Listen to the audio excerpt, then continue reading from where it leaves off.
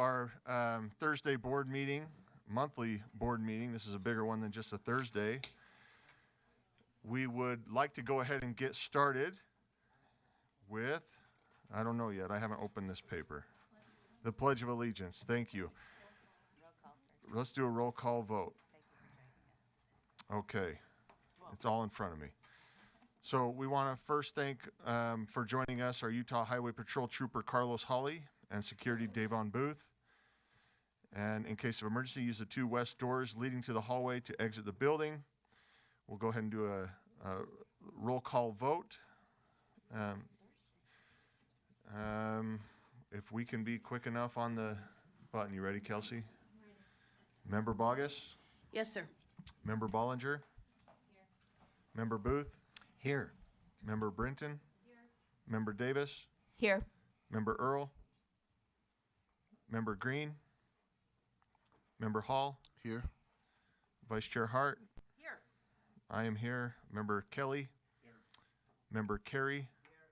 Member Lear? Here. Member Reel? Here. Vice Chair Wood? Yes. And, okay, so we will keep an eye out for Member Green. Have we heard from Member Green or Member Earl if they're joining online? Should be here about 9:30. Okay. Member Earl will be here. She's just caught up in a different engagement. Perfect. Okay. Let's go ahead and get started then. I have not requested or asked anybody to give the Pledge of Allegiance. That's on me. Thank you. Superintendent Dixon. Okay. I mean, I like that we're both wearing pink. Member Lear, will you go ahead, please? I pledge allegiance to the flag of the United States of America and to the republic for which it stands, one nation under God, indivisible, with liberty and justice for all.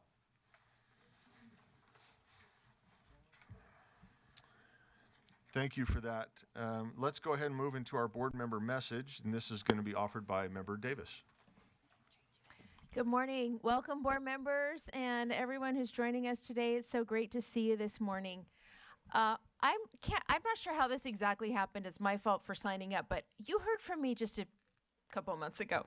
So to spare you all from having to hear from me again, I have invited some others to join us, and I am so excited about this. I have asked Randy, Member Booth, and Christina, Member Bogus, to sing for. Christina's going to sing for us, and Randy's going to play, and we are all in for a real treat.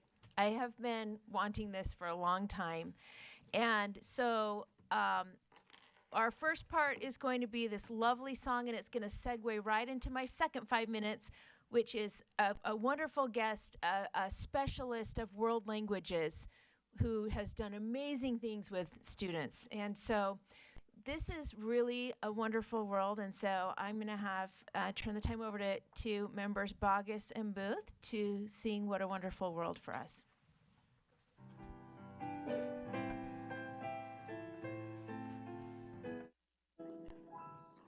I see trees of green, red roses too. I see them bloom for me and for you. And I think to myself, what a wonderful world.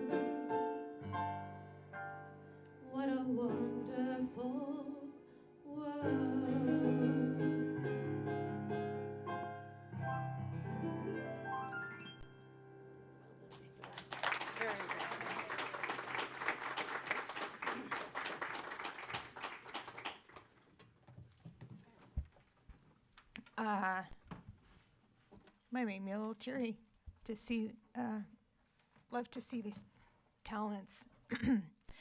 It is a wonderful world, and I love the words in the song when it talks about friends saying hello, how do you do, and children learning. And I feel like in our world languages courses all across the state, we really are trying to make the world a better place by teaching people how to communicate with each other. And the world has become small through technology, and we need people who are proficient and who can communicate not just with people next door, but with countries next door and beyond. And I have asked Jody Lindsay to come today. She's the world language specialist in Alpine School District, and she, along with some other specialists and every world language teacher of multiple different languages, have spent hours and hours meeting to figure out the best strategies to help kids understand other languages. And they are blowing the top off, and she'll have this in a slide, I'm sure. But the state average right now to earn the seal of biliteracy is 4% of students. Their students are 10.4 or 10.6 or something percent. They are blowing the top off of this, and you have to be proficient. And these aren't just dual language immersion students. These are even students that come in and take our secondary courses in world languages.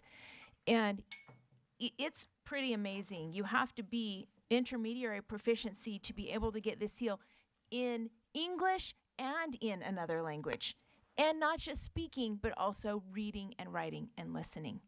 So I know Kelsey's getting her set up with her slides, and hopefully it's going to work. On a little side personal note, while they're still trying to get set up, I will say that Jody and I taught together, this will severely date us, but 30 years ago, for many years at a junior high school, and those were the best days. We had so much fun teaching our junior high school students. She taught German, and I taught English, and I couldn't have asked for better. We have so many connections. He made the world wonderful. You made it a wonderful world. Thank you, Cindy, and thank you for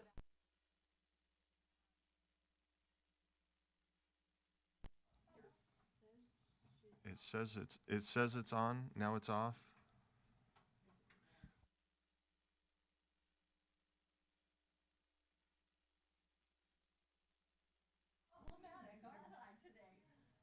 Jerry's on his way. We'll get some help.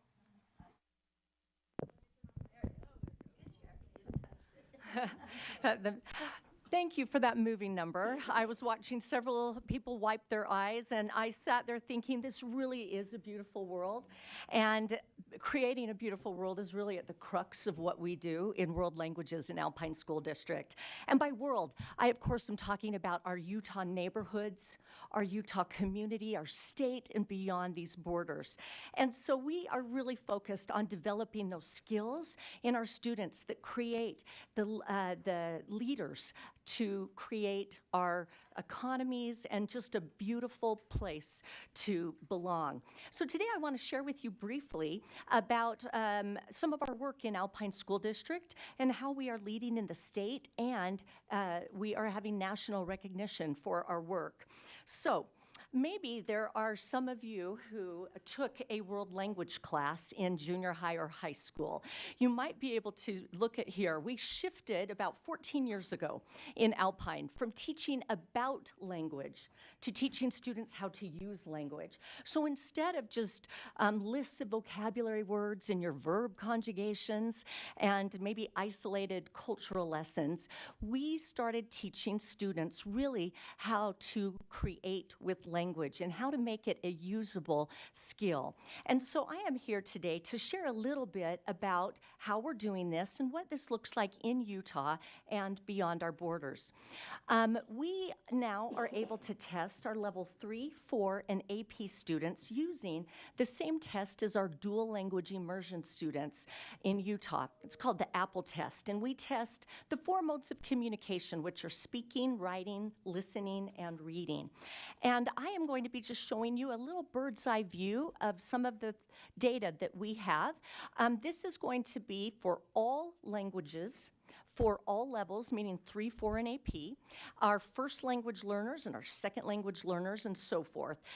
Blue will represent above level, green will represent at level, yellow will mean one sub-level under what our target is, and red will mean 2 or more. So we look here at the 3 columns. We have speaking, writing, listening, and reading, and you can see here in 2022 to 2024, if you cast your eyes there, the first thing that we noticed was we are moving our students really from at level to above level. And we've been able to identify how we've done this. It has really come from professional learning opportunities and then our teachers being able to take these strategies and this philosophical shift back to the classroom and having the opportunity to try these things with our students. And when you are having professional learning opportunities every couple months and you're creating these shifts, they compound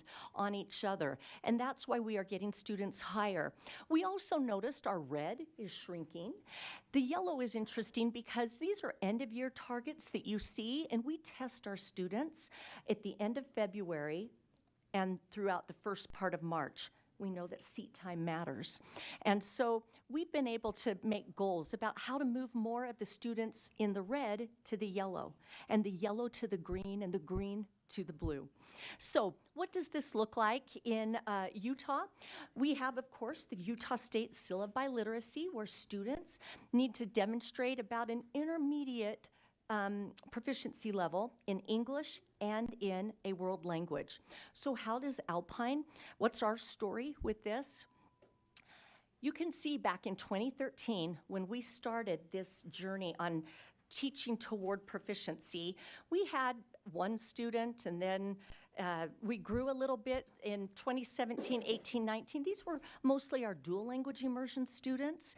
In 2021 is when we gained access in Alpine to test our level 3, 4, and AP students. You can see here those touch points of the professional learning that we did. You can see that we have grown significantly. And last May, we were able to award 658 seals to our seniors who graduated. As Cindy was mentioning, what does this look, oh, thank you. Thank you. What does this look like? This is a map from last year that shows the percentage of students around the nation who earned the Utah Seal of Biliteracy. You can see in Utah that we had 4% of our seniors who earned the seal. And if you kind of look at the number, the percent around us, we're leading there. But in Alpine, we awarded last year the 10.8% of seniors the Utah Seal of Biliteracy. And that is something that we're really proud of, because we do believe that we are creating these students to be able to live in and contribute to a really wonderful world.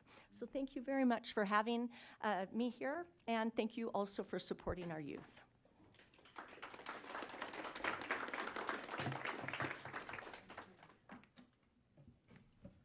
And that's all, folks. She's so awesome. And these two next to me are so awesome. It's going to be a great day. Welcome to board meeting. I think they should go on the road and raise money and donate it back to us. People will pay to hear this, I'm sure. Thank you, Member Davis, and thank you, Randy, Christina. That was incredible. So thank you, and thank you for the work that's being done. Truly appreciated. Let's move on to agenda item 1.3. This is our education highlight, and we'll turn time over to Kelsey James. Thank you, Chair. Kelsey James, Board Communications Coordinator. I have the privilege of once again this year being able to highlight, honestly, one of my favorite programs that happen throughout the state, because I, like probably most of you, am a nerd and love everything like history and civics and all that good stuff. So if I could welcome our guests up to join us, I will introduce one of them, and then I will have her introduce the amazing students that we have joining us today. So we have Wendy Rex Astrick. I had it at one point and then I always lose it later, and I'll let her say her last name correctly. She is the K-12 Initiatives Coordinator for the Utah Historical Society, as well as the State Coordinator for National History Day. So she's going to talk a little bit about that. I'll turn the time over to her. Thank you so much, Kelsey. My name is Wendy Rex Atzet, so you just say all the letters. I'm a historian with the Utah Historical Society. I direct Utah's National History Day affiliate program for the state, and I've been in this role in both Utah and in Colorado. Utah's NHD program was created in 1980 at Utah State University, and you might recognize it by its earlier name, which was Utah History Fair. History Day is a little bit like a science fair in which students do a research project and then compete in a series of tournaments. In History Day, they choose a topic from Utah, US, or world history that relates to the NHD annual theme. And last year, our theme was Turning Points in History. Then they do extensive historical research, analysis, writing, and they finally create a project to bring to our competitions. Over 5,000 students participate in NHD across our state each year. Of those, about 500 advance to our state contest, and about 60 advance to the national contest in Washington, D.C. History Day is all about engaged teaching and learning. Our students discover history by doing history, and in the process, they meet a wide range of learning targets. They develop mastery and historical literacy by exploring a topic in depth. They develop critical thinking skills by analyzing historical documents, images, artifacts, investigating different points of view, and drawing conclusions based on evidence.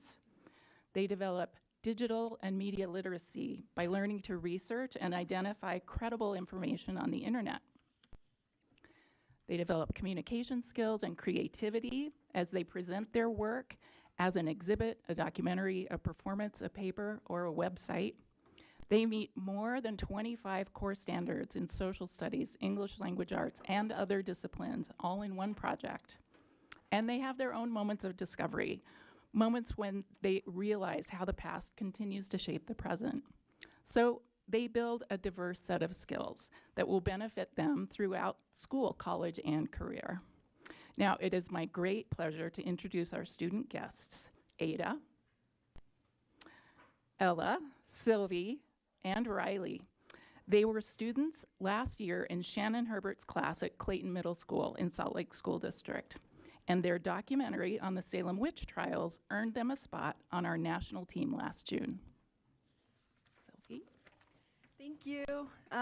Okay, sounds like everything's good. Okay, cool. So the first time our group got together to brainstorm topics for National History Day, we wrote down everything from Renaissance to women's suffrage. We had a list of strong topics that we could tie well to the NHD theme, which was turning points in history. When we began researching the Salem witch trials for our documentary, we quickly realized that there were many misconceptions around this topic. Studying people's beliefs about witches and witchcraft in Puritan New England was a very overwhelming subject at first. We had to conduct some thorough research before settling definitively on how the Salem witch trials were a turning point in history. Beyond learning that witches were not burned at the stake, we discovered that there were few witch-like qualities about the 200 people who were accused of witchcraft in Salem, Massachusetts in 1692 to 1693. In fact, they were pretty typical New England citizens. Enslaved servants, poor mothers, critics of Puritan society, and people who did not attend church were just a few of those who were accused. In the end, 30 people were found guilty and imprisoned, and 20 were killed. Most of them were women. In our project, we discuss how these trials from over 300 years ago influence our current day political system. The trials were a watershed moment when the importance of cross-examination and representation became clear. This led to the dismantling of the Court of Oyer and Terminer, the court that relied on intangible evidence such as dreams or visions. It was used to be known as spectral evidence. The court that replaced it is foundational to the U.S. justice system today. One of the most fulfilling moments in our project was when we realized the connection between the Superior Court of Judicature and the U.S. Constitution. During his tenure as Chief Justice in this court, John Adams drafted the Constitution of the Commonwealth of Massachusetts, and its concepts were central to Madison's contributions to the U.S. Constitution. This aha moment in our project helped us make a well-rounded and complete thesis. Initially, our turning point was going to be the creation of the Superior Court of Judicature alone. We thought it important that the Salem witch trials led to the rejection of spectral evidence and the creation of a new government for Massachusetts. However, being able to tie this court directly to the justice system in the U.S. today was a moment when we realized the significance of our research. We know that if we ever have to go on trial, we will have defense. This is not only something that the women in 1692 did not have, but something that they paved the way for. Their contribution is rarely acknowledged. Although we no longer hunt witches or rely on dreams or ghostly tales as evidence, society still reaches for convenient scapegoats to explain its problems. I realized then that my research did not only have an effect on my grades in language arts, but gave me a deeper appreciation for the history of our country and how events of the past have affected our rights today in a very real way. So, what else did we learn? You may be shocked to hear that coordinating a project among 4 intelligent and forthright people comes with its own challenges. Learning to work as a group, divide tasks, and even when to be quiet are valuable skills. We learned to organize an enormous amount of research, leverage the skills of each group member, and compose a thesis and proper annotated bibliography. While we were excited as we explored our topic, we were equally excited for the collaboration that this group project fostered, turning 4 relative strangers into lifelong friends. We've gained confidence in public speaking skills as we've had to quickly articulate answers to questions from judges and explain the significance of our topic in only a couple of minutes. We were also inspired by seeing our peers' projects. Not only did they teach us about histories we'd never heard before, they also served as a great example to us. They motivated us to make our project better as we saw the great things people were capable of making. We believe that the most motivating and inspiring part of the NHD process was growing the ability to answer our own questions. The aha moment was when the cumulative knowledge we had built on our subject enabled us to recognize the significance of our thesis when we came across it. It would have been easier to adopt the conclusions reached by others. We wanted to dig deeper. We are now able to explore the questions that engage us most deeply. For the first time, I saw my fellow classmates get genuinely excited about a historical topic. Students who I had never seen eager about school in general passionately spoke about their research. Movie fans wrote about how Disney forever changed cinema, and athletes made projects about Jackie Robinson and how he changed segregation in sports. With a creative mindset, you may ask any question that gives you your own passion to learn. Opportunities like these are what motivate students to attend class and put effort into their products. National History Day is an opportunity for kids to learn to love school. By leading our own project, we learned how to formulate our own prompts, discover and evaluate a range of resources, and find answers to our own questions. In the real world, our hands will not be held, exact questions will not be provided, and we must gain that ability for ourselves before we move into college and careers. This is why the skill set that NHD provides us with is not just a privilege and an enjoyable school assignment, but undeniably a way to set students up for success. Thank you.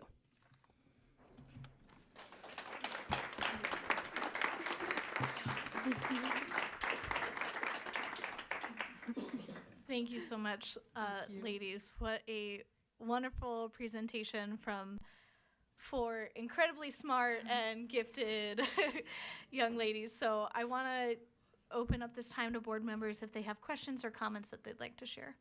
Sure, we have Member Reel, and then Member Carey, and then Member Hart. Thanks, Chair.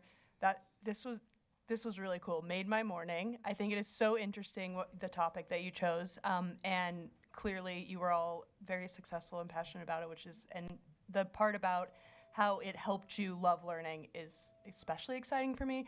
Quick question: did you watch Hocus Pocus as part of your research on? Honestly, we were thinking about including it in our project, but we decided that wouldn't be completely historically accurate. Yeah, so right. we didn't end up adding it in, but okay. it was, we thought about it. Right. Yeah. It is one of the best movies of all time. So 100%. great job, guys. Thank you. Thank you. Member Carey. Thank you, Chair. I just can't say enough. I agree with Board Member Reel, the excitement, the passion, and not only what you learned academically, but you talked about some of those durable skills, right? Learning when to speak, when to not. We're still learning that here.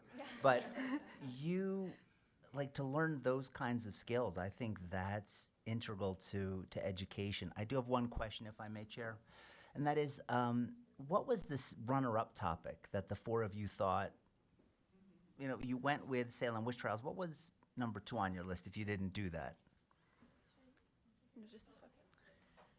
Yeah, we had a very long list, and it was hard to narrow it down. We wanted to do something that was unique.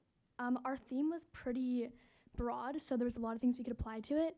So we were really interested, I think, like we said, Renaissance, women's suffrage. We wanted to do kind of a women's rights project. And even though the Salem witch trials is actually a pretty common topic for NHD, we thought we could take a pretty unique thesis. So most people talk about kind of the emotional mass hysteria aspect, but we thought talking about the political aspect would be something that's not heard about a lot. So that's why we ended up choosing it, but it was a hard call. Okay.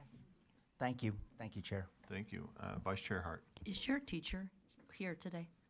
Right here. Miss Herbert.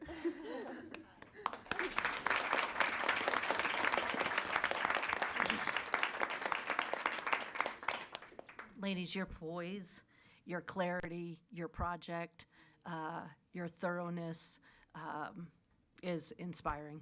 Thank you. Thank you so much. Yes. Member Lear. Hi, I represent your area, and I am Nice to so meet you. proud to do that. And you probably know my granddaughter, Sophie Lear, maybe. And so I think Sophie's your age. So I am really impressed, and the piece of it that was most impressive to me, well, it was all, you were all just very, as someone said, very articulate and very poised, but I love the connection to the law that you made, how this particular issue grew into the need for real evidence, hard evidence, not just, I feel this person is guilty. I feel it, you know, I kind of, it's a feeling rather than the hard evidence piece. And I love that connection. That is just, you guys are just amazing. And I'm a lawyer and looking at potential young lawyers like yourselves. I really urge you to stay involved civically and stay involved politically and know the world around you, because you've got a beautiful beginning, and your teacher must just be amazing. So thank you so much. Thank you so much. Thank you, Member Lear. Superintendent Dixon. Thank you, Chair Hymas. Young ladies, we may or may not have felt intimidated by you, just a little bit, but you've made us very proud about what can occur in public education as an extension of probably conversations that you have at home as well. So there are probably parents in the audience that need a shout out. Thank you for being here with your students. Raise your hands, moms. Parents, Yeah. parents, where are you? Can you stand for us so Yeah. we can see you? Yeah, we want you to stand. Yeah, There we go.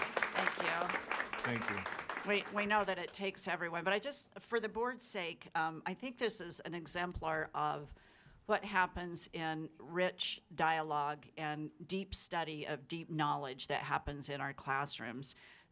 When we engage in things like, we also have mock trials and debate and other opportunities for students. I was trying to list them all and think of all of them, but I just want to highlight that they also breed deep literacy. So you talked about something that was really amazing that I haven't really thought about beyond the Salem witch trials, but the literature that you dug into, the historical documents. I mean, the literacy that has been imbued in you by the work that you've been doing, I think is something that we need to think about as a board as well. So these are cross-cutting themes across content.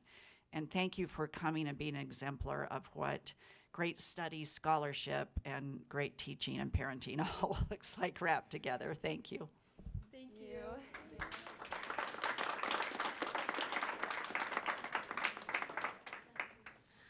Okay. Thank you, ladies. Thank you so Thank much. you for coming and joining us. As we move to agenda item 1.4, employee recognition, we invite Paula Plant up. As she's coming, I will say it's always a pleasure to have students join us.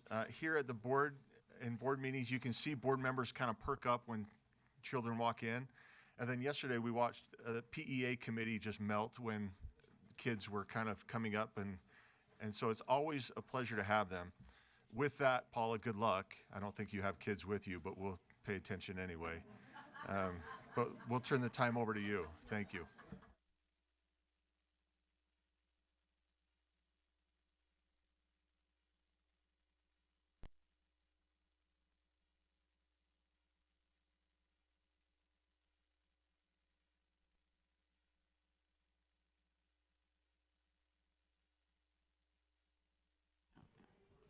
So, Paula, it is really hard to follow children. So, and I know that member Lear and member Real won't want to miss this because they love you. So I'm stalling for a minute.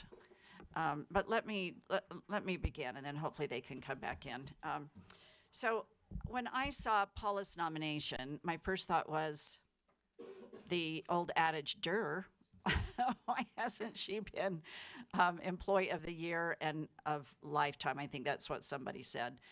Paula is not only a legend in our office, but on the Hill and in our schools. Paula Plant is so loved and appreciated. And I want to tell you just a little bit about Paula. She's known for being this lovely human being, but she is known throughout this state for her dedication to the School Land Trust program. And she has just left this profound and lasting impact on education throughout Utah because of her dedication and vision and leadership. So Paula was really a pioneer of this program. Paula, you were involved in PTA for a number of years, right?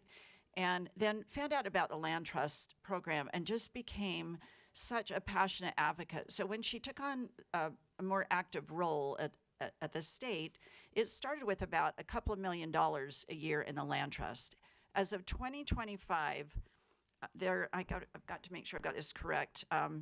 So there's $111 million for fiscal year 26 for distributions to our schools. So think about that.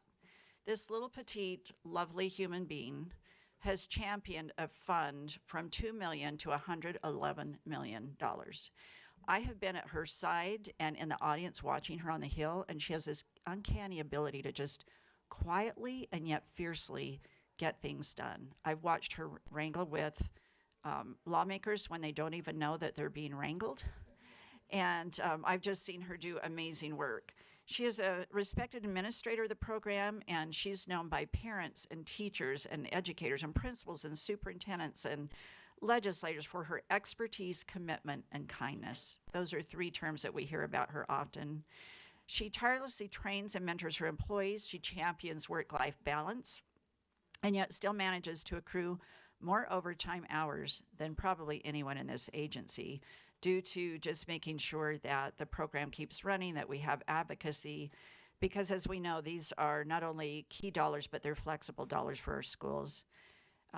Her contribution to education is just so significant because she really understands that this program extends beyond funding. It's one thing to go out and raise money, but she really gets that this provides valuable resources right at the school level, at the classroom level. Beyond her professional achievements, she just has exceptional character, and she embodies all the qualities that we want to emulate. And I see people in the audience just nodding. Those of us who've been able to rub shoulders with her, we all want to be like Paula when we grow up because she's such a lovely human being. And my favorite thing is embarrassing Paula. She is, when you have a conversation with her, I think this is the first time I've seen this happen, but when you have a conversation with her, you know that she's going to turn it back to you if you give her any accolades. So we have a tradition when we celebrate the Employee of the Month, we get on a Zoom call and we all go around and we all say these nice things about the person. And it's always super uncomfortable, and they sit there quietly and thank you, and they're a little embarrassed. We could not get a word in because Paula would cut us off and start to say nice things about everybody that was talking about her. And that is just Paula's way. She just hates the accolades being poured on her. And she's been recognized a couple of times, and more recognition to come around the state. But we are so honored that Paula works with us here as part of Team USBE, that she has made a huge impact on this state, and it will live on. Paula can retire someday, and her legacy will live on the way that she has built the School Land Trust up through her leadership. So Paula, we are so thankful that you are part of the legacy of this state in public education. We appreciate and love you and honor you as Employee of the Month. And you don't even have to give a speech, so you can't talk back. Well, and I'd like to add, I know, it's a short story. I know a small LEA that had a lot of confusion, and they just weren't sure they were doing everything right, and there was a new principal, and the director,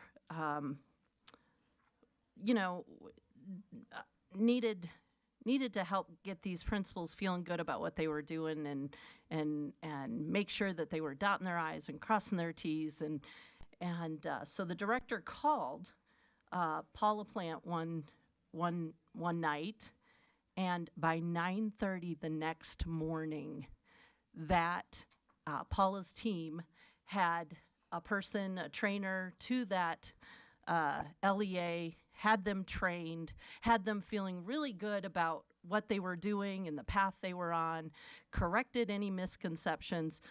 Within 24 hours, principals went from, am I doing this right? Man, these are a lot of, I'm not sure, and there's been some changes, and then there's a new guy over there in the corner going, I don't even know what I'm doing over here. Someone forgot to train me.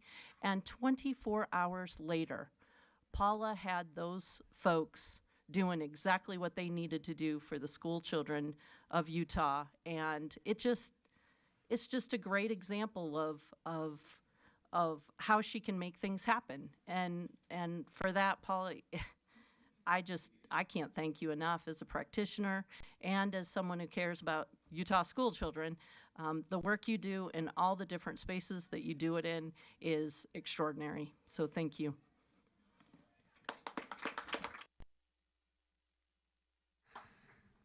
Thank you, Paula. Am I done? Is she saying something? I don't want to put her on the spot, even though we kind of are. Okay, thank you, Paula. Thank you for all you do. Okay, with that, let's move to agenda item 2. This is public comment. And before we get started, just housekeeping items. The public may sign up to share public comments at publiccomment@schools.utah.gov. The public may send written public comments to the board at board@schools.utah.gov. Public comments are limited to 2 minutes per person. A comment can express support or dissent for regulatory action. Individuals should not use public comment to complain about personnel issues or attack or defame an individual. Speakers making a highly detailed or complex comment should also consider providing a written outline of their words to the board. Please remember that children may hear your comments. Be thoughtful and professional, and keep your comments appropriate for a general audience. If you have material with explicit language or content, submit such material in writing to the board, again, at board@schools.utah.gov. So let's first invite Sarah Erb. Is she here with us? Perfect. Sarah, if you'll join us. And then we have Sherry Maddle. Thank you. My name is Sarah Erb. I'm a parent of a student who is 10 years old and is enrolled at a charter school in Salt Lake City. I wanted to share with you today about some of our experiences over the first 5 years of my child's life when we were new to parenting a student who is blind. A few months ago, when the Office of Special Education Programs was here to review and receive feedback about and regarding the early intervention programs across the state of Utah, I attended a focus group with different parents, and a lot of them reported a lot of struggles with early intervention. And I was like, that's not our experience at all. I said, because of the blind school and the deaf schools programs through early intervention, our experience was totally different than everyone else's. And I was like, I need to make sure that people know how good our early intervention programs are. I couldn't speak to the other section, but I can speak to the supports available to parents of blind students. For us, I'll just start really quickly and get as far as I can. My love for Utah's early intervention PIP, that stands for Parent Infant Program for Blind and Visually Impaired, through the Utah Schools for the Blind runs deep, and it's at the top of my list of dream jobs. I'd like to tell you a little bit about our experience as a family between 2014 and 2017. Our providers know who they are, and they don't like to be recognized too much, so I won't mention their names. But know that our appreciation for your efforts in helping us create a strong and disability-positive foundation that you helped us provide for our child continues to grow as she ages. Our child was diagnosed at 5 months of age with a condition that caused her optic nerves to be underdeveloped. We don't know the reason for that, and there wasn't an intervention. Thankfully, this condition, optic nerve hypoplasia, was an automatic qualifier for early intervention services due to the known risk of developmental delays associated with a visual impairment. We found the PIP BVI program to be our rock in a very uncertain time for our family, especially because it was before we were aware of all of our child's other diagnoses that affected daily life. The information we had at the time was about a non-treatable vision condition. We were told we would not know how much usable vision she would have until she was older, in 2 or 3 years. It's weird going to the doctor's office and them being supposed to have all the answers for you and having almost none, except she doesn't have light perception. So it was a trial and error, and let's see what we have to work with. Our daughter's early intervention teacher of blind students was such a lovely fit for our needs, and she helped us to stay curious about our child as we learned together how to follow her lead. This empowered us to worry less about the ages and stages pamphlets we received at each well visit with the pediatrician, because they were totally incongruent with her development. We learned early on that there were certain aspects that we couldn't control, and having our teacher there to mentor us along the way allowed us the freedom to take each day as a gift, waiting for us to unwrap together. Her visits for our small family of 3 turned something intimidating and unknown into many opportunities to learn and grow in ways we didn't know we needed. She also encouraged us to get acquainted with our local blind and visually impaired community.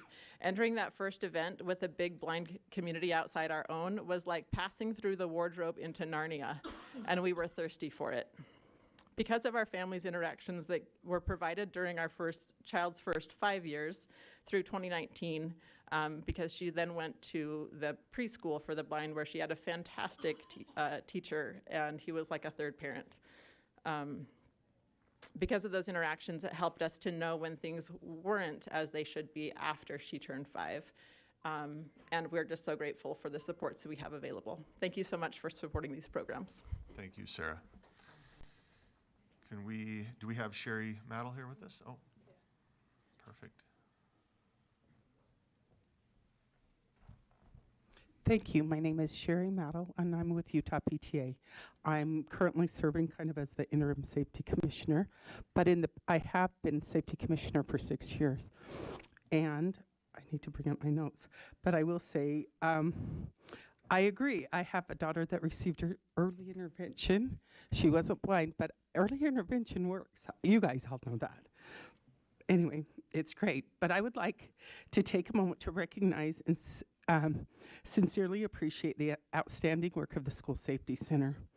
Their dedication to maintaining a safe and secure environment allows students, staff, and families to focus on learning, growth with confidence and peace of mind. Their efforts don't go unnoticed. Well, they might, but because you don't notice when you're safe, you mostly notice when you're not safe. And honestly, the complaints that I hear about things are, they lock the classroom door so the kids have to knock to get back in. Oh, sorry. I mean, that is safer. Anyway, it is safety, and I've worked with the people in the School Safety Center for several years. Oh, she's not there. I saw Chantel come in a little bit ago. Anyway, I just wanted you to know that their efforts don't go unnoticed, and PTA enjoys working with them.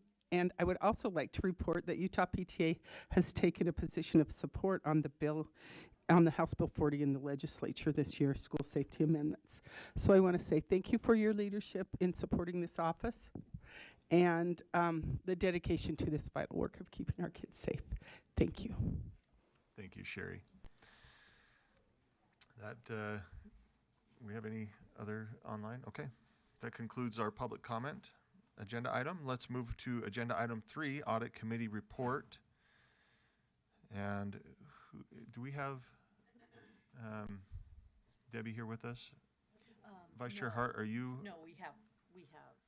Oh, Kevin. Kevin, please join us. Kevin John. Deputy Audit Executive. Oh, do we want to take the podium down now, or do we want them to have to stand? Okay, great. Okay, Kevin, please.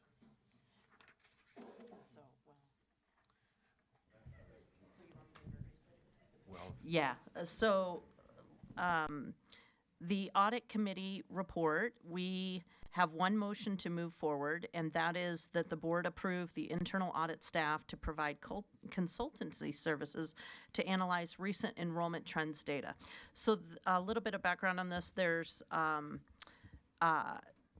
was a request, I think, in Finance Committee to present some enrollment trends. It's awesome data, and you can check out the report, the audit report for some of that, and staff obviously could add to that. But there's an additional need to provide some additional context, some additional explanation. Some of that information can, if it's not very explicit what is being provided, you could draw conclusions that are not at all accurate.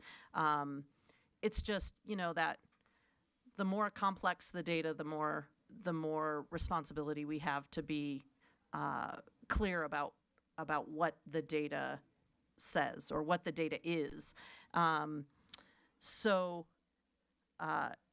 What this asks for is that the board approve the adding the consultancy services project to the, so to speak, agenda of our audit team.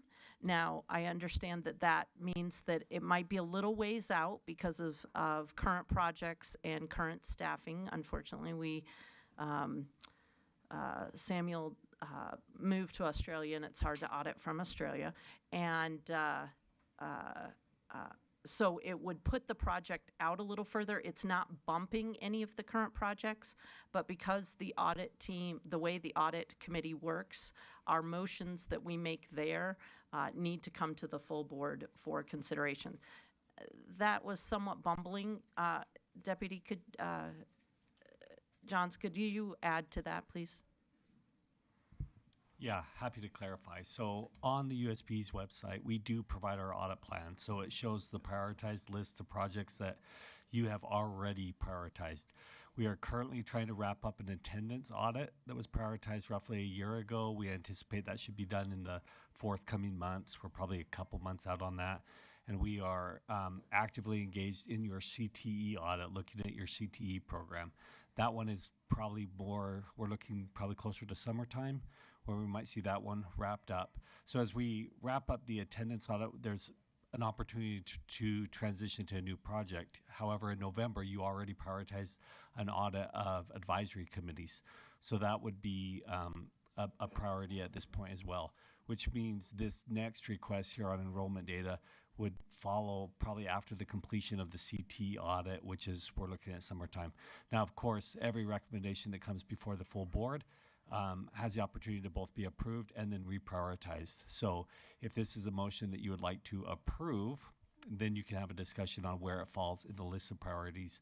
And so we, of course, can pause anything and pick it up if that's the priority, or we can just add it to the back of the list. But yeah, our audit plan is always on our website under our resources there under the internal audit department, so you can see there. But yes, our understanding is there's some data that's been presented to the finance committee, and the request is that we take a look at it from a neutral position and try to provide some clarification so that anyone who sees that data has a sound understanding of what that data actually represents and what that data is attempting to say.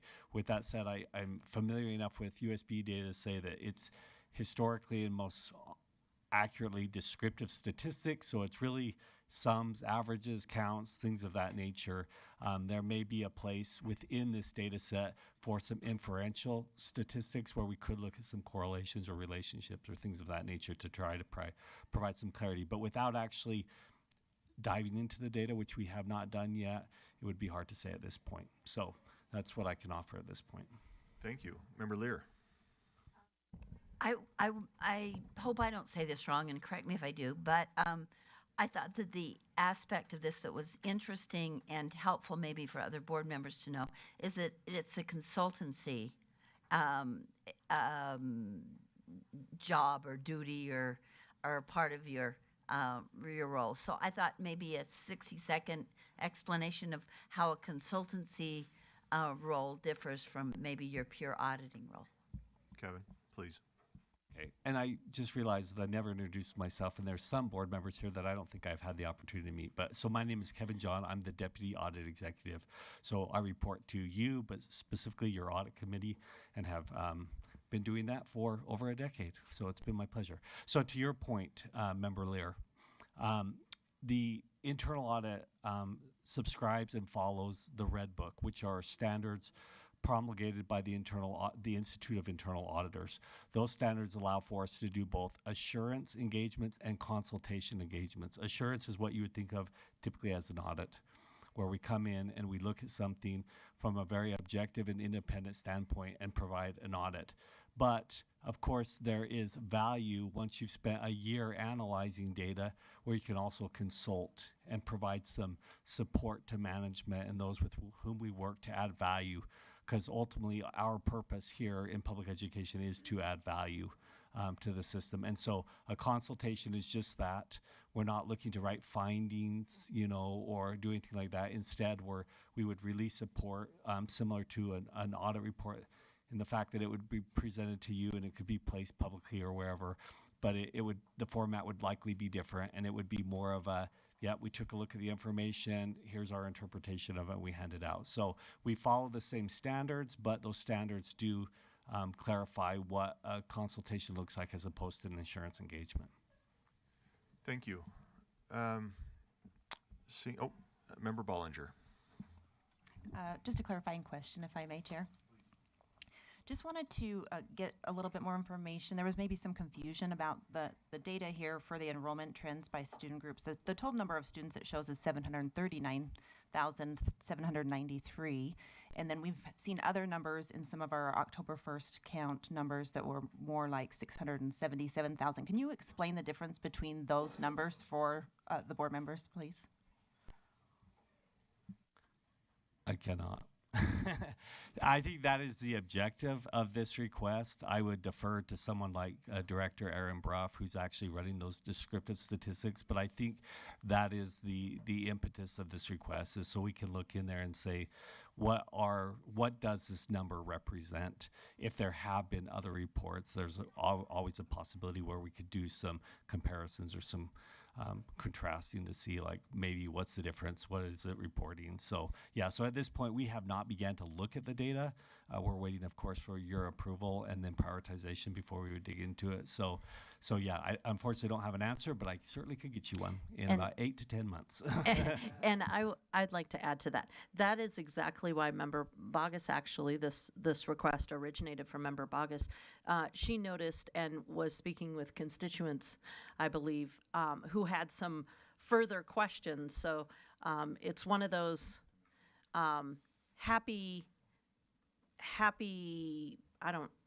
it's great that people are looking at the data, and it's great that providing the data actually raised more questions than we had originally. So that's the reason for the consultancy, and I really appreciate the clarity, Member Lear, on consultancy versus audit. We are not auditing the numbers necessarily. What we're doing is making sure that that we're answering the questions that clearly that we're trying to illustrate with the data, and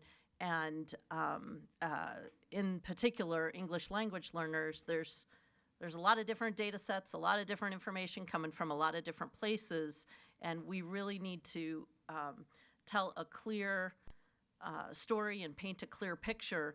And so by spending a little bit more time, maybe putting second eyes on a data set and saying, hey, I had this question, maybe other people would have this question, then we're doing our due diligence in clarity. I would like to turn some time over to Member Bogus because she was the one that raised this and understands it far better than I do. Sure. Thank you. Member Bogus. Well, to be frank, ma'am, I think you guys have all done a great job this morning. It's really representative, and I appreciate the clarity that, I don't know your last name, Kevin, I'm so sorry. Okay, Mr. John has offered, and so I would just move that the board approve internal audit staff to provide consultancy services to analyze recent enrollment trends, data, and if I could, whoever's running the motion doc, add the language and just the simple language and add it to the list.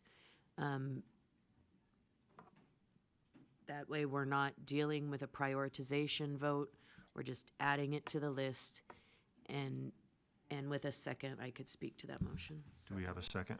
Second by Member Booth. Back to Member Bogus.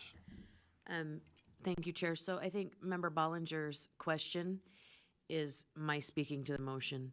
We have data that has brought forth more questions, and so I would love to see what our very capable people in our audit department can do as they consult on this and give us some feedback, if that's a fair way to express that. And I appreciate the committee and the board's time. Thank you, sir. Thank you. So we have a motion before the board that the board approves internal audit staff to provide consultancy services to analyze recent enrollment trends data and add it to the list. Seeing no additional lights, let's go ahead and vote. Member Green is a yes.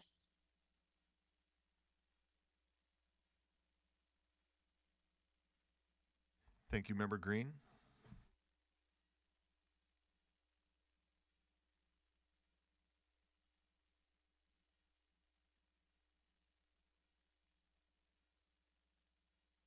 And that passes unanimously.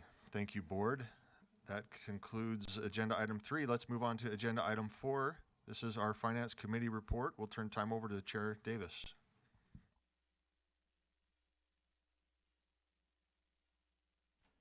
Thank you. You can see that we have a handful of information items that you can read. All the information is there in backup if you want to have more information on these issues. But if you'll look at number 2, enhancement for at-risk students repeal.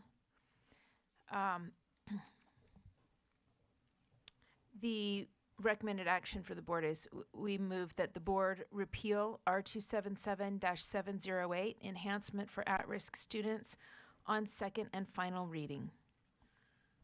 Thank you, Chair Davis. The motion before the board is that the board repeal R277-708, enhancement for at-risk students, on second and final reading. Seeing no lights to that motion, let's go ahead and take a vote. Member Green is a yes. Thank you, Member Green.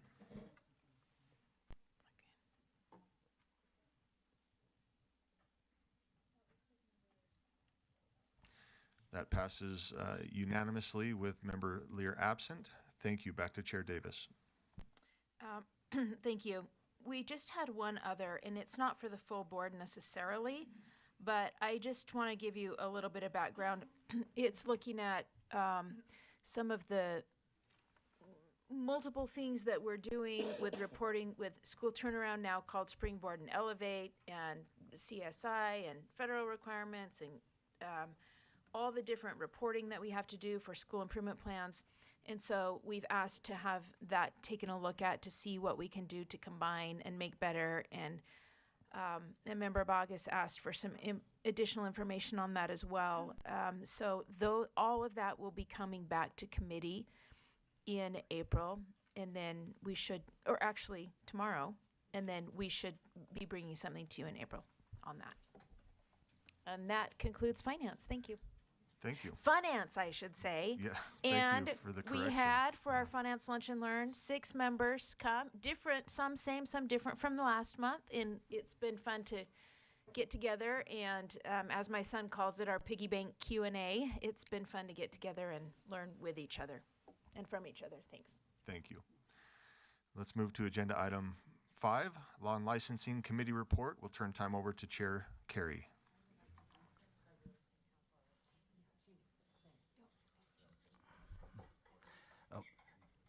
Thank you, Chair.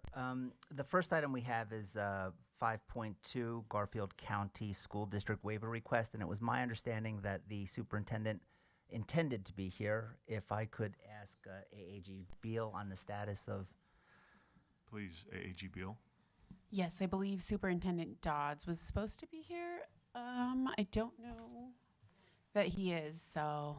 Could I suggest, yeah, and that's okay. And this is a heavy lift here, so Chair Carey, will you take liberties to adjust agenda items as you feel needed? Yep. Thank you. With the consent of the board, I would just hold item 5.2 until Superintendent Dodds arrives and just continue as outlined in the agenda. Any opposition? Okay, let's proceed. Okay. The next item is item 5.3. That's right. 5.4. As 5.3 is set for a time certain. 5.4 is a board policy 3006, data governance plan. And the motion before the board is that the board approve board policy 3006, data governance plan draft 2. And it's my understanding we have someone from staff prepared to address that matter.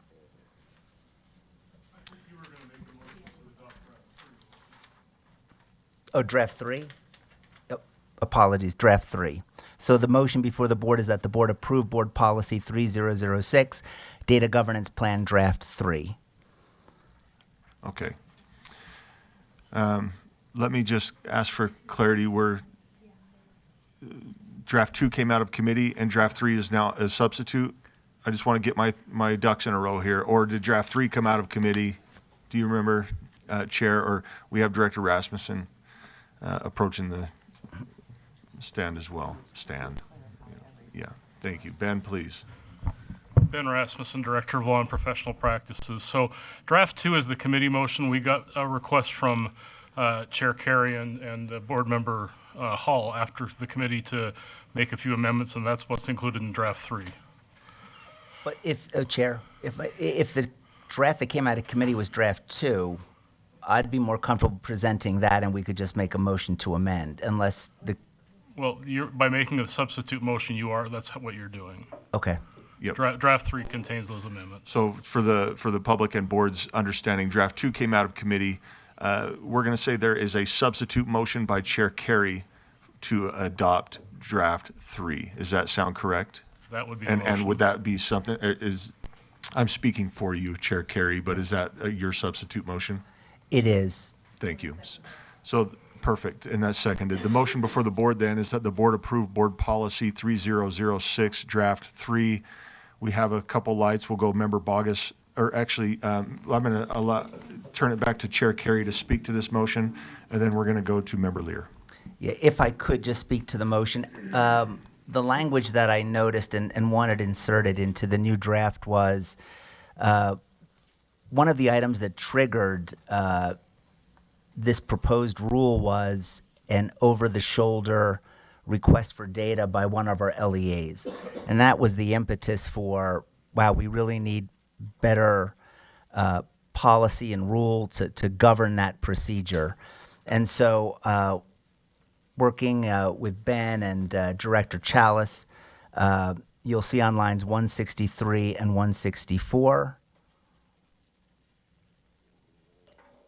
is the language on defining what an over-the-shoulder review actually entails. So there's no ambiguity in that process or definition. The other changes were suggested by staff. Those are lines 193 through 198. Give us just a minute. Sure. 193 to 198. 8.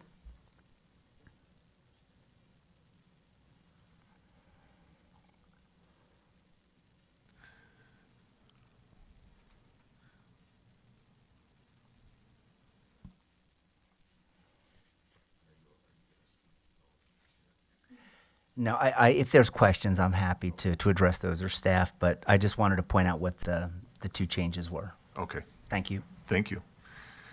Okay, let's turn to Member Lear and then over to Member Bogus. My question was going to be exactly what Chair Carey just did to identify, because this is a longer policy than most, and I wanted to see where the changes were between drafts 2 and 3. The other request I'd make, and I just noted 3 of them, it's going to sound tedious and buggy to some of you, but we are the Department of Education. Data is a plural word. So I've just noted throughout, would you please go through and make sure that the verbs that follow data are plural? I'm sorry, that's just, and I've noted lines 158, 165, and 206, and I haven't gotten to the end. If staff can work no with condemnation, English teacher no Lear. blame. I just want us to be an example for the rest of our children. Thank you. Thank you, Member Lear. We'll get it cleaned up. That would be appreciated. Member Bogus. Thank you, sir. So, if I may, through the chair, to Chair Carey, Chair Carey, I'm wondering, in line, I believe it is 206 through 209, it appears in the way this is articulated that PII can be reviewed but not exported. Is that how you read that language, sir? Thank you. Thank you. I would defer to staff on the exact interpretation. I know that we did want extra precautions in place when it came to these over-the-shoulder reviews. And we thought we sufficiently addressed that in 206, that internal student data is not disclosed in an over-the-shoulder review. And in 208, no student PII or de-identified student data may be exported during an over-the-shoulder review, which would seem to suggest that it is visible during that review. Mm-hmm. But I would defer to staff and ask if that is their understanding as well.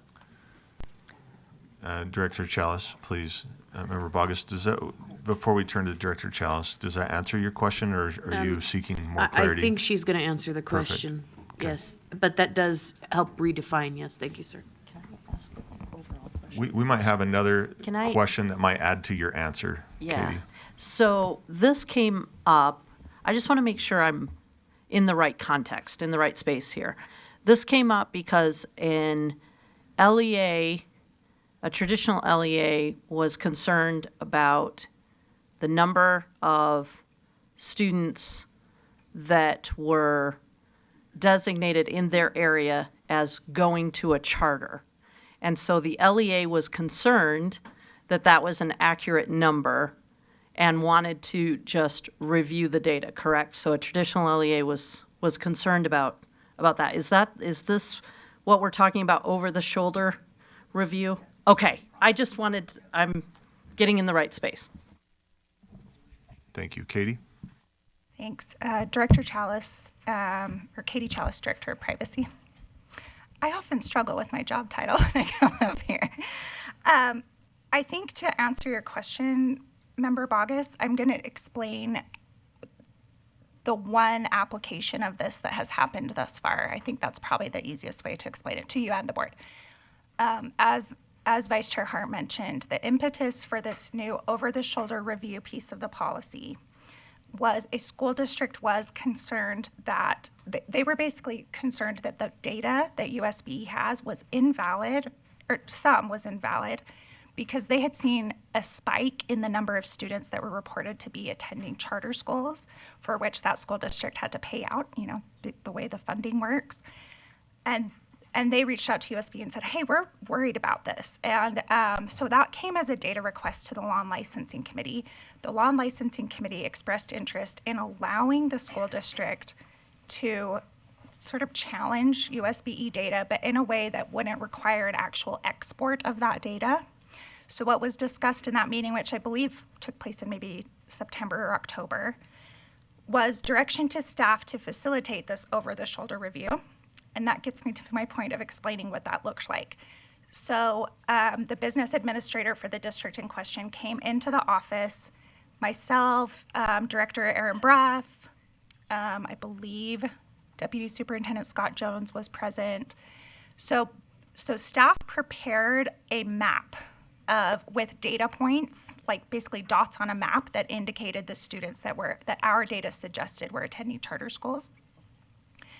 I would argue that no PII was disclosed in that meeting. However, in the case that this type of request ever came forward again, there is a small risk of disclosing PII if an individual were to zoom in on that map.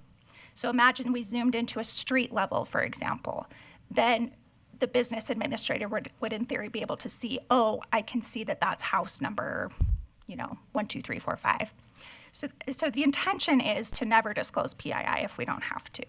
But the policy also allows for that in the case that, as a part of validating the information, drilling into that level is necessary. And Chair, I hope that answers the question. Member Bogus, does that answer your question? It does answer my question. Perfect. Thank you. So let me go back to the motion that's before the board here.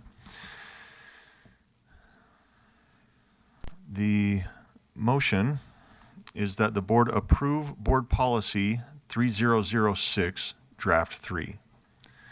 And without seeing any additional lights, Member Davis. Just want to make sure it's understood. None of this data is being taken with anybody. It's not going into their systems. They're coming here, verifying the numbers, and, okay.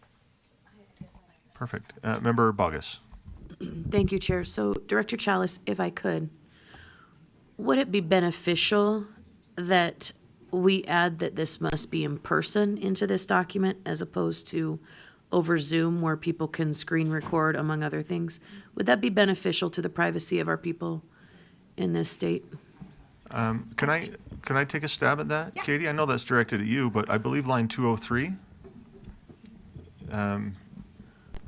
Oh, okay. So I do see that, I guess, in the director's analysis, she talked about over Zoom something. Do you want to? And so maybe I misunderstood what she said. No, let's get clarity here. Director Rasmussen, just let us know 162 through 164. And Ben to the rescue. Come on in. Just pointing out that the definition that we're adding as a result of Chair Carey's substitute motion would limit this to it has to be at the USBE office. A Zoom call would not meet that definition. That answers the question. Thank you. So the motion before the board then is that the board approves Board Policy 3006, Data Governance Plan, Draft 3. Let's go ahead and vote.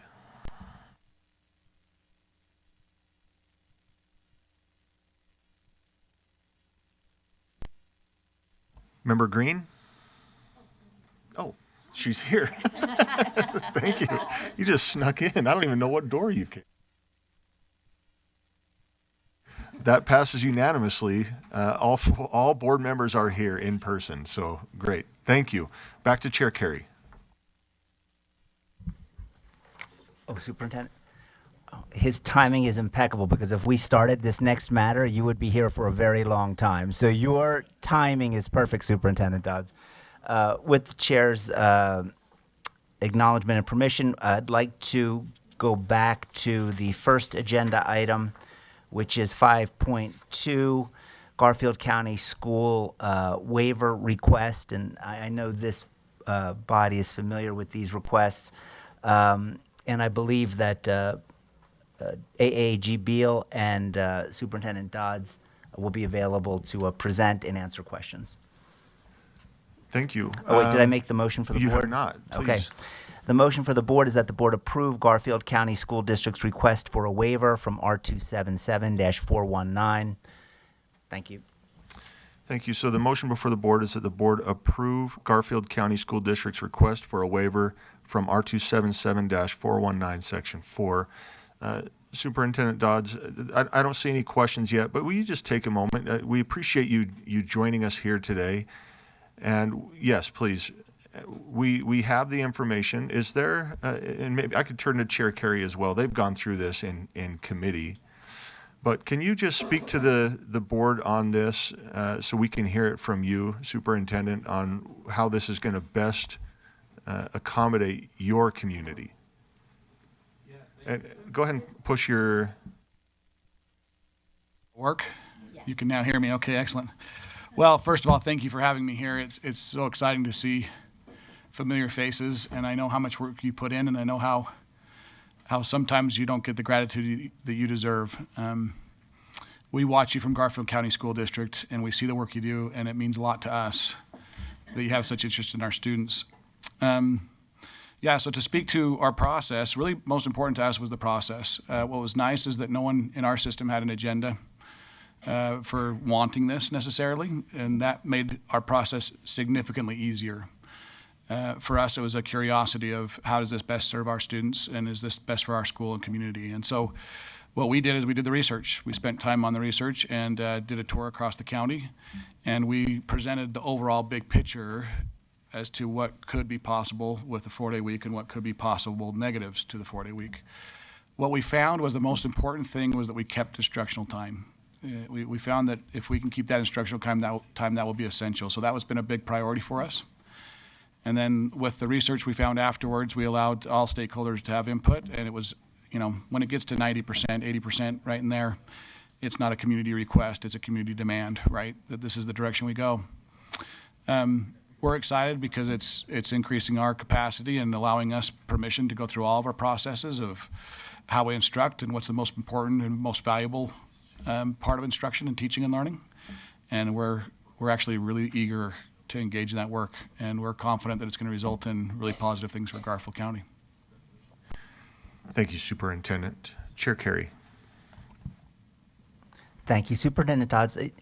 This is something that our board has looked at for several schools and districts, and the board has actually, done research or spoken with researchers on this subject.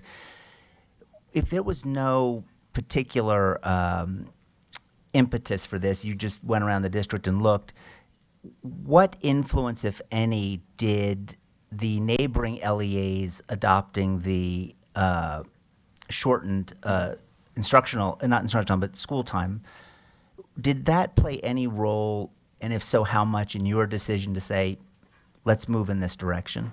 Thank you, Chair. Thank you, I appreciate it. Yeah, absolutely, it sparked the curiosity, right? So I don't think anybody, at least in my experience that I walked into, again, we're passionate one way or the other. As we began the process, it just sparked the curiosity. So 2 things we found is that other districts are doing it and that it is possible, right? So we could no longer move forward with the solution that we don't do that or we can't do that. It now had to be, let's sincerely review and determine if this is in our best interest. And so that's kind of about the majority of the influence that it had for us. Thank you, Superintendent. Back to Chair Carey. And my last question, Chair, and then does your LEA have any process or procedure in place for automatic or continual review in terms of, you laid out expertly in your submission how one of your goals is to make sure that this does positively impact your students. Could you explain to the board what processes or procedures you have in place to review this throughout the upcoming year? Mm-hmm. Thank you, Chair. Thank you. Yeah, that is a big desire for us. One of the challenges in education is there are so many variables as to why students don't learn, right? And also many variables as to why they may be learning. And so we hope that this is a part of our continuous improvement plan as a process. I think one of the mistakes we make, and I'm curious to do even more research on this at some point in my lifetime, but one of the mistakes we make is we believe that a program or a structure will solve the problem. And I think that's flawed thinking, that if we think that the schedule is going to make the difference, or the 4-day week is going to make the difference, I think what that does is actually structures often help reinforce whatever cultural thing we want to do, right? So our focus on this is a continuous improvement plan, and obviously a variable that will be a major part of that is, did the 4-day week allow us to engage in the process that made improvement learn, or that improved learning? And if we feel like the 4-day week was more of a barrier to that process, then we'd be willing to relook at that and even go a different direction. Thank you, Superintendent. Member Davis. I'm sorry if I'm a bit slow. On the question that was first asked by Member Carey, I just didn't quite catch. So when you studied other neighboring folks who had done this 10-day or the 4-day, but preserved instructional time, you said you had found that their students, when you juxtapose the 4-day and the 5-day, had been able to continue learning at similar levels if the hours were preserved. Mm-hmm. Is that right? Close. Am I good to respond here? So we were cautious to not stay with one district or even a few districts. Our goal was to try to research much more broadly, right? What is likely to happen here?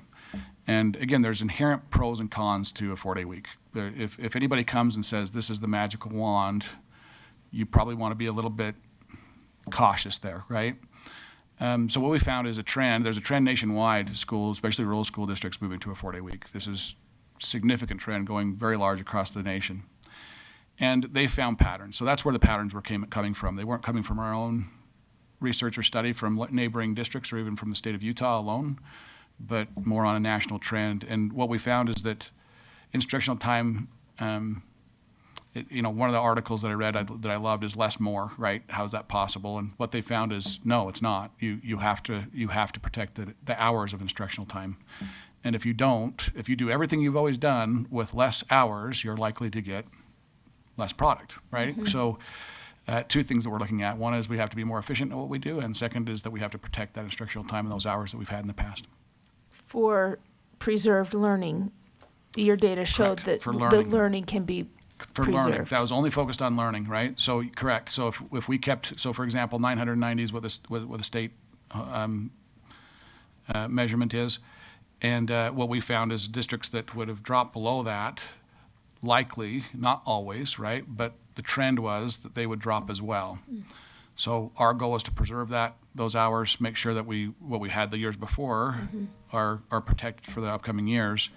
And then the second part that we found was that, again, all the other indicators from learning is the primary focus of what we do. And then there's the whole child, all of the other things that allow the district to succeed.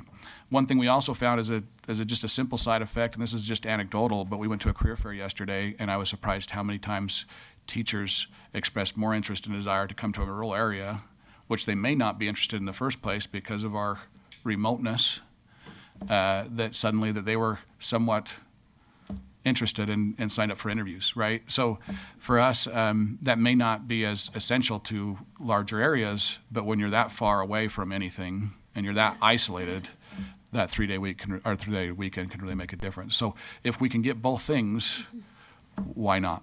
Sure. Thank you. Thank you. We have Vice Chair Hart and then Member Bogus.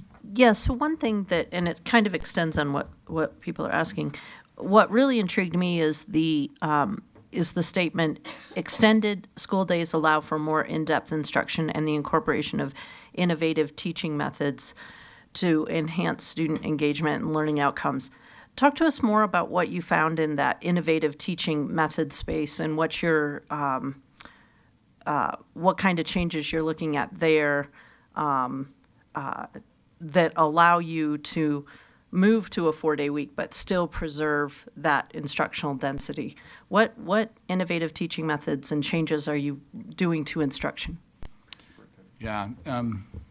Recognize the terminology there as allows for, right? Not that we have necessarily discovered and are applying, right? So some of the ideas that come to mind is the flexibility, right? It's the flexibility of being able to. As I mentioned before, if we use this as the magic wand to learning, we will all be sadly disappointed, right? To suggest that because we're going to a 4-day week inherently alone is going to make the difference, we will all be disappointed. What we are excited about and what I'm seeing my teachers engage in is these conversations and discussions. So if we go to this 4-day week, what then would we need to do to increase learning? One of which is what you just described, which is, for example, as a science teacher, when I had a block of 50 minutes the likelihood of me being able to engage with learning with students to where they fully understood the concept in that same day were very low, right?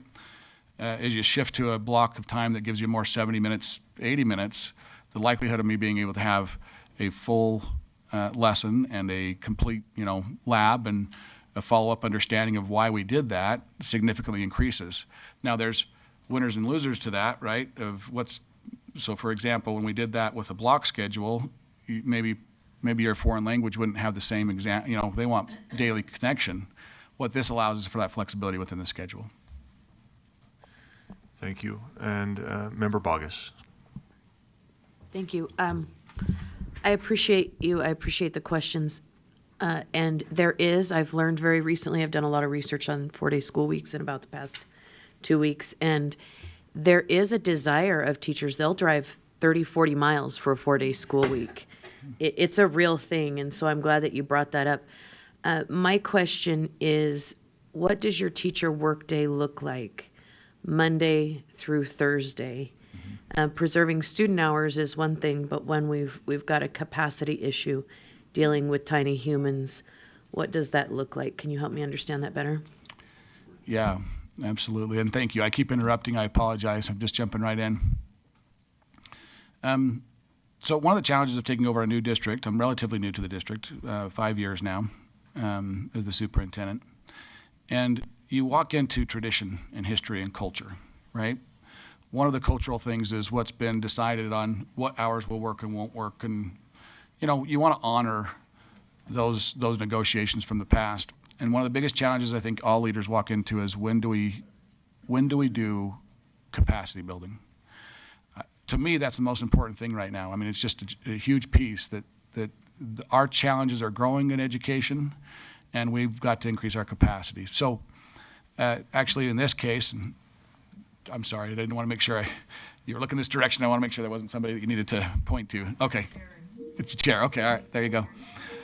Yeah. But again, keeping not just instructional time, but also teacher time to that peak. And so for us, we'll be returning back on one Friday a month. Allows times for teachers to actually be provided with professional development and targeted professional development. And that's something that we haven't had in the past that I'm really excited for. Thank you. So the motion before the board is that the board approve Garfield County School District's request for a waiver from R277-419, Section 4. Seeing no additional lights, let's go ahead and vote.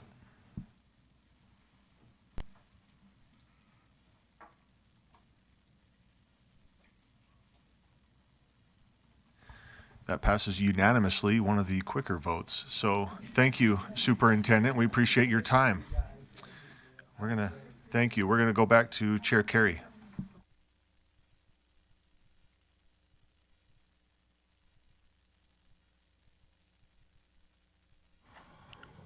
Thank you, Chair. This is item 5.5, Board Policy 2002, Board Officer Elections Procedures Amendment. And the motion for the board is that the board approve Board Policy 2002, Board Officer Elections Procedures, Draft 3. And then, Chair, if I may speak to that. Absolutely. Please, we'll just, instead of restating, go ahead. Thank you. Just by way of explanation, the committee passed out Draft 2. This is a Draft 3. The reason for that is after staff had a chance to review the amendments that we had made in committee, we discussed with them 2 changes, and you'll see those in green on Draft 3.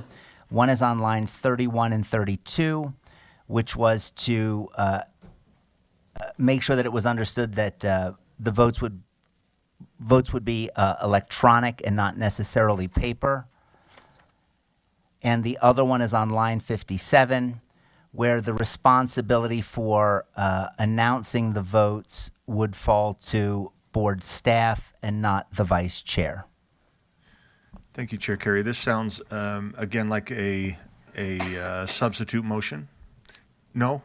Draft 3 did come. Okay. Just making sure. Is it? Oh, okay. Apologies. Oh, did she? Okay, perfect. So the motion before the board is that the board approve Board Policy 2002, Board Officer Elections Procedures Draft 3. We've heard from Chair Carey speaking on that. Let's move to Member Davis. Hi, thanks. I just want to be clear on what the procedure is if for board chair or one of the vice chairs or something, it consistently becomes a 5-5-5 split. What's the next step? Do you do the ranked choice voting if you can't get past that on multiple rounds? That's a great question, and I don't remember that discussion in committee. Can we turn to Chair Carey? So that would be addressed on lines 54 and 55, which I believe outlines we continue to vote until that tie is broken.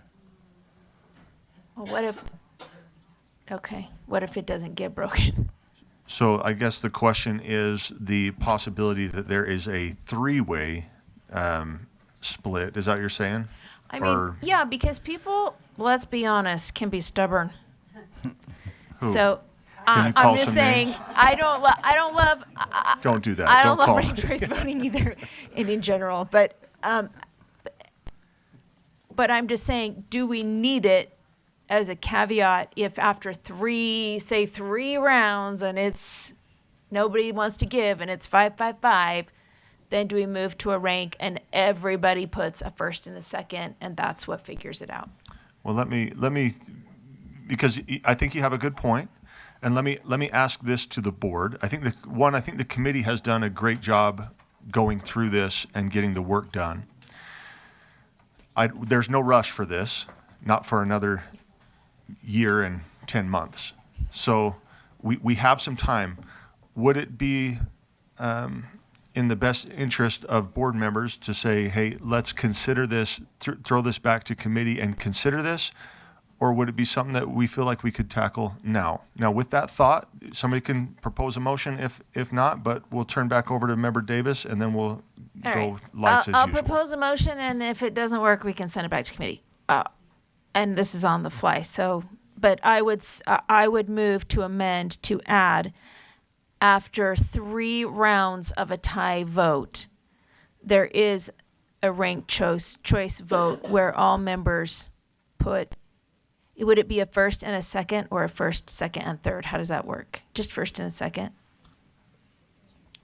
You I believe you would put however many candidates, or is it? You could do 3 names. So do we have order? a drafter of that motion? Or a draft of that motion? There is a drafter somewhere in there. Will you Or just you keep say an eye on members that? would put at least 2. Keep an eye on this, Member Okay. Davis. Make sure this captures what your intent is.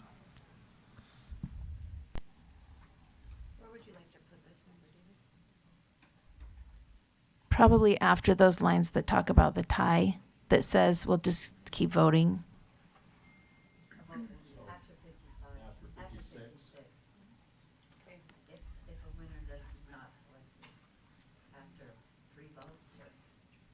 I mean, after 3 rounds, you can tell people are pretty much going to be digging their heels in. If it doesn't happen in the next 2, you probably need something in place. Do we have, so I've got, Member Lear's light on. I'm guessing that's to a different. Okay, it's to a different, the original motion. So this is an amendment here that Member Davis, does your amendment on the screen, and I've got questions to your amendment. Sure. Okay, so the amendment is, I'm sorry. Yeah, do we have a second? Okay, so we have a second. And so the motion before the board is that the board add after line 56, after 3 rounds of a tie vote, the board may use a ranked choice voting process where members must rank at least 2 candidates for the position. I'm going to go back to Member Davis to speak to her motion, and then we've got Member Carey and Member Earl in the queue. No, Member Davis, are you going to speak to this? Well, it would apply. The only way you can have a tie on a 15-member board is 5-5-5. Are you speaking to this Yes, or sorry, speaking to Jenny? I am multitasking. I don't need to speak, do it. I mean, look, if it ends up 5-5, the only way you can have a tie is 5-5-5. And if that happens and you hit 3 times, you have to have something in place that's going to let people go home. Yes, Member Carey. Yeah, I like the direction of Board Member Davis's motion. My concerns would be that it's not just a tie that would put us in this situation, but if no member receives, as it says here, at least the vote of 8 members. So I'm not sure if just confining it to a tie would prevent this scenario from playing out. So if that makes sense, you need a majority vote, and this just anticipates a tie, but it's also possible of 7-7 and an abstention. So I don't know the language, but I would suggest that, right, that it conform to the support of at least 8 members. And that way we avoid all those scenarios. And the other one is if this could maybe considered a friendly, but where it's being dictated that members must rank at least 2 candidates, I think that forces a vote where someone may just not think there's another qualified candidate. So if you would consider a may instead of a, does it say shall? Must. So a may instead of a must. Member Davis. But sure. Because because then everyone's going to say, well, if we don't put anybody, then we'll get our person because other people is going to put, so then you're still in the same boat. No, I get it. I'm just saying, I'm fine. So we have some things going on here, right? We have an amendment that's on the floor. We have a potential amendment to an amendment. There was some asking if it's friendly. Not really a response. There was some it's changes friendly. in this. May. Well, so what I'm going to ask then, Member go. Davis, is look at this motion, because if it's friendly, it's still yours. Look at this motion and make sure that it still Can get to some kind of resolution. Thank you. We have Member Lear, you have a point of order, or? Okay, so we'll go, we've got Member Earl, and then Member Lear, and then Member Bogus. Yeah, I just asked Michelle check with Robert's Rules of Order, which didn't help. So because it said that normally the chair coin toss instead of a vote. I think you get to a coin toss instead of a vote. I think you get to a point where it is a coin toss instead of a. I just can't see if I were going to vote for someone, I'm not going to vote. Okay, and then I would put someone second. Maybe that's not the way to think about that, but. I can go to Member Lear and she can defer, or I can go to. Please, Member Davis. In the interest of time, if it's friendly to the body, and I guess Chair, you would have to ask that, but Member Bogus asked that we just say the board may use a ranked choice voting process, period. Because if there are 3 people running, you could list 3 in a rank. If there are 2, you can list 2. People can, and I guess people can't, and then you're back to that, who's going to call who's bluff or whatever. But so let's just drop that off. And if people don't want it, they can vote no, or we can send it back to committee. But let's just see if it passes. I personally would rather have members have an opportunity to have a say in a rank position than flipping a coin, personally, and then just leave it to random fate. But I know others might feel differently. Okay, just by raise of hand, because we have some lights. Is there any opposition to removing that verbiage at the end of that? It's gone now, so is there any opposition to that? Seeing none, let's get back into discussion then. We got Member Lear and then to Member Bogus. I want to make sure I have an opportunity at the end also to make my comment, but sorry. But my comment to this amendment is I think it should say shall. The may, as we changed it, yes, but I think it should say shall use a ranked choice voting, so we don't get in a situation where the members say, well, no, we can keep voting till the cows come home. I think it should be a shall. So is this an amendment? Amendment to the amendment. Amendment to the amendment. So There's a motion that the word may be changed to shall. Is there any opposition to that? We have some opposition, so let's open this amendment up. So let's make this a formal motion here. Member Lear, let's make sure we have your amendment to the amendment correct. It's been pre-seconded.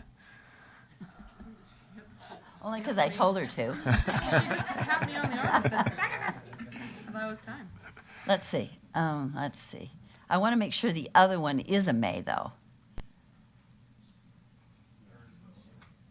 Shall. Well, but the process of ranked choice voting is what I wanted to switch to. Because I don't want board members to say, well, we don't have to do this. We could still keep voting till midnight. So, Member Lear, it's a simple motion, but does this capture? Yeah, let me make sure the board, after 3 rounds where no member receives the support of a majority of the board may, yes, I want it to say shall use ranked choice.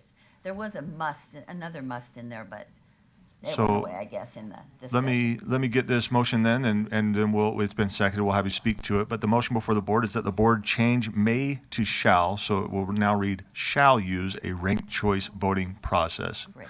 Member Lear, would you like to speak? I think I've pretty much spoken to it, but I think it's important that we have a definitive second process in place, so there's not discussion in the middle of the vote if we need to proceed to some other way. And to add to Member Davis's point earlier about stubbornness and that, I think this is also a process that promotes cooperation, collaboration, not divisiveness, which I think voting 10 times and getting the same vote would do. So I like that this would move the board into a more collaborative process. Thank you, Member Lear. I've got lights from Member Bogus. Member Bogus, I know your light was on for the previous motion. Okay. So for this amendment to the amendment, I believe we have Member Green. I think mine is just more of a logistical question. When would that conversation happen? And I guess that was more of the board, when it was more of the board may use ranked choice voting. At what time does that conversation come up? And who decides to make that actionable? That's a great question. And if the board will allow it, and Director Rasmussen, Ben, I hate to put you on the spot here. You usually sit up here when we do this, and so you've been through this process more than us. So can you just be available for questions? Because I've had some come up. I know I'm putting you on the spot here. So the question that Member Green asked, you may have heard that. When logistically would this take place? Like all of a sudden, we're saying after 3 rounds. Now we're saying after 3 ties, it shall go to a ranked choice voting. What would that look like? So board staff would just have to be prepared to have some ranked choice ballots ready to insert names in before the election in the first place, if this is going to be part of the policy. And that's not too complicated to do. It's just, if we use the site that we've used the last few times, we just have to do a little legwork before the actual meeting so that if it came to that, it could be used. But it would just require a little legwork on board staff, regardless. Thank you. Member Green, does that answer your question, or did we not get there? Please. Okay, so are you saying that regardless, there would have to be people submitting before the 3 votes for a potential ranked choice voting? Is that what you? So the policy already calls for candidates to submit names, and so that would be the same regardless. The only thing, the thing that we would have to do is we would just have to go into the website. Staff would just have to kind of pre-populate member emails and all the logistics so that if it came to ranked choice voting, we could fill in the candidate names at the last minute and send out the ballot. May I? Follow up? Yes. Yeah, please. So you are allowed to submit your name for consideration at any time in those steps, though, correct? Yeah. Okay. Thank you. Chair Carey. Thank you, Chair. Yeah, I would speak against the amendment in that, one of the drivers to my application to eliminate ranked choice voting was I think it just invites palace intrigue. I think there's a lot more math involved and vote swapping. And so by eliminating that, I think we avoid a lot of that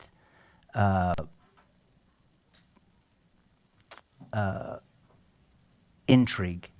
So I would speak against this because we're putting back in what the purpose of the motion is to remove. So thank you.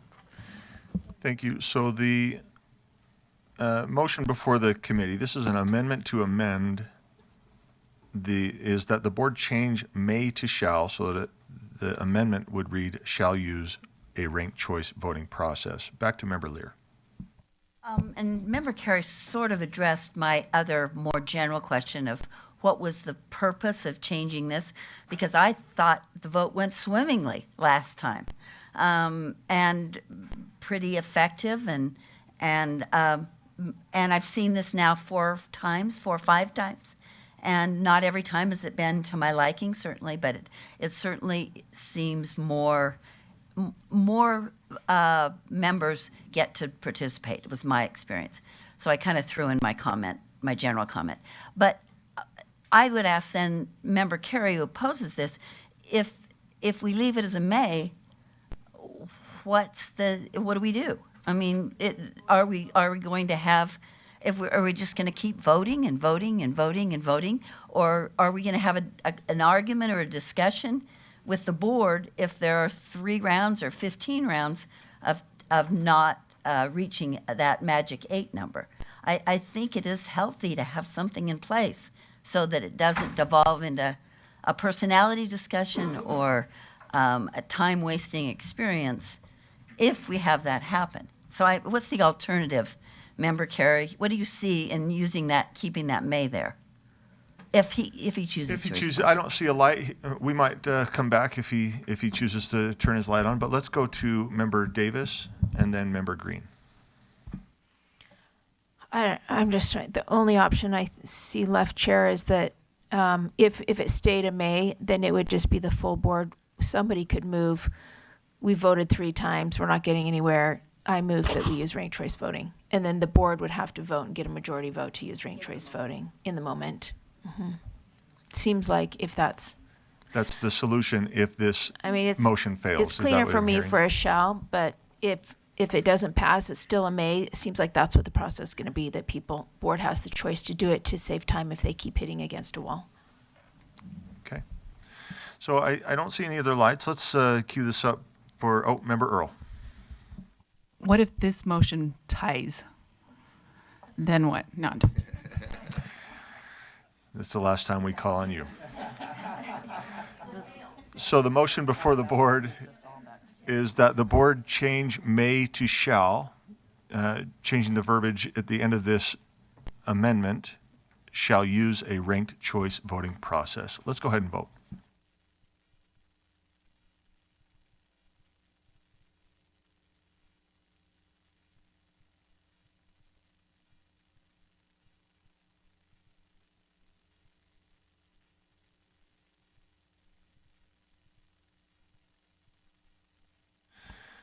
Okay, that motion fails.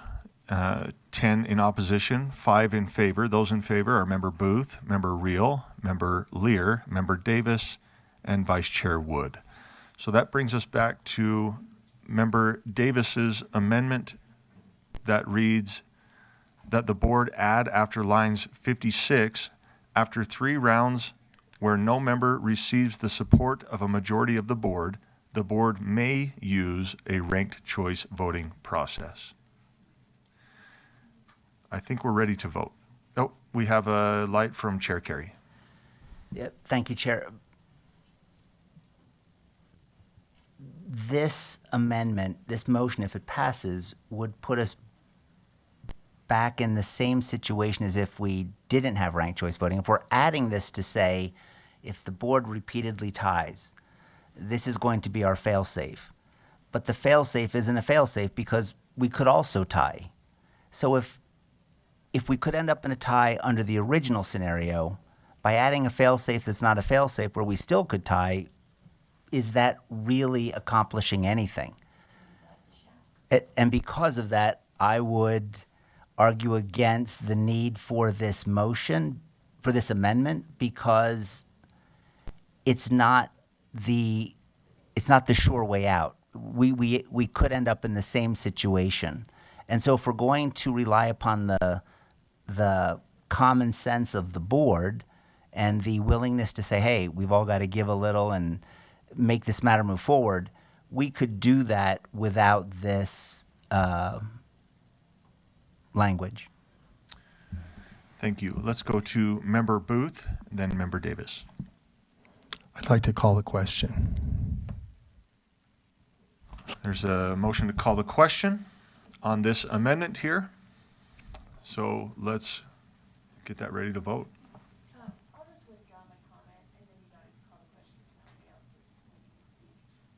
Then let's vote on the motion. Just the amendment. Member Davis's amendment right up here on the screen.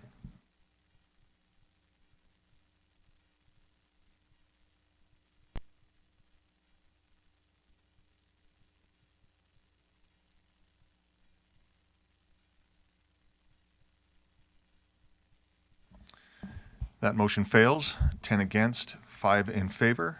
Members in favor are Member Reel, Member Booth, Vice Chair Wood, Member Lear, and Member Davis. This brings us back to our underlying motion, which is that the board approve Board Policies 2002, Board Officer Elections Procedures, Draft 3.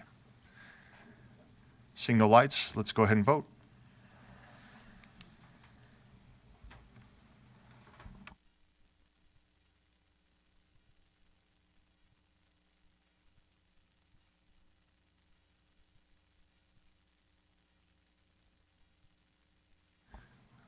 And that passes. 13 in favor, 2 in opposition. Those no votes are Member Lear and Member Reel. Back to you, Chair Carey. Next item is 5.6, R277609, Standards for LEA Discipline, Plans, and Emergency Safety Interventions Amendment. And the motion before the board is that the board approve R277609, Standards for LEA Discipline Plans and Emergency Safety Interventions, Draft 4, on second and final reading, and forward the rule to the Reports and Requirements Task Force for further refinement of the reporting and data collection requirements for the purposes of monitoring. Thank you. I want to repeat that. It's a little bit different than what we're used to seeing, that the board approve, the motion before the board is that the board approve R277-609, Standards for LEA Discipline Plans and Emergency Safety Interventions, Draft 4, on second and final reading, and forward the rule to the Reports and Requirements Task Force for further refinement of the reporting and data collection requirements for the purposes of monitoring. Okay, so we have Vice Chair Hart, and then if I go down this list, it looks like Member Bogus, Member Earl, and Member Lear. Vice Chair Hart. So the LRBI is in this rule. So if we go to section 3, lines 154, can we pull that up? 154. This should be out of Draft 4. We're working off of Draft 4. Draft 4, right. So on 154 154 through 166 is the incorporation of the LRBI. Now, I've said it before, I'll say it again. I love this tool as a practitioner. It's amazing. And so I'm just going to say right up front, I have a vested interest in getting this just pristine and perfect, and I apologize in advance. This tool saves teachers and administrators when when they need technical assistance, and it is a problem solver. So I'd like to make a motion, because there are some things that, and I've spoken with staff about this, that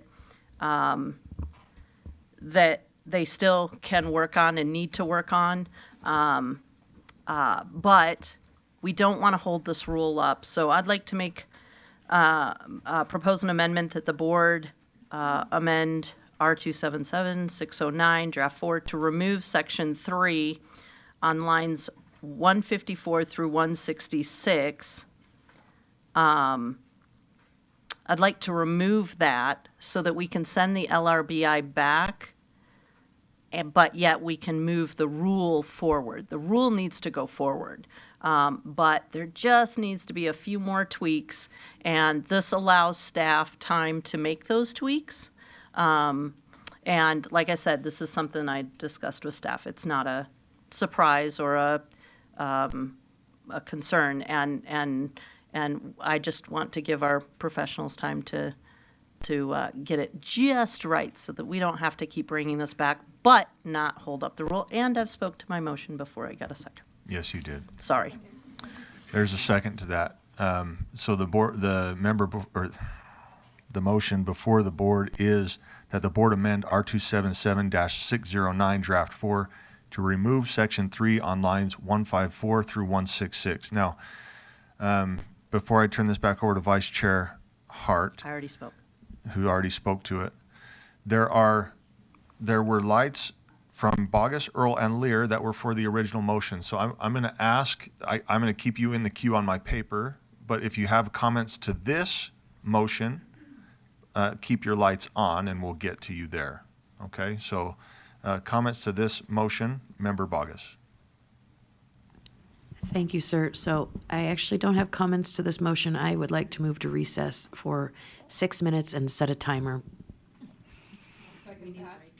We do need a break, and I think this is going to get long, and I think we are better served by a short break right now as opposed to moving this through, and I would like to set a timer. Yeah, we have a timer. We can do 10 minutes, and keep in mind that we will stop at 11:30 to switch gears. Okay? Thanks. So with respect, we're supposed to vote on that, but without objection. All right.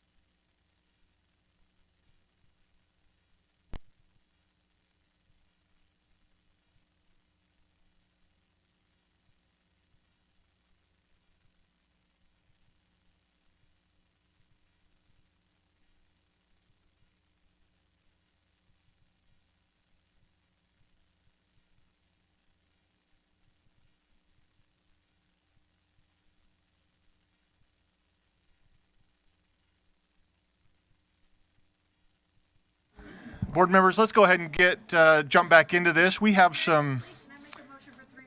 No. I know you. Member Booth, go ahead. Let's get your mic on. Gave me a box of See's chocolates, and I said I want to share them with my friends. So here they are. Just pass them down. I'm leaving the guide of what's here, so you can take a look and see what you'd like to. Thank you. Yeah, personal privilege. Member Booth's birthday the other day, and we all get to reap the rewards. Thank you. Board members, we have I don't want to say unique situation. We have a situation here. We have begun. Oh, you know what? I'm going to turn time over to Chair Carey, since this is his committee, and he's going to explain what's happening here. How's that? Chair Carey. Thank you, Chair. Yeah, I just, and I apologize to the full board, but the sheet that we're called to read from has listed drafts, and I have assumed that they were the ones that passed out of committee. That has not always been the case, and so I'm, and I appreciate Vice Chair Bollinger bringing this one to my attention, which is, and Vice Chair Bollinger, I give her credit, she actually went back and watched the committee hearing to make sure that we're on the same page, but for this matter that we're currently discussing, R27609, draft 3 is the one that came out of committee. The notes for this indicate that it was draft 4, but draft 4 did not come out. So I just wanted to bring that up to the full board. We'll tighten up our procedures, Chair, and make sure that, we get on that alignment page. But I just wanted to share that with the board. Thank you. Thank you. So in response to that, and we've got other information that Chair Carey's going to share, and he'll remember it in just a second. So if we want to move draft 4, we're going to need somebody to make a sub motion for draft 4. Now let me remind the board what is currently on the table, and then a different direction that we're going to go in, just for a moment, because we have a hard stop at 11:30. And so that's what Chair Carey is going to address in just a second here. Not a hard stop. We have individuals, time certain, yes, thank you. So I'm going to ask that we almost start over, and I don't have Vice Chair Hart with me. She's got an amendment on the floor for this 5.6 agenda item, and I want to respect that. So if it pleases the board, we're going to bounce things around a little bit. We're going to ignore. I don't even want to take a vote to table or anything, but let's ignore 5.6 for a second, and I'm going to turn time back over to Chair Carey.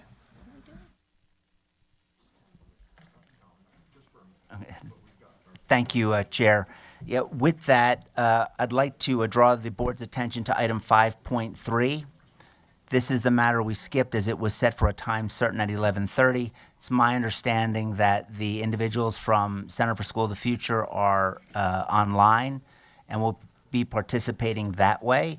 So I would like to move pursuant to 5.3. The motion for the board is that the board approve the interagency data sharing agreement with Utah State University Center for School of the Future. And it's my understanding that Director Chalice will be present to answer any of the board's questions in that regard. Okay, so the motion before the board is that the board approves the interagency data sharing agreement with Utah State University's Center for School of the Future.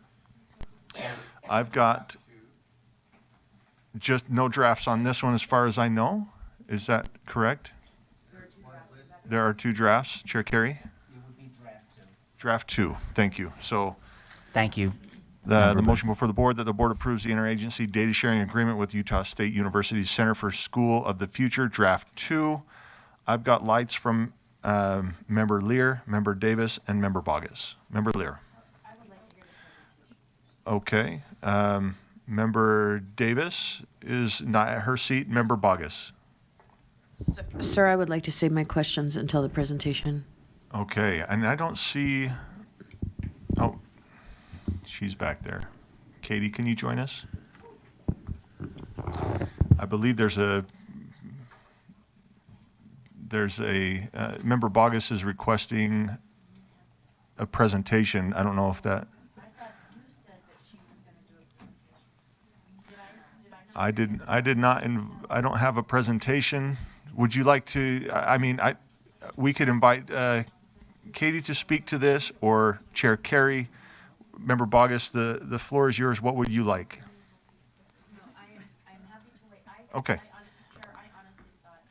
It indicated there would be a presentation, and I was just willing to wait to see if my questions would be answered in that presentation. Well, there's no presentations, but we do have Katie, who is here for questions. So I'm going to look towards Member Davis. And then if you do have a question that would clear things up, then please. Okay. We have Vice Chair Wood. I would like to know, when it came out of committee, we had some concerns. We were to go back and collaborate, as the law says. Were there collaborations done, and what changes can you specifically call out that have been amended due to the collaboration? Katie, please. Thanks. Katie Chalice, Director of Privacy. I'm happy to speak to that. So yes, we were able to collaborate with the Center for School of the Future. I'll tell you how the original request differs from the result of that collaboration. So the original request was achievement data for all students in the state of Utah for a span of about 10 years. In communication with the center, we came to an agreement to sort of divide that a little bit. So for any LEAs that are participating in the pilot program, CSF will receive all student data, including the identifiers for those students, such as their name, their student ID, and so on. However, for students who attend LEAs not participating in the program, those CSF will still receive student level data for those students. However, common identifiers such as name, student ID, SSID will be removed, which our feeling is that significantly reduces the risk. In the event of a data breach, for example, it would be much more difficult for someone who had access to that data to re-identify the students. So it is a significant, in our estimation, a significant reduction in risk. Thank you. Does that answer Vice Chair Wood's question? We have Member Bollinger and then Member Lear. Oh, did you cut her mic? Okay. Member Green and then Bollinger, then Lear. So the LEAs that choose to go into this, if I may, through the board, will parents be given some kind of form or that they sign to allow that to happen? Or does it just happen? Like, can you explain those dynamics? Oh, sorry. Yeah, I'm happy to answer that. No, there's nothing stated in this agreement that would require the LEAs to obtain consent prior from parents, nor would they be notified of the data sharing. Follow up, Member Green. So what we're doing, in essence, we would vote for this to happen, but without the consent of the owners of the data?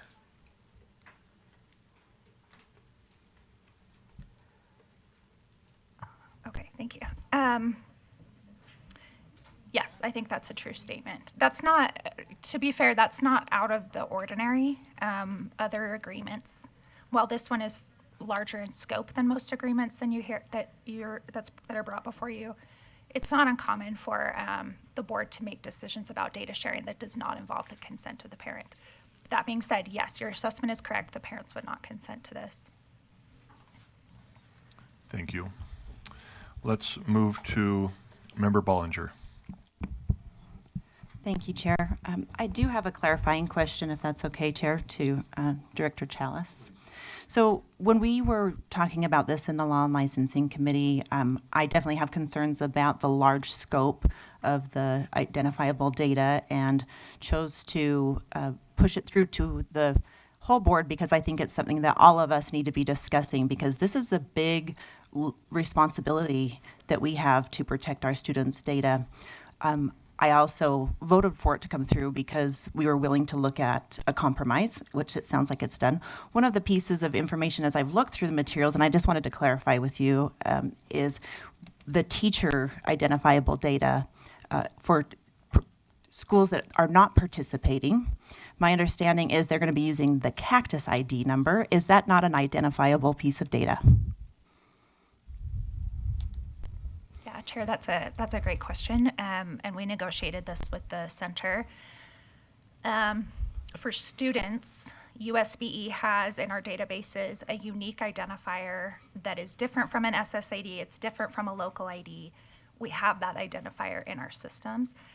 For educators, that is not the case. The only identifier that we have that's aside from their name and other information, well, we have social security number, but that's obviously off the table, is the Cactus ID. So the feeling was that the limit to which we could de-identify those educators was by removing their name and other information, but the Cactus ID really is our only option in terms of a steady identifier in our databases.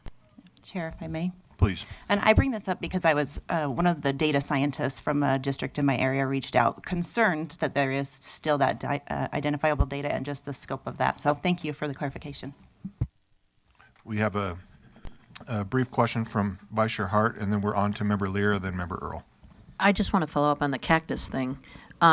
So can't the public go and look up a teacher, and when they look up the teacher, doesn't the cactus number show? I think when you do an educator lookup, does it or does it not? How's their name? It doesn't, you can't find their number. Google me and there I knew I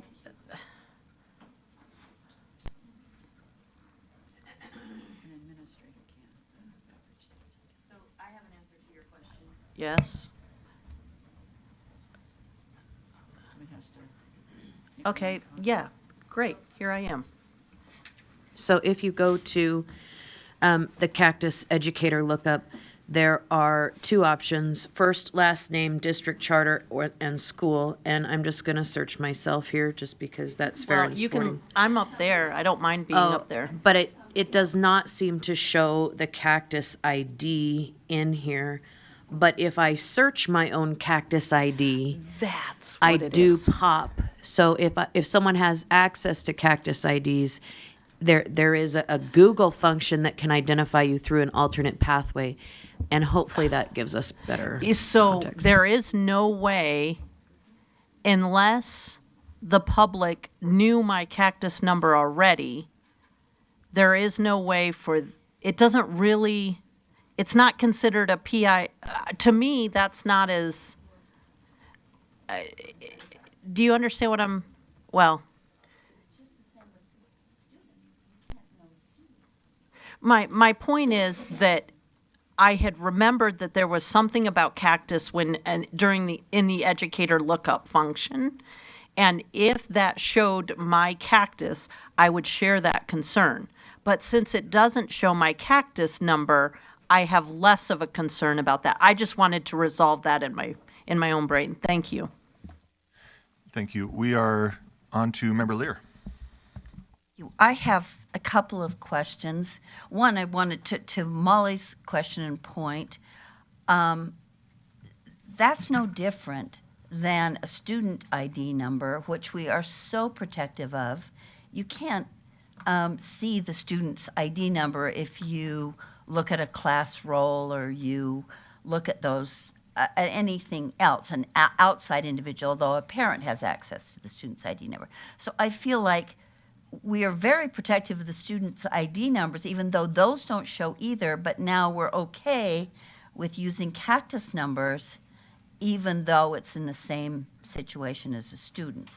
And one can argue they're employees, not as much protection as students, but I'm equally concerned about protecting teachers. So, but to my second point, well, I have two more, sorry.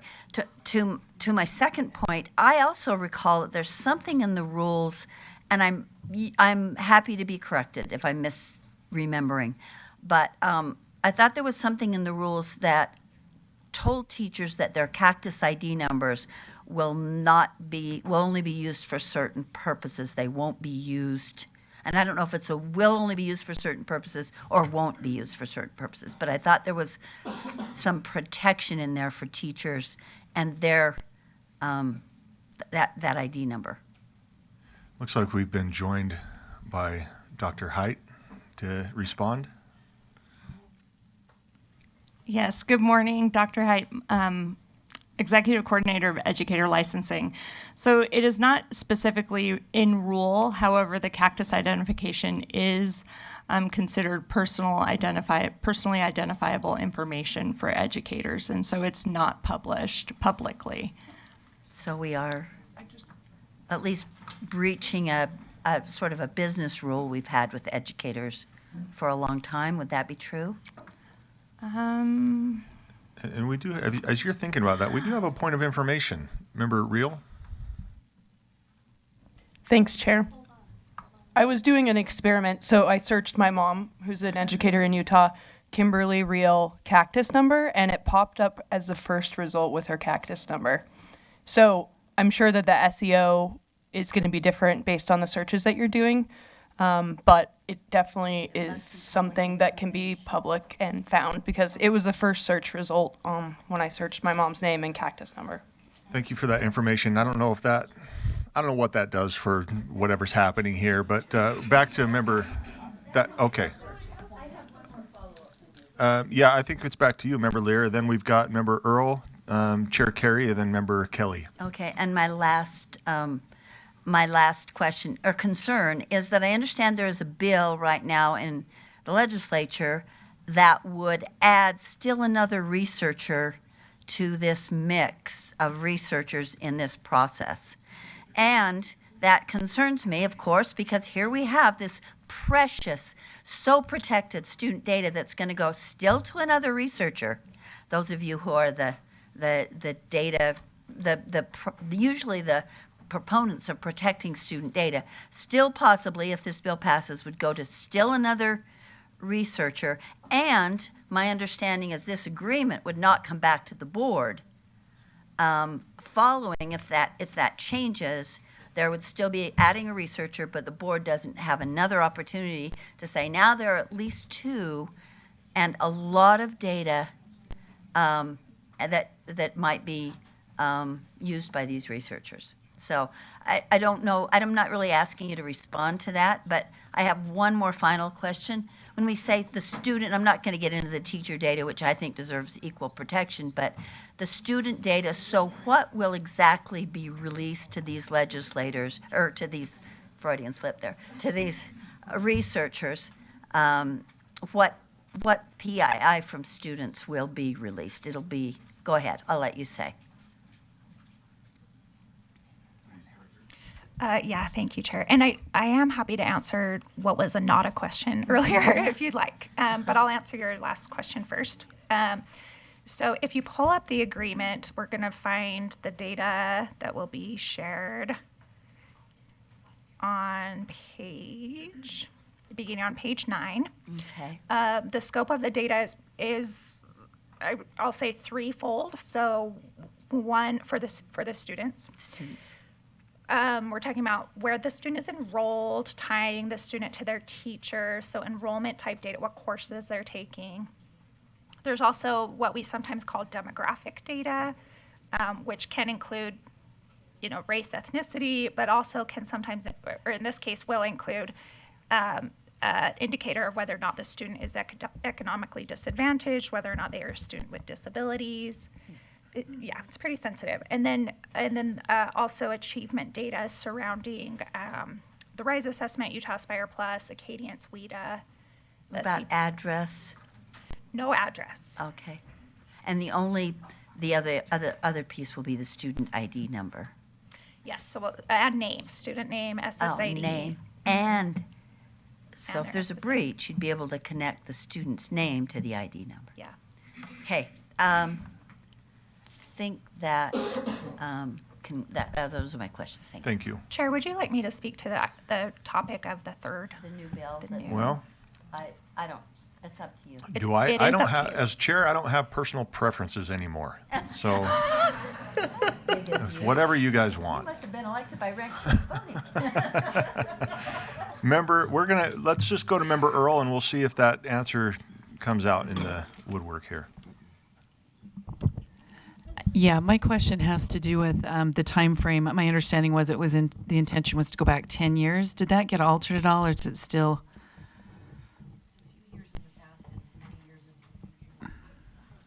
Go ahead, Director Chalice. Yeah.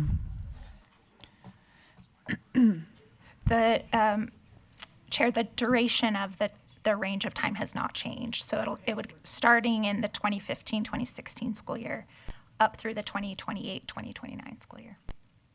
Thank you. Over to Chair Carey.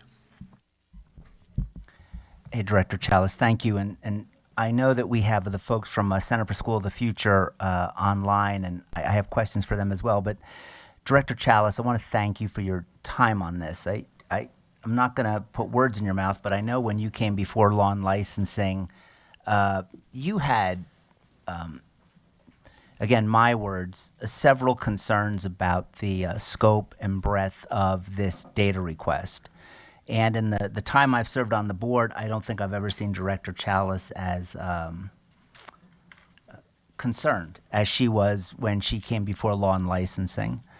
And because of that, we asked Director Chalice and we asked Center for School of the Future, Center for School of the Future to work together to see if there was the opportunity to come to some ground that would make board members feel more comfortable. I don't think we'll get to the point of being comfortable, but more comfortable with where we were.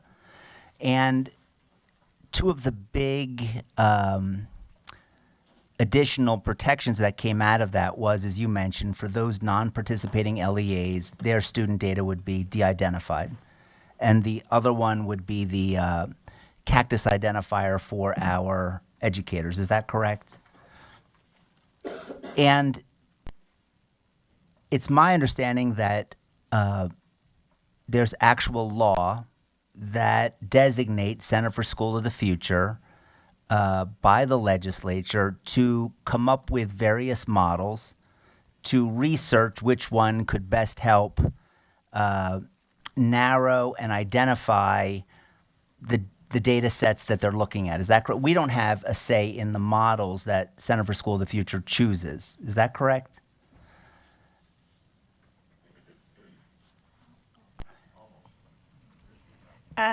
That is my understanding, yes. And that same law actually says that the data that they need to conduct the research that they've identified as the one that they want to use, USBE needs to provide that data. Is that correct?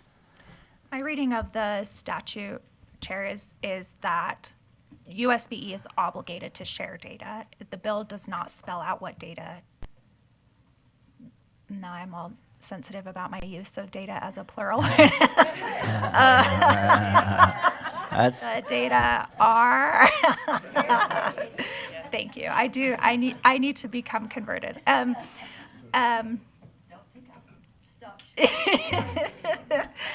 The bill does not spell out the data, and as you mentioned, the center has is charged with choosing the model. The language in the bill is that the USBE and the center shall collaborate on the data sharing. And we had a long discussion about the word collaborate in Law and Licensing. Is that correct? Yes.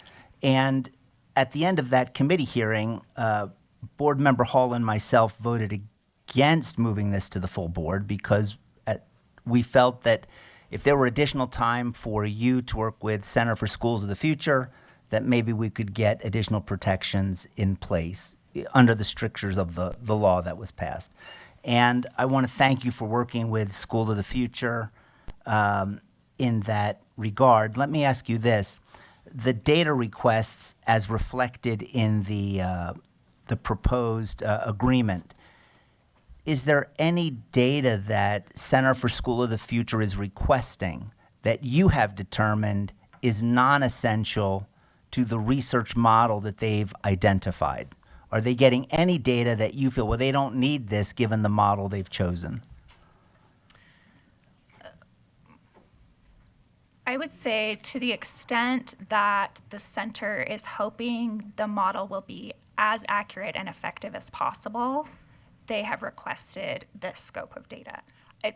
Any research can be conducted with smaller data sets. It just often you don't have as accurate or as perhaps trustworthy results. So I can't say definitively that they could not conduct their work without this scope, but it is their wish for this scope because they feel that it'll help enhance their data modeling assessment. Okay. Thank you, Chair. Thank you, Chair Carey. If I can sum, I've never been in a courtroom, but this might be as close as I got. Sorry. No, and it wasn't harsh. I think what I'm doing is I'm gathering your questions, and please correct my summation if I'm wrong. We're required by law to give data.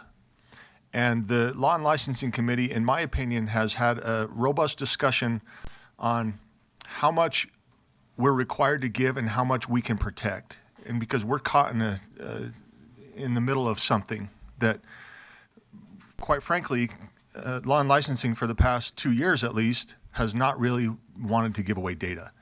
But we recognize that sometimes we have to, and this is one of those times. Is that a correct summation, Chair Carey, or would you like to add to that before I move on to our next board member? And can we get, yeah. Yeah, I think you're right in that the law does require us to provide the data that, in my understanding, they need to do the modeling that they've identified. We don't have a lot of say in those things. To the extent that they've requested this data, and it looks like, as it says, it's varying degrees, right? Like maybe if they have this much more data, their models are 0.0001 more accurate. And you can debate that, but as we've gone through this, it's my understanding that the data they've requested is related to the research they are conducting, and because of that, there is a legal obligation for us to provide that data. Having said that, it doesn't mean we have to be happy about it. It does say they have to collaborate with us. I feel they've met that burden. They could have taken the position that we want all the data and we want it all identifiable. And I want to recognize Director Chalice. I want to recognize School for the Future because they did have a very short window to get together, to work together, to come up with the compromise, which is now draft 2. Thank you, Chair. Thank you. So we have a few comments still. Just a reminder that the motion before the board is that the board approves the interagency data sharing agreement with Utah State University's Center for the School of the Future, draft 2. And we're moving on to Member Kelly. I took on the experiment of searching my own Cactus number. This is a computer that I've never logged on to Cactus on. Other computers where I've logged on to Cactus, I could search it and pull it up, no problem. But this computer I haven't. This is my board computer, and I haven't ever been logged on to, and I couldn't find. So in response to Board Member Reel's challenge, I did the same thing for my own Cactus number and wasn't able to find that and search that. Yeah. Thank you. Member Bogus. Thank you, sir. So I genuinely, Director Chalice, I cannot for the life of me understand why the School of the Future needs very protected information like free and reduced lunch status, reasons for absences, what their native language might be. Some of this is just over the top, and we just had a power school breach, and everybody that was affected by that got a letter. And that data breach was all this information that was breached, and now we're just gonna send it out there and we're not telling anybody except for the scope of this meeting. And this is highly protected information. I see some language in here about I forget the language used, but basically using the algorithms to convert and market to people and the parameters around that. But what's the accountability for that? How do we say, hey, we know you're doing this and you can't do this, so give us all the data back? Like, there's no accountability in this document that I can see. I know there was a question in there. I'm hoping you get my concern and my question. Thank you. Director Chalice. Yeah, thank you. There are provisions in place that give the board some recourse if the data are misused by the center or by their subcontractor that they're partnering with, which is SAS EVOS. The recourse is not punitive necessarily. It would mean that the contract could be terminated and that they would be obligated to destroy the data, so they wouldn't be facing a penalty per se. But I would say that's the extent of the recourses that are outlined in the contract, but they are there. Thank you. Follow-up, brief. So now we're not just talking about a third party to the USBE, we're talking about a fourth party that is gaining access to this data. Did I hear you correctly? Yes, so under this contract, and this is true of other contracts as well, the CSF is allowed to partner and disclose the information that they store with a subcontractor. In this case, the subcontractor that they have indicated they'll be partnering with is SAS EVOS.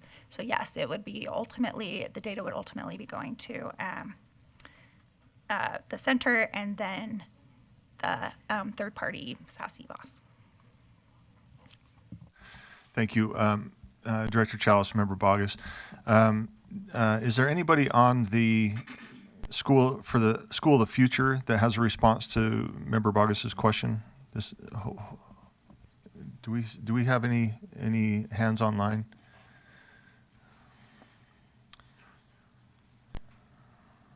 Okay. We have John. Yes, this is Stephen Forbush. Can you hear me? We can, yes. Okay, so Dr. Forbush, Utah State University Associate Director for the Center for the School of the Future. So thank you very much. Certainly been listening to the discussion and appreciate the opportunity that we've had to engage Katie Chalice, Aaron Brock, and others. What this bill is about, and then I'll answer the question directly, is that we're trying to work in behalf of delegates, not primarily as researchers, but as delegates to the legislature in terms of putting in place a teacher merit award system.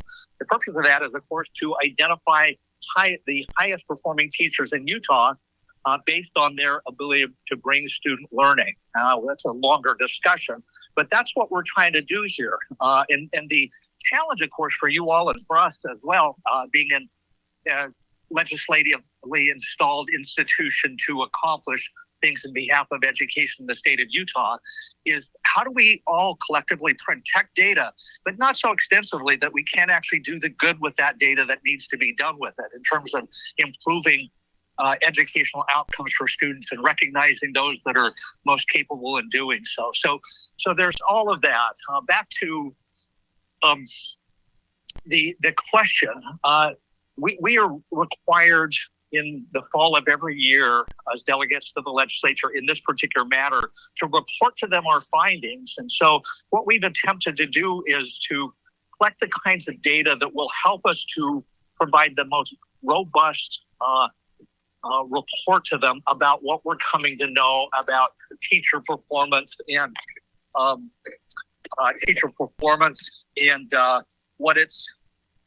what we're learning about it and how to further propagate that within the system. So in terms of the data types that we've asked for, we wanted to keep it as circumspect as it could be, needed to be, to keep it safe, while at the same time as broad as necessary to capture the information that would help the legislature and frankly all of us to improve this system over time. I hope that's helpful.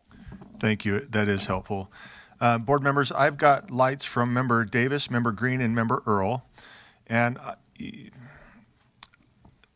let's keep in mind, if the questions are great, we can keep them coming. If it's not going to change your vote, we could probably take those to offline. If this is something where you're still like, I'm not sure I'm going to vote, let's bring it out. But I'm sensitive of time. We still have a couple of other items on the Law and Licensing Committee. So just keep that in mind as we're moving forward. And let's go to Member Davis. I'm just wondering, are all teachers looked at for the merit pay, or just the teachers who contract to work with this center? From what I'm understanding, it's all teachers are looked at. If all teachers are looking at and can receive the merit pay, not just those who work with, you're saying no, only those who work with this department can receive the merit pay. You know, either way, you can access value-added reports that are de-identified. And that also takes out factors like, you know, oh, well, they didn't progress because they started out lower. Well, a value-added report starts a student where he or she is and then looks at the data of how much growth was there. And then, you know, you can combine those to get a sense of who's having a lot of growth, and that information can be de-identified, and that would be my preference as to how the information is collected for them to do, you know, what they need to do. Thank you. Member Green. Yeah, so I'm actually just trying to figure out the statement that was made by Member Carey about, and others, that this is in the law, that we have to get the data. So I'm trying to reconcile that. And Section 8 talks about that, and I'm just trying to figure out if it lists specifically what data is required. It doesn't, to me, it doesn't read that way, which then I'm tagging over to this agreement, and what I'm trying to figure out is this agreement has been created from these two parties. So they've decided what information, what data they want, they need, and maybe they're making it broader just to cover their bases, you know, initially as they're starting out. Is that true? Did they decide, the party decide what data they are going to be requesting? And that data isn't in the law. It isn't dated, stated specifically in the law. Is that correct? Director Chalice. Yeah, Chair, that is, I think, yeah, that is correct. That they communicated to us what they were hoping to collect. There was some negotiation, so I feel confident that they're not seeking data elements that are beyond the scope of what they're trying to accomplish. But yes, it was communicated from them to us what they needed in order to accomplish their desired task. Thank you. May I follow up? Follow up, yes. So I just wanted to maybe make it clear that the law didn't say what data to give. This was actually formulated through the agreement. And by voting for or against this, we are, in essence, deciding what data we are determining is okay to give away without, say, parental consent or not even parental consent, but teacher consent, all of the above. Is that correct? Yeah, I agree with that assessment. I mean, we could get parental consent. You know, we could get them, the teachers, say, hey, your parents need to make sure that we have that. We've got Member Earl and then Member Lear. So about right after Christmas, so about 3 weeks ago, was that 3 weeks ago, right after Christmas? Okay. I got a notice in the mail from my son, he's 26 years old, and it's from Granite School District. It notified me all the items that probably, social security number, all this personal identifiable information. I don't know when we attended Granite School District. Like, I'm still going, what program did we sign up for that my data was somehow in their system? I still don't know. So and that's, he graduated, 8 years ago? So I understand what they're trying to do at the School of the Future. I think I talked to them last summer, they're doing all their research right. They're trying to get the best model. They're trying to get the best, most effective method. I'm struggling with this request. It is heavy. And we are the protectors of the data. And that's where I get they're saying, okay, what can we do to be the most effective? At the same time, this is so much. It doesn't take, I know enough about data that it doesn't take more than about 5 or 6 connectors, right? It's not 2. Usually that's a little harder, but 5 or 6 connectors. So that's the part where and I have no doubt that whatever entity they're, contracting with is going to do their best to protect the data. It's just, I don't know, it's a heavy lift. Even though we're obligated in law to provide them data to be successful, I still am just really struggling. And I guess if I just didn't have that Granite thing come across at my house, that I'm looking at that going, when did we attend something that put his information into Granite's system? So. Thank you. Member Lear, and then Vice Chair Wood. I've been turning my light off and on because I can't decide if I want to ask this, and it kind of goes to the question that I didn't really ask, but I just was looking at provision number 11 on the agreement that was just up before, just close to where Member Green. And it says if this contract is amended, then it can only be amended with written consent of the parties, and the board's one of the parties. So I'm assuming, back to my concern about the bill that is moving in the legislature, that because of that provision, if that bill passes, I'm assuming that I don't know how the additional party, maybe it's not even a party or a subcontractor, fits into this agreement, but I would assume and expect that the board could then revisit if we want to even further extend our data into another subcontractor. Does anybody know if the board would have the opportunity to then look at this agreement again in light of a third or a second subcontractor? I've lost track. That's the question. Was that too garbled? Did you get what I'm asking? Yeah. Okay, Katie, thanks. please. Is that okay if I ask Katie that question? Thank you. Perfect. Yeah, so such an arrangement with an additional third party, as you mentioned, would come to the board. It wouldn't come via a data sharing agreement. It would come via a contract. Like an amendment to a contract? No, it would be a brand new contract because we're not well, as I understand, we don't partner with any vendors currently that could meet the requirements that are in that bill that you're referring to, which is what? I can't remember. HB something. Or SB something. I want to say 99. 99, yeah. It does, it's a contract for us to contract. Oh, okay. Right, so we would contract with them, and as a result, that would come to the board for your consideration. Okay, all right. That's helpful to know that we will yet again be able to spend an hour or so discussing this. Thank you. Vice Chair Wood.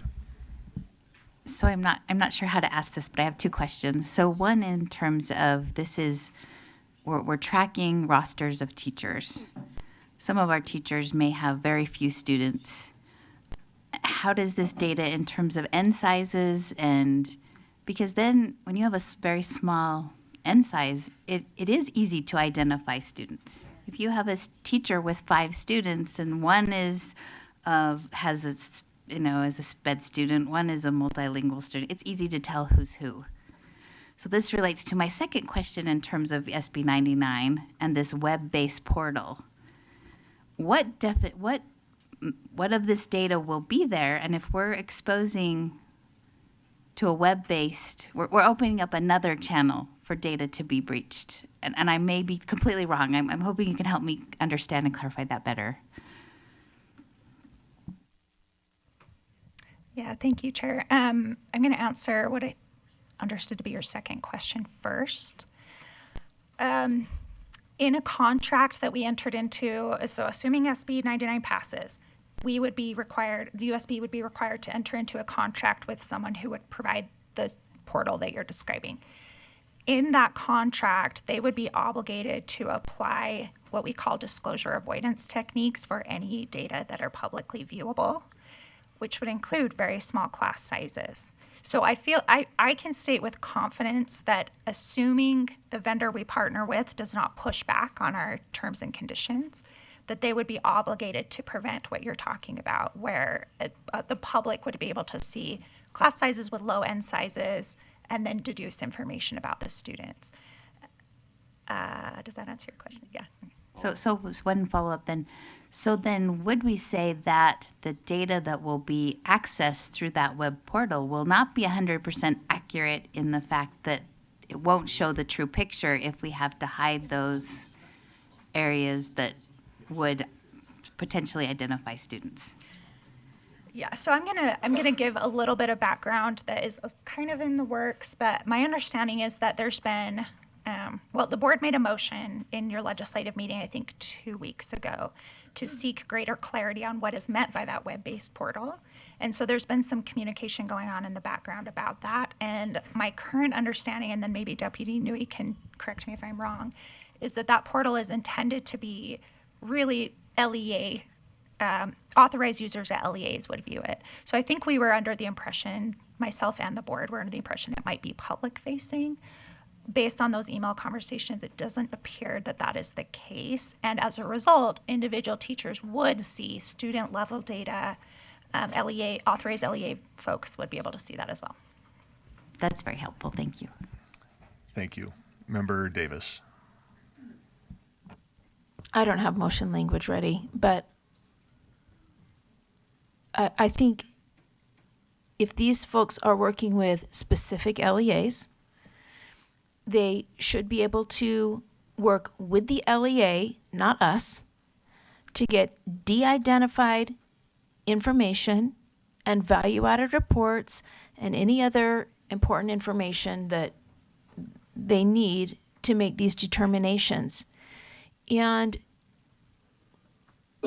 in our LEAs already, there are typically two things. For like my own child, for example, the LEA is working with certain vendors or groups to help improve learning or using tools, and they list it on the side of the screen, and we opt out of any of the ones we don't want information shared with.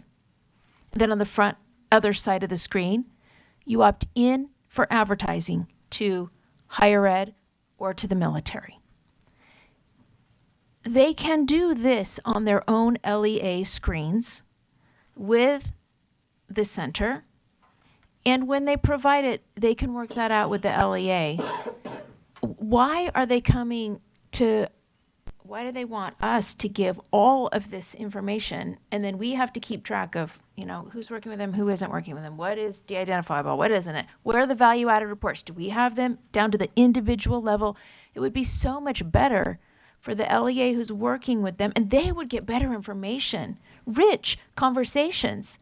Even if the data is de-identified, they would get what they need to do what they need to do. That would be, I would prefer we go back and suggest something like that. And if I need to make a motion, I can make a motion, but I guess If you don't make a motion, I'm going to put the motion that's already here, and we're going to vote on it. Okay, I move for this as an alternative. Can we explore that with the center? Because it would just work already within the systems that they have. It would be just the LEAs that are working with the center. If everybody can't receive the merit pay, only those who work with the center, they should be working with the LEAs. So there's a developing motion in action here.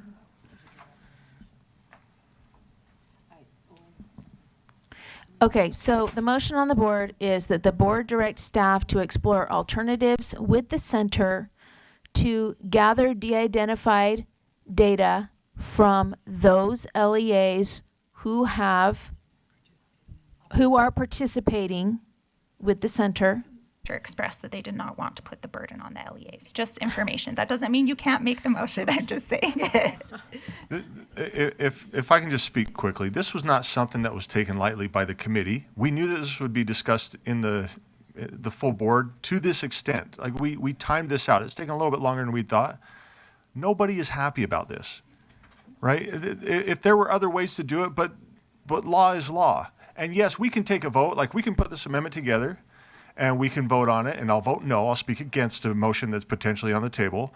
And then I might get called up to somewhere in the Capitol and say, this is what the board wanted. As I said before in here, I don't have an opinion. This is what the board wanted. I welcome you to come down here and say, this is the law, and maybe we'll vote again. I don't know.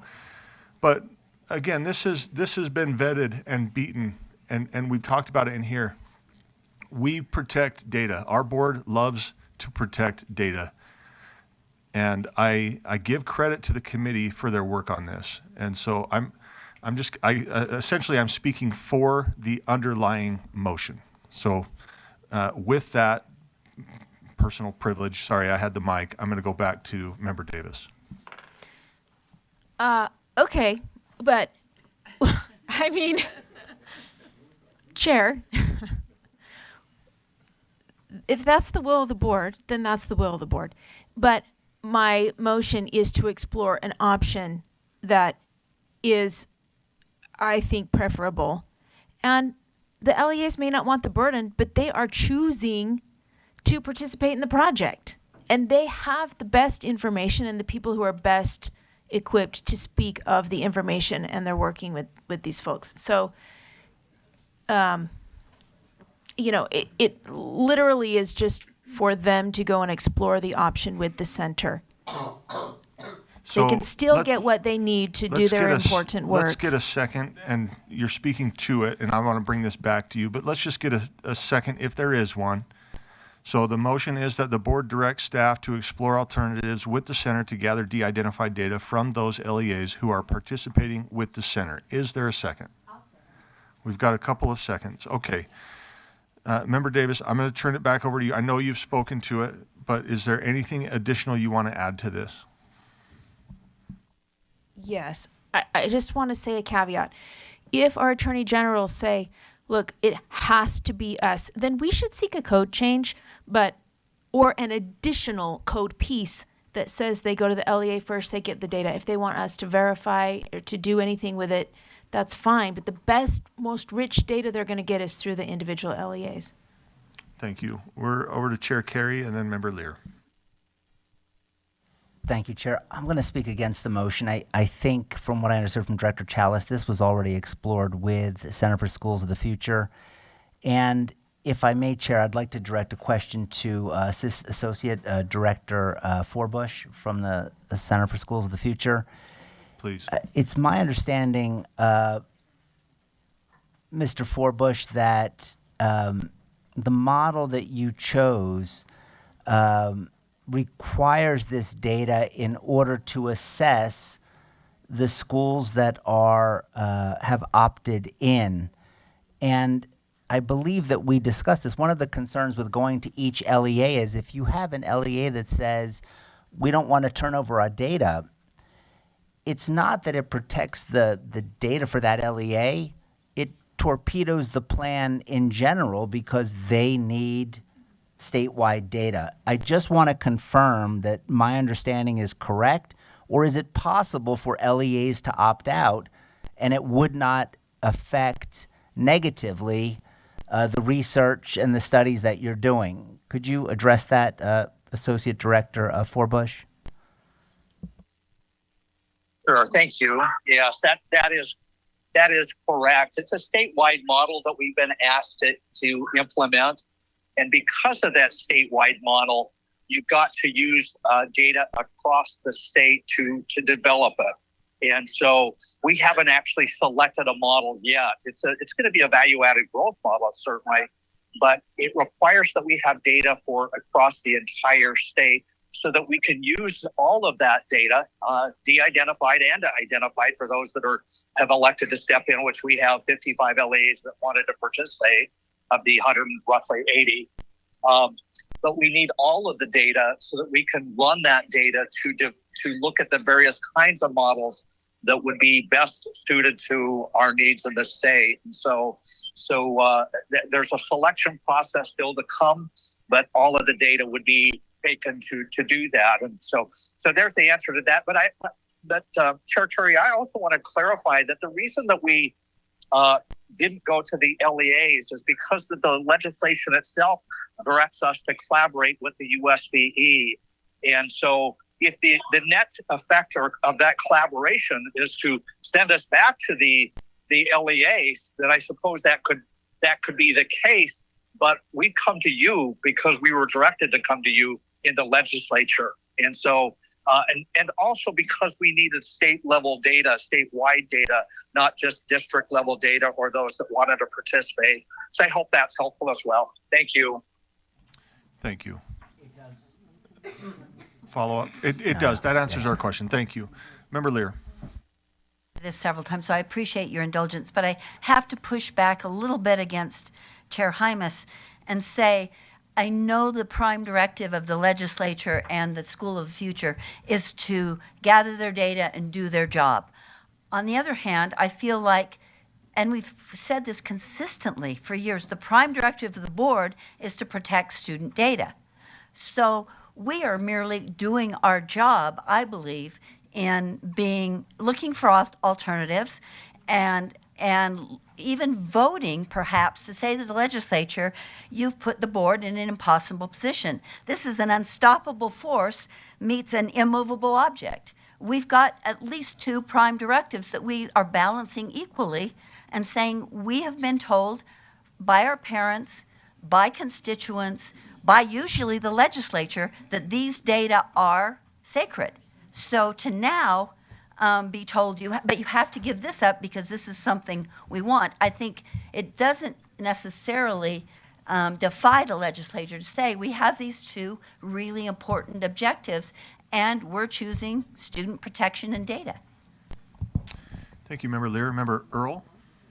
Yeah, can I just seek a clarification from School of the Future? Is this, I guess in my mind I was picturing this as a pilot, and I don't know if that's the right word, but as an interim or as a consideration.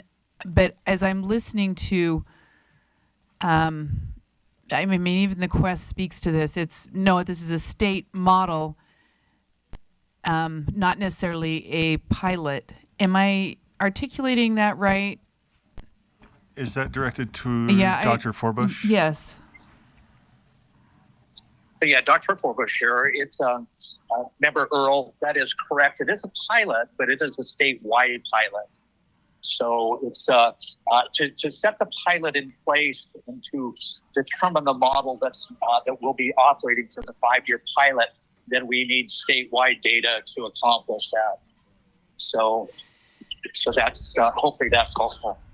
Okay, I think that seeks some clarity that I don't think when the bill passed, I understood it as more of we're going to see how this works, but it's more of this is what we're going to do, and when you're ready to come on board for districts, maybe that's, and I guess that's the feel I'm getting. Maybe that's not quite the language, but okay, thank you.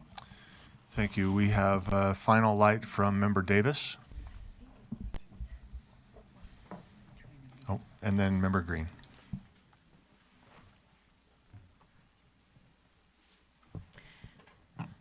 I'll just put a last speak to this. I think the center can go to the LEAs for the identified information from their own participating LEAs if they need to seek greater clarification, and then for the widespread data for the whole state, we can give de-identified information. They said they are using a value-added model. We have value-added growth data here. So it can be a hybrid. It doesn't have to be all or nothing. If an LEA doesn't give it to you, you don't get it at all. We can give what the LEA doesn't in de-identified ways. Thank you. Seeing no additional lights, the substitute motion before the board is that the board directs staff to explore alternatives with the center to gather de-identified data from those LEAs who are participating with the center. We do have maybe some additional information from Superintendent Dixon. Thank you, Chair Hymas. So I'm going to take a risk here. And Member Green pointed out Section 8 of code, where it dictates a lot of things for the LEA to collaborate on. So it's very directive about the relationship between the center and the LEA. Absent in that section is anything about data. That data part shows up, at least in one part, in Section 13 or Section 13.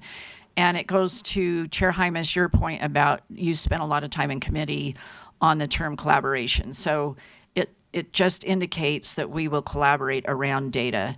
I wonder if it wouldn't be prudent to maybe go back to the sponsor of the legislation, to Senator Fillmore, and see if that language around data then gets brought up into Section 8, where it's laid out in that LEA portion. Because you've got this collaboration around data that's ambiguous, that we understand based on conversations. There's an intention for us to do that. So we're arguing the merits of that, and yet at the same time, the relationship is really between the LEA, who has raised their hand to participate, and the center to figure out all sorts of things. So I'm just putting it out there that it might be worthy of a conversation with the sponsor to see if that data element that seems to be ambiguous be put to the LEA piece. That's just, I don't know what that looks like in relation to Member Davis's motion, but it's certainly connected and relevant. Thanks. Thank you. Member Davis. I would like to add, if it's friendly, and seek clarification from the bill sponsor.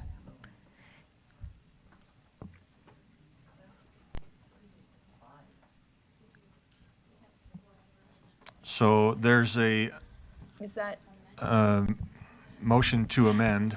Uh, And we're trying to find out if a motion to amend on a substitute is in order, and it sounds like it is. and And I'm going to say that language would be to seek clarification and potential amendment from the bill sponsor, so that there can be a hybrid. They get some from us and some from the LEAs they're working with. Okay, so the motion here is to amend the substitute motion to add at the end, to seek clarity from the sponsor of the bill and possible amendments.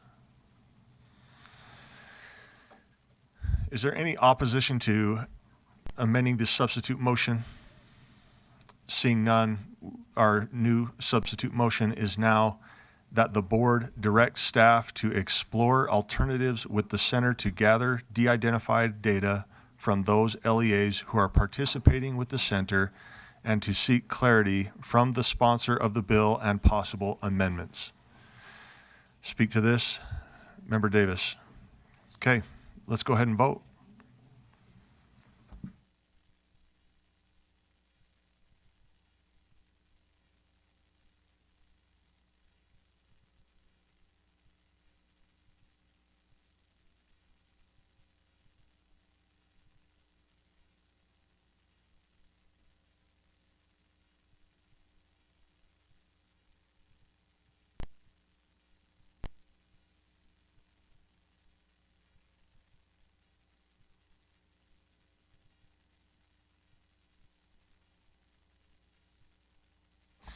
That motion passes.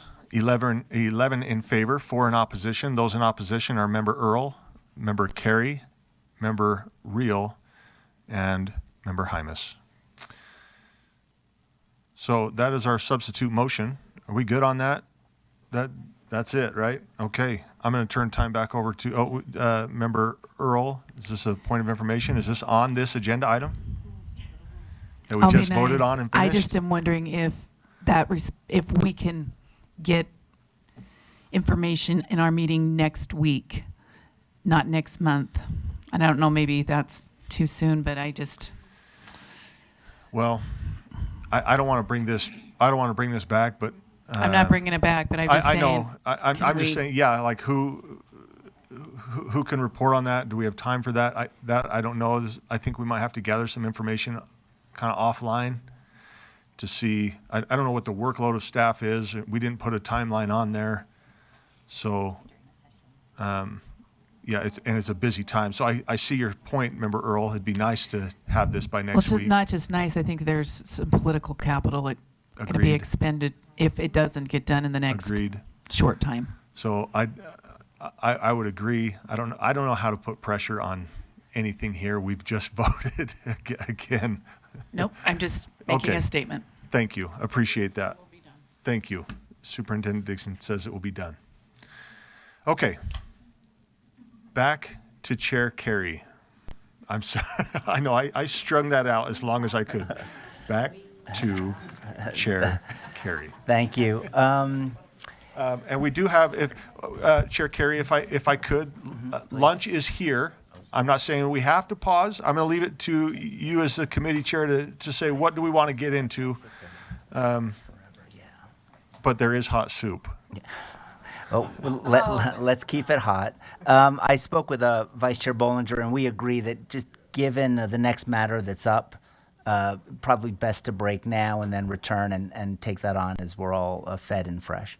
And can I clarify, before we break for lunch, and it sounds like we're going to, there was a semi-misunderstanding. We talked about a different draft coming forth on the next agenda item that we kind of just paused. We didn't postpone it, we just paused on it.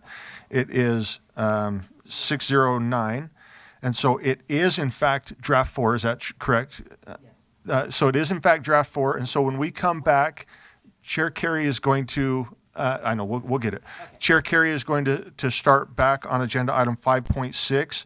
And just for the board's awareness, Member Hart has a motion pending. So thank you. Let's break for lunch. We will do 31 minutes. So we'll be back at 12:50.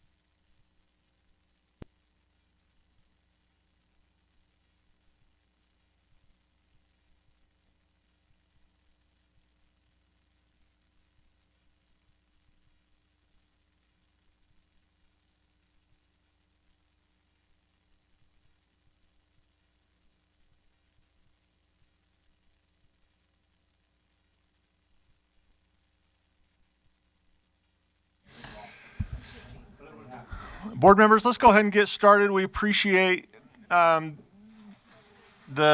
swiftness in which we had lunch. We still have a few trickling in, but we are jumping back to agenda item 5.6. This is the concern, is that we have a quorum, but we have 0 staff. Can we get somebody, because we are, thank you. We are on Member Hart's motion. And we need it connected. I know. I know. And then, Member Hart, we're going to get staff to pull your motion up. And can we have you re-speak to your motion to get everybody's mind back into the... Yeah, I'm saying when they get back, Kelsey went to get them. Kelsey went to get them. You're welcome to go. We are in draft 4, yes. Yeah. Well, if you can get them out here, great. Kelsey was nice.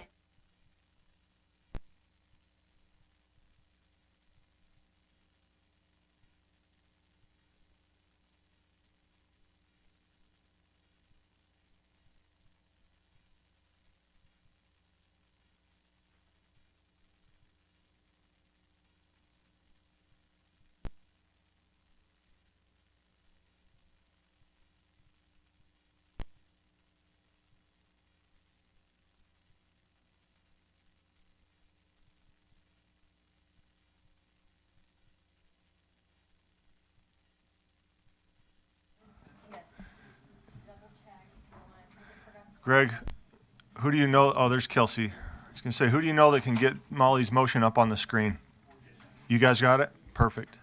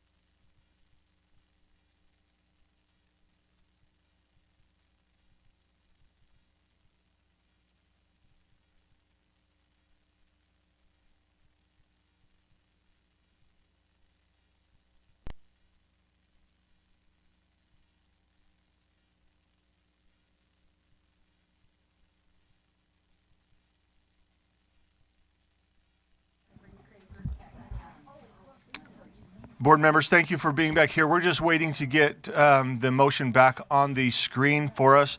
There was a paper that handed out to you if you want to review that. At the very top is where we're at here. And I'm not saying we have to go in this order, but this is where we're at. Additionally, just as a reminder to the full board, we had lights on the original motion from Bogus, Earl, and then Lear. And I'm not sure if I'll call it out as it is on this paper. If things change, then that's a natural consequence. But for now, we're looking at Member Hart's motion to amend that says the board amend R277-609 draft 4 to remove section 3 on lines 154 through 168. So as soon as that's on the screen, we'll open that up to discussion. First inviting Member Hart to speak to that motion, and then we'll go from there.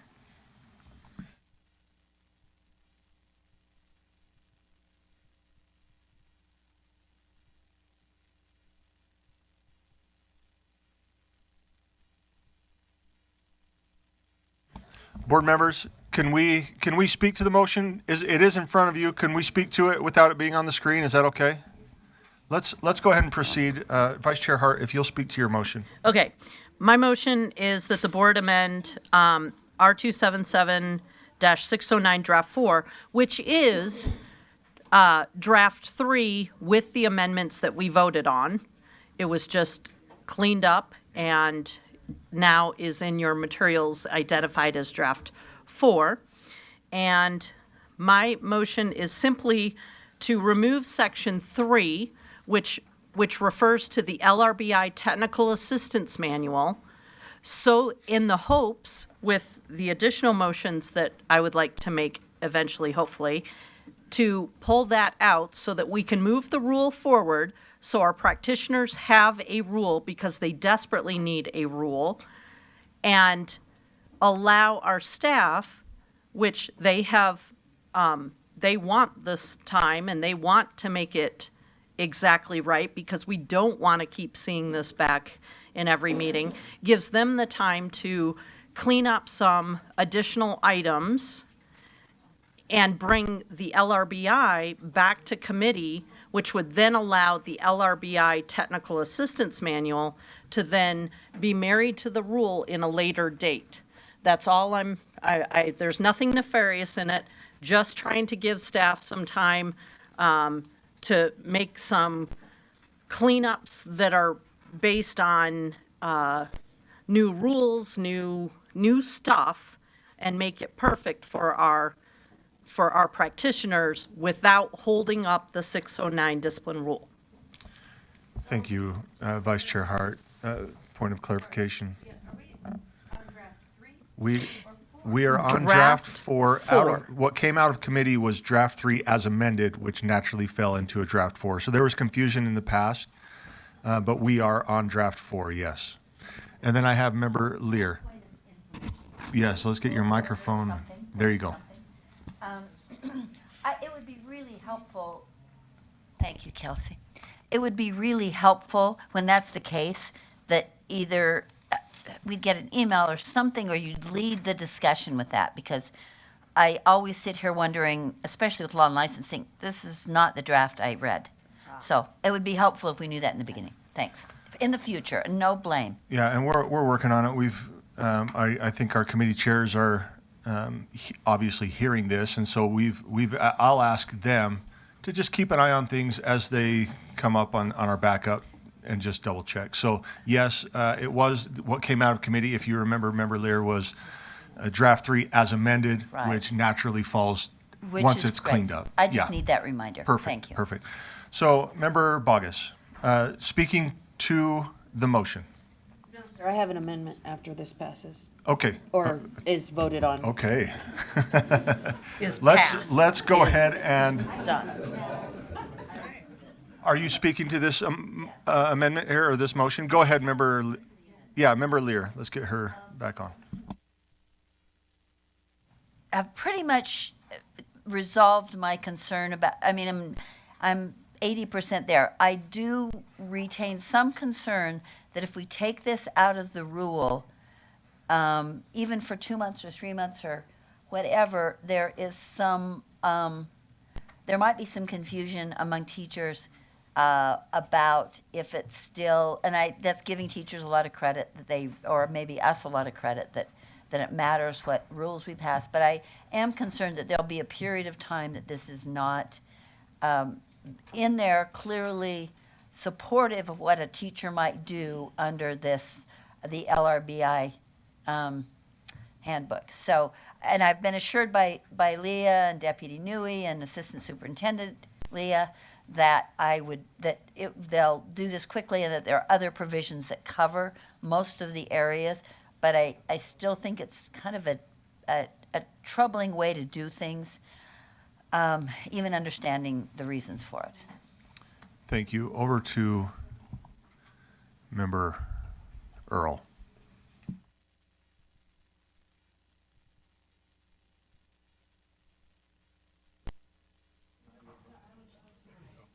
Yeah, maybe just a little bit of a response there. I know in the manual itself, it does indicate in some areas that we, on our site, have additional strategies and resources.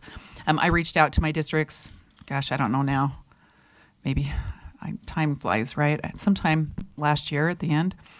And just asked, are you using this? What's their frequency? I wanted to know the usage, right? What sections are you using? How much are you using? What's your, actually I asked quite a few people that I came in contact with that are superintendents or directly associated in some way.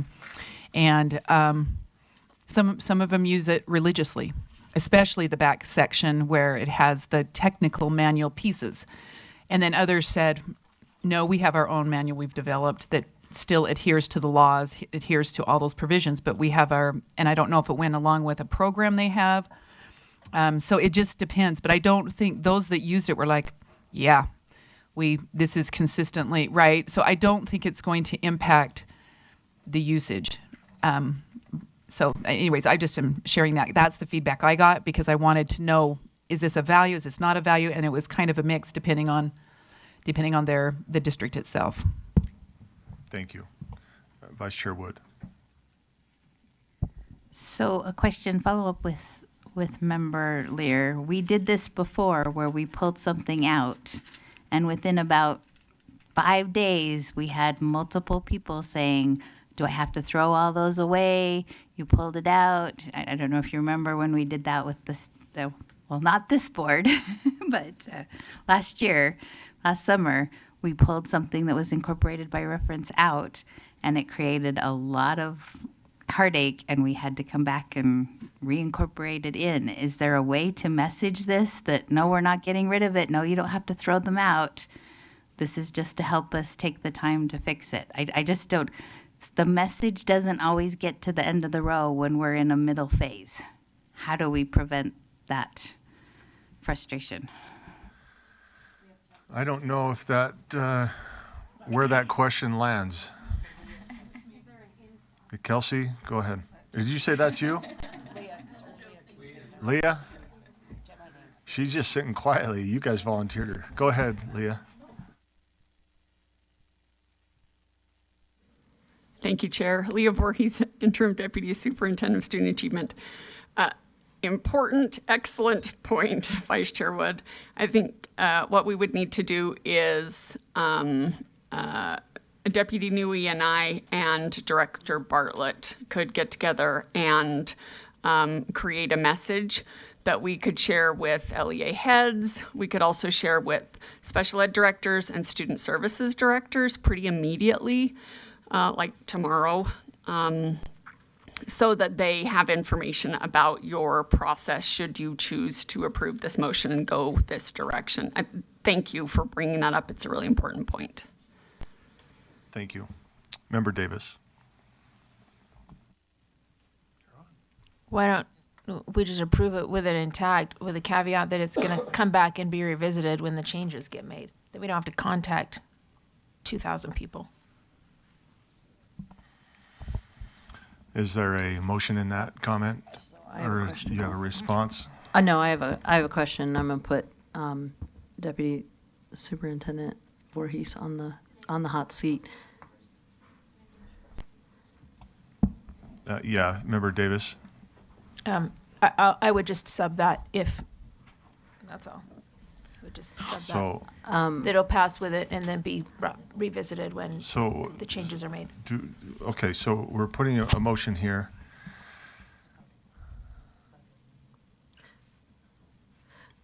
Sorry, what am I looking? I'm looking at our screen here. This, from what I understand, Member Davis is putting forth a motion, which I think essentially would be simply to vote this down. Would that be accurate? It's a motion of opposition. You're speaking against. Okay.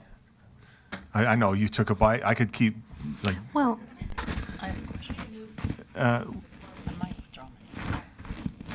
Well, we have so. Let's. You're much quicker, Kelsey. Go ahead. Sorry, Cindy. Will you repeat that, and then Vice Chair Hart has a question that she says, depending on the answer, might remove her motion. So please put your motion there. Member Hart will ask her question, or would you like her to ask her question, and then we'll see if it's necessary. I mean, I was just going to say we can move the rule forward with the inclusion of LRBI and add to the motion, and will be revisited again when the changes are made to the LRBI. Okay, so I don't know if we have a staff member keeping that together. I see a Member Hart and a member on the screen. There we go. Do we have a second to that motion? Is it a substitute motion? This is a substitute motion. We have a second. Okay. We're going to go back to Member Davis to speak to this motion, and then we have Vice Chair Hart. I think people kind of know in their minds what they want to see with this.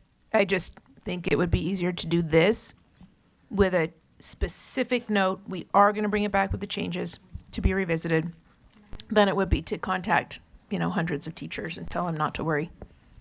Thank you. Vice Chair Hart. Deputy Superintendent Voorhees, it's been, a minute. I don't care what direction we go. I just want to make sure that the LRBI is a top-tier, accurate document for our practitioners. Is there a preference for your staff and you as to how we attack this issue? Or would, I hate putting you on the spot like that, but at the end of the day, I just want to vote for whatever you want in order to make this the best document to put forth for our practitioners. Do you have any thoughts on that? Thank you, Interim Deputy Superintendent Voorhees. So the issue with leaving the old version in, which to Vice Chair Wood's point and to Member Davis's point, might be less disruptive messaging-wise, is that you have recently updated 608. You are updating 609, and the current version of LRBI references the previous 609, and we didn't even have a 608, right? Yes, it's just corporal punishment. So the references would not match your current rules. So I think your decision point to the question that Board Member Lear brought up a few comments ago is the communication risk versus the risk of, do you think that referencing previous versions of rules is greater? Which is the greater risk? So yeah, either is a way forward, and the way forward that would be least disruptive to teachers sounds like the one that you're looking at. And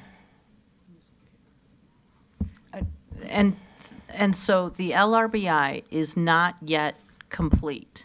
Is that, it's been a week. Did it miraculously is it perfect now?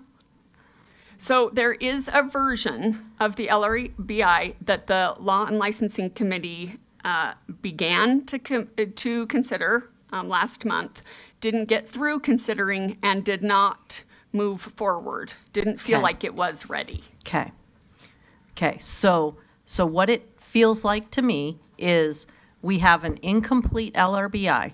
We have a field that needs 609 because there's a lot of ambiguity in the space. There's news, there's media, we're talking about the punishment of students, and in particular, students that have very unique circumstances. They need 609. They need an accurate LRBI. We don't have an accurate LRBI. We can either move forward with an inaccurate one and confuse the heck out of them that way, or we can tell them that it's coming soon and confuse the heck out of them that way. Pick your poison. Member Lear. I don't know if you're... Molly, without looking at every single line of it, at least incomplete. I think that's fair and not updated. Well, but there is something in place until it's replaced. So even if it's an earlier version that's not updated, I think I'm just kind of bristle a little bit at the characterization of inaccurate. Well, it's referencing code that if you follow what is referenced, you are not following the current law. So it's not updated. Right. So it's not updated. Yeah. Now, I am not throwing out my LRBI, and I am still using it. But if anything ever says 609, I'm marking that out. Tomato. So, we can go either way. It doesn't matter. We just need to pick a lane. Thanks. Okay, so the motion then, we have a substitute motion by Member Davis and is that the board approve R277-609 draft 4 on second and final reading and direct staff to bring the rule and the incorporated document back to the board for approval when they are ready. Let me just make sure I've got this correct, because there's a lot more action on this rule. So if this passes, we are approving this draft 4 and directing staff to bring it back. So there's no more motions. Am I understanding this correctly?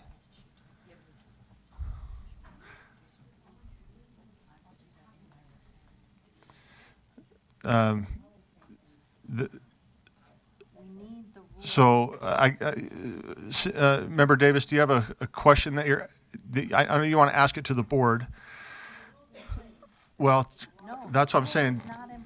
Turn your mic on. Let's have a discussion. Okay. What I'm saying is we have a motion on the floor that if it passes, then we're moving on to our next agenda item. Is that how I'm reading this? Chair Carey. Chair, I don't read it that way. I just look at it, should this motion pass, we're just removing section 3 on lines 154 through 1. We're on the next one, substitute motion. Oh, then yes, you're 100% right. And I would speak against that motion. Because of that. Okay. I was fishing for that. I don't get that at home very often, so.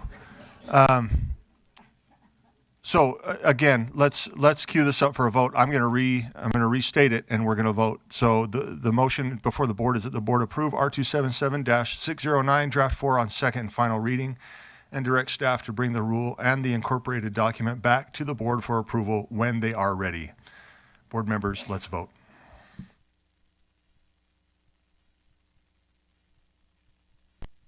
Member Green is a no. Thank you, Member Green.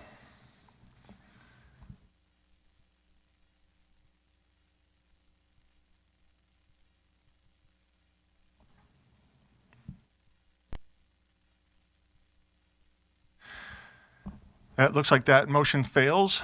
13 against, 2 in favor. Those in favor are Member Lear and Member Davis.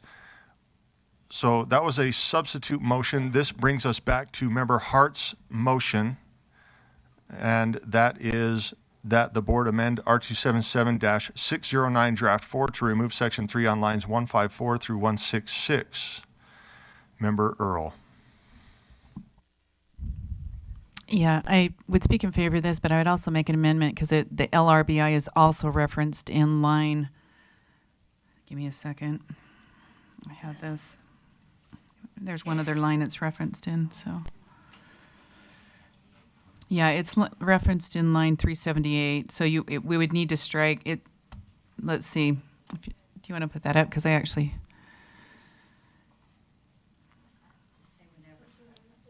Yeah, wherever it's ever referenced, but you can't just, you could strike that line, but it talks about strategy, so it'd be adding evidence-based behavior strategies to it.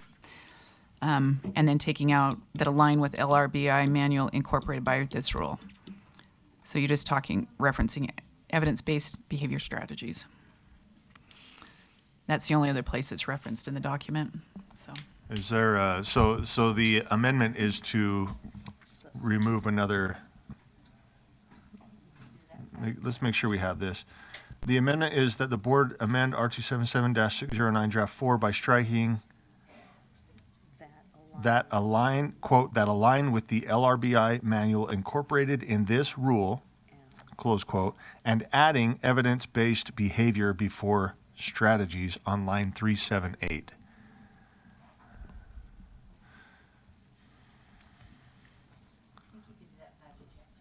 I just want to make sure that we are good. If that's your amendment, the feedback was yes. Is there objection to this amendment, to the amendment? Seeing none, that was the amendment to the amendment, so we're going to combine them. So the new motion on the floor then is that the board amend R277-609 draft 4 to remove section 3 on lines 154 through 166, and strike, quote, that align with LRBI manual incorporated in this rule, close quote, and adding evidence-based behavior before strategies on line 378.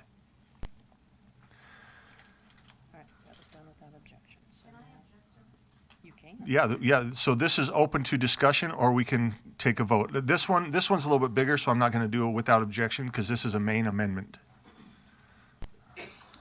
So, but that is the motion. Member Hart, will you, now that that's been amended, will you make sure that your motion? That would now be her amendment.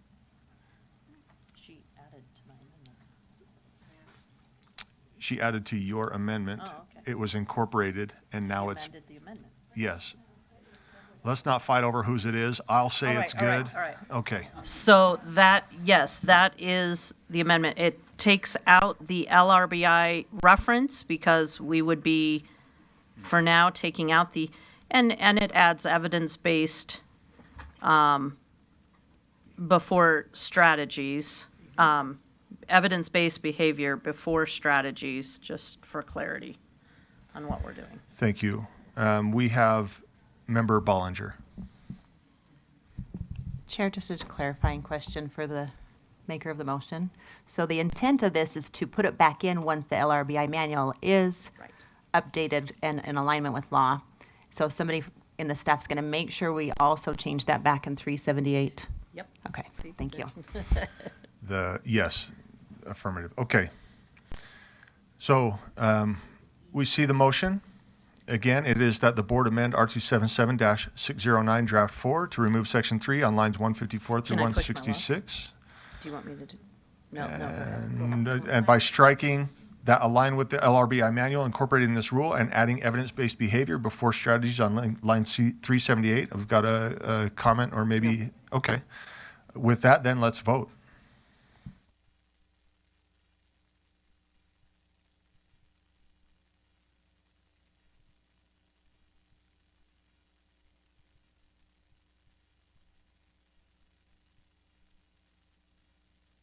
Member Green?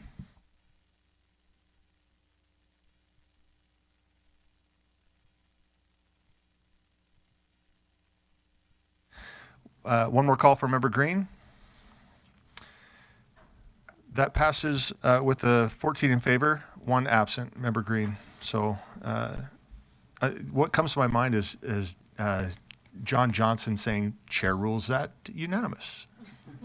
That's what's been coming to my mind ever since going to these committee meetings. I love John Johnson's chair rules that unanimous. Okay, let's move on. Okay, first up we have Member Bogus, and then after Member Bogus, we're going to have Member Earl, and then we have Member Lear was in the queue. I'm not sure if she still wants to be. I'll come back to you in a couple, and then we're going to have Member Hart. Member Bogus, yeah, you don't need to make something up if you don't want to, but Member Bogus, go ahead.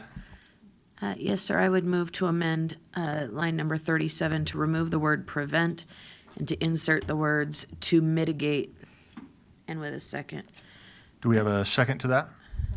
Second by Member Brinton. The motion before the committee is that the board amend line 37 by striking the word prevent and insert the words to mitigate. Back to Member Bogus. Yes, sir. So I just think we are putting teachers in an untenable situation when we think that they have the power to prevent human behavior. They can do anything and everything they can to mitigate it, to all of that stuff, but a full-on prevention is an untenable expectation, and I just disagree with that language. So I think the mitigation efforts are a realistic expectation, but to expect full-on prevention is unreasonable. Thank you, sir. Thank you. Let's move over to Chair Carey. Oh, I have a motion, I'm sorry, and I don't need to speak.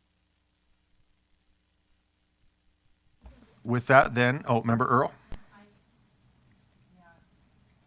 I actually prefer this language. I just don't, I think I double checked on this because, I mean, when I was researching, I think this is word for word from law. That's my only question. And I do agree with, I think the mitigate is a better direction. I just don't know where we stand when that's the case. So. What can I ask staff, if we, or attorneys, I don't care.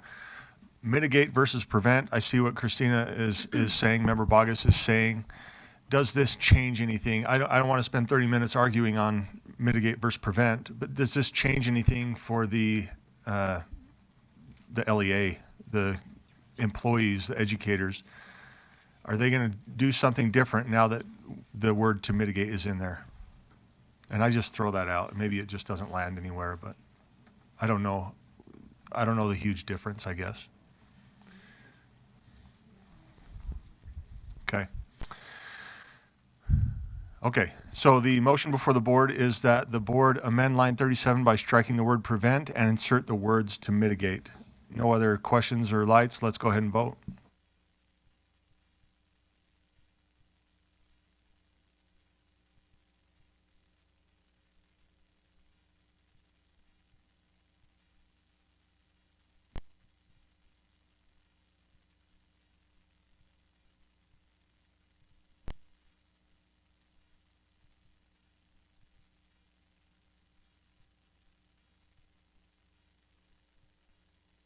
Member Green dropped off for a second. She might be close. I mean, she might be here. I don't know. Last time I completely missed her. Okay.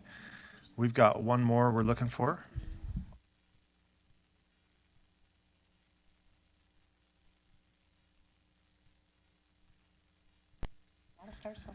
So that passes unanimously with Member Green being absent. Okay, now we go to our next light, which would be Member Earl, our next motion. Carrie, go first. Is that okay? If that works for Board Member Carey, if you're ready, please, Chair Carey. So I have a motion that I submitted to insert a new line 33. And is this the motion on the screen?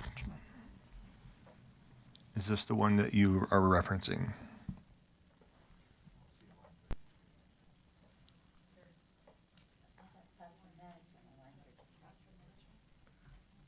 Yes, so classroom management would be next after this. Just because it's definitions and this is accountability, so I just put it first.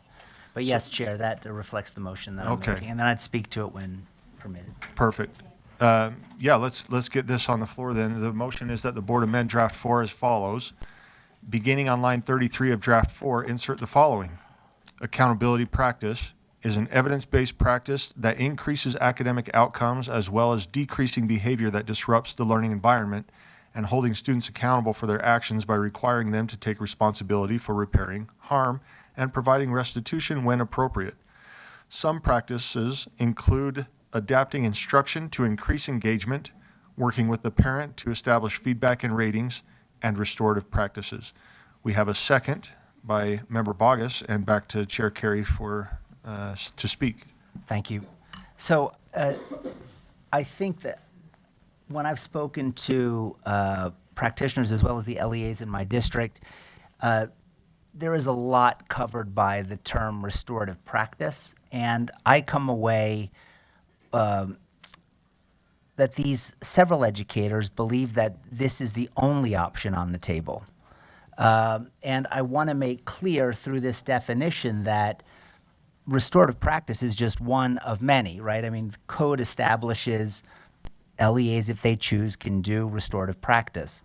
But I want to make it clear that they have other options as well as more clearly define that whatever practice is used should focus on these elements of accountability, decreasing behavior that disrupts the learning environment, and repairing harm and restitution where possible. Thank you, Chair.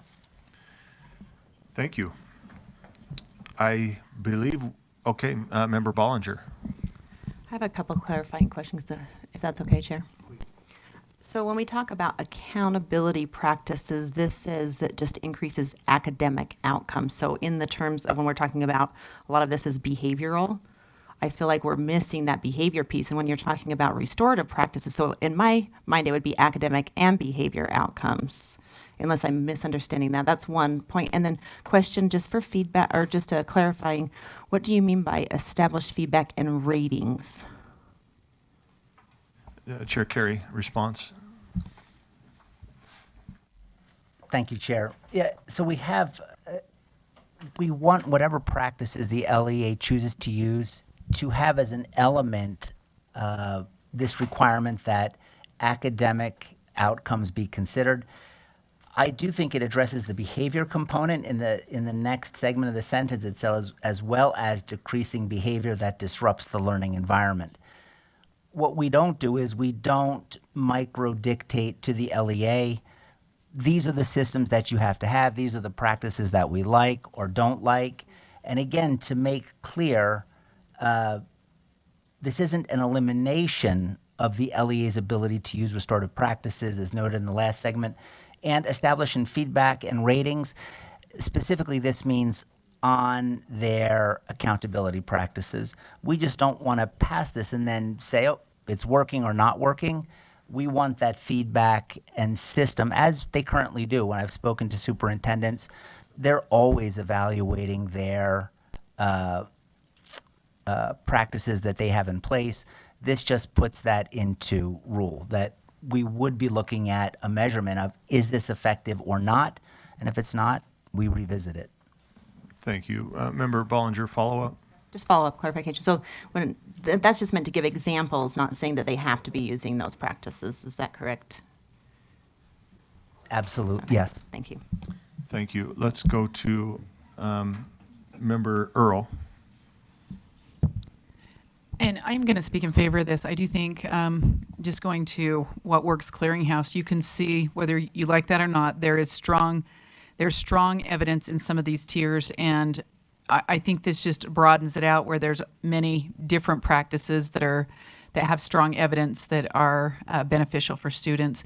And I just, once again, I reached out to my districts on about 5 or 6 things over the last couple months, and this is one of those, asking them, what restorative practices do you use? Most of them said if there was something that was restorative justice, meaning it was something that came through the legal system, they were using those practices as they needed to through the legal system, but they didn't use restorative practices within their schools. This more closely aligns for me with what people are doing. They are holding kids accountable. They're having clear expectations. Some of them are even, the ratings, I see that as where you've working with a specific student, working with a parent to try to increase or decrease a certain behavior, right? Just depending on the student, and so that would play into that effect. And there's others out there too. I think this just says there's a broad range, and pick what's going to work for your district and make sure it has some evidence behind it. So, thank you. We've got Vice Chair Hart and then Member Lear. Okay, I have 2 questions. One is, accountability practice is not a term I've ever heard before or used, and we're introducing, is there a term that is more, I mean, as a practitioner, it confuses me. Secondly, some practices include that sentence. That doesn't typically go into a definition. Is there some other place we could put that? Because to the point, it's describing possibilities, but it's not tightly a definition. It is an example of what would fit definition. So I'm just adding to the conversation. I'm not prepared to make a motion, but I have a hard time with accountability practice, because if I that's just never, I don't know what that means. And that last line, I don't feel like it fits in the tight category of definitions. I think it pushes it too much towards a particular practice. So let's kind of come back to that. I guess my thought as well, similar on those lines, if accountability practice, the definition is usually used to define something within the rule right? So that there's to offer clarity. But just on a quick search, accountability practice is not used within the rule. So it might fall somewhere other than a definition. Is to Molly's, I think to Molly's point. But let's just chew on that. And I've got member Lear, and then Davis, and then Earl.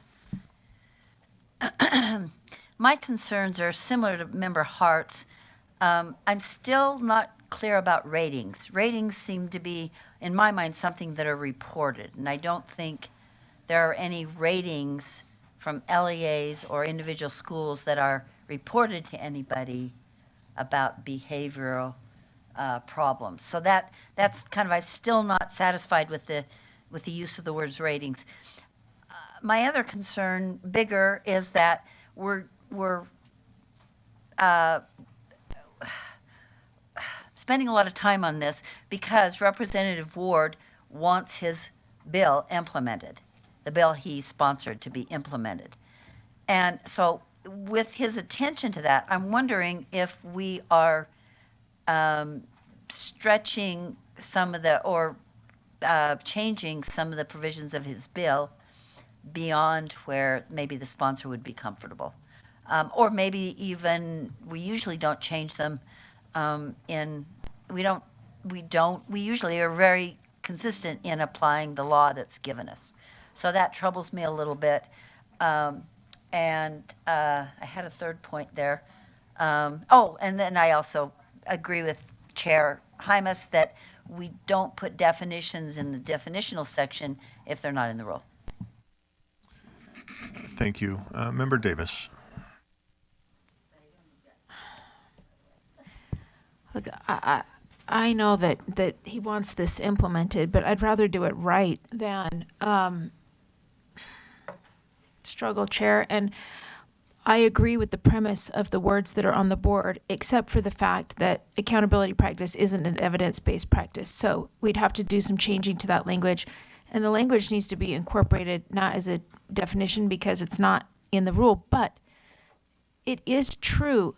When we want to look at restorative practices, we need to look at restoration in a twofold. We need to look at when you do something wrong, you make restoration for that. You help fix it. You help make it better once you've done something wrong, and that's an accountability piece. There's another piece to it that not in lieu of discipline, but after a student is disciplined, then you do work to restore a positive connection and relationship to the school. Some of you might have heard, reprove be times of sharpness and follow, blah, blah, blah. So, I think that both of those pieces need to be in there if we're going to do something like this. But I agree, it's never and shouldn't be in lieu of some kind of discipline. It should be as part of helping children to be accountable.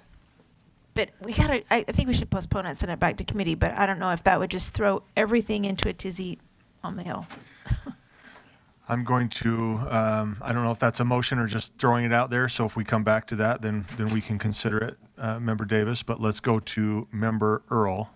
Yeah, so, and I've worked with Board Member Carey. We've been checking out the language, so it will have, that's my motions, which I sent out yesterday, has those narrative in it. And let me just articulate why, even though it's not on that motion, it's relevant to this. When you get down to 436, we are now saying implement positive behavior interventions, supports, and restorative practices.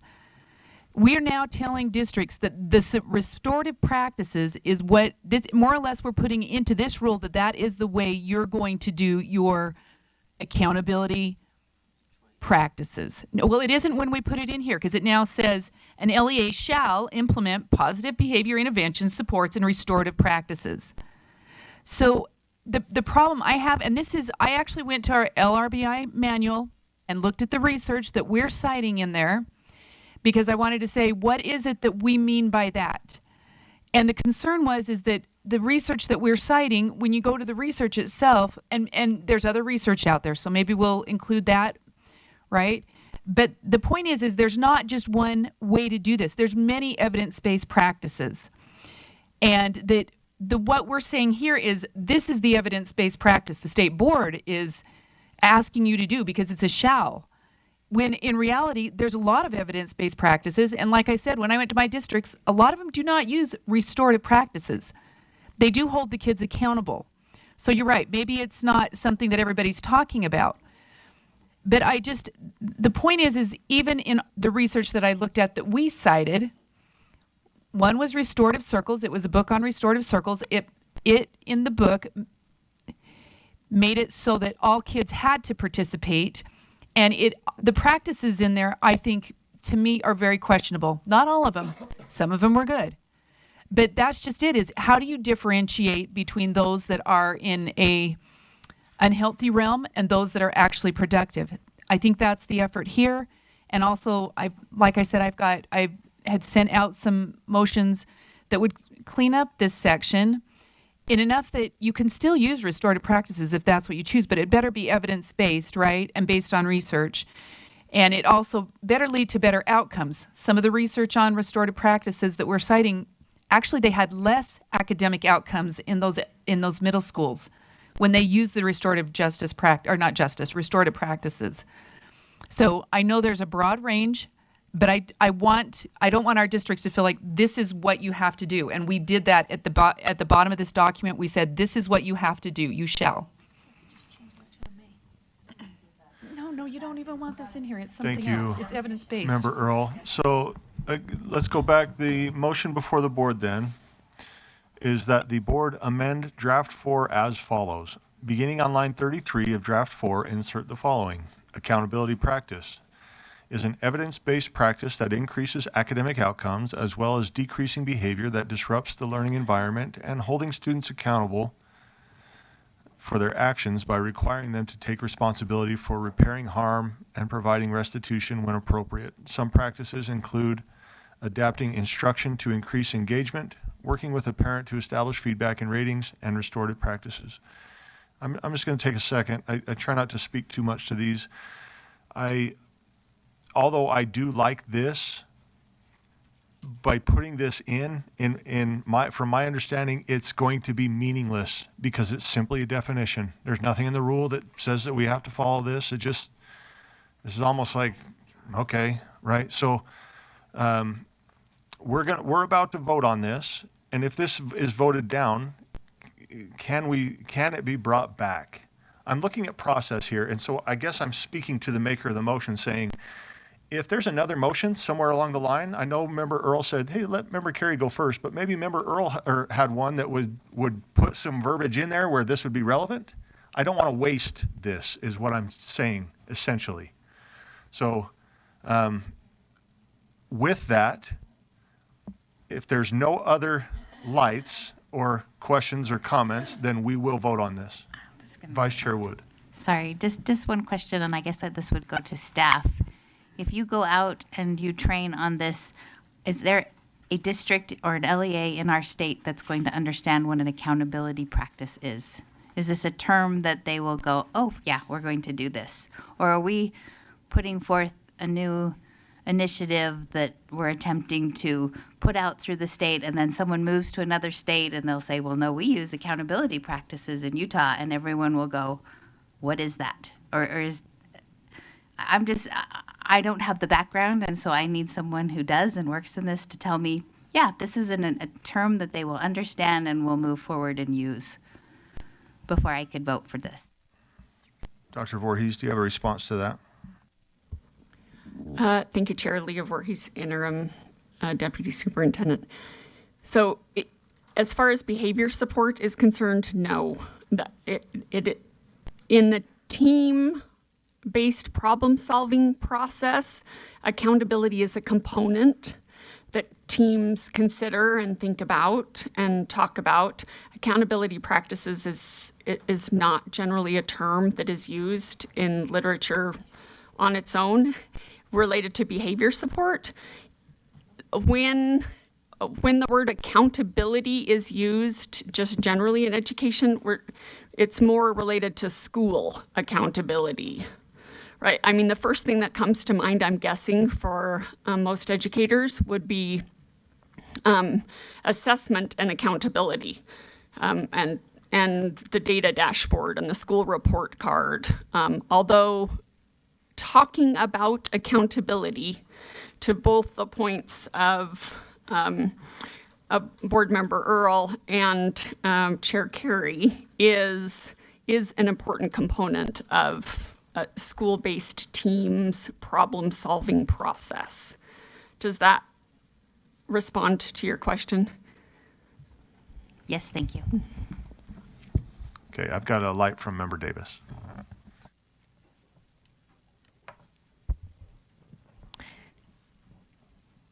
I think they're working on some whatever things they're going to make this better, but I just think it's important to say, let's just define it how we want to define it. Accountability practice is not a term of art. If we want to say we want to focus on accountability to clear up this notion that restorative practices doesn't involve accountability or discipline, then let's do that. But I think it just needs to, it can't be done like this, but the concept is important. Thank you. Member Earl? How large of an amendment can I make? What's the rule? Can I amend it and add in the other components, my pieces, so maybe it would make sense? Does that make sense? Nope.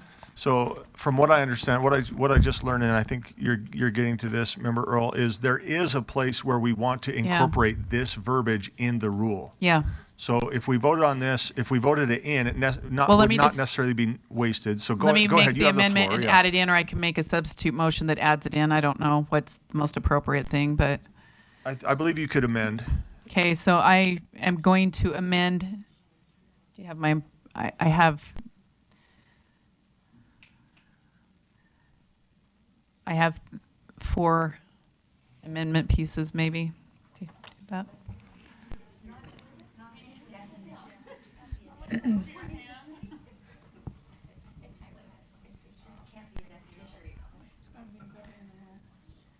Okay, so on line 62, it would say expulsion means a disciplinary removal from school for a fixed or indefinite period. And then there was some ambiguous language there that said without an offer of educational service or something, an alternative educational service. I'm not sure what that was. The law itself, okay, sorry, let me make the amendment and then someone can second me or not. And then adding in an alternative, education plan is established as outlined in 53G 8208 and has been reviewed. I think I gotta change that, right? Because we checked, because you can't actually, the LEA can't actually approve. So it's gotta be, has been reviewed and, oh shoot, what was the? From what I understand, Member Earl, as you're going through nothing's on the floor yet. You know what? Keep going. Yeah. Sorry, I just moved all at once and people can do what they want. So let me keep reading. Okay, and then on line 379, the appropriate use of accountability practices, and then on 436, LEA responsibility to positive behavior intervention supports and accountability practices. And then there's one more line, 438, and LEA shall implement positive behavior interventions and supports. And that would be it on that one, who would strike the restorative practices. Can we add line 438 to that so we could get all of those Do you have that one or on not? one screen? So for Member Earl's final piece of her motion, she wanted to amend line 438. There it is right there. Perfect. Member Earl, does this? So no, it needs to be that has been reviewed and followed up instead of approved, because they can't actually approve the education plan when someone's been expelled from school. That's my addition. So the motion on the floor then is that the board approve the following. Not yet, I'm just restating it to make sure it's clear. Line 62, expulsion means a disciplinary removal from school for a fixed or indefinite period. An alternative education plan is established as outlined in 53G-8-208 that has been reviewed and followed up with by LEA administration. Line 379, the appropriate use of accountability practices. Line 436, LEA responsibility to positive behavior interventions, supports, and accountability practices. Line 438, an LEA shall implement positive behavior interventions, supports, and accountability practices as part of the LEA's continuum. My question, oh, do we have a second to that? Second, oh, that's right. We do have a second. Back to Member Earl to speak to this. Yeah, so the original version, once again, and I was hinting that a minute ago, but it establishes restorative practices as the method or the practice that's to be used. And because it has shall in there, that's the heading, that's all of that. So the accountability practices is to indicate, maybe it needs to be evidence-based behavior practices, I don't know, but the intent is to not narrow the scope of what districts can use, because many are not using that, and this would say this is what you're supposed to use. It's to broaden it out, allowing them to use the evidence-based approaches they're using. Thank you. We have lights from Member Bollinger and Member Lear, but before we go there, I don't have a cue, so I'm just going to ask it, and I might need staff to help me out here. From what I understand, is that once a student is expelled, the education is on the back of the parent, no longer the LEA. So would we remove without an offer of an alternative education? Once they're expelled, they're expelled. We don't provide that the LEA does not provide that education to them. They've been expelled from that LEA. Member Earl, let's get your microphone. Hold on. There you go. Now that you've finished, say that again. And just referring to 53G-8-208, which actually goes through all the provisions related to the fact that a parent is now responsible, but they can ask for assistance. But instead of typing that out, it's just referencing the code there. Without getting into a back and forth, Yeah. I guess my question is why remove, if I remove without an offer of an alternative education, to me that's pretty clear that the LEA, to the LEA saying we're not offering you an alternative education, rather than saying for an indefinite period, an alternative education plan is established as outlined, right? To me, it's like, okay, do I have to do something? Okay, I'll check the law, go through that. So, and let me just ask this question. I guess this is where I went, maybe I misunderstood. So maybe when I read it, without an offer of an alternative education plan, so if a student, if they did offer something, would that no longer be considered an expulsion? Does that make sense? So I guess I'm looking at it that way. Maybe it's not a fair way to look at it, but that's how I interpreted it. Well, yeah, I don't know what, I guess I'm asking what reads clearly, and this is why I'm kind of asking staff who has done this. For me, and I am on the lowest of low of school leaders, so help me out here. I'm trying to make this clear, because when I expel a student, to me it's like, I'm not, here you go parents, they're no longer part of my LEA. And I don't want to come up with an alternative education plan. I can, I guess, with the parent and say, yeah, you know, you should, you could, not you should, but you could consider this as I guess what I'm doing, Member Earl, is I'm trying to seek clarity. Removing that, does that give clarity or does that offer confusion? For me, it obviously offers confusion. Okay, then, yeah, fair argument. So I guess if I'm asking to amend, I would not remove the without an offer, but of. So that's what I would amend this amendment to not strike those words without an offer of. However, does that create a contradicting phrase in your motion? You're saying to leave that piece in? To leave without an offer of an alternative education plan. I'm fine with that. I just wanted the clarity that I don't know. I felt like I wasn't sure what that was, but maybe the body feels like it was clear enough even without it. Are you wanting to leave it in with the other? Well, we'd have to wordsmith Yeah, yeah, around yeah. it. I'm just seeking clarity. I think Member Bollinger is offering a point of clarity and a comment. If we'll go to her, then we can circle back here. Member Bollinger. Thank you, Chair. If I may, I think where the confusion's coming from is 53G8208 is specifically for students with disabilities. So if a student is removed from their educational setting for more than 10 days, they are required to have an alternative plan for education. So I think that's where the confusion is getting in. That is, the 53G8208 is not for all general ed students, only students with disabilities. And under IDEA, that's already going to be something that has to be offered. Thank you.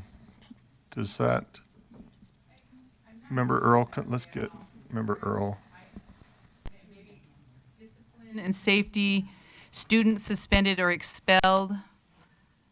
If a student is suspended or expelled for the public school under this part for more than 10 days, the parent is responsible for undertaking. It doesn't, down further, I think there are some provisions down further, but I don't. Member This is Bollinger, can you anybody clarify? that's expelled or suspended. Member Bollinger, can you clarify where you're seeing the? Yeah, so at the very top where it says 53G8208, students suspended or expelled, responsibility of parents, application for students with disabilities. But it has all three of those provisions in here. It's not just for those students. So that part, yes, there is a piece in there, but the one is not, that's any student. That's just a summary of the provisions. Okay, so. Member Lear is pointing out Yeah, so parenthesis 5. Is that right, Member Lear? Yeah, let's get Member Lear. I just can maybe flesh out a little more of what Member Bollinger is saying. And also add that when we talk about talking to your LEAs, the very common understanding of the difference between expulsion and suspension is with expulsion, except for students with disabilities, there's no ongoing relationship between the school, and they can change that. The school has an option to make that different, but typically it makes it so. If we look at parentheses 5, it says this part applies to students with disabilities to the extent permissible under applicable law or regulation. That goes on and gives more explanation about that. But I think it's misleading to the teachers that we so love and work with that we say expulsion now is something other than what they've understood. So I think it's kind of explained poorly in this section because they wait till the end to say, wait, this is really, because there's no place before that in that section that it talks about a plan for expelled students. It's just only in parentheses 5, and then it's specific to students with disabilities. So is expulsion defined in the law? I'm hesitant to change the definition of expulsion. It's not well defined in the law. Okay. This is one of the better places actually that addresses it.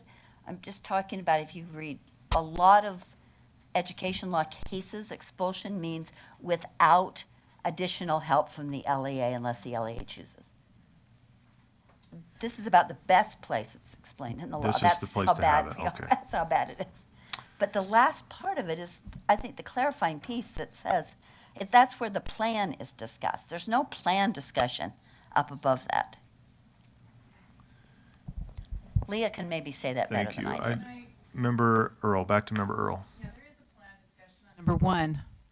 So it's a parent is responsible for undertaking an alternative education. That's exactly right. So it's according to what is listed here, so which would provide for both of the things you're referring to. Someone who's expelled, right? The parent is responsible for that plan. If it's a student with the IEP, special needs, whatever, there's different provisions. So right.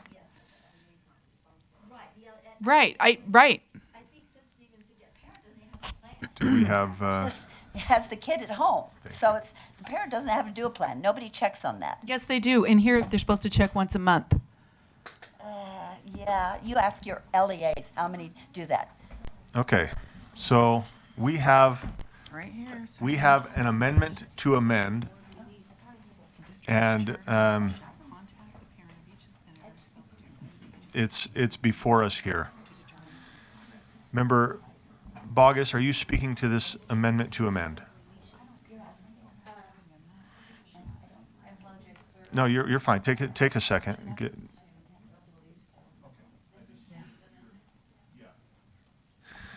Okay.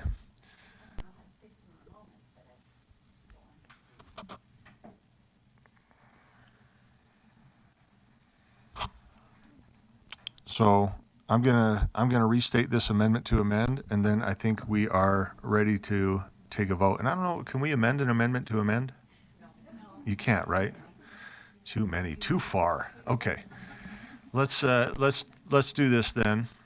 The amendment to amend by Member Earl is to amend line 62. Expulsion means a disciplinary removal from school for a fixed or indefinite period. An alternative education plan is established as outlined in 53G-8-208 that has been reviewed and followed up with by LEA administration. Line 379, line 436, and line 438, each of those lines replace restorative with the term accountability practices or accountability. And then finally, I would ask my question before Member Davis speaks in this. And I'm going to ask this to staff, and if you don't have an answer, that's okay. And when I say staff, I mean Leah.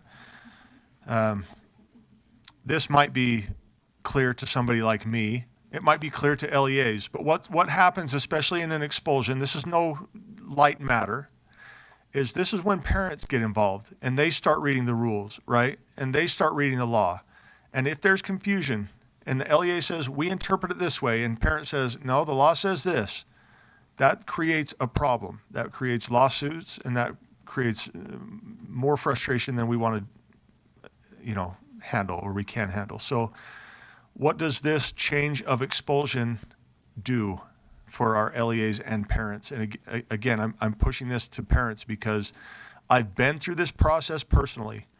This is a moment when parents are involved, similar to other heavy hitting things like IEPs, right? Our IEPs know the law. And when you put an expulsion forward, parents learn the law. So please, Dr. Voorhees. Thank you, Chair. Leah Voorhees, Interim Deputy Superintendent.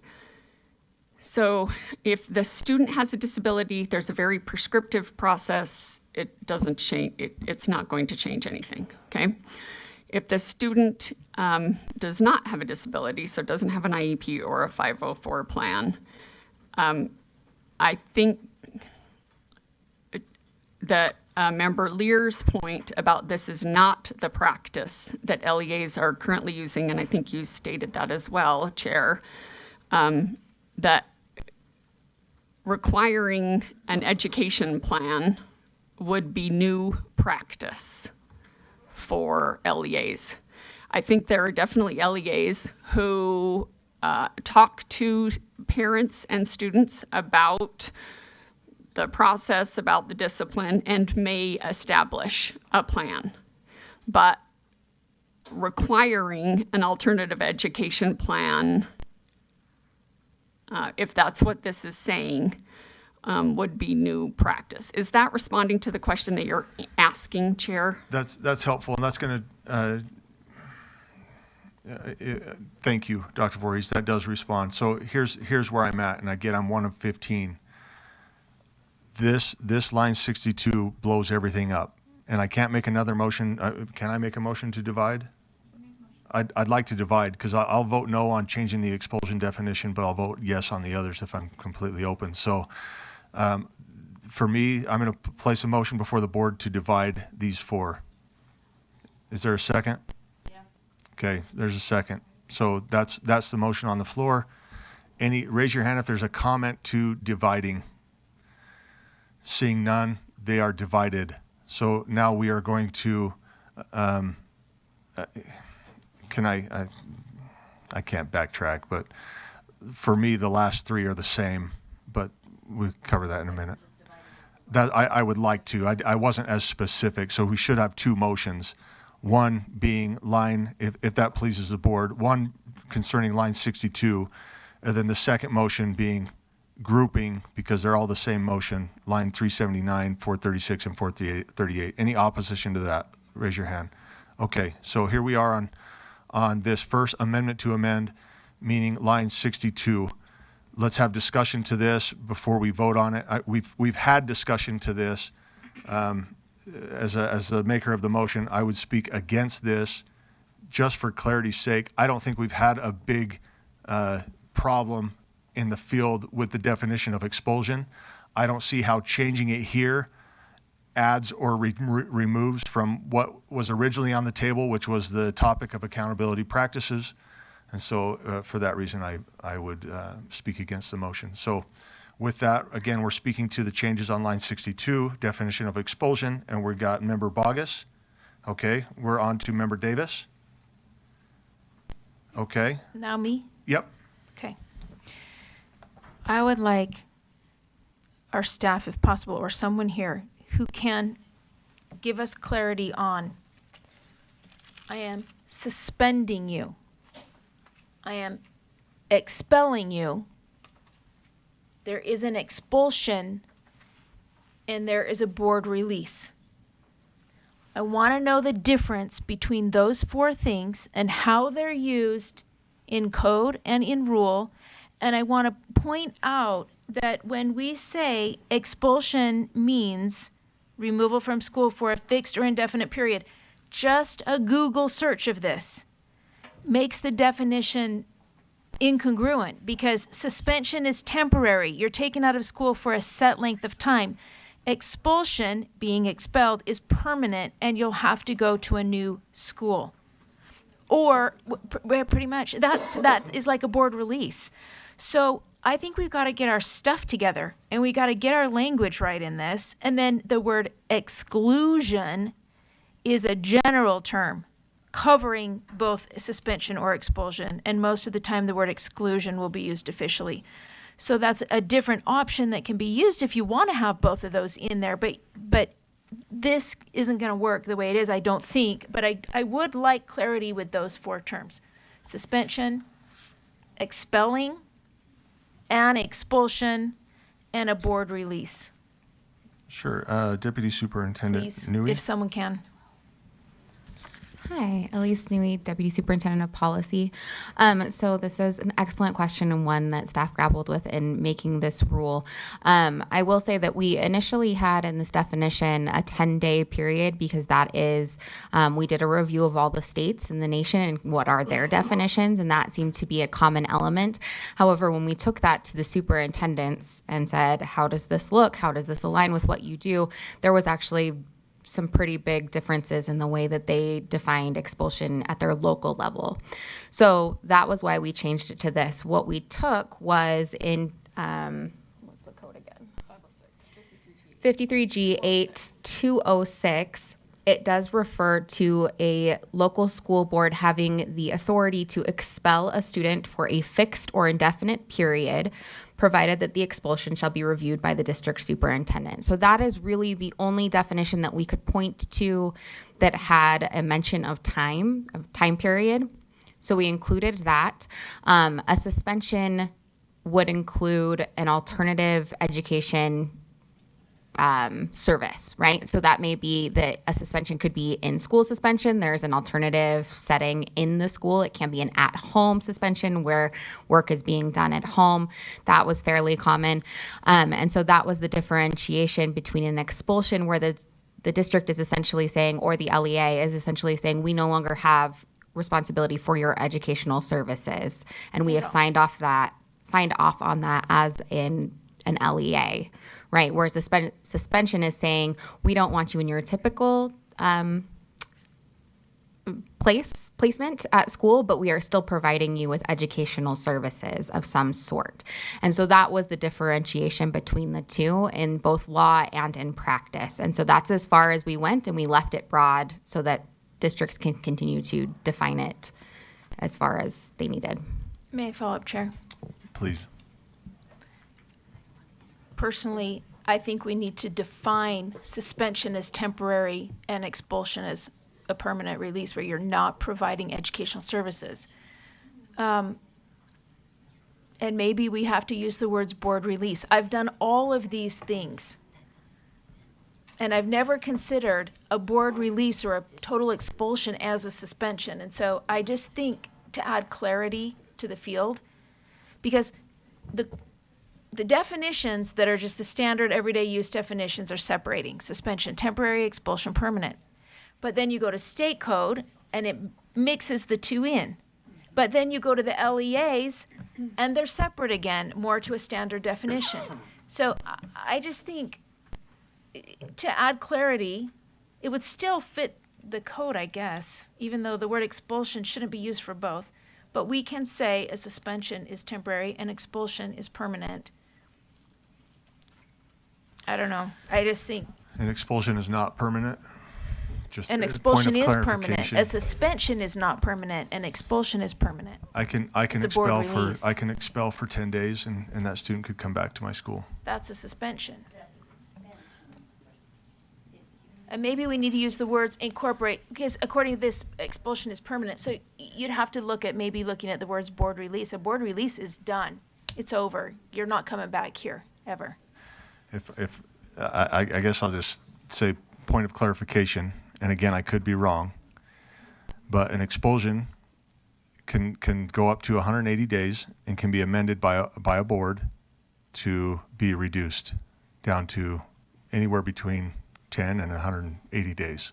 So Anything finite like that it's typically defined. is called a That's suspension. what I'm saying. This is defined. This is why I'm speaking against this motion, is because we're trying to redefine something that is working.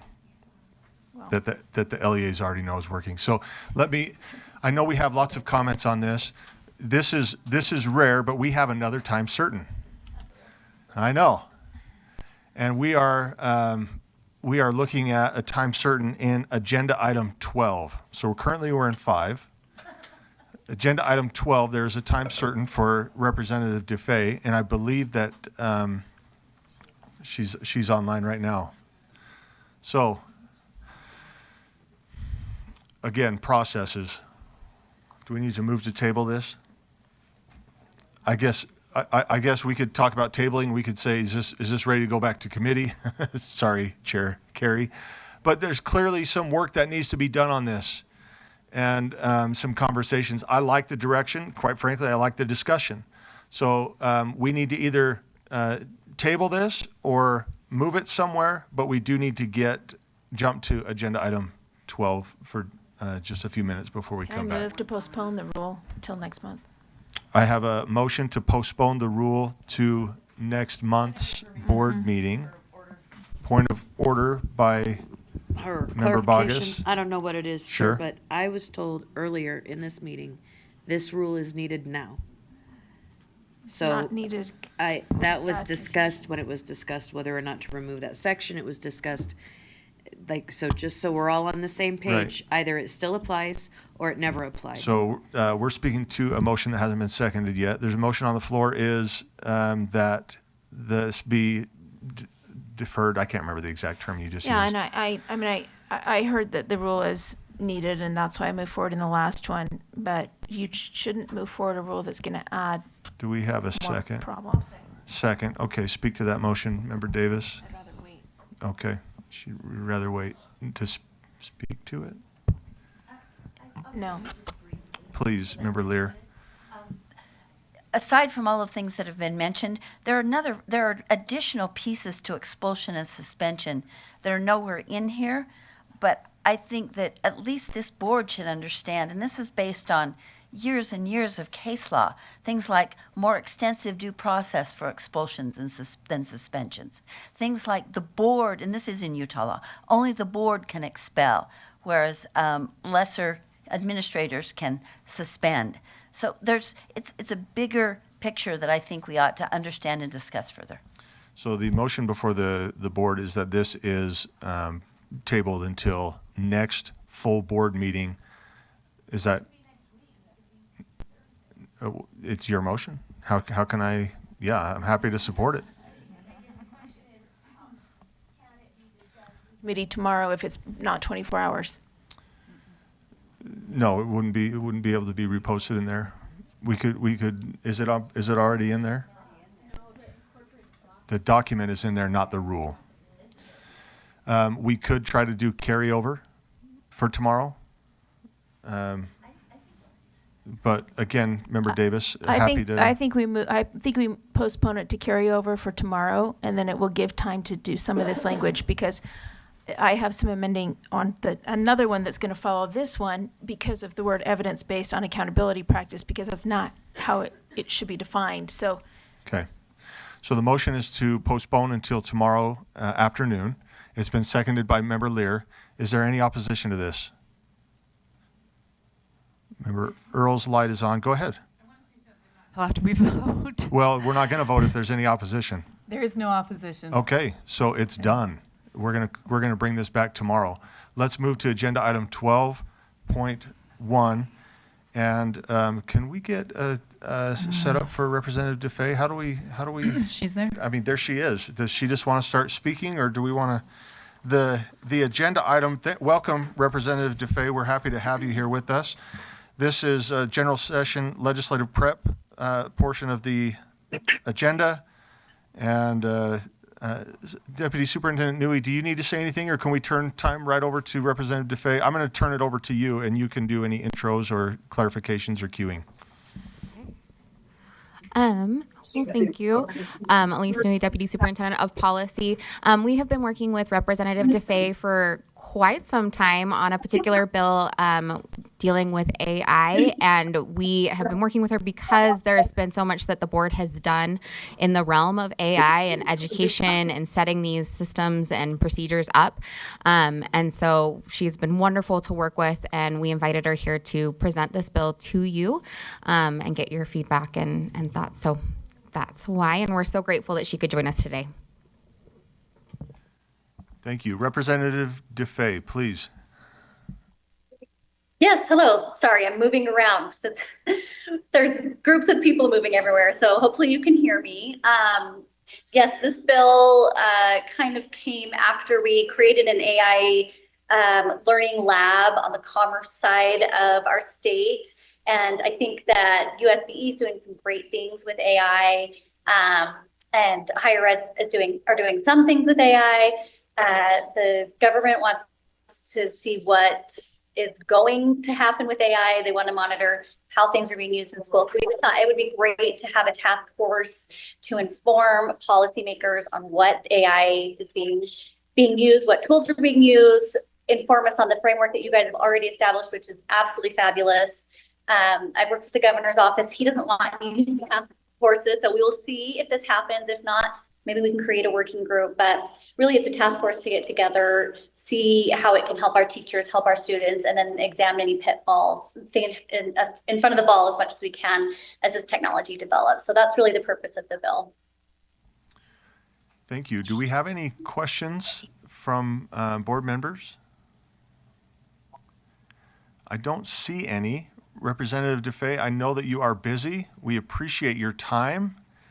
And I guess I would just encourage board members, if you do have questions as you ponder over this and think about what next steps are, to reach out to Representative DeFay. Is that an okay invitation for me to give, Representative? Yes, absolutely. Please reach out to me anytime, any concerns you have.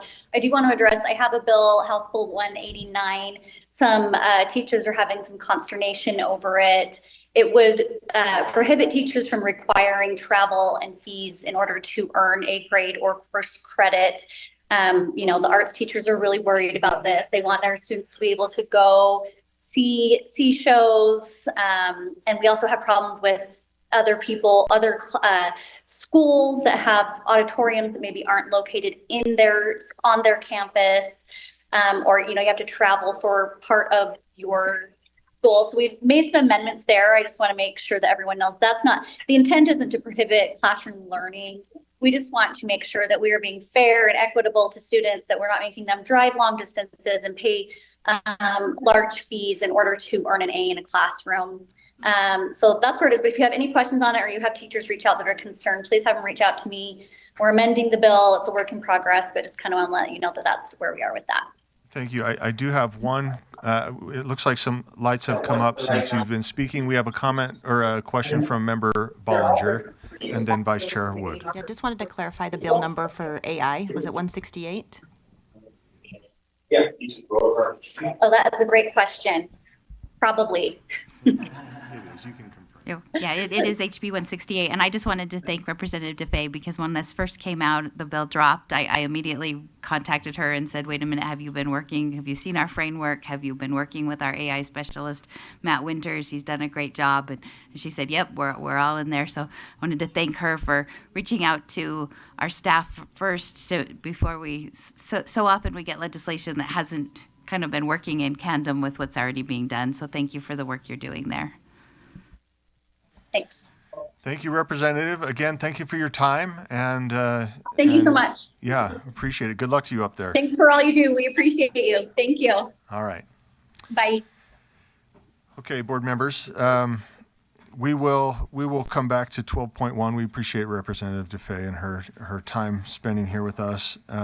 Let's jump back. We have a few more items, or a couple more items in Law and Licensing Committee report, so we're going to turn back over to, and just a reminder for the public, the R277609 has been tabled until tomorrow. So with that, Chair Carey, let's proceed.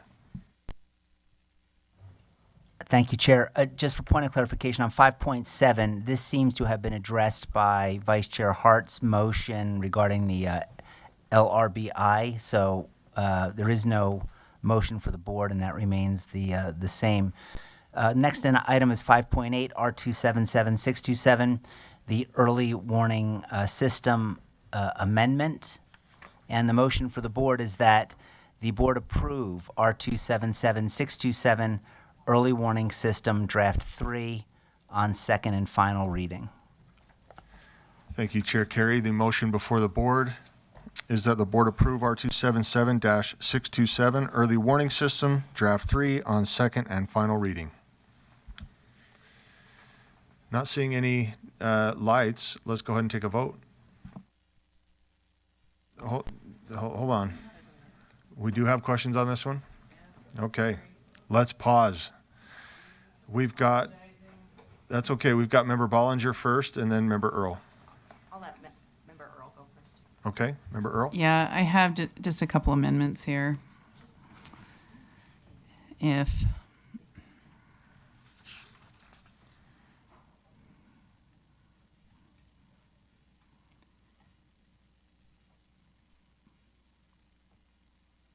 don't know where is it up there? So, that the board amend on line 25 by striking or behavioral challenges and replace with failure. So it would read, sorry, we get stuck on, let me pull up the full piece.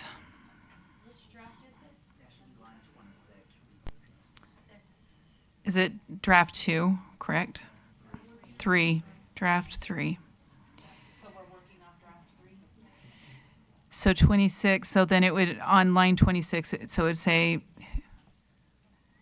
be at risk of academic failure, it would add failure there, and then striking behavioral challenges.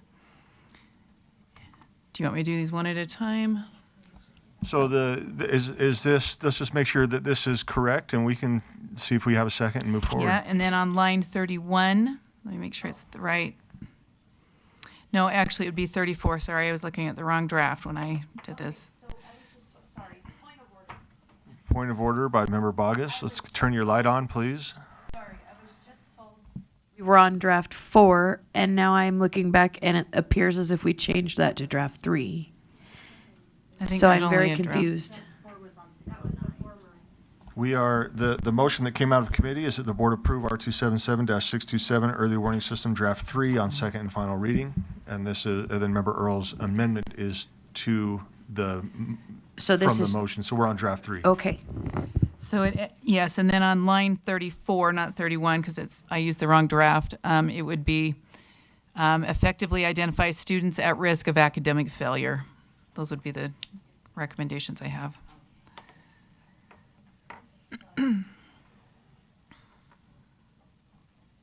Do we have a second to that motion?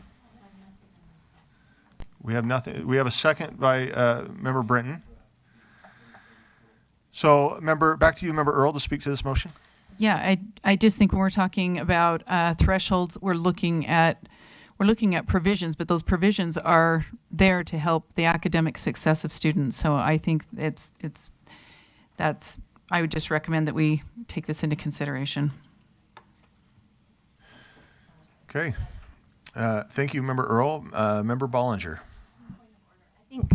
I think that when I'm looking at draft 3, I think you're trying to work off of line 26. Yes. Once again, I had the wrong version when I was putting it up. So it'd be 26 and 34, the line numbers. But the content is the same, so. Okay. So the motion before the board is that the board amend draft 3 of R277-627 on line 26 by striking or behavioral challenges and replace with failure, and on line 34 by adding of academic failure. Do we have discussion to this? Member Lear. I'm trying to square the earlier words, including discipline, attendance, behavior, course failures, and other criteria as determined in LEA, used to assess and identify students who may be at risk of academic, so then it would say academic failure, period. And the challenge I have is a student could have could have some of the examples included previously, but not be at risk of academic failure. But you still have to address that. I believe that a teacher would want to address that concern for the good of the class, but also for the good of the student, because he can't. His behavior issues are every much as debilitating as if he were almost failing the class, and it hurts both him and the class. So that's I'm not sure challenges is the right word, but I think we can't ignore that there are behavioral concerns, even if a student is excelling. I'm thinking of my grandson. Thank you, Member Lear. Don't tell him. Member Earl, do you have a response to this or a different comment? No, I guess not. So, no, I don't. I just think you could have behavioral challenges that are, I don't know, that maybe it's just in the person's, a teacher's opinion that there's a challenge to the child's behavior that, I just don't want that to be the focus. It should lead back to the academic success of the student as well as the other students. So, and behavior, yes, we reference behavior up above because it does. We do reference, behaviors do impact the students. So, but that's just the overall focus. In my view, don't vote for it if you don't want it, so. Okay, we have Member Lear back. Okay, thank you. Member Bogus. Thank you, sir. So I think that the motion as Member Earl has presented it actually addresses both of those. So it's redundant or duplicative, in my opinion, to say we're going to use a metric of behavior to address behavior. And so I would just speak in support of the motion. Okay, let's queue up the vote then. Again, the motion is that the board amend draft 3 of R277-627 on line 26 by striking or behavioral challenges and replace with failure, and on line 34 by adding of academic failure. Let's go ahead and vote.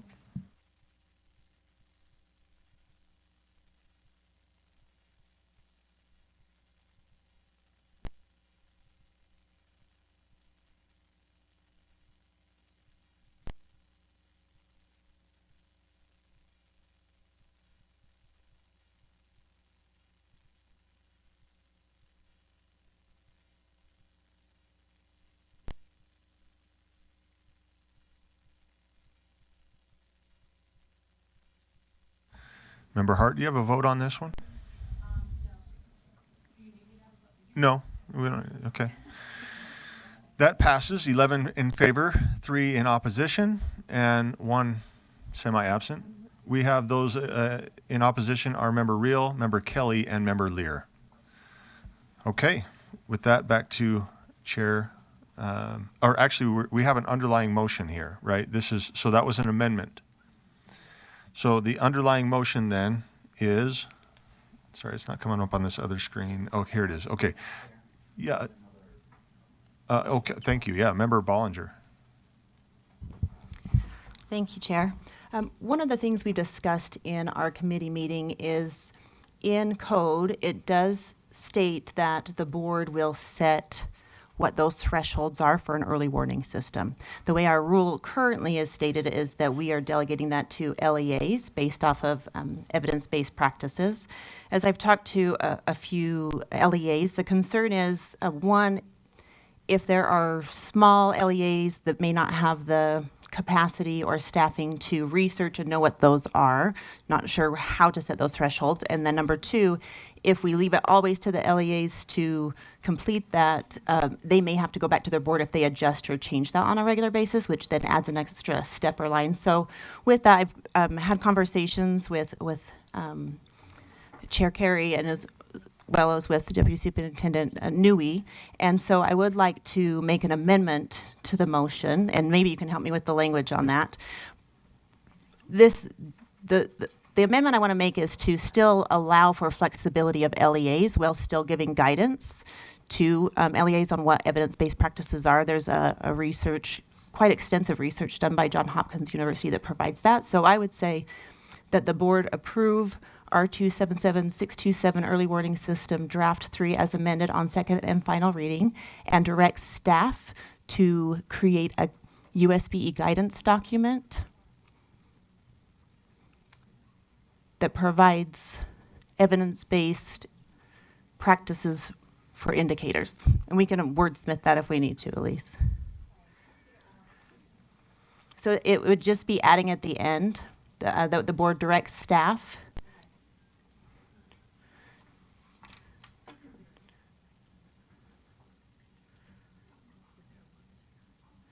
to create a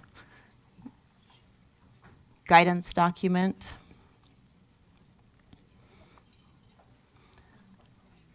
that sets threshold, or that recommends thresholds for early warning systems, and then bring that back to the board for approval.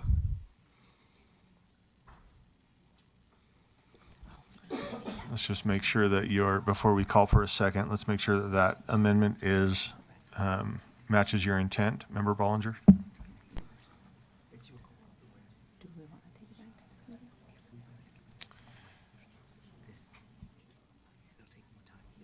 Member Bollinger, does that meet your intent? Clarifying question. Well, let's get it on the floor and we can debate well, it. I mean, we do have just a couple little changes we'd like to make, and so our options are to do this or to send it back to committee. I just want to make sure that there's no rush in this, so because I know we're already behind. So staff, if I could ask clarifying question, is there anything that's gonna, if we push this back to committee, are we holding anybody back? Elise?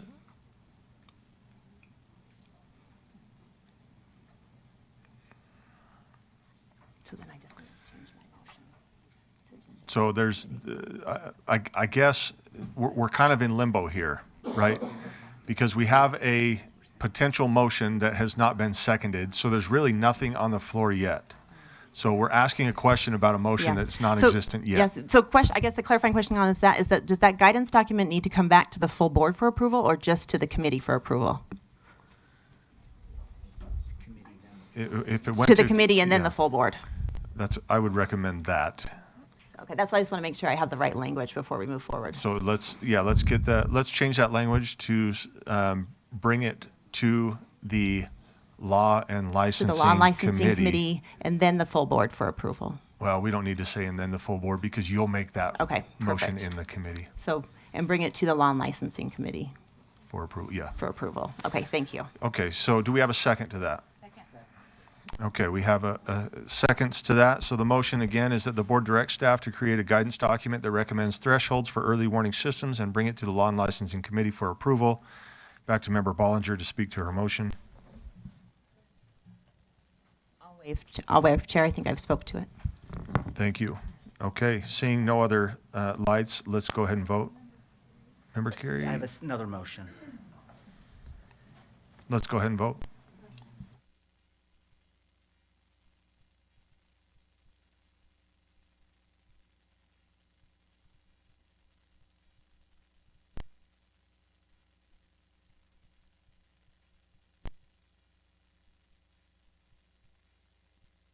Okay, that passes 14 in favor, 1 in opposition, that opposition being from Member Bogus. And so that's as amended. We're good, Chair Carey. Thank you, Chair. I just have a motion, and that would be on line 30. And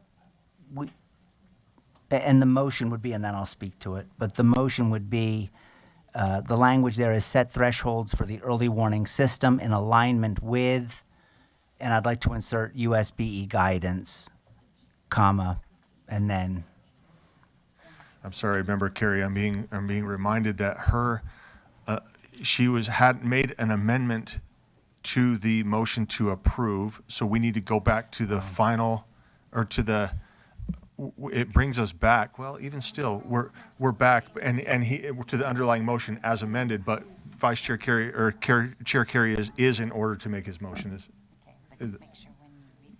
Yeah, when we go back, we'll make sure it's amended. My apologies. Do we have a second to Chair Carey's motion? We have a second there. Chair Carey, to speak to that. Yep, that's perfect. And if I could speak to it, Chair. Please, yes. And just, we just approved staff to prepare the guidance document. We just wanted a reference in the rule that the guidance document is there. And so that's the reason for the motion. Thank you. Thank you. Makes sense to me. The motion before the board then is that the board amend R277-627 draft 3 by adding USBE guidance to line 30. Let's go ahead and vote.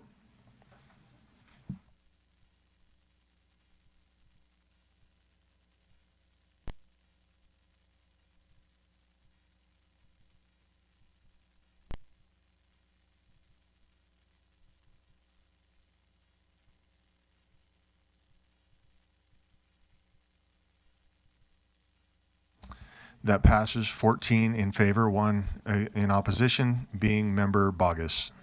With that, let's go to the underlying motion, which is that the board approve R277-627 Early Warning Systems Draft 3 as amended. Well, let me see here, because we have to direct staff as well. Here it is. That the board approve R277-627 Early Warning System, Draft 3 as amended on second and final reading, and that the board directs staff to create a guidance document that recommends thresholds for early warning systems and bring it to the Law and Licensing Committee for approval. Okay, let's vote.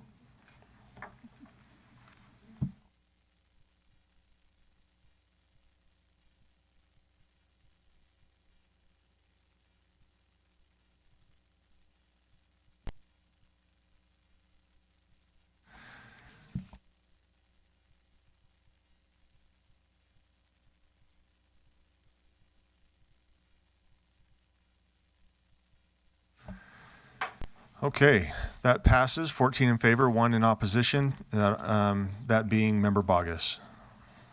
Chair Carey? Yeah, that concludes the business of law and licensing. Thank you. Thank you. Thank you, board.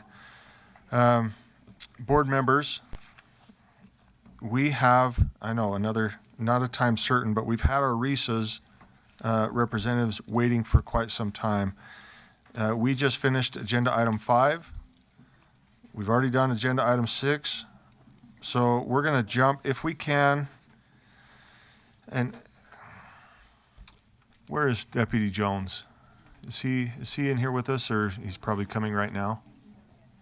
I guess I'm curious to say, do we want to take care of all of 11.1 right now? I don't want to, I don't like what we did with Representative DeFay, where we didn't get to really get into the meat of that agenda item. We had to just hear, then we got to come back. if we can take care of 11.1 in its entirety for the information with our Reese's representatives here, I think that would be more beneficial than trying to jump and come back. So let's just wait a second for Deputy Jones to get here so that we can do this appropriately.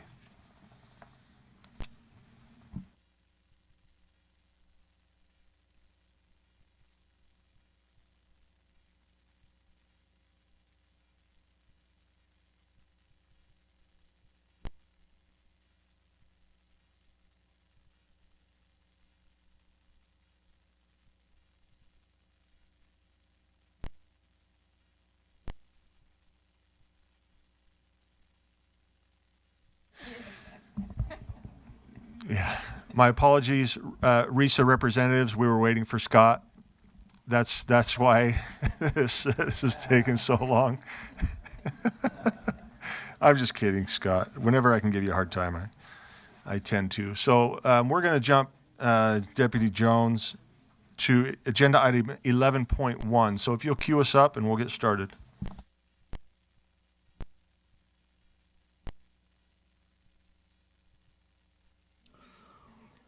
Deputy Superintendent of Operations Scott Jones, I'd like to welcome the Regional Education Services Agency's representation. Once a year, we try to make sure that the Reesas have an opportunity to inform you, and especially where we have so many new board members. They are difference makers in the rural communities and the members of each one of the four that they'll get into. In the 10 years I've been here, and in comparable to other states, that's just it. They are a positive difference makers to our rural schools, charter school membership, small district schools.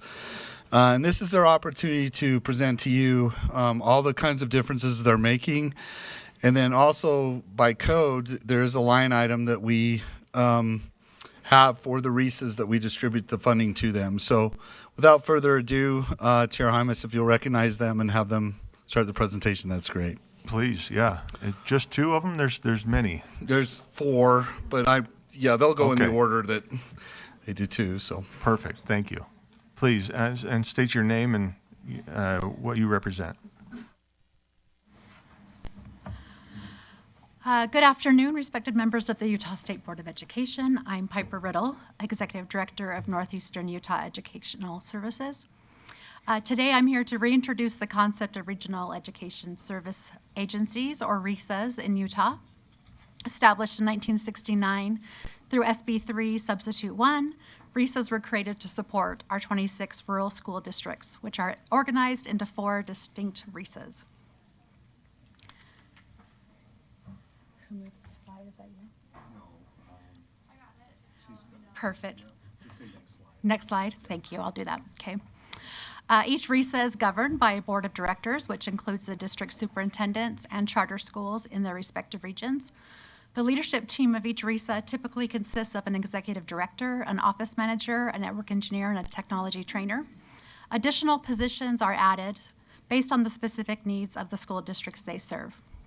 And you can see here the 4 RESAs in Utah, which are Northeastern Utah Educational Services, Southeast Education Service Center, Southwest Educational Development Center, and Central Utah Educational Services. Next slide.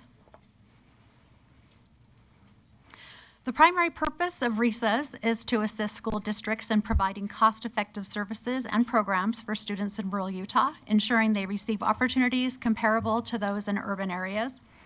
RESAs achieve significant cost savings through pooled purchases and services, building economies of scale for our smaller schools and school districts. Next slide.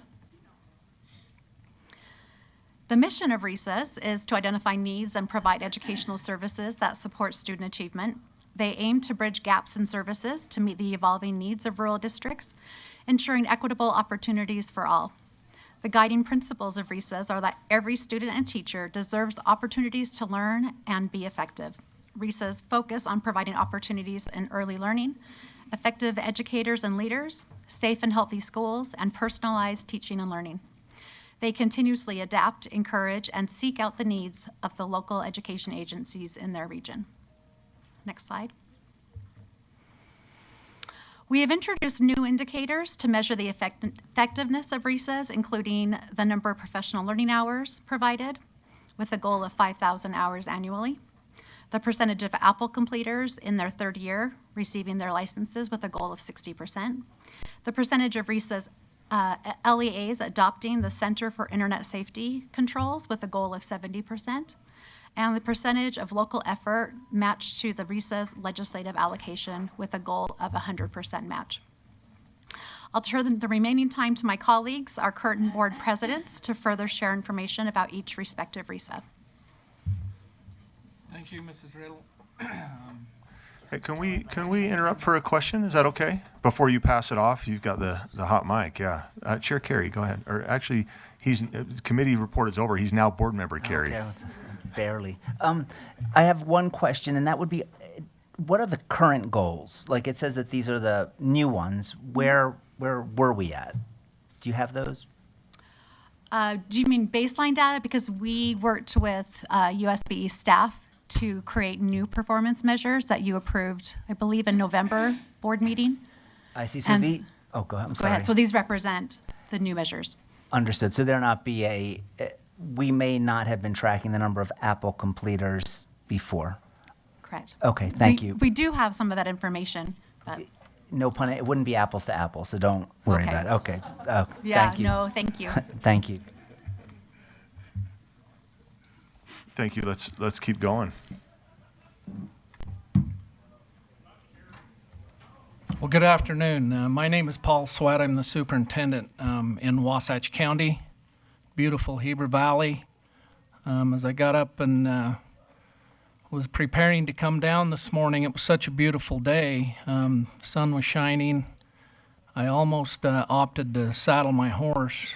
I've got a horse named School Business, and every once in a while, rather than making it into the office, I get on School Business and I go for a little ride. So if you ever call up to Wasatch and they tell you the superintendent's out on School Business, you'll have the inside track there. You'll know where I'm at. So I know many of you around the table. I appreciate being able to work with you over the years. I've spent 34 years in public education, and I've enjoyed pretty much every minute of it. We've been able to do great things together. I think that public education is the most important institution to any community, any state, and absolutely for this country. And the colleagues I'm here with today, and considering you those colleagues as well, we have such a fantastic state K-12 school system. I wish we could get the word out to more people, but the things going on are tremendous. And the great economy that we have in this state, definitely you have to draw a direct correlation to our K-12 system. So thank you for all your hard work and all the things that you do. I was hired right out of BYU to teach school at Richfield High School. And I moved down there. I'm from Heber City. I grew up in Heber City. And I moved down to Richfield, and I noticed that there was this phrase often used, the 6-county phrase. And I'm stealing some thunder from one of my colleagues behind, but my wife and I wondered, what's this 6-county stuff? Well, in Sevier County, and I'm sure someone's here that represents Sevier County and knows what I'm talking about, instead of having a health department in the 6 surrounding counties, they have one health department, and they call it the 6-county. There's a 6-county government agency in Richfield, and I think that it's common for government agencies to band together to enjoy increased efficiencies and serve these rural areas better by combining forces. And that's certainly what the service centers do. And I've been a little surprised over the years that some of the things that have been called into question even at our state legislature, as far as what are these service centers, what are they doing? And I think it's just a matter of education, but I can tell you that they're very, very important to our rural school districts. I know my my own board member, my own representative, Mr. Kelly, represents Daggett County. It's one of our counties. It's one of our counties that's represented in the northeastern Utah Educational Service Center. And everybody should make at least one trip. Every educator should make one trip to Daggett County. They have 243 students. Bruce Northcott, their superintendent out there, his fingerprints of the last 30 years are all over that district. There's a concrete wall, a cinder block wall that needed put up a few years back, and the superintendent got out his wheelbarrow and his trowel, and he built that wall for the school district himself. And to visit these small districts, 243 students, that's just a large classroom in the Wasatch Front. It's so important that they have a service center. It's so important that they have support from the other districts. We meet monthly as a board. It's my privilege to be the chairman of the board this year, and we meet every month. We have 10 school districts and 5 charter schools. And lots of collaboration takes place in those meetings that go beyond what's listed on our slides here today. So I'll finish up. I've been known to take more time than I'm allotted, Chair, and as long as the chair's away from cutting off my mic, I'll keep going. But on this next slide, you can see all the services. I'm not going to read all of them to you. What I do want to read to you is the people that work in the News Education Center in the Heber Valley, which is where the home base is. We have a tech director. We have a network engineer. That's a shared position. We have instructional coaches. We have a crisis counselor. We have a tech trainer, an art specialist, a media specialist, a school psychologist that doubles also as a BCBA. And some of you are familiar with that term. I kind of know what it means, but I'm not sure what the letters stand for myself. The point is, we have these people that are so integral to the success of the 10 districts and the 5 charter schools in our area. And we brainstorm once a month on how we can continue to support them and better help them. So I'll just finish up with our service centers are an absolute lifeline for our rural districts. And I would ask for your continued support, and not only directly from you as a state board, but also as you converse with others and other policymakers around the state, that our service centers are held in high esteem and that they are supported, and in turn our rural districts are properly supported. Thank you very much. Thank you.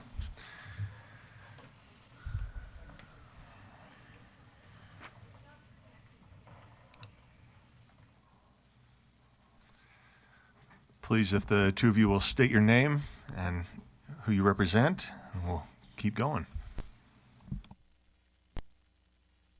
The president of the board for the Southeast Service Center. I don't know if they can both be on, but Yeah, you're on. okay. And my name is John Hughes. I'm the executive director of the Southeast Education Service Center. It's my pleasure today to represent the Southeast Service Center. We represent 21% of the state, which is huge. So we have a lot of geographical issues that we've been able to tackle by being so well coordinated and working so hard together. We have 4 districts and 2 charter schools. I happen to be the chair this year. I've been elected by my other cohorts, and I am a chair of a charter school. So we are the second oldest charter school in Utah. We've been a part of this organization for quite a long time. It's my pleasure to work with John, our new director. I think we're a pretty good team at this point. We've been able to pull off some really amazing things in the last 6 months. We have a brand new makerspace lab that schools will start being able to come to, that John and his staff have teamed with AmeriCorps to staff it. So we have some really exciting things happening in our area.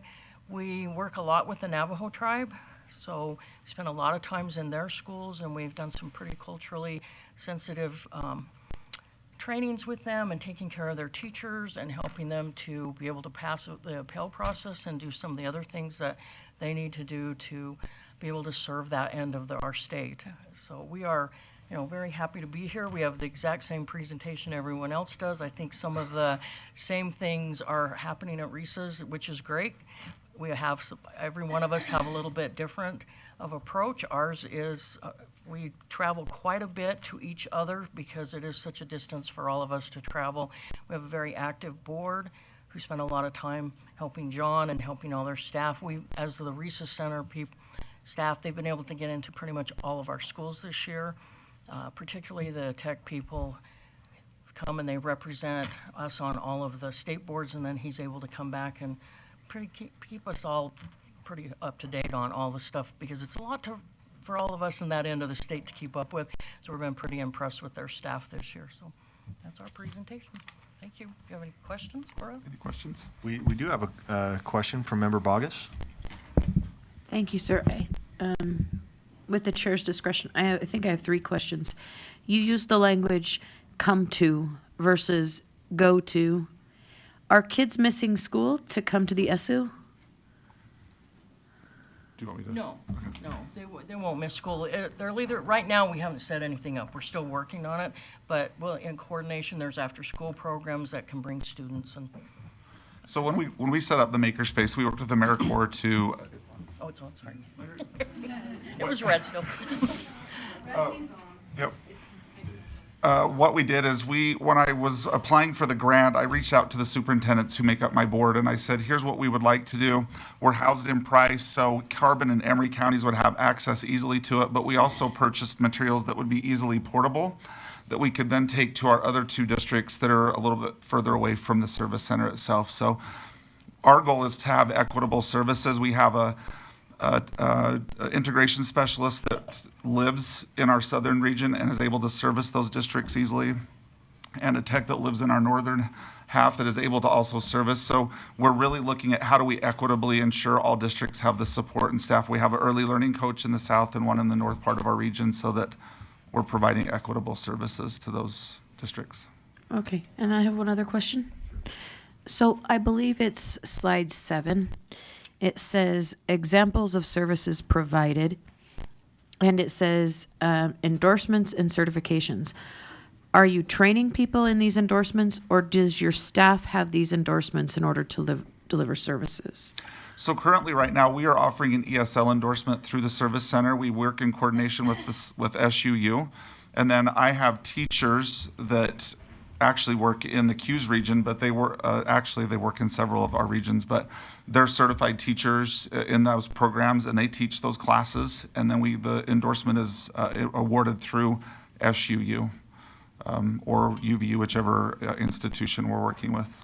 So they do get the endorsement through USBE. It's the USBE endorsement, but we provide the coursework for them through the colleges to be able to do that. Okay, and then do you have thoughts on the certifications? So our service center does not, there are other service centers that do offer certifications. Ours, we only offer that. The ESL endorsement is currently the only one we're offering through our service center. Okay, thank you, sir. Thank you. Yeah, thank you both. Thank you all for being here. Thanks for being patient with us.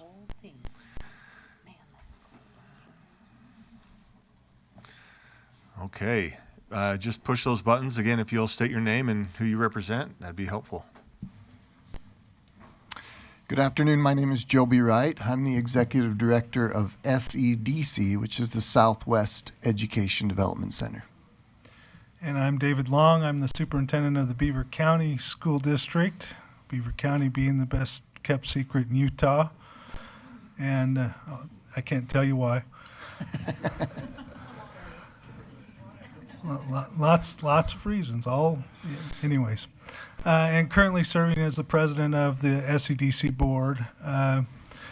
To picture what we represent and what SEDC services, think everything west of the Colorado River to the state border, and everything south of Millard County to the state line. And so that's the kind of area we're talking about. We have larger school districts in that boundary. We have smaller school districts in that boundary. My school district's about the size of my elementary school when I was a principal way back in the day. But that said, without SEDC, I don't have a cabinet. I don't have an assistant superintendent. I don't have a tech department. I have SEDC. And so whether it's behavioral health needs, whether it's technical needs, whether it's endorsement and licensing needs, professional learning needs in the district, SEDC is my first stop for those things. And what you have with the service centers, in my opinion, is the most cooperative and collaborative education agencies in the entire state of Utah. We would do well if we all function like the service centers do together. You just had a question about endorsements for one of the service centers. Well, we send our teachers to any of the service centers for whatever endorsements they need. So you might have on the one service center doing ESL endorsements, but I can send my teachers to that service center for those endorsements as well.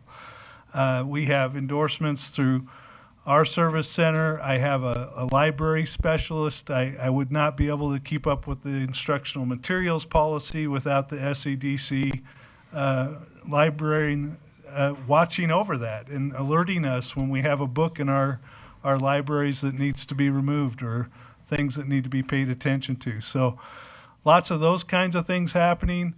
Any technical issue we have gets addressed. And just a quick story on this.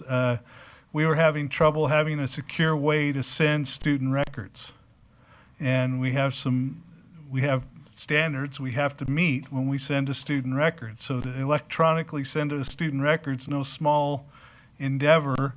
And the system that we had for doing that broke. And for month after month, we couldn't get that fixed. It was one call to the service center. The tech, who has a background in cybersecurity, wrote a program for us, put that together, and now we have a very simple way we can email data privately, and we know it's not going to get hacked in the sending of that email, and we can send student records and other information that we need to do. That's just one small example of many, many of the services that happen through our regional service centers. Just real quick, one quick comment mentioned about endorsements. Superintendent Long mentioned how they're open. They are open statewide. So all of the endorsements that you see, we have teachers participating from Cache County. We have teachers participating from charter schools along the Wasatch Front. All of our endorsements are open to all teachers across the state. We provide them using Canvas and using Zoom, so they can attend. They don't have to travel. They can attend from their home or from their home school. And so we try to provide as many services for all educators as possible. And we run a great conference in the summer too. Yeah. Thank you so much. Yeah. Appreciate that. Next group. Okay. I'm Cody Willis. I'm the superintendent of Paiute County School District.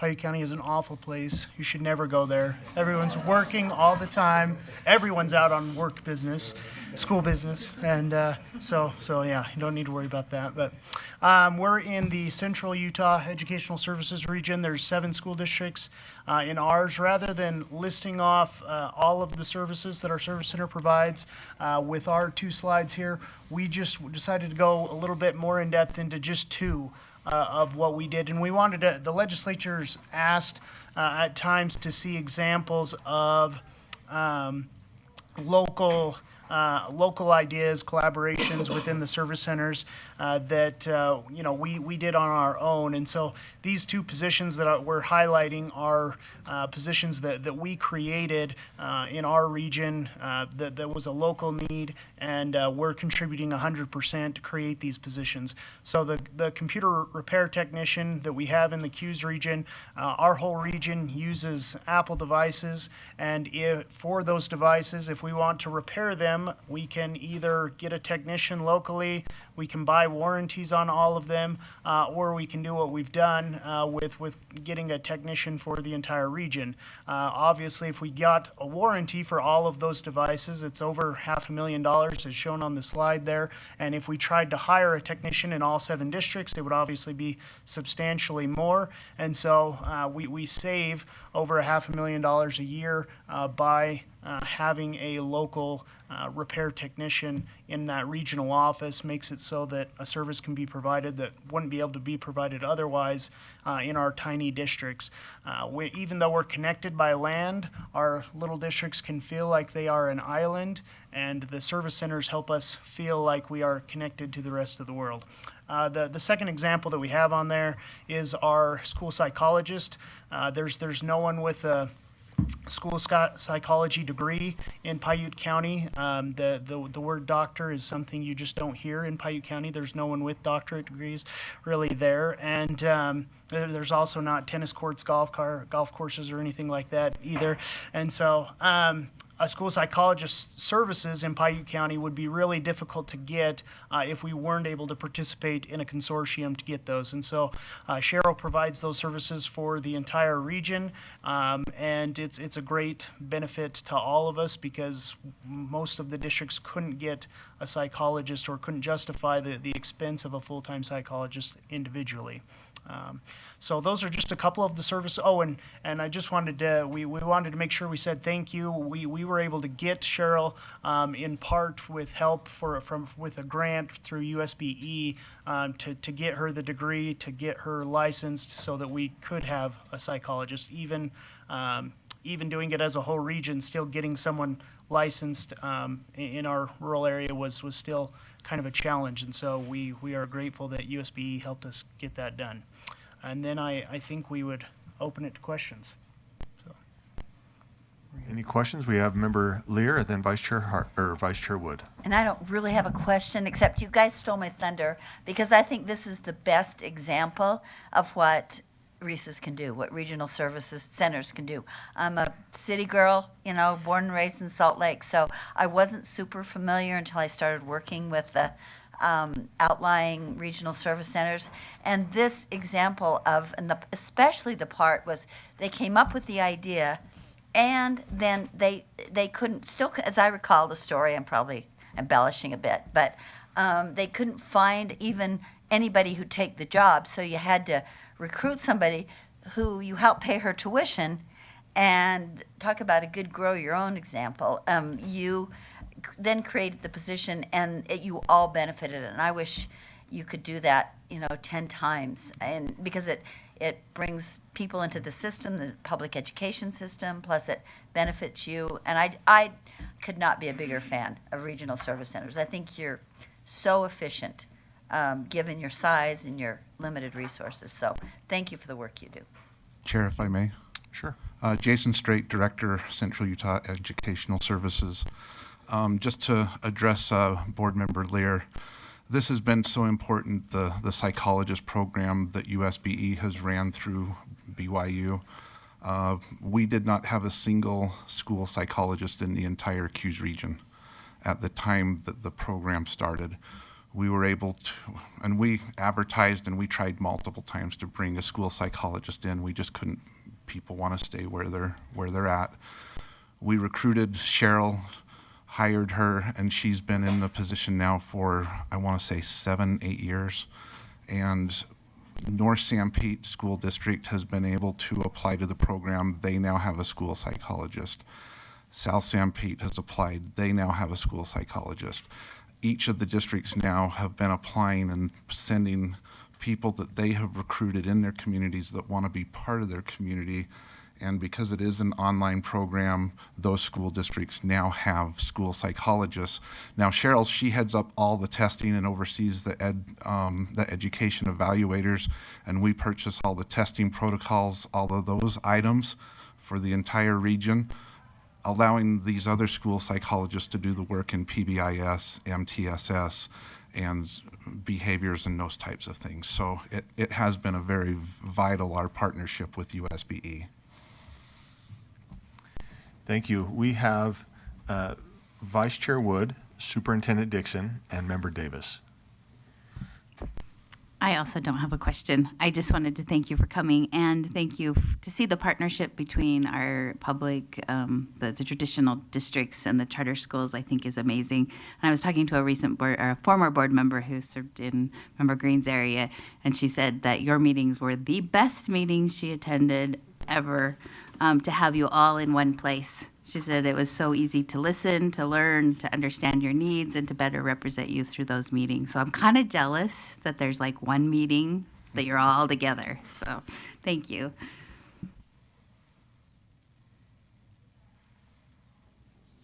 They are good meetings, Vice Chair Wood. I've attended a few of those. So as a rural gal, you know that this is something I'll get in a boxing ring for. I'll make sure that Deputy Jones is there as my backup, always, if I get in a boxing ring. But I just value the Reesas so much, and having visited the schools all over the state and knowing how you make a difference is just something I will advocate for always. I do have both a comment and a question. So I think one of the comments I have is that you each have something that's really unique to your Reesa. And I want to back up, Chair Hymas, if I may, and because I think we have so many board members that might be new since this happened.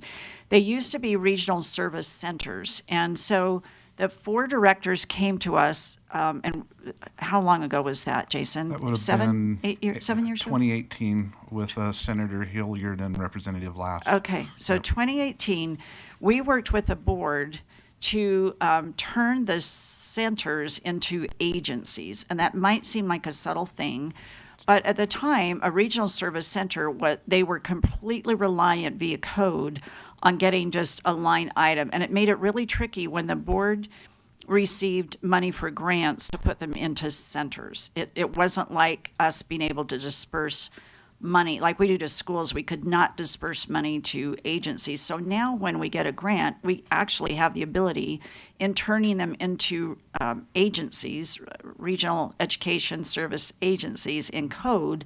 We can direct money to an agency and have the agency be the fiscal agent or work in collaboration with their board of all of the schools that they serve, to not only disperse funds, but be a part of initiatives. So Deputy Jones and I were so happy to be a part of that. We worked really hard to make that happen.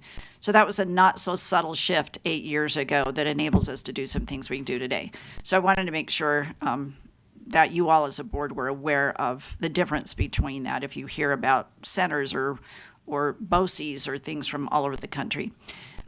So comment about you each have something unique in addition to all the things that you do. I would just ask that maybe next time you come back or in one of those awesome meetings that Vice Chair Wood talked about, I would challenge you to think about and bring forward a list for the board of each one of you, if there's something you've been talking about that you think collectively could enhance outcomes for students. Like, how could we improve academics and opportunities if we were able to do this as a Reesa with our collaborating districts and charters? I would love to know that. I think the board would love to know that, and maybe with that focus, if it's a policy shift or, we can all use more money, but especially if there's like a policy shift or a program you want the board to advocate for, discussing that in one of those collaborative meetings, I think the board would be really open to that, because you come and report awesome things, but you never really say, here's something that we'd like to see happen, but here's a barrier. I can give Is that you fair? one right now. But we've all been working on this right now, is that pre-K through 3rd grade early learning coaches. And one thing that may happen, depending on what public ed appropriations does, is the professional learning grants that we're receiving some base funding to run those positions, and then also our local boards are going to be supporting those positions through local funds. So it was meant to be a 50-50. It looks like those funds are going to be swept, and that the professional learning grants will go away. And so Reese's will really have a hard choice to make. Do the local LEAs fund the entire amount, or are we going to lose that position? So we've worked with USBE on the early learning coaches over multiple sessions, multiple times. We thought we had a solution, and it looks like maybe those professional learning grants might be rolled and disappeared.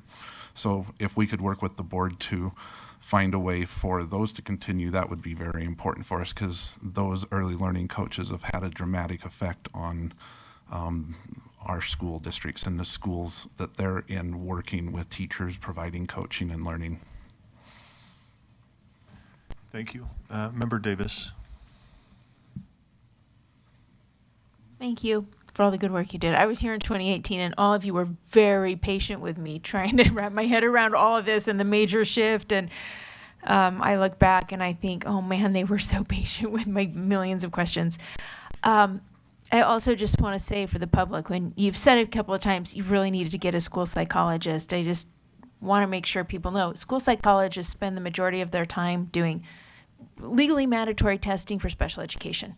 So a parent signs a permission to evaluate, and by law they have 60 days to get that done, and that involves, you know, processing testing and all kinds of testing like that. It's not like an optional go talk to a school psychologist when you have a bad day thing. I mean, they are busy and they have to get it done. So that was really crucial that you were able to fill that position and help those parents get that testing done when requested in a legally time sensitive way. Thank you. And thank you to not only the two of you, but all of the Reesa representatives who could make it to our board meeting today. We truly appreciate your work and all that you do for our schools, both district and charter. So thank you. One final comment? Just one final comment. We, as the four Reesas and the Utah Rural Schools Association, would like to thank the board and Superintendent Dixon and her leadership team for the support that you've always shown to our conference that we annually hold in July. And I know that most of you have been to that conference, and we appreciate it, and we'll invite you again. But we really appreciate your support in hosting and running that conference. Thank you. The conference, oh yeah, let's give them applause. Sorry. I was going to say the conference was great unless you're sandwiched between Jim and Brent at a dinner, and then I'm like, I got to get out of here. Yeah, so yeah, fix that and I'll be back. Okay. Board members, Deputy Jones, can we take 10 minutes?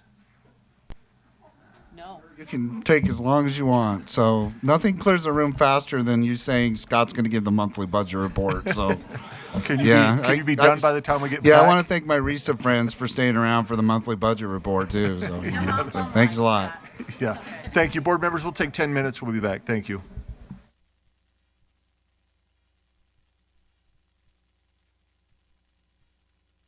Standards and assessment. And so Deputy Superintendent Jones, if you will give us our information item, that would be great. We're about halfway through the year, halfway through fiscal year 25, and we'll start closure activities within the next 60 days for FY25. Subject to any questions or concerns, at your direction, Chair, I can move to the discretionary funds report. Looks like we have a comment from Member Bogus. Some of my constituents don't seem to understand that sometimes our fiscal might differ from other fiscals. Could you just put it out there on the public record what our fiscal year is? Our fiscal year, our current fiscal year right now is state fiscal year 2025. That is different than the federal fiscal year or the annual calendar year. The federal fiscal year runs from October 1st of every year till September 30th. The calendar year from January 1st to December 31st. The state of Utah runs their fiscal year from the state fiscal year from July 1st to June 30th. We are currently in state fiscal year 2025. That is the basis of my report, and I appreciate the question from Board Member Bogus. Does that answer her question, sir? We got the head nod that it does. So let's proceed to the next item. The next item, sir, at your direction is the discretionary funds report. These are funds that result as part of the process. That is year-end close. If you could go to the report itself, I orient board members to the upper right-hand corner, which is your available balances. The board has done an excellent job of prioritizing spending, not just to spend money, but for viable projects or, set-asides, contingency funds, those types of things. They're all well within the Money Management Act and things. So, excellent there. There's been questions from board members on availability of funds for particular projects. As we move through the year and we get closer to year-end close, that's where it becomes more clear on perhaps we overestimated on a particular project. So money will likely free up at some point, right? But that we typically wait and do the full update to the balances after year-end close activities are completed. I just do want to allow board members and the public to hover or look at that upper right-hand corner for availability of funds in case you have ideas on, particular projects or things. There is still some funding left, but always we have to look at whether or not those funds could be used allowably for whatever project or idea a particular board member may have.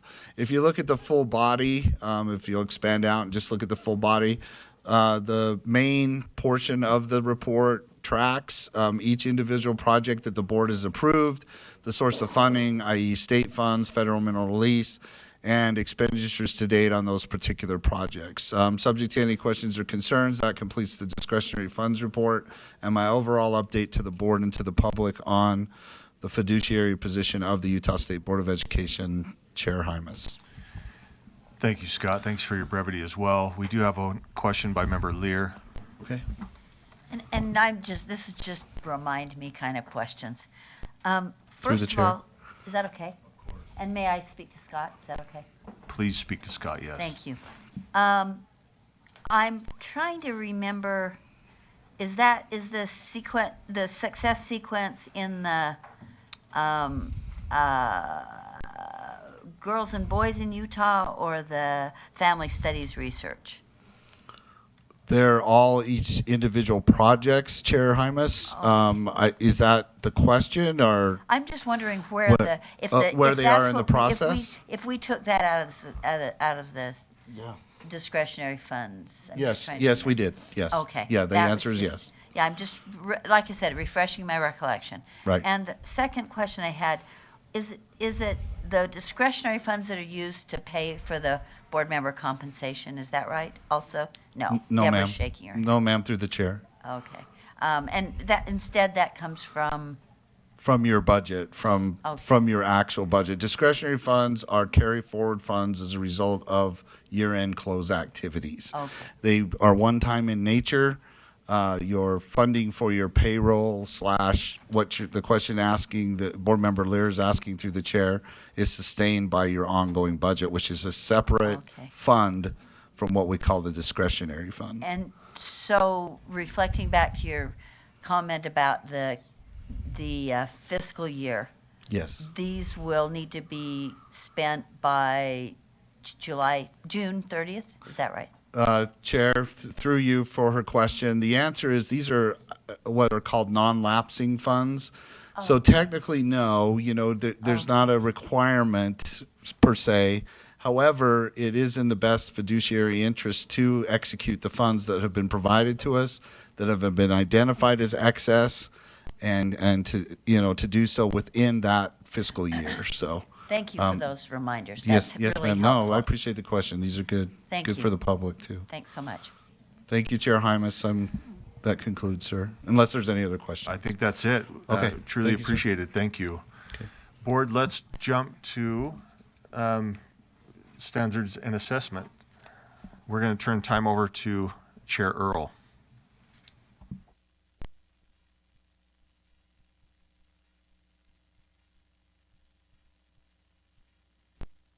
Yeah, sorry, that's agenda item 7 for the public and the board, if we're because we have been jumping around quite a bit today. So again, Chair Earl.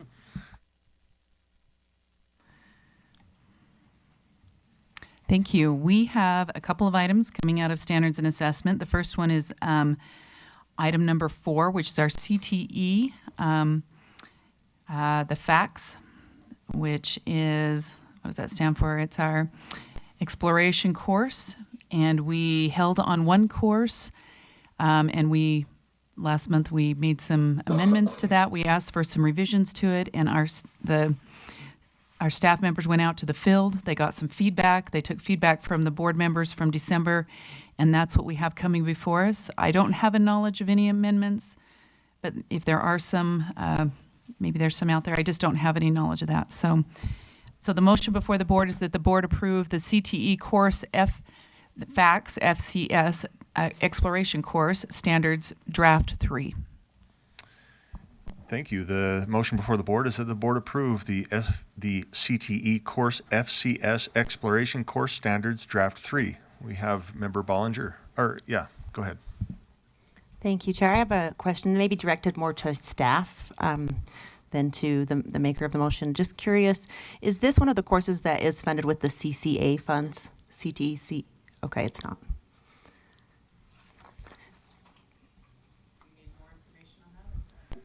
No, that's fine. Does that answer your question? It sure does. Okay. So again, the motion before the board. Well, Member Earl, you want to speak? Okay, the motion before the board is that the board approve the CTE course FCS Exploration Course Standards Draft 3. Let's go ahead and vote.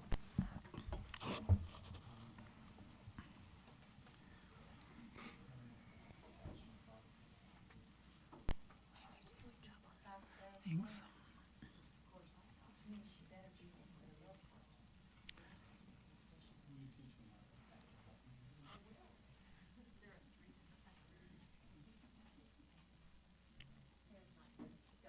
Okay, thank you. That passes 13 in favor, 1 in opposition, and 1 absent. Member Bogus in opposition, Member Reel absent. Chair Earl. Yes, thank you. The next item we will actually be holding until March. We think there might be some legislation maybe related to surveys. We're just kind of holding on to that. So that'll be coming before us. We've got a little bit more time for that, so just making you aware of that. And then the next motion before the board, and I do have an amendment for this. We had a little bit of a structural thing, but let me put this before the board and then I'll make the amendment for that. So it's, I went too far. Sorry. Let's get the motion out and then we'll amend it. Yeah. That's what I was going to do. Oh, perfect. That the board approves R277704 Financial and Economic Literacy Integration into Core Curriculum Draft 2 on second and final reading. And then Okay, so that's the motion before the board. That is Chair the motion. Earl, go ahead. And then there is the amendment is this. When we structured it, we ended up making it a 4, an IV, right? But it actually needs to be a C, a separate. So let me just, and then also, well, let me read the amendment and then I can get a second and then speak to it.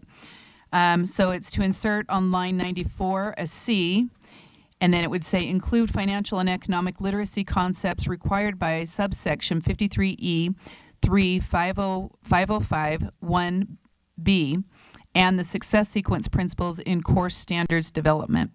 I've had a second. And before we get there, Mm-hmm. are we still, you read part 2, but is 1 still applicable? Oh yeah, sorry, my apologies, strike line 93. Oh, perfect. Do we have a second? Second to that? Go ahead and speak to that. I'll speak to that. We did add in the success sequence principles, but it needed to be under a not a 4, because it was under data collection, which isn't where it needs to be. It just needs to be under one of the principles.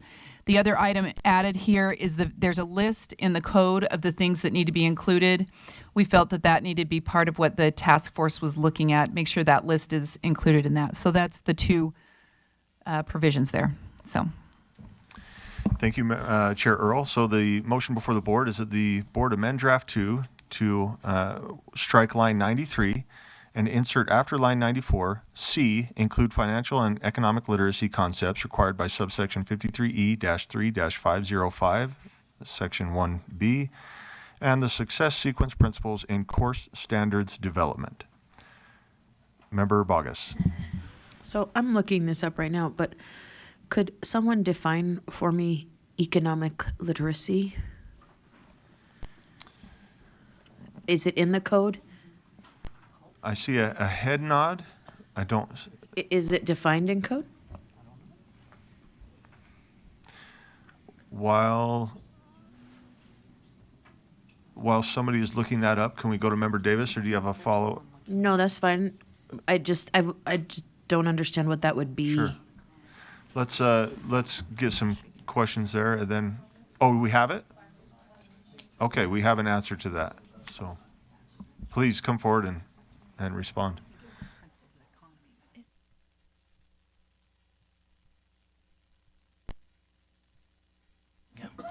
Good afternoon, Talia Longhurst, Director of Career and Technical Education. Statute defines it as, well, they define the concepts. So in 53E-3-505 1B, financial and economic literacy concepts include, and there is a long list there, which includes economic systems. There's a couple of bits of detail and description there, but it is 22 lines long of what those concepts that must be included in that course consist of. I'd be happy to read them if you'd like me to. Thank you. Does that answer your question, Member Bogus? Yeah. Okay, perfect. Thank you. Thank you. It looks like we have Member Davis and then Member Kelly.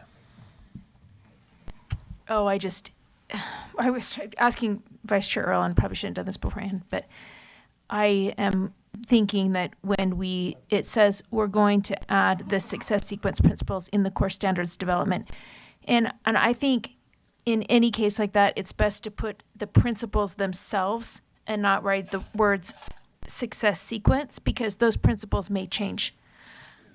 Certain types of things might become more economically advantageous, or, you can't always control when you put specific names of things like that in board rule.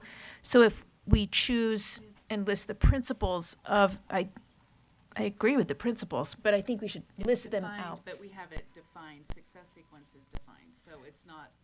Yeah, but it You have a could change. It could morph over time out there, and then if we refer to it in here, you can do, as you develop it, you can decide, but I just think it's best to list the principles always rather than to say some sort of canned kind of the title, which is my problem with it from the very beginning.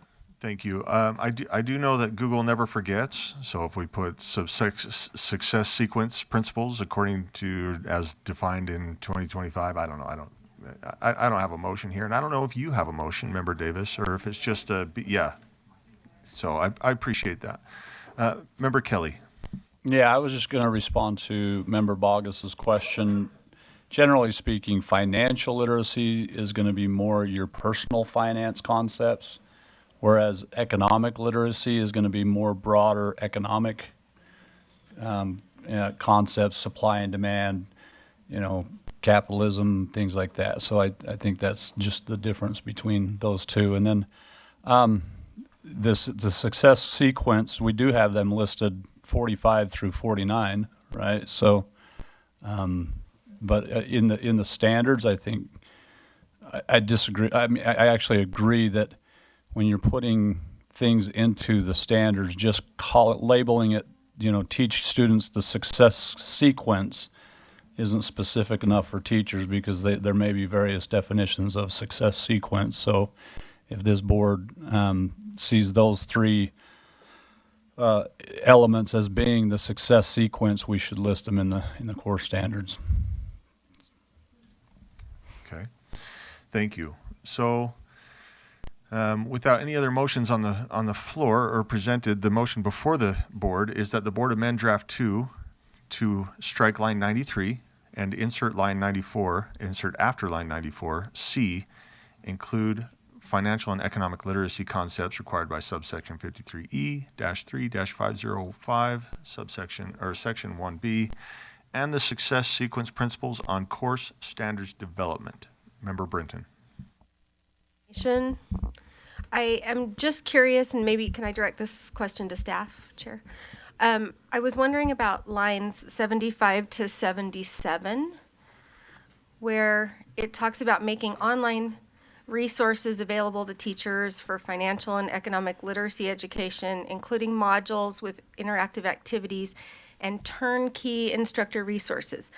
I just wonder if this is a move more to like anybody can teach this, it's an online module, versus teachers who are trained in financial literacy, like Board Member Kelly actually teaching the classes, and I think students learn better with teachers versus just online content. Could you? Please. 75 to 77. Thank you for that question. That language, 75 to 77, comes directly from statute. Okay. It's something that we're required to do. We have just recently revamped our website, Finance in the Classroom, so that anyone can access those resources. The intent is not to make it just, teacher lists. That's not the intent. But we have a lot of people who use that website to find resources for teaching. Financial literacy is designed to be a K-12 program, and so it's out there for anyone who needs to access it. We actually have a lot of people go to that website from other states who are trying to teach financial literacy as well, but that does come directly, word for word, from statute. Okay, that. Thank you. Thank you. Member Green. Yeah, this is just maybe a point of clarification. SJR 3 in the 2024 general session was a joint resolution concerning the success sequence. So that just happened last summer. And it actually does spell out what that looks like. 1, completing at least a high school education. 2, obtaining full-time work. And 3, marrying before having children. Whereas. So there is that resolution that actually exists. And that we could, if we could have. Okay. So it sounds like, the definition is in the document. Is that okay? Okay. Yeah. I Okay. didn't realize there was a resolution. Me neither. Thank you. Thank you. Member Lear. 2 points. I thought there was nothing about the success sequence that I liked, and I come to find out that it's also obtaining full-time work, and I'm sure that applies to both men and women, so I really do support that aspect of it. And then the other question I have, just out of curiosity, is what are turnkey, 977, turnkey instructor resources? Those would be things that people can just plug and play. They're ready to go. They are no preparation necessary. So interactive activities, and so help me say a little bit more, give me a little more info there. Well, they would be curriculum maybe available from other websites, vendors, things that people can either access, and I will say many financial literacy resources are available for free. There's a huge movement out there for free resources. You may or may not like the source of them, but there are many free resources. They include videos and yes, that all kind of of the stuff. above. Yeah. Okay, all right, that helps me, thanks. Thank you. Member Earl. Oh, okay. Member Bogus. Thank you, sir. So when I was going through one of my degree programs, Member Lear, they associated turnkey with the terminology teacher-proof. And so it basically implied that it was there, you press next. It doesn't matter who's doing it, the instruction is delivered, oftentimes through a technology without a lot of innovation or creativity by a human body. And I don't want to get controversial, but those two words were used almost synonymously in one of my programs. So. Well, thank you. That's all right. No, I just think that teacher-proof is hyperbolic and inflammatory language. Thank you. We've got Member Brenton and then Member Kelly. Question, or I'm just wondering if we should link the Senate joint resolution here on lines 45 to 49, and just for ease of somebody looking that up, is that necessary? I didn't know. I don't see any volunteers. I would say it's not necessary. Ben's shaking his head back there. If you value Ben's opinion, then no. If you value my opinion, then no. But I'd like to move. yeah, yeah. Yeah. So anyway, does that answer your question, Member Brenton? Thank you. Member Kelly. Yeah, I don't know if most in this room know, but this is the subject matter that I teach at American Fork High School.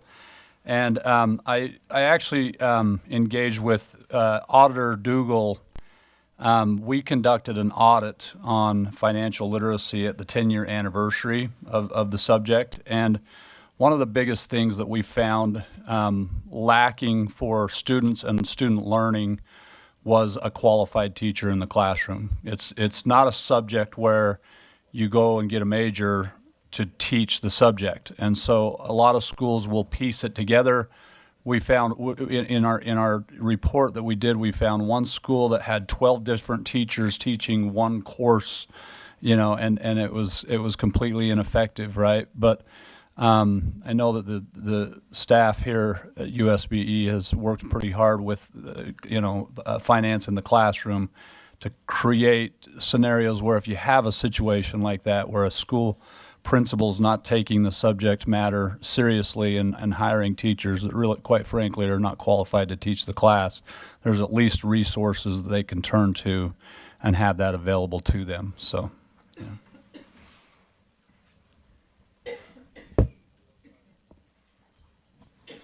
Very good. And where are we at here? The board approved.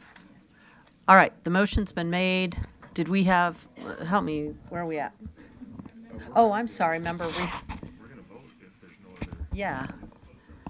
Are we to the vote? Yeah. Very good. Let's vote, guys. Sorry, is she okay?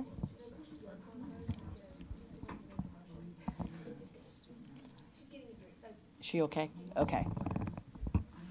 All right, the motion is that the board amend draft 2 to strike lines 93 and insert after 94 to include financial and economic literacy concept required by subsection 53E, 3, 305, 1B, and the success sequence principles in course standards development. I just don't know if it was read. Oh, are you good? Okay. And did you want to vote? Can I hit my yes button? Yes. That vote passes unanimously. Thank you, all 15 members. All right, are we going to move to? We're going to keep going. So, from what I understand, Superintendent Dixon is going to be quick. Point of order, what are we at? Oh, I'm sorry, the Okay. original motion. All right, thank you very much. And so now the underlying motion is that the board approve R277, 704, financial and economic literacy integration into core curriculum, draft 2 as amended on second and final reading. Let's vote. Yes?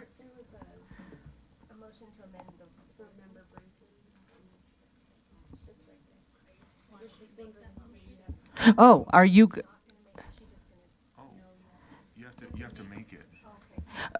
So are you wanting to make an Okay, go ahead. And Member Brenton has a motion to make. So, yeah. It's true, but let me do, because this is for clarity for all board members, and it sounds like Member Brenton wasn't sure. She submitted a vote to staff, and although staff has it ready, the board member still needs to make that motion, right? So it's not an automatic going to be set on the floor. So just a good reminder to all of us that, yeah, get your light and get in the queue. So apologies, we're gonna step back, but Member Brenton. Okay, I'm sorry. I just wanted to make a motion on line 78. It's just a wording, or is it? No, it was line 70, wasn't it? Okay. I'm gonna go catch Scott. Line 70, what's that? Okay, that the board strike, work with the superintendent to develop on line, am I on the wrong, I might be on the wrong draft. On line 78 of draft 2, and insert the word include in its place. It's just a grammar thing. Because in number 2, it says professional development activity shall, and then A is provide information, and B is make online resources, and then C says work with the superintendent. So we're just going to strike that to include so that the grammar is correct. Okay, to insert include in its place. Okay, is there a second for that motion? Yes. Motion's been made, motion's been seconded by Bogus. Is there any, the motion's been made, seconded. Would you like to speak to your motion? I think I just did. Thank you. Is there any comments to that? Nope, seeing none. The motion's been made and seconded that the board strike, quote, work with the superintendent to develop on line 78 of draft 2 and include, insert include in its place. Well, let's vote. This is voting on the amendment.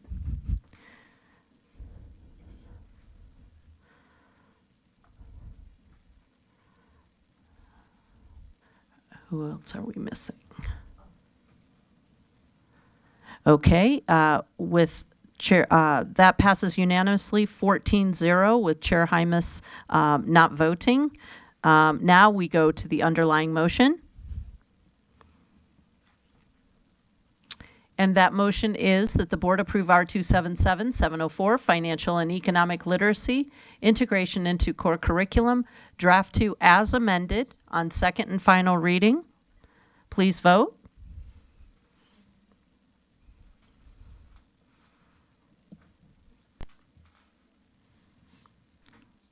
Yeah, just a second. It'll be just a second.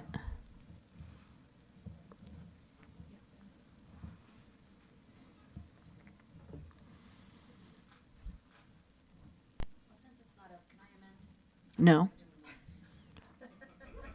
Are you serious? Very serious, yes. You're being serious? I was going to vote no, but since the vote isn't up there, I would like to. Okay, well,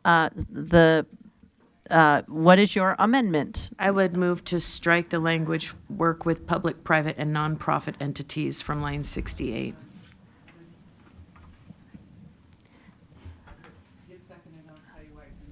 Okay, hold on. The motion's been made that the board strike, quote, work with public and private entities from line. It says, it's underlined. It says work with public, private, and nonprofit entities too. Line number 68. 68. Period. Do we have a second for that motion? Second is from, got her, okay. Back to the maker of the motion for explanation. I just don't know why we're calling in all these different people when we have the expertise in our own agency and among our workforce at large to do these things. I think when we start subcontracting and getting all these quasi-government people involved, it gets messy and hairy, and we don't need any more of that in our business. We need simplicity, and I think the original language offers simplicity. Very good. Calling on Member Earl, please. And then Kelly, and then Carrie. That is the actual language from the law. I think I had talked with Member Brinton about this as well, but it could be that, if someone wanted to amend it, it's just a suggestion, that's the language from the law. So okay. We struck utilizing the expertise of community and business groups. That could be unstruck and maybe stuck up there following that, right? Okay. But that's the language in the law. So. Okay, thank you. Member Kelly? Yeah, I'm going to speak against that motion, and the reason, as I mentioned before, this is a subject matter that there's not a lot of expertise in education concerning.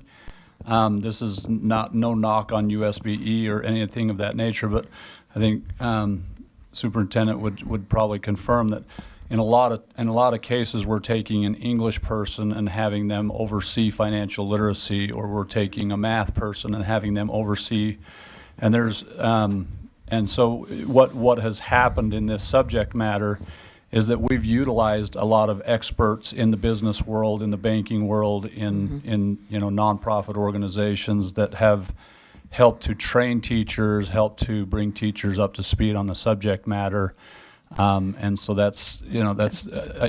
I've seen this in action in terms of a lot of entities being involved in helping with the bringing the expertise to the teachers teaching it in the classroom. Sure. Thank you. Member Carey?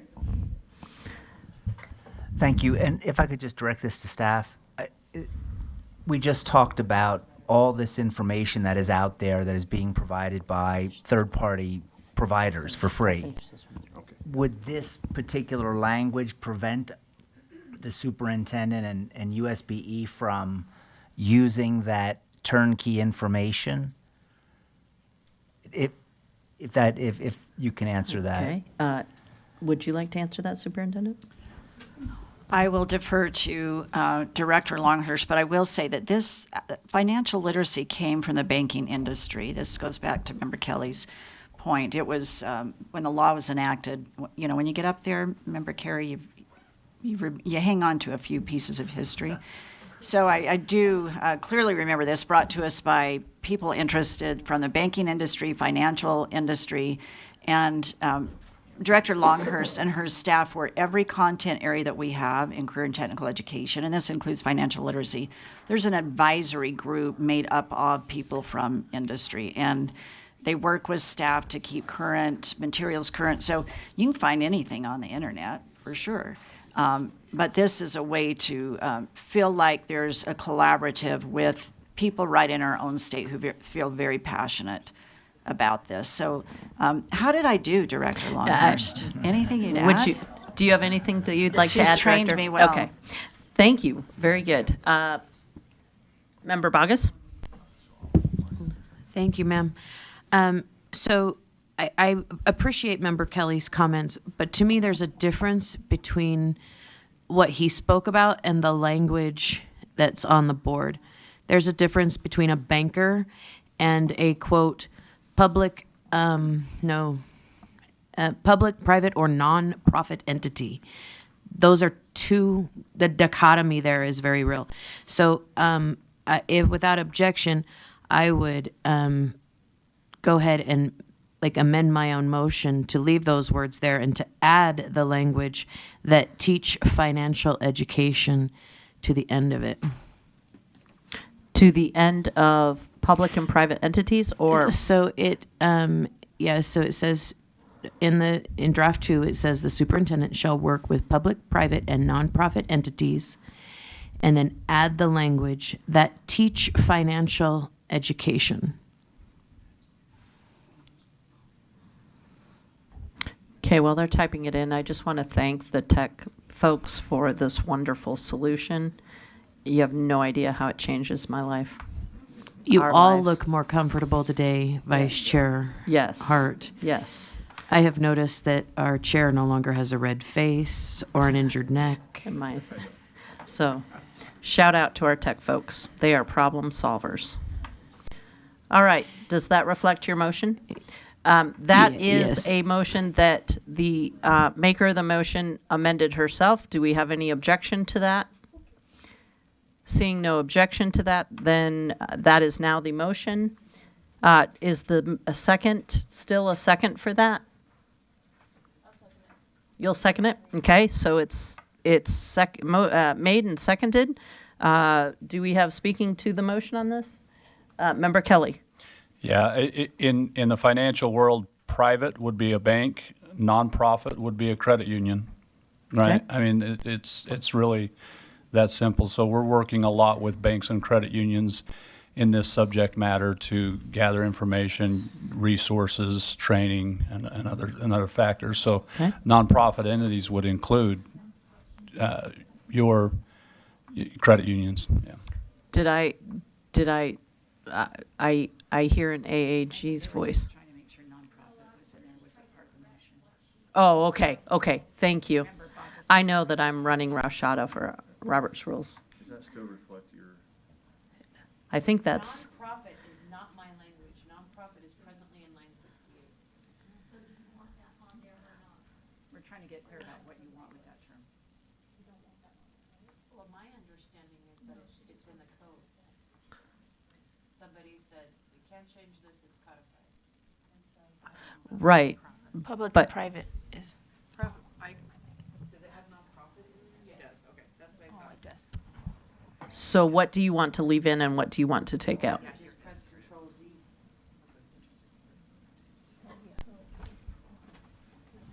It is in it. That teach financial education after entities. Yes. Okay. All right. So you're typing in what is currently in there, and all she wants to do is add that teach financial education to what's there.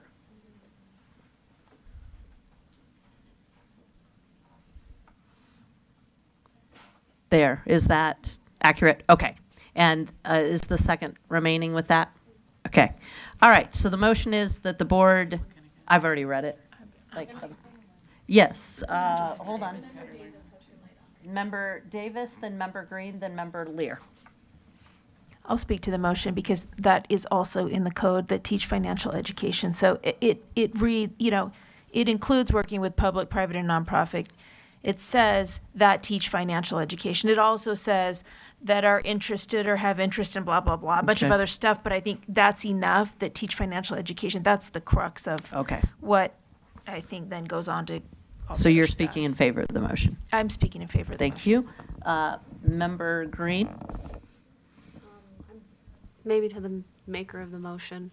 I'm just trying to understand where that line is of who would and would not be able to be sourced to teach.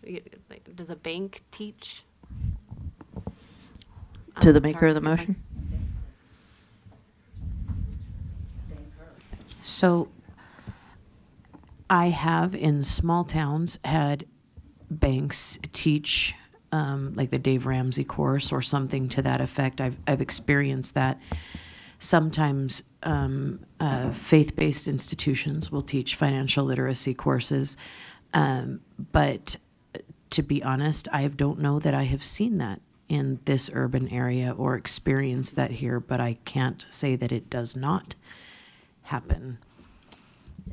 Okay. Does that answer your question? I'm just wondering if to teach financial education narrows that way down to, I don't know, who we'd want to reach in order to develop it. It seems those that are teaching financial education are also associated with selling a product. I don't know, like maybe Primerica Insurance, you go through all the courses. I'm just wanting to make sure that this doesn't narrow because a small business person will know nuances of all of those, maybe that somebody in those other areas wouldn't necessarily know. I don't know. I just feel like connecting with that level of industry could be beneficial. So I'm a little hesitant on that part of the amendment. Thank you. Member Lear? Member Lear? Well, if this says this is exactly language from the code and it's nonsensical, I'll live with it. But it's nonsensical because banks don't teach. Maybe bankers teach or employees of nonprofits teach. So it just troubles me semantically. But if it's in the code, I'll live with it. I just think that, and it also narrows it. Given what Member Kelly is saying, he's worked with bankers, and that doesn't mean they have an education background. They're just bankers. Maybe they teach Sunday school. Does that count? Well, we did say. I know. We did say that instead of who, so we are acknowledging that they are. That's helpful, but Yeah. I'm just saying, if this is from the code, if somebody's telling me that is the language in the code. It is apparently the language in the code. All right, I am not hearing any amendments, so we're to the point where we would be ready to vote. Well, somebody else.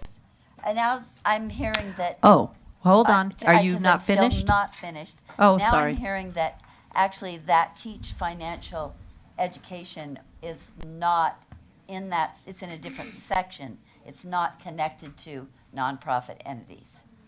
So do you have an amendment or? Well, not without, I guess I can just say, strike what Christina is just Well, that proposing. would be called a no vote, so I think we're still ready to vote. That's why I don't have an amendment.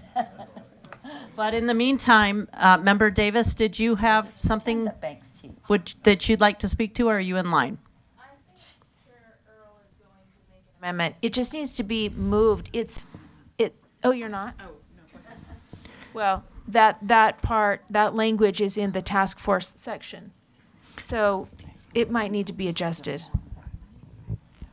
Okay, so do you have an amendment, or is Member Earl? I know. So, and once again, the sections, if you're looking at the different sections here, this is the professional development opportunities. And I guess the idea, I think as Carol had stated, or Board Member Lear, that it's broader because they may be consulting about different things, not necessarily teaching, but that they're providing professional development. But certainly, I hadn't thought that close where it need to sit, but it could, that line could be duplicated and then added down further where we're actually putting the task force. The task force is where it talks about those that are actually teaching these principles in order that they can help put together the standards. Am I articulating that right? Versus up above where if we limit it to just teachers, we're not getting a broad financial background in it. Okay. So I guess I mean, I would make I guess I could make a motion. Would it be a motion to amend? Well, it would be, this is an amend to an amendment. Amendment to an amendment is allowed unless we've already had. I would just leave the public-private nonprofit entity, but then also move the public-profit nonprofit that teach financial education. I would put insert a line that would use that same, I guess it would probably be, tell me if I'm wrong, CD, because we added a C, D, that just would specify who we're looking for in that area. So could you, for the purposes of, Yeah, yes, could you articulate to Director Rasmussen what it is that we're adding on D? That line on D would just indicate the members. So members could include, I don't know, maybe this is getting messy. Do we already have a It would be very messy because you're messing with the subject. I know. Okay, it already says 82 and 83. Let's see, financial task force shall have the membership and general responsibilities outlined in subsection 53E. So it already articulates that, but it doesn't break it down. So I guess there's no need for it. There's no need for it. Yep. Okay, so you withdraw the amendment. We are back to the original amendment. Chair Hymas? Yeah, can I just say, sorry, I was going to abstain because I missed the first part of the conversation, but it's been ongoing. Well, and that's why I'm thinking, guys, it's okay to say no on these. It won't be rude to Christina, right? Or Member Bogus.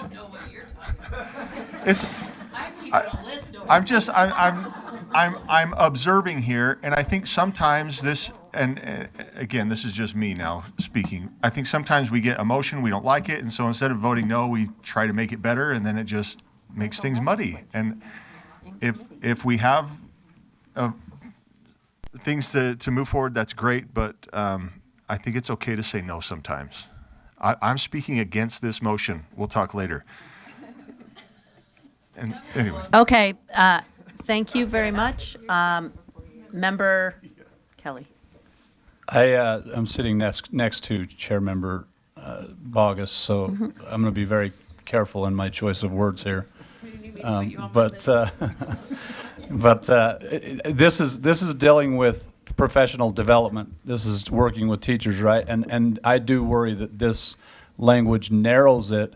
Dave Ramsey has curriculum out there, so can I only bring in Dave Ramsey consultants that have curriculum to work with professional development for our teachers, or could we bring in the president of Zions Bank, who doesn't necessarily have a specific financial literacy curriculum, but has the professional background to really do a good job of training teachers? So I do feel like this language narrows it, and I would speak against the motion. All right, excellent. Let's vote. And don't turn your light on because I'm not calling on it. It doesn't matter. We just have to vote.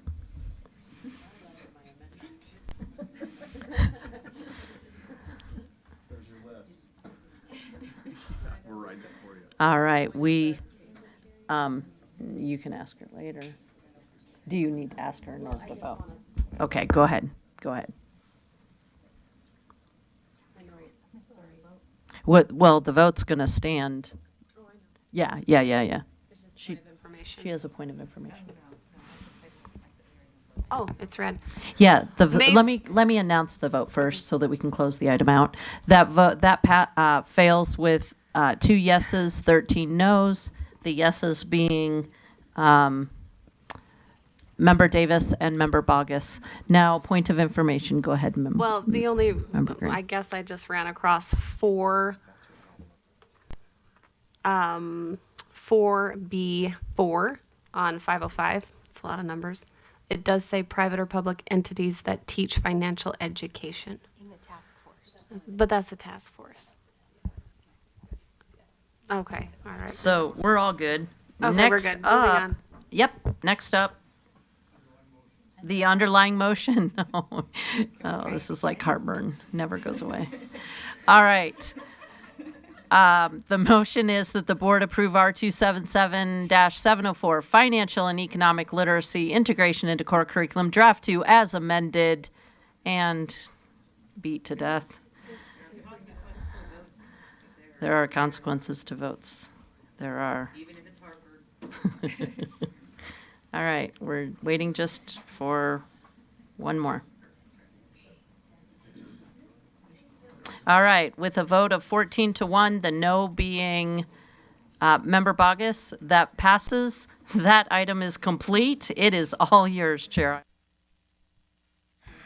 Thank you. Board members, we're going to go to agenda item number 8. We're going to be brief there, and then in true fashion of today, we're going to jump to number 12 because we have to present on 12 tomorrow, and we want to give staff a sporting chance to be prepared. So we're going to turn time to Superintendent Dixon for agenda item 8. Oh, and Chair Earl, Jenny, does that conclude your report? Yes, thank you. It does, thank you. Superintendent Dixon.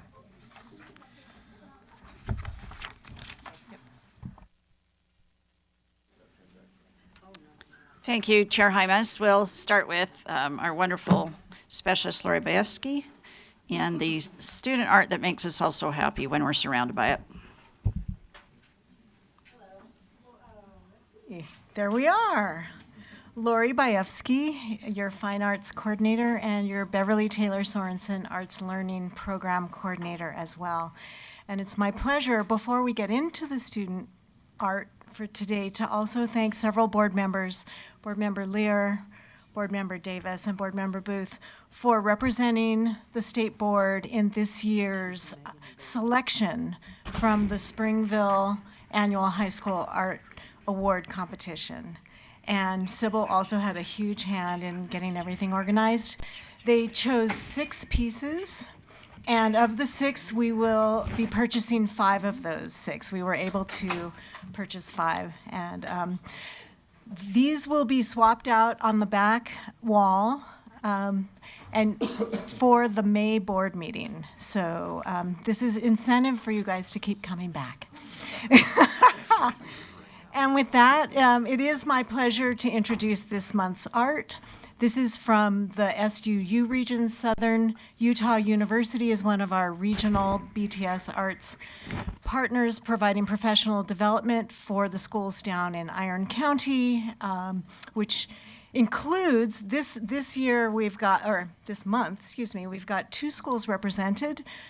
The red, green, and black panels are from Enoch Elementary School, and their BTS arts coordinator is, or BTS arts teacher, Catherine Spagnolo. And then the purple panels are from North Elementary, which is right in Cedar City. And that program was done by our BTS Arts instructional coach, Kirsten Anderson. And for those of you who aren't aware, we have instructional coaches all throughout the state that actually support BTS on the ground. They as you can see here, they actually do instruction as well as provide professional development and continuous learning for the teachers, for the school communities, and for actually also for themselves. They've created quite a cohort statewide. So going through this, if we look at the black panel first, and they're kind of the same on both sides. So the black panel's over here with the bugs. These are second grade, and this is again from Enoch Elementary, Insect Anatomy and Habitats. So first they created pencil drawings of anatomically correct insects, and this is the coolest. They listened to bug-centered music. Does anybody have any selections you think they listened to? You got it. Yes, that was one of several selections they used. And they used mixed media to illustrate the drawings based on the time signatures and the beats of the songs. So that one's one of my favorite as a musician. The red panel, this is also Enoch Elementary, 4th graders. And this is called Utah Symbol Prints, Oil Pastels, and Printing Ink. The students chose 3 Utah symbols to create prints. Then they traced their designs on foam sheets and printed each on radials, creating these oil pastels. So beautiful. The 5th grade project is the Earth Spheres, which is the green panel. This is a favorite. This is a favorite integrated science lesson. Students studied the Earth spheres and created habitats inside a jar. They were required to represent each sphere along with 3 plants and 3 animals. We invite you to kind of try to ferret those out during a break. Students then created pencil drawings of their habitat and illustrated them using watercolor pencils. And the purple panels, this is our last panel. This is from North Elementary again in Cedar. And in this integrated arts activity, 2nd graders learned about the basic elements of story, how people throughout history have used ceramics to tell story. So the students chose to tell either a story by illustrating setting, plot, or main characters. Then they used the slab method to create an original ceramic vessel that told a story. And there you have it. Thank you.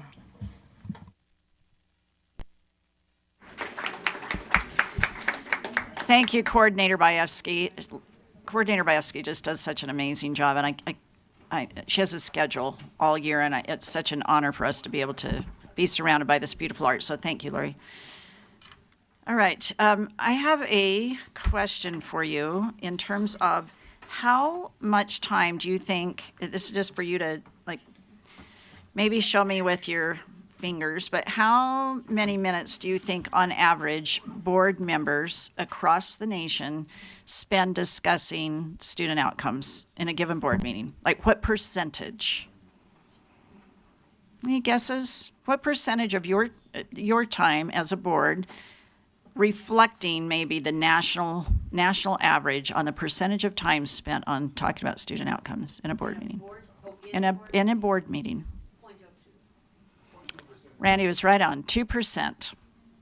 So I'm going to take up a little more percentage today and try to really focus on some student data. Now, it doesn't mean that you're spending time on things that are not important, but there's a lot of stuff that you spend time on, right? And so that was kind of shocking to me when I heard that data point, because it's my belief that you all do an enormous amount of work to get elected to a board because you care about kids. And so then you make a lot of decisions because you care about kids. And we want all of our students to have a quality education and have outcomes and opportunities. So I'm going to be really intentional about that today because I know these are things you care about and you want to talk about. Before I get there, I want to do a little braggadociing because that is my opportunity with the mic and as the superintendent. Dual language immersion, of course, has been talked about on the Hill. We look at budgets, and this is something that comes up often.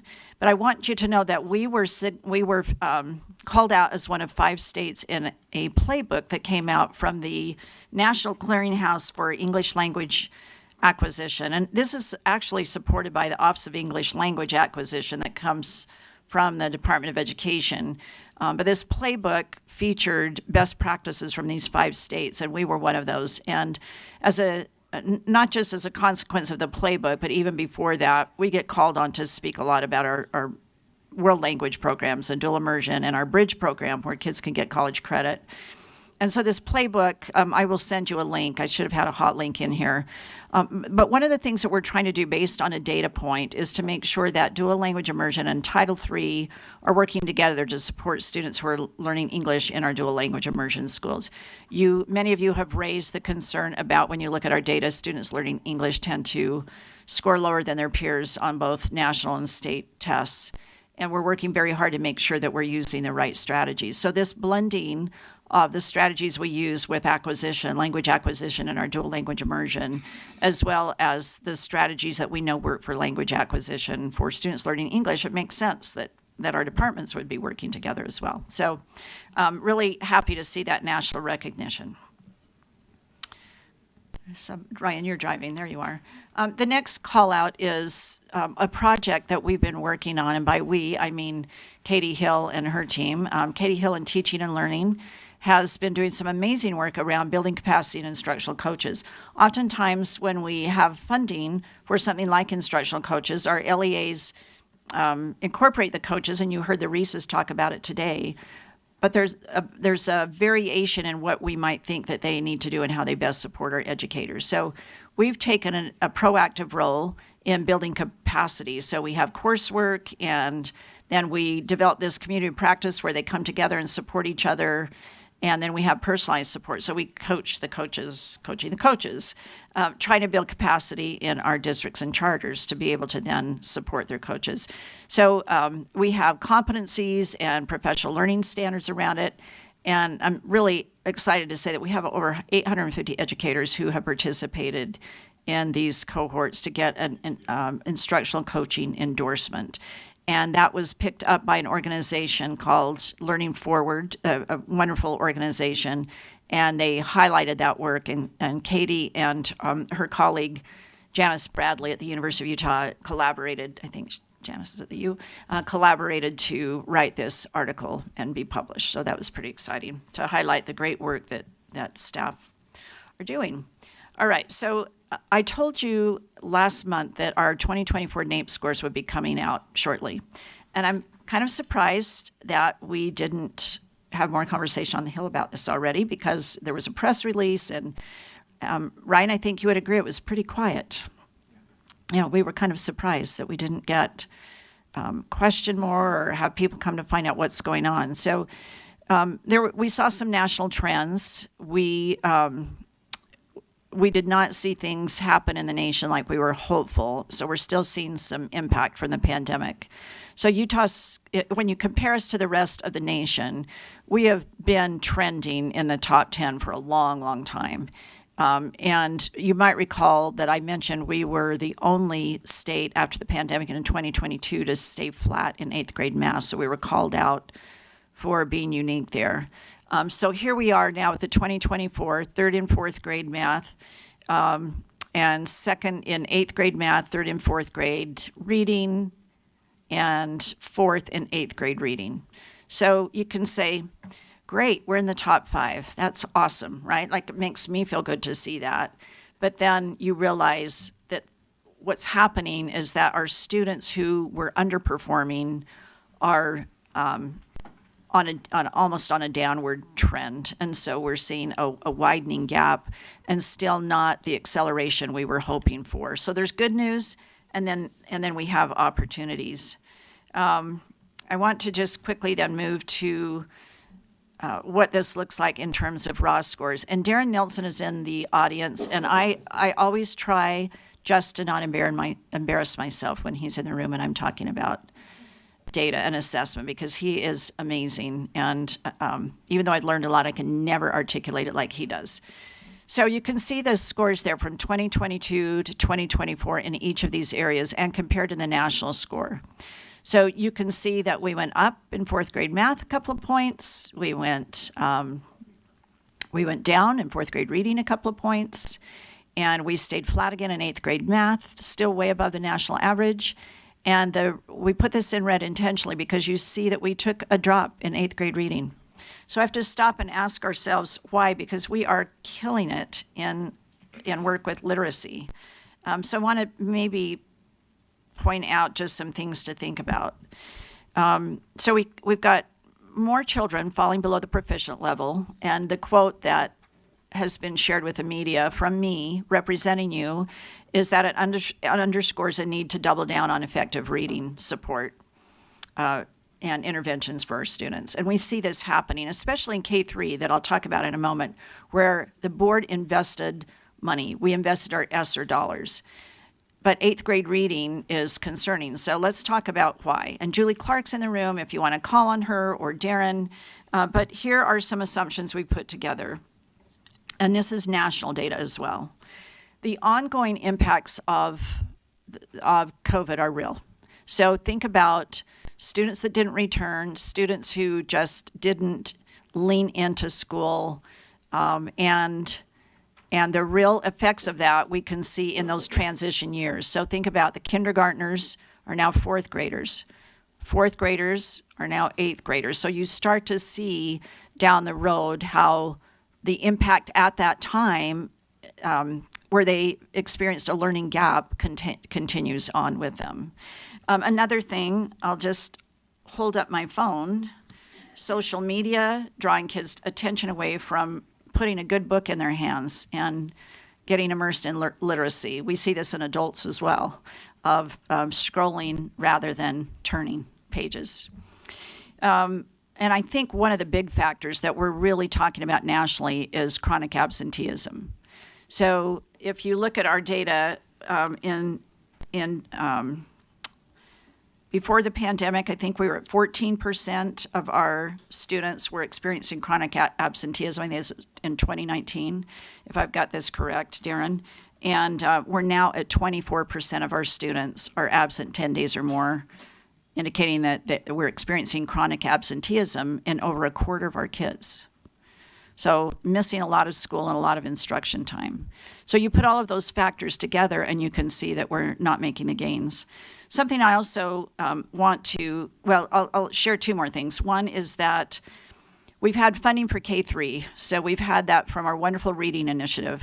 We have used ESSER dollars, but we haven't targeted middle school literacy. And somebody to my left has pointed that out for quite some time. So we have to help our upper grade teachers. You received an email that, it helped me understand that, oh my gosh, we've got some teachers that really need some help in understanding how to use formative assessments to help kids read. And just, we've really got to target, I think, our upper elementary and middle school. And we've got staff here who could tell you what we're doing in those areas. And I'll show you a couple of slides, but we can see where districts have made it a total K-12 effort around literacy. Their scores reflect that. And then I think the one thing I'll end with here is that if I were a legislator, a board member, I would be saying, well, what did you do with the ESSER funds? So let's think about how some states scored. So I know that I'll point out our sister state, Alabama. We have a lot in common with Alabama. The way they're structured in governance, so many things. My good friend Eric Mackey, Superintendent Mackey, would talk all the time because it's just like, truly, they feel like our sister state. What is different is the economics. So we have a strong economy, stronger than Alabama. And when we look at the funding that was sent to us based on students who qualify for free and reduced lunch, ours worked out to about $1,700 per student. Alabama received $4,200 per student. And on average across the nation, the ESSER funding was at about $3,700 per student. So we receive significantly less. So where you see states that have made some gains, they were able to have enough funding to provide a lot of tutoring service. So on-demand, high dose, high quality tutoring. They had very robust summer programs. We had LEAs doing a lot of that work, but with significantly less funding, which means your services are less. So those are just some theories that we don't know for sure, but those are theories that we have. And when you combine all of those factors, we're not accelerating at the rate we would like to. So this data is important because I think it helps us just reflect and refocus and double down on the things that we know that are working, that are evidence-based. So with that, Chair Hymas, I know you're getting nervous about time, and I'm going to just quickly run through letters. So we give you this update. You can see the data there. You have the slides in your backup.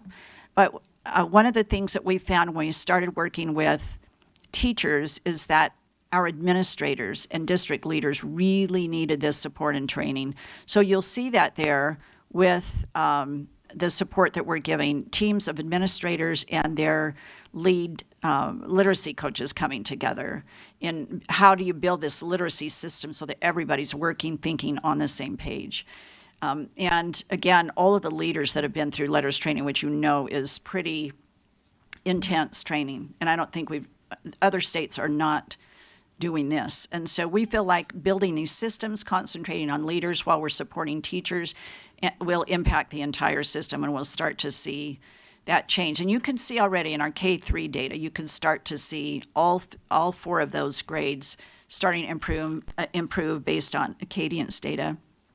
And again, we talked a little bit about the coaches, but you can see 3rd through 6th grade, as I just mentioned, that we had over 150 educators attend fluency and comprehension, professional learning.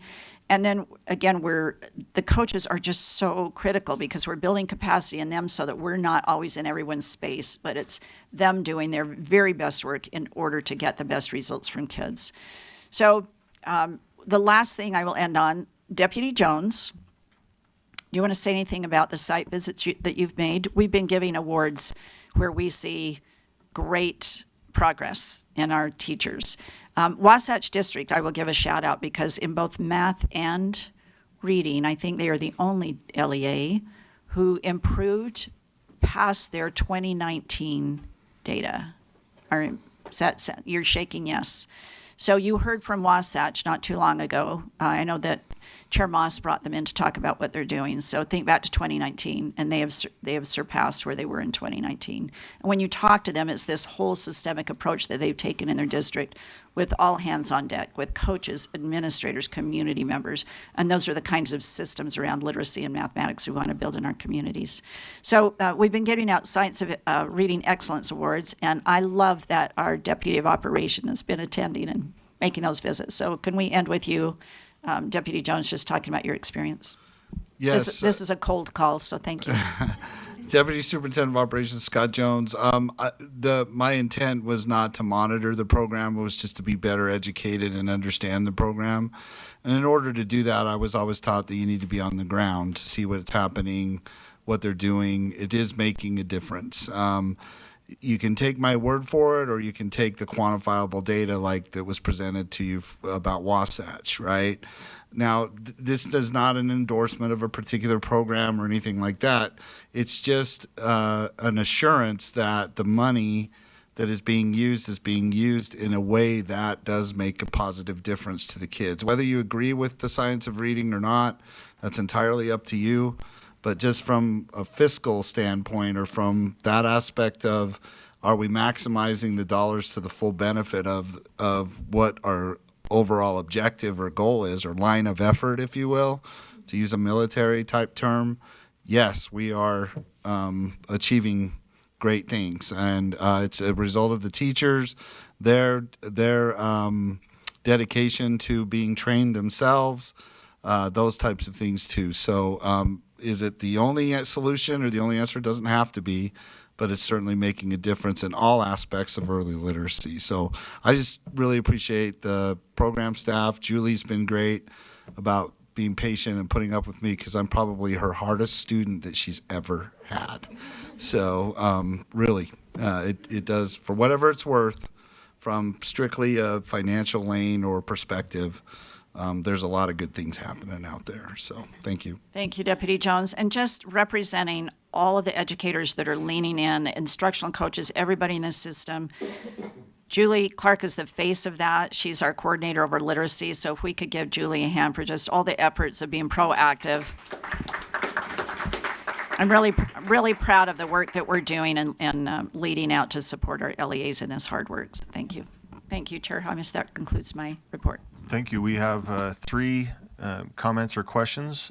We'll start with Member Reel, then go to Member Bogus, then over to Member Lear. Thank you, Chair Hymas, and thank you, Superintendent Dixon. I agree on all fronts of what you were saying, and I'm so proud of the work that we've done to increase our scores and all of the work of our educators.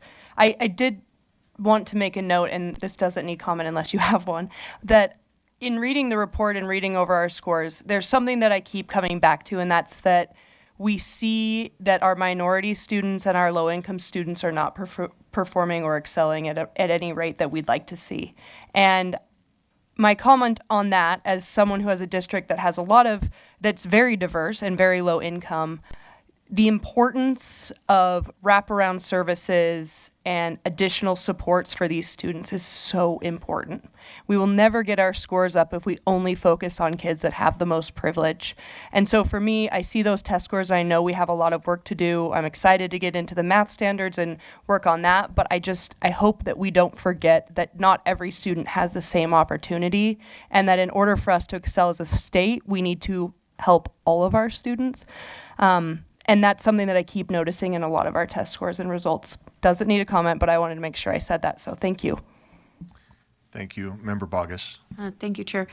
To the Superintendent, with your permission, have we conducted an audit, or do we have an Excel spreadsheet or a delineation form how ESSER funds were spent across the state? I know we get lots of things, and every now and again I forget that I read one. Through the chair, yes, ma'am, we do. In fact, you might recall we used to give you an ESSER report every month, and now we're closing all of that out. So all of that data is available. We have now. We can tell you what we have in grants management. What we can tell you are the categories. I don't know that we can go in and tell you dollar for dollar. This is what was spent in Salt Lake District by every teacher, by every school. But we can tell you their general expenditures. Let's see, who is in the audience that could say, I don't know if Deputy Jones wants to add anything to that, or Deborah Jacobson, but we can lead you to where you could get that information. We actually have a website that shows you the categories statewide where things have been spent, and there are some reports that you can dig into. So I'll send this to the whole board via email to make it easier for you. Thank you. Member Lear.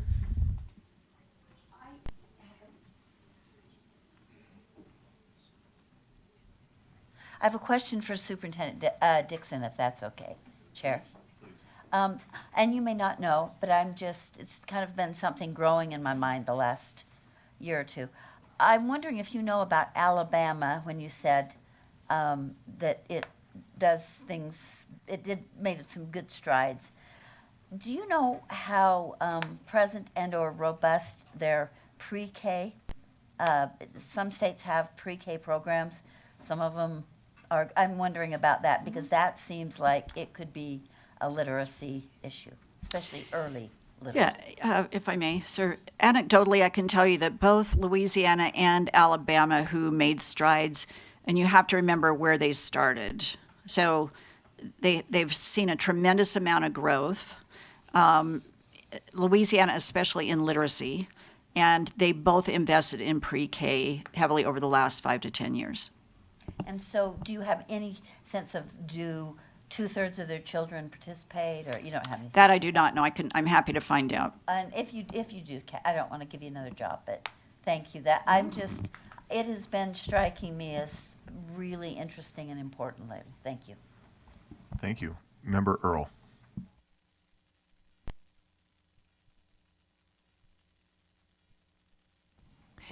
Yeah, over the last several months, excuse me, not that we have had a book group related to building writing skills. And probably one of the things that stands out most to me is that students needing just foundational knowledge, and that often our students who are struggling, and we're expecting greater increases, we're not seeing that. But I just feel strongly, as much as might be focused on early literacy in preschool or whatever, but I feel like all of our time should be counting when it's in school, meaning that we're building foundational knowledge and that we're really helping students with those foundational skills. And so anyways, we've been able to have a book group that's been really good to just look at what is effective, how do we break that down in such a way that it can be beneficial for all children.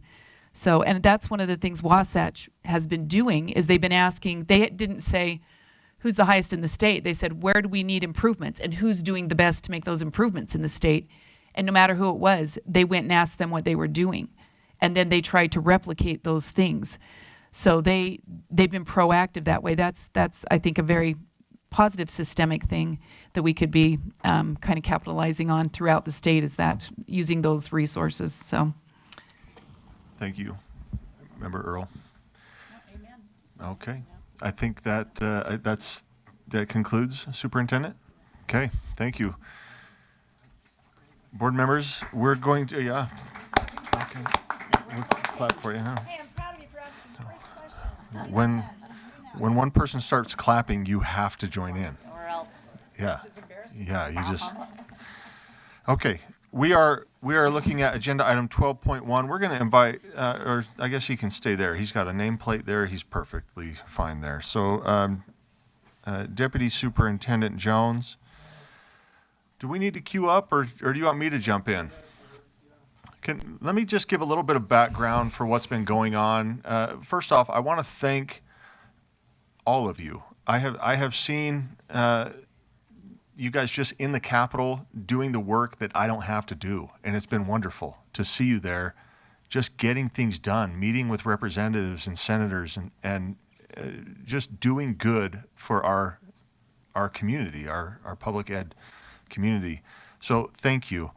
It's we've had a few of us, not all of us have been able to present, but a few of us have been willing to get called up to the table and talk about some of the top 10 priorities that we have voted on back in October.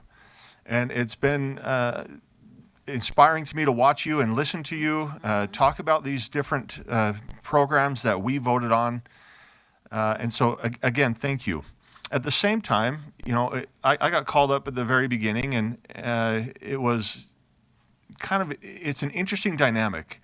And I don't know if this is by design, but I feel like the PEA likes to tell the public how much money we don't have and then invite USBE to the table. So I don't know if that's by design. I'll have to talk to the chairs. It probably is. So it's a little bit difficult to say, hey, thank you, we have no money. We'd like $500 million. So with that, there have been conversations, and you guys are aware of this. You guys have had most of the conversations, but we're trying to, in talking to members of the PEA, we're trying to find a realistic, quite frankly, realistic priority list that we can take to the PEA, where they won't just say, we told you there's nothing, you're asking for 500 plus million. I don't know what the exact total is, maybe Scott has it, but you get the point. And then they end up making the decision. I have a recommendation to the board, and I bring this to the board to do whatever it is that you will with it. But in my opinion, it is something that we can take to the PEA, that we can say, okay, we understand that there's not a lot going on, but this is what we need. I will tell you, and Scott, please correct me if I'm wrong, they have told us 0 ongoing. So, and we brought it up again and reiterated 0 ongoing. Do we have, and so this is some context for this motion that I'm going to, or this whatever that I'm going to bring out here. And Elise, do we have, or Trish, can we put something on the board? There were 2 options that we met as, it was board leadership, Scott, Trish, Elise were there, and one of the PEA chairs were there. And then after we met there, it was Representative McPherson. He had to go to another meeting, and so we said, okay, guys, let's make a couple of plans just so that we can have something that we can bring to the board. We want to recognize that you'll see on here, we have this table. We have original request, we have base budget, and then we have like a plan 1 and a plan 2, and the board can either adopt one of these plans or amend one of these plans or whatever it is that the board desires. But recognize that, for example, in plan 1, you see paid professional hours. We're asking for $100 million, but the base budget is already $77.7 million. So truly, we'd only be asking for, what is that, $22.3 million? So it's, when we look at these, understand there's a base budget going on. So if I'm honest with you, and I'm going to say it because I've got the microphone, I prefer plan 2. Maybe, please. Yeah. This is not in backup. This was done last second, and I apologize to the board for that. No, I'm glad you brought it up because you're not the only one saying, where are you getting this from? No, this is last second. I grabbed a couple of PEA chairs in the hall yesterday, ended up somewhere in the Capitol. I don't even know how. We started in the Senate building. Yeah, they got tunnels that we're not welcome in, except for, I don't know if I was blindfolded, but anyway. This happens so fast, and I say this because this is the speed of the board. This is the speed of the legislature, I should say. The board we don't speed. But the legislature, they go fast. And so I'm giving you all the information that I received from yesterday. Like I said, we pinned them down and said, hey, help us out. How can we get what we actually need? So again, I'm looking at Plan 2 here. I'm a little bit biased to it because I kind of threw it out there. And I'm going to speak to it just for a second here to give you some context as to why. You will see in the yellow is base budget, which means we're not asking for anything additional. You'll see that the green is increased, and then the gray is just drop the request. Okay? Now I'm asking for, there's 2 things on here that have the most. School safety, $40 million. Uniform reporting structure, $20 million. And I'm looking at doing all that we can to protect our students' physical safety, which is with as much money as possible. We asked for $100 million, and we want $100 million. We need more than $100 million. But again, we're trying to make this work as much as possible, and we hope that the legislature, because this has to go from us to the PEA to the EAC, right? And so this isn't a final say. $40 million in school safety, $20 million in reporting structure. Again, protect students' physical safety, protect students' data. Those are my 2 main thoughts. The USDB, we can't forget about them. They need $4 million. We've gone over this in this room. We've gone over it at the Capitol. I don't want to forget about them. These are the needs that need to be addressed. And then my last one here is whatever we can take, whatever we can get. If we can get a 1% increase on top of the 4, I hope and believe that the 4 is going to happen. If we can get another 1%, it's going to help us. And then I'm going to ask who am I asking about critical USBE? Somebody made a great point about it yesterday. was probably Molly on her way out. She doesn't remember, but we're not asking there, but we're talking about maybe rebalancing somehow, or I don't know, Molly. Or unless Let me think back. Okay. Let me teleport. Deputy Jones, please. So if I may, Chair, I recall that particular piece of the conversation, and hopefully it'll jog Vice Chair Hart's memory, is, could we look at positions that already exist that if they became vacant, then we could reclassify them for those particular positions. We always do that before we identify the 7, what eventually became the 7. What the board, I think, is a value add to this discussion as it particularly relates to critical FTE needs, is we always follow a due process of identifying, well, what positions could we use? We have more than 7 positions that are critical to us, but then we before we came to you with what ultimately was 7, we solved the problem on the other. These are positions that we just simply could not find internal solutions for without seriously declining in other programs or other processes or other requirements that are needed. So we arrived at that. Doesn't mean we couldn't go back and look at that, but I just wanted to say, for the good of that particular item, we came to you and you went to the legislature with 7 that would be very, very difficult, if impossible, for us to do because of the different funding types, the different roles and responsibilities. So 7 is where we're at. So Thank you, Scott. And just for the board's awareness, if we take no action on this, I'm going to go before the PEA tomorrow, and I'm going to fight for all 10 of our priorities. And that's what I'm going to do. So whatever the body decides here, that's what I'm going to do. I want you to know that. If we adopt Plan 2, thank you, then I will still talk highly of these ones that have the base budget. This is important to us. We don't want to see this go away. We might ask for this next year. But we're not going to ask for additional money beyond the base budget. Anyway, I've got a light from Member Earl. Happy to answer any questions. Scott is here to answer any questions, and we'll go from there. Member Earl.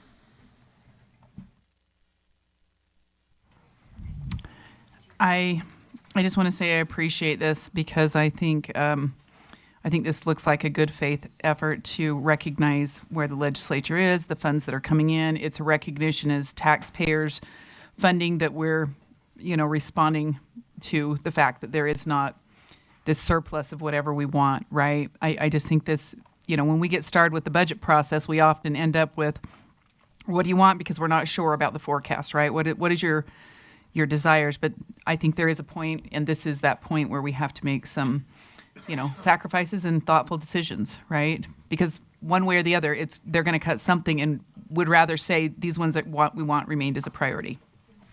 Yeah, thank you for pointing that out. Just a reminder, we voted on these in October, way before we knew any sort of financial, restriction. 4 of our board members weren't even a part of that discussion. I don't even know if they were listening to board meetings. You know what I mean? Like this happened a long time ago, and now we are, jumping on a treadmill that's going 25 miles an hour while we're standing still. So let's go to Member Lear. Oh, Member Lear, you good? Yeah, I have 2 completely unrelated thoughts about this. And I hope I can remember the second one now because I just got some interesting information from the superintendent. So I'll start with the first and I hope I can remember the second.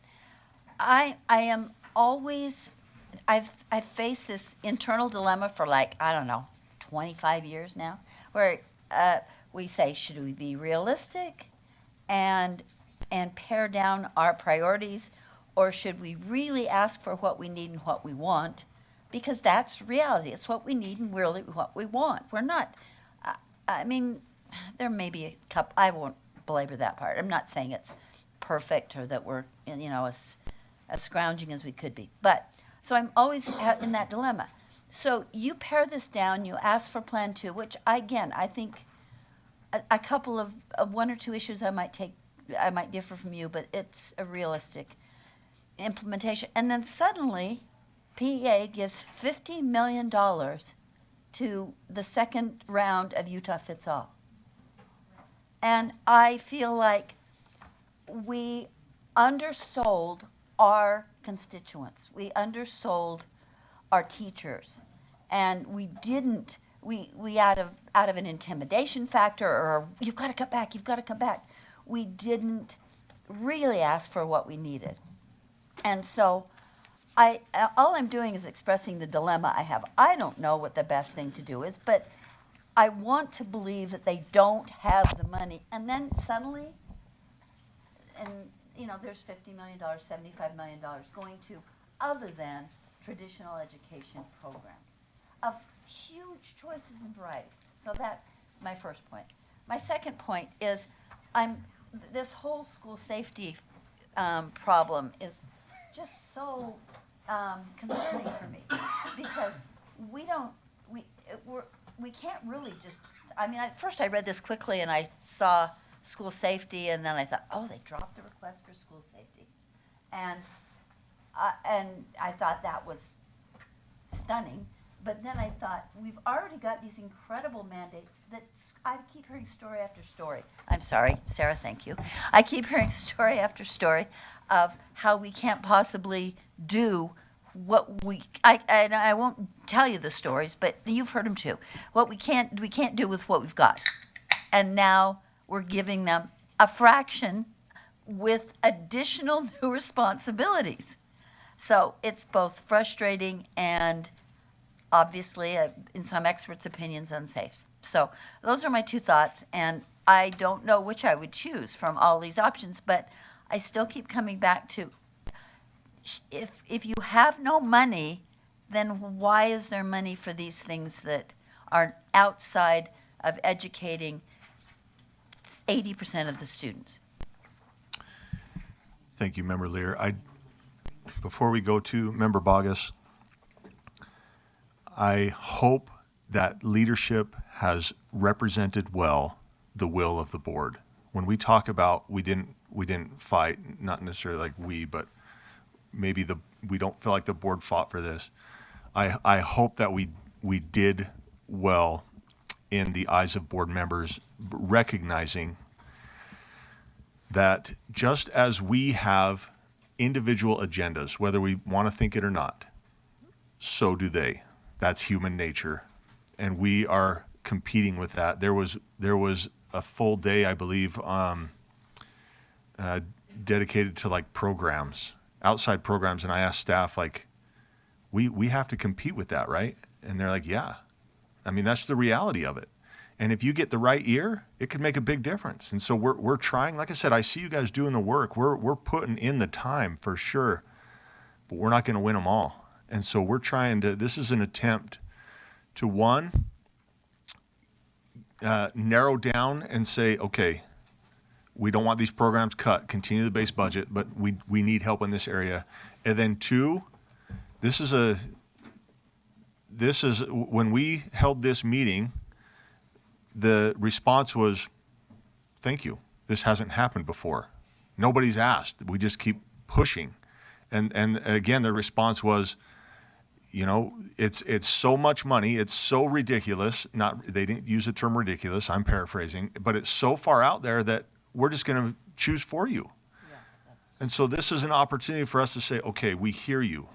We value these programs. And quite frankly, of all of these, the only one that's being dropped is school meal, which it would not change to free and reduce. I know, and it sounds bad when I say it. I know it. And I'll maybe get some phone calls. I hear you. But then we had to add the USDB because we can't ignore them. We're the board for them, right? So anyway, that's plan 2.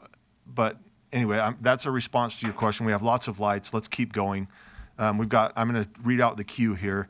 Member Bogus, Member Reel, Member Earl, and Member Carey. Sir, did you put a motion on the table? There is no motion.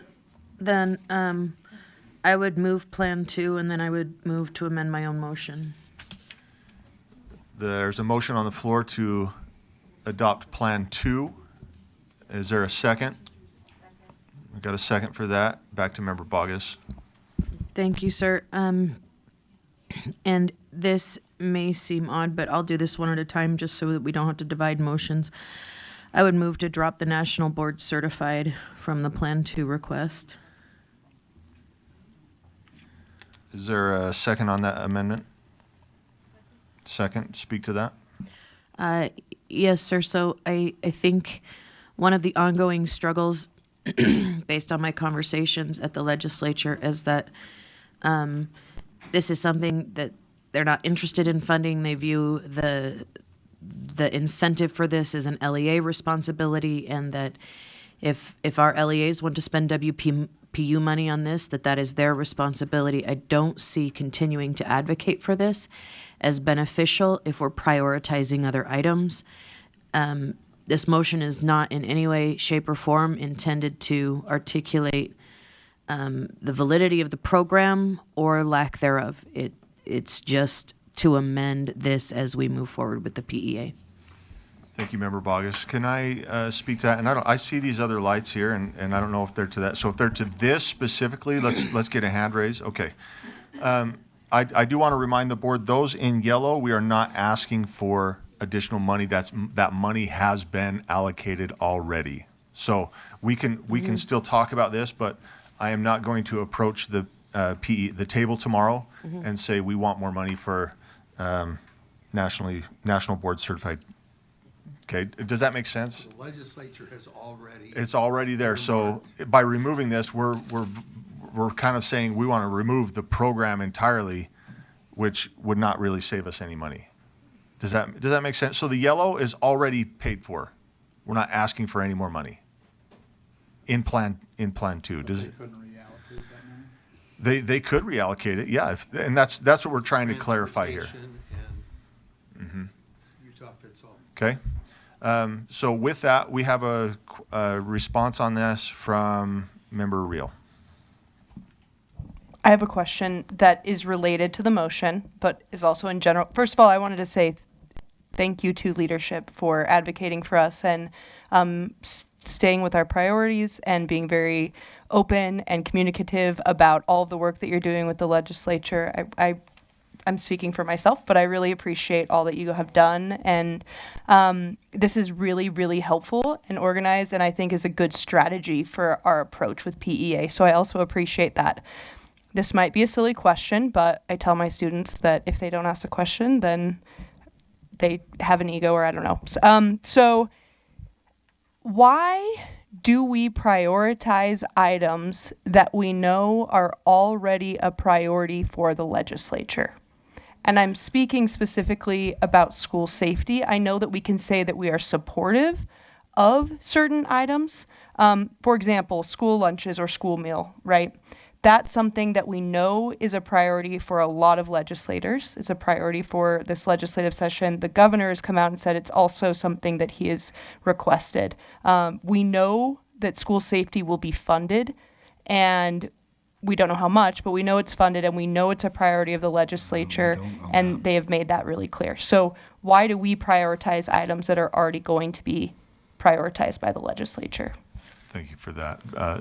Scott? Yeah, if I could expand on Board Member Riel's question or concern is, right now there is no school safety money in the base budget. So that I echo her sentiments that yes, school safety is a priority of the legislature, but if board members and leadership will recall, Board Member Carey presented, I think it's number 5 on your priority list, with Representative Wilcox also at the table. So I think that Representative Wilcox is showing his support for the original request of the board for the $100 million for school safety. One indication, though, that we cannot count on is if you don't see money in the base budget, that means there's been no request for appropriation yet or a continuation of the one-time money that was provided for school safety before. Hence the necessity of, I believe, Representative Wilcox sitting at the table with Board Member Carey representing the task force and all of those different aspects as well. Yes, school safety is a priority, but it's not currently in the base budget even. There's no amount that's been allocated even in the base budget towards school safety, just for your consideration. Thank you. Yes, follow up. Thank you. I appreciate that response. And Chair, if I might ask one more question as a follow-up. So I guess more broadly, I guess, when we are making requests, if they're not in the base budget, so if they're not in the base budget and we don't make the request, then we're leaving it up to the legislature to also prioritize it and ask for it and request for it to be in the base budget, right?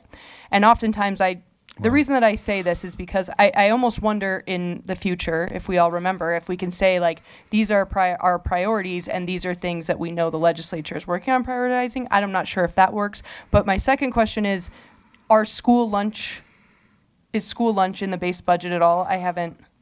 No, It's ma'am, not it yet. is not. Through Okay. the chair, no, ma'am, it is not. But there are a couple bills with fiscal notes that are open, correct? Okay. That is where, so if I may expand on that, that's a key takeaway here that Board Member Riel is bringing to the whole group, is we have a bunch of parallel we call them parallel processes in budgetology, right?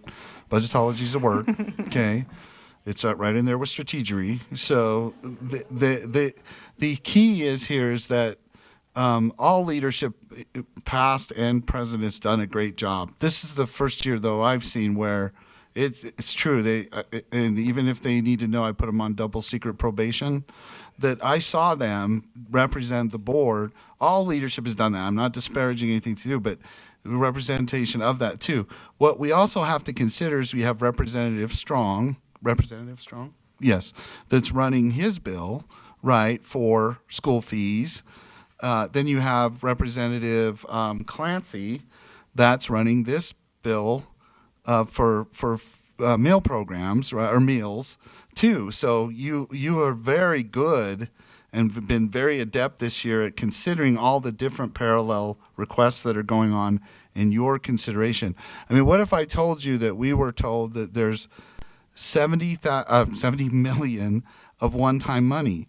If you were given a specific amount and told budget against us, or as if you were given $70 million of one-time money approximately to do that, would that, I'm not saying it should or that you would, but what would you do with that information? If you were told, or put yourselves in a PEA member's shoes, if you were told, look, you got $70 million of one-time money, where do you want to fall with the $70 million of one-time money? We were told, he's spot on, that it's zero ongoing, but right now, as it stands, which is subject to change to Board Member Lear's point through the chair, is that things come up. They happen to, we get told one thing, but then revenue comes in, and it is what it is. That is the risk, or that is a possibility on that. So hopefully that helps. And I took a long way to answer Board Member Reel's question, but okay, thank you, ma'am. Thank you. And Superintendent Dixon has a additional comment to that. I'm going to tag on to my wingman. Thank you, Chair Hymas. New PEA chairs, new PEA members, 20 new House members, a few new senators. This year, I had a number of both from the committee and the leadership team at PEA say to me, why did the board give us this huge laundry list when we don't have any money? Now, Deputy Jones and I have been up there for many years, and we always get into this negotiation conversation, but we also hear, well, I talked to board member so-and-so and they advocated for this, or another board member advocated for that. And what happens, we have a bigger list than they have money for, and we get pulled behind the scenes, and we get asked the question, what does the board really want? And we say, well, our priority list. And then they either cut that down or make those decisions for us. One thing that I don't think anyone that I spoke with was aware of, and Deputy Jones, I'm not speaking for you, but there was a lack of awareness about the Governor's Budgetary Act. I'm missing a word in there. Governor's Budgetary Procedures Act. That forces the function for you all to make a laundry list pretty early on. And when I explained that to PEA leadership, members of leadership, to say this is why, it's this this piece of code that forces the function of we have no idea what the revenue will be. And so the board listens to their constituency, they listen to the LEAs, and we come up with a list, based on all sorts of information. And then we whittle down every year. And that's a whacked process. I mean, think about your own wallet. I don't go out and buy a bunch of things and then figure out what my budget's going to be later. Some might, but I do not do that. So I mean, that's the place that you all are in as a board. So I think with that understanding, I also mentioned to these members that it might be wise for a code change to get us out of the Budgetary Procedures Act, and then you can be more exacting when you know what the revenue is to go in with a cleaner list. So I would encourage the board to not forget that and push on that a little bit as well, to maybe get that code changed so that we're following, instead of a Budgetary Procedures Act, we're following stay in your lane budget, or stay within your means budgetary act, right? Is that fair, Scott? Thank you. We call that in accounting. Stay in your lane budget. We don't call it stay in your lane budgeting. We have an accounting term for it. We do it here, precision accounting, or precision funding. Right. Thank you. So I want to remind the board what the motion on the floor is, and the motion is to, correct me if I'm wrong, Member Bogus, but I guess, are you saying remove NBCT entirely, or from this request? From talking about it at all? Okay, so the board dropped the national request from Plan 2. Okay, so that is. I'm not asking the legislature to remove the funding, I'm just saying drop the request. Turn it gray. Can I get clarity? If we're not asking them to remove the funding, then just leaving it as is what is going to happen. Plan 2 does that already. Yeah, but I want to drop it from the list so that she wants it to turn gray. Oh, drop request. Okay, thank you. Okay, so that's what we're speaking to here. Again, I've got lights and cues. Speaking to this motion, if I have a hand to this motion. Yes. To this motion, go ahead. So what brings this into clarity for me? Yes, we went up there. We worked really hard. We presented all of the items. We spoke to them. We did what we could. And the look was, it's hard because they're like, really, when you total that up, you realize what the bottom. And then we go into well, please let me explain the procedure. We start in October. We talk about what we need. This was done in earnest. This is what we need. This is our list. Then reality eventually hits, right? It's just like Christmas. You write your list in October, but by the time December hits, as a kid, I always narrowed it down to what I really, really wanted, because the reality hit home. The reality hits home for me as a practitioner too. When somebody says you have this amount of money, suddenly the clarity becomes different. It becomes okay, if we've got, and choose your number, right? Because everybody has a different number that they're budgeting to. Suddenly, to me, I have to say, okay, because I understand the school meal issue, but we already have a mechanism in place to provide lunches at a reasonable rate. And so that, to me, when I look at the other things, I'm like, we already kind of have a solution there. I personally am very concerned about the WPU value increase because of maintenance of effort. If I don't give my people a raise, even a tiny one, I don't meet my maintenance of effort, guys. I just don't, and I am not unique in that. And so that 4% is not going to cover it. It just won't. So when I start to look at these other things, I'm like, okay, we have critical needs, period. We know that we have critical needs. It's number 2. Nobody's disagreeing. But talking about meeting maintenance of effort and paying my people, and then thinking about, okay, well, maybe I can look at my positions. Maybe I don't need additional hours for the paid professional hours because I need to pay my people. Like, I need money in that category. So that drops that down a little bit. School safety, we know that those rules are being extended out, that Chief Pennington writes the rules, and Chief Pennington is putting those rules further out, so that gives us some relief in what has to be done right now, so that I can worry about that maybe in a future budget. It's not a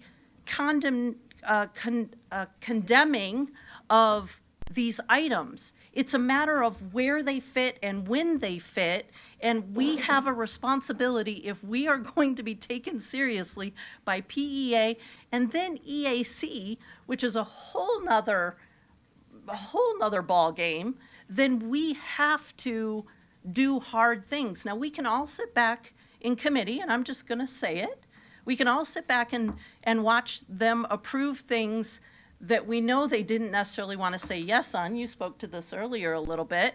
And we're like, come on, guys, we know, you didn't necessarily want to say yes, but you did. We're asking you to do the same thing so that we can take a relevant and be at the table with the people making the decisions. People are going to have their feelings hurt. People are going to take this out into social media and absolutely stomp all over us about it. But at the end of the day, if we want to be at the table, we have got to play in reality. And so I very much support Plan 2. I took a look at the list and said, nope, nope, nope, nope. I was the one sitting there saying, these things are, I did. I'm going to admit it. I said no on everything, because at the end of the day, if that WPU doesn't go up, I don't have teachers in front of my students, period. I can make a lot of these things happen in my organization, and so can our professional educators and LEAs. And so to me, the WPU value increase, and I'll get crucified in whatever social media circles, but the rest of it is secondary to me. I'm sorry, it's just where I'm at. Thank you, Member Hart. Was that for removing the base budget? I agree with Plan 2, but I would like to go even further, because at the end of the day. So I have 4 motions, that might make you happy. Okay, well, let's do one at a time. How's that? Those numbers then just get locked into something the legislature wants to do instead of WPU, because we just released that money. It's not. We didn't release anything. Let's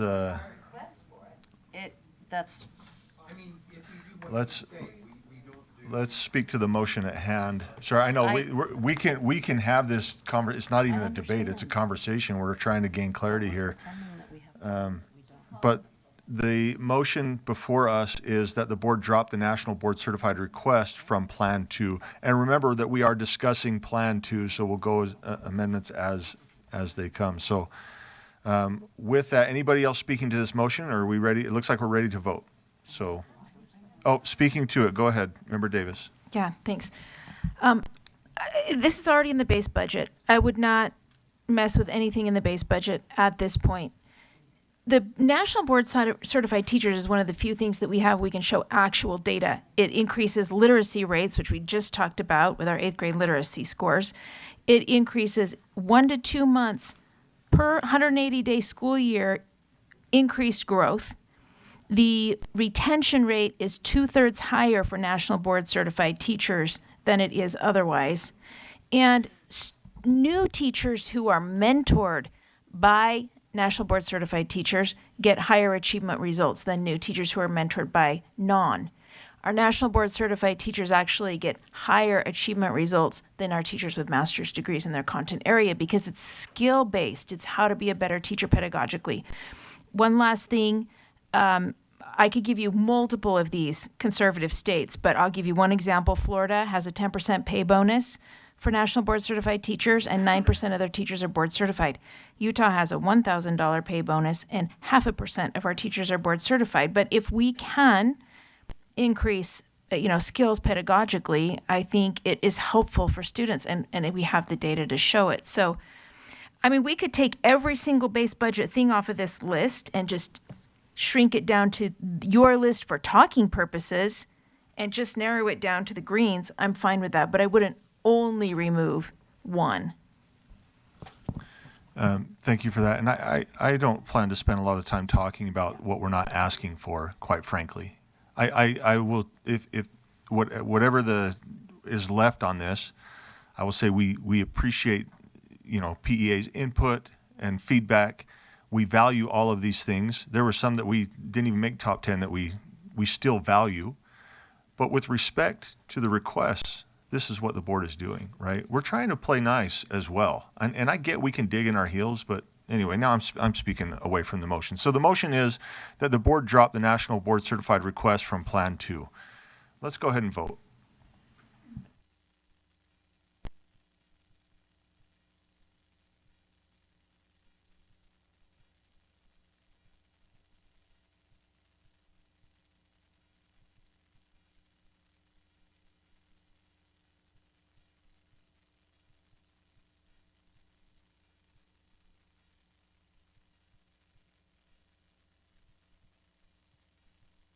Okay, so the motion fails.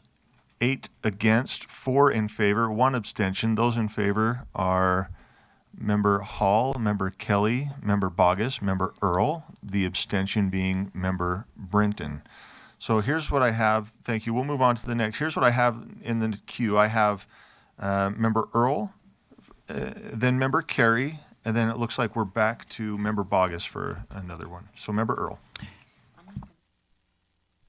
I was just going to move Plan 2, but it sounds like the motion's already on the table. I put it up there a while ago, so. Perfect, yep. Member Carey. Thank you. Thank you, Chair. Yeah, and I want to echo what's been said, that I understand leadership is in a difficult position, and just having witnessed what you've been doing up on the Hill, you represent the board really well, so thank you for that.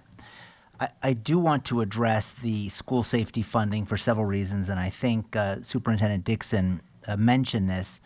The Budget Procedures Act requires us to come up with numbers before we know the numbers. And this was the case with school safety funding. We prioritized $100 million back in October, knowing that the individual school safety assessments would not be in until December 31st. So that was a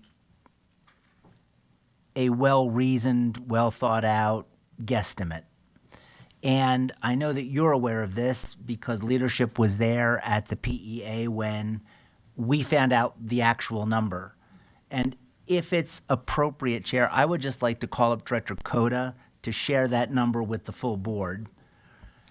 Yeah, she also has Rhett with her. Are they a tag team or? Either way. But yeah, come on up, please. If I could just set the stage for the board, we had found out the evening before PEA what the actual number was. So when we presented this number to PEA, they didn't know what, they saw 100 million. They didn't know what the actual school assessments totaled. So when that number was shared, I didn't envy Director Coda or even Representative Wilcox because that body didn't know what the actual number was. So Director Coda, with the chair's permission, could you just share with the full board what that number was, where does it come from, and what does that money, where would that money be spent? Yes, happy to. Chantel Cota, Director of School Safety and Student Services. Thank you so much for this time. So with the chair's permission, I'm happy to share this number. So just to set some basic information to make sure we're all on the same page, we did ask the schools to complete a school safety needs assessment. And using that assessment, schools were asked to, or invited rather, to participate in the school safety and support grant. And with that, it just closed on January 31st. So these numbers are really hot off the press. What we found, and you can see here on this slide, is that these are the items that schools are requesting, bringing us to a total of just under $500 million. Now, this is not a static total. I'm calling it somewhat of a dynamic total because some information that you should know is this is out of 137 districts. So we did have 18 that did not apply for multiple reasons that we're trying to better understand, and hopefully they have other means or ways to meet their needs.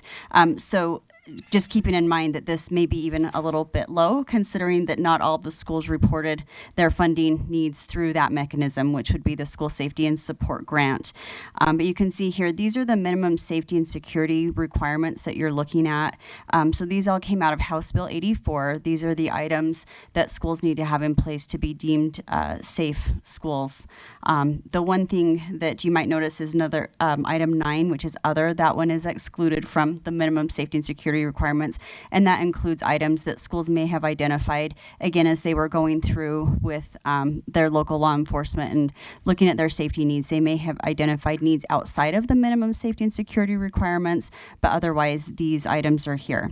I also want to call your attention to the 2 items in red because those can technically, as we're looking at the number, those items were, there were motions made in a recent task force meeting that we would use if you recall, there are several pots of funding for the school safety needs, and those 2 items are coming out of that other pot of funding. So we will be able to provide those for schools. So that includes the wearable panic alert buttons and the bleed control kits and first aid kits. So those will be supplied out of the $50 million that was allotted to the grant subcommittee from the task force to be given to the schools. So that aside, if you look at that, we're looking at, if you take off about $50 million there for those items, just a little over $50 million. Thank you, Director Cota. I'm physically ill looking at this number, and then for me to go up and say, hey, can we have 40 million so that we can try to scratch the surface, which is unscratchable. So if I'm honest with you, frankly, I'm at a loss, and it sounds like you're in the same boat. It sounds like the PEA is in the same boat, right? And even in our conversation with one of the chairs, not trying to gain sympathy for anybody, but he's like, I'm in the same situation you are, right? This is not easy for me, and we got to take it to the EAC, and they're going to pick us apart, right? We all are in this position to make difficult choices with resources that nobody has enough of. And nobody is saying we can't do school safety or we don't want to do school safety. Nobody is saying that. We need, and I told Member Carey this at the Capitol, we need time and we need money. And the fewer dollars we have, the more time we need. And so I don't know how to, this is my message to the PEA. You want to give us 40 million? Fine, we'll ask for 40 million. We need more time. You want to give us 500 million right now? We'll get it done for you pretty quick, right? But there has, we can, staff is great. We'll get a graph going, right? Time and money. So anyway, I'm going to go back to Chair Carey. Thank you for that presentation. Kind of. Now I'm just more upset. I know. So Chair, but Member Carey. Yeah. Thank you, Chair.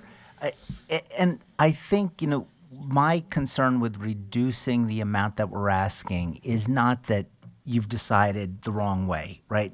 Tough decisions, and they have to be made. My concern is that not only the goodwill, but if you go to the School Safety Task Force, I would say the division between Department of Public Safety and people on the education side of the ledger is 80-20. Maybe 90. I mean, right? Like we sit on this side and there's 2 of us, and then all the law enforcement's on that side. And, you know, right now, HB 40 is being considered, which is the cleanup bill. We're trying to get another member of this body on our school safety task force. I think the only reason that it's being seriously considered is the goodwill that Director Coda and former Deputy Superintendent Norman have built up with that committee. And as this body knows, when we spent $1.5 million, they came back and they matched it. And they took it out of that same $50 million. And they do that because they recognize that we've made it a priority here. And my concern is this, that if you were at that last PEA meeting, when this number was revealed for the first time, like here, there were a lot of, yes, both. And all of a sudden, there was talk about these TPIF funds. Is that yes, PTIF, and about, well, if there's all this money just sitting over there, why don't we take that money? My concern is that if we deprioritize in terms of we're going from 100 million to 40 million, are we creating this incentive to say, well, I know we're not saying this. I echo what Chair Hymas said. There's no one in this building, or I think in public education in Utah, that says this is not important, it is not a priority. But I believe that the message we send, if we change that funding formula, is that they then say, well, if they're not interested in asking us for the money, well, there's, according to that one news report, $4.4 billion sitting in these investment accounts. Let's just take that. And I believe that it will adversely affect our relationship that, again, that Director Coda and Deputy Norman has built. When Representative Wilcox asked to sit at the table and co-present our request for $100 million, I sent 2 emails. I sent one to Chair Hymas, and I reached out to Scott Jones, and I said, is this a good idea? Right? He's not part of USBE. Now, he chairs the School Safety Task Force, but that's our time. And so I wanted to make sure that, because I'm representing the board, Chair Hymas was okay with it. He said, that's a good idea. He chairs the Law Enforcement Committee. He chairs the School Safety Task Force. If he's willing to echo our request, that's not a bad thing. And then Deputy Superintendent Jones echoed something very similar. And I just worry that he sat there with us, he did it, and now we're saying your performance cost us $60 million. I just wanted to share that with this body because I believe that all those things are in play to a degree with this proposed change. And so I would just speak against the general motion that we adopt Plan 2 because of those possible ramifications. So thank you. Thank you. We are back to Member Boggess, and then we've got Member Davis in line. So I think we all have lots of ideas with great merit. I really do. But I think that sometimes our silence speaks louder than continuing to speak.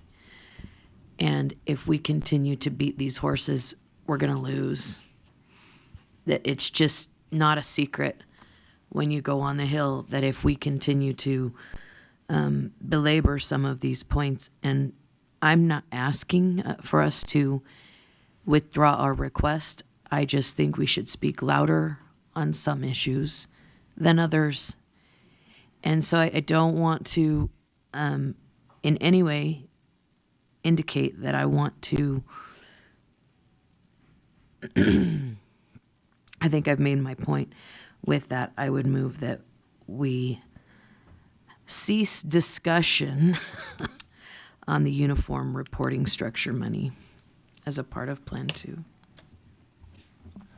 So there's a motion before the board and when you say cease discussion, are we saying just essentially drop the request? I just want to make sure. That we're would be using- essentially the thing, but I think that the messaging matters, and For drop, and can I just interrupt with a point of clarification? If it's a dropped request, yeah. I might just say something as simple as, if I have time to say anything, that's no longer on the table. That would be at your discretion, Chair. Those are your words. I know, that's why I want to make sure they align with the will of the board if this is voted forward. Yeah, so go ahead, let me get the motion here, and then you can formulate thoughts. If we get a second, you can speak to it. Okay. If not, then we'll move on. So yes, please. Does that mean, is that new Sims? Is that the new language? Yes. So the motion is yeah, that's right. You're right, thank you. I read your mind, she read your, yeah. Okay. The motion before the board is that the board drop the request for the uniform reporting structure. Is that correct, Member Bogus? Yes, sir. Is there a second to that? Second, and then back to Member Bogus to speak to that. So I think I'm speaking to this and maybe the motion overall, but what many members of the public don't understand, and what sometimes even our own legislators don't understand, is that WPU increase almost all goes to teacher raises. We're not seeing an increase in budgets for whether it be school safety or whether it be classroom books or whatever. A lot of schools budget on a curriculum cycle. So those monies are kind of earmarked in a cycle. But when we talk about this, we are in a place in history where we need to treat our teachers well and we need to pay them well. And I'm not going to argue whether or not they are already paid well, but this is an ongoing issue.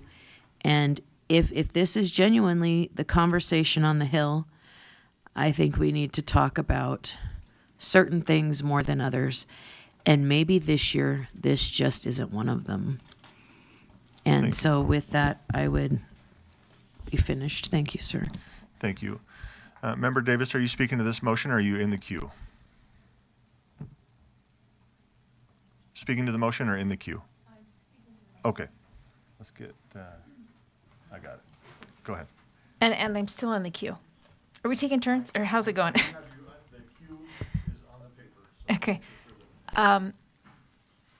Yeah, I think that out of all of the things on this list, the thing that's crucial right now is the money for the uniform reporting structure, because we keep being told by auditors from the legislature and independent auditors here that our data is unreliable, and we don't want one system where everybody's putting it all in. And so the only option we have left is to get the systems that the LEAs are using currently, so all the teachers and parents and people don't have to revamp everything they're doing.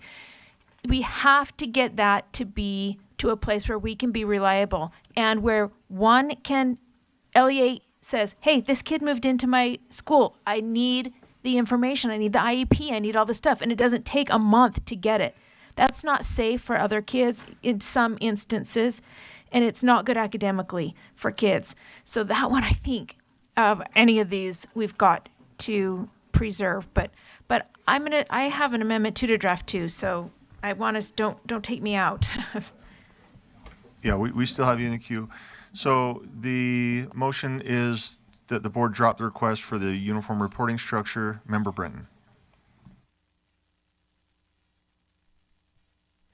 Thank you, Chair. I had my one of the technical directors for my big district reach out and say they absolutely do not want a statewide SIS. They are totally opposed. This will set them back 10 years with what they've created. We did vote on this a while ago. We're not talking about a single SIS. So hopefully we can report back, and hopefully they understand that now. But anyway. Okay. So the motion before the board is that the board drop the request for the uniform reporting structure. Let's go ahead and vote. If we're ready, yeah.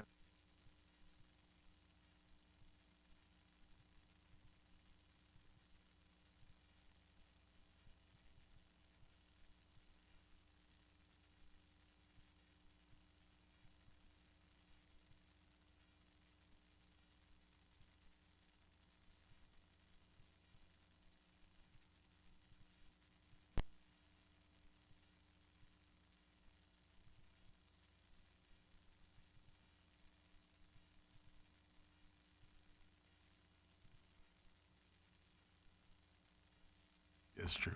Okay, that motion fails. 12 opposed, 2 in favor, 1 abstention. Those in favor are Member Bogus, Member Carey, and the abstention from Member Green.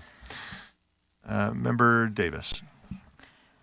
Yeah, thank you. I have an amendment to the motion that's on the floor. I support Plan 2 with the understanding we may need to come back next year for additional, especially in the reporting area. But my amendment would be to add 10 million more to school safety, and I'll say why. We've been told that they don't have any more ongoing money, and that they have 76 million of one-time money.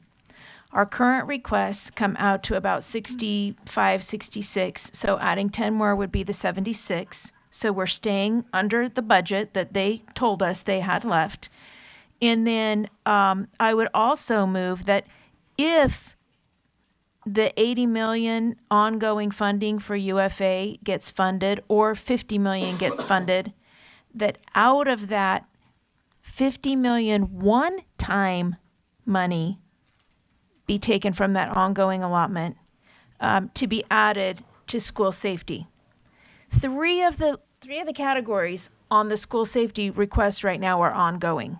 So I'm assuming those are going to be put off in the code for another year or two till they get more ongoing funds. But the other 7 or 8 or however many left, those can be done with one-time funds. So I think we just say, look, if you have 50 to 80 million ongoing for UFA, just give one-time 50 million to safety so we can implement what we're asked to do. Plus the 10, and I'd like to vote on these separately. So we've got we got motions and speaking to motions and no seconds. And I get nervous without seconds.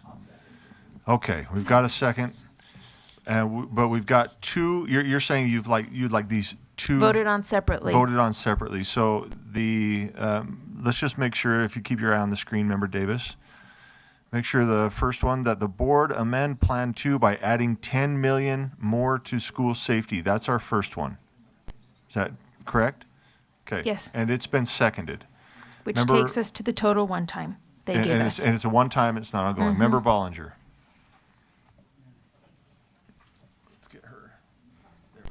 Thank you, Chair. Just a clarifying question. So, Board Member Davis mentioned that there was the 76 million. If I look at Plan 2, I just want to make sure I'm understanding what we're asking for.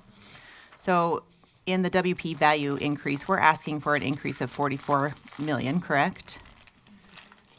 Off of the, Say in that addition, again. Are you talking about which line item? Plan School 2 safety? WPU value. Okay, The 1% increase yes. would be 44.5 million on top of the base budget. Correct. So that's an increase, plus the 20,000 on uniform reporting, plus the 20 million, and then 40 million for school safety, and then the 4 million for USDB. So we're beyond a 76 million. So I'm just trying to understand.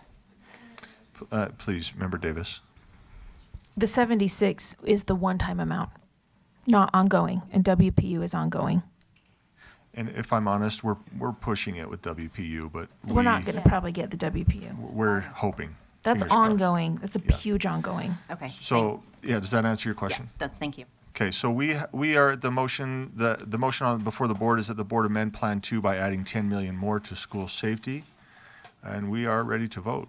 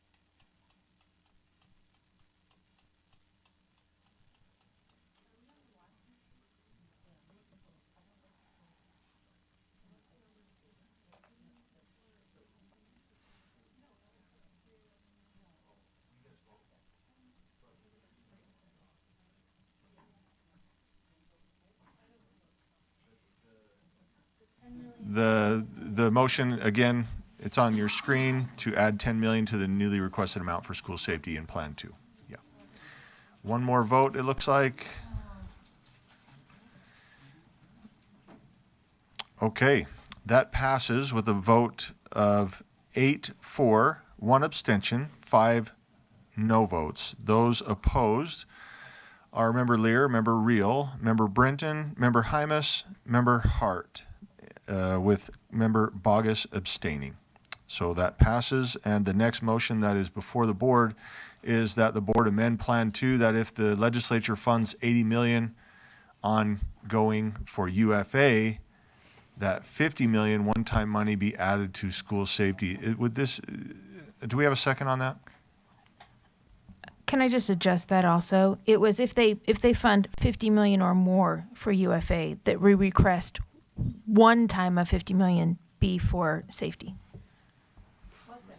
We have a second on that. So you kind of spoke to this already. So are you hoping that this will add up to 100 million? That's your goal? Or am I missing something? Well, it will support, it will be a way to find the 100 million that we requested. And can I speak since it's time to speak now? Yes, I just want to remind the board that we very initially voted to ask bill sponsors to make the bill more reasonable if possible, because all of our schools are out of compliance. So that is our first request. So maybe we won't need any of this money, but if the bill is not made more reasonable, we've got to get funds to be in compliance. So that's the request there. Thank you, Member Davis. I'm trying to gain clarity. Scott, do you understand this? Can you train me later? Or, yeah, thank you. I want to represent well, that's all. Okay. Vice Chair Wood. Superintendent Jones, can I ask you a question? This is more about WPU as we're talking about ongoing with UTUF. It's all ongoing. There was a 2% that the legislature set aside for Amendment A for WPU. If that passed, they were going to give. Can you tell me what they've done in the base budget with that 2%? They've used it towards other ongoing requirements of law. They just took it away? Yes, Okay. because the amendment didn't pass, then legally they didn't have to do the 2% on the WPU. Perfect. So, Okay, thank you. So it's been used through the chair. Thank you. Okay, so the motion before the board then is that the board amend Plan 2, that if the legislature funds 50 million or more ongoing for UFA, that 50 million one-time money be added to school safety. Let's vote.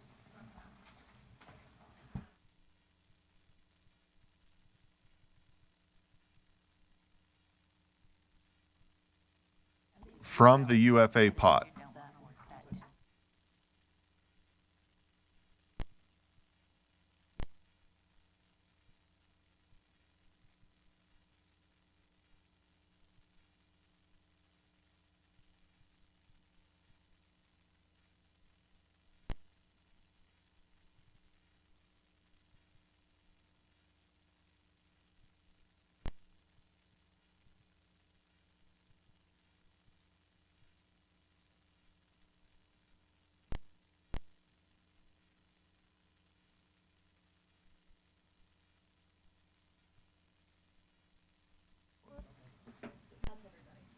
That's everybody. That motion fails. 7 in favor, 6 against.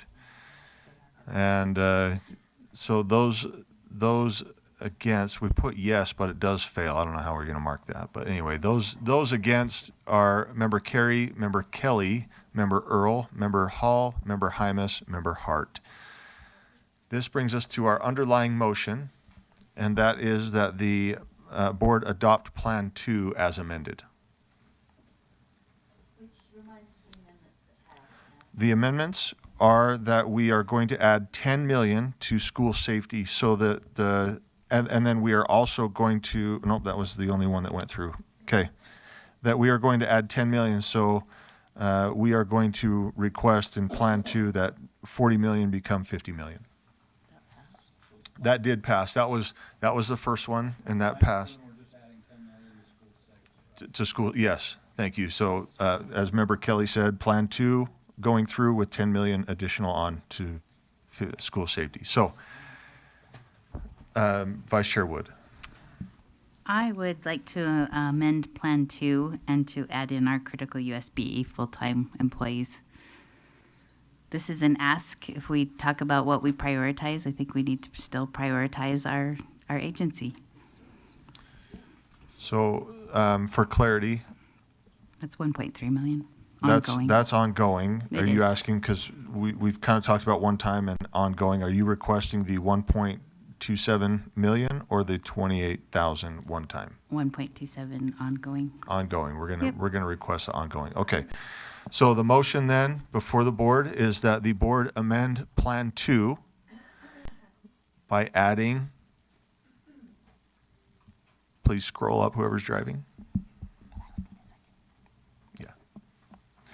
By adding the 1.27 million ongoing funding request for the critical USBE FTE. Do we have a second to that motion? Second is there. Back to Vice Chair Wood for to speak to the motion.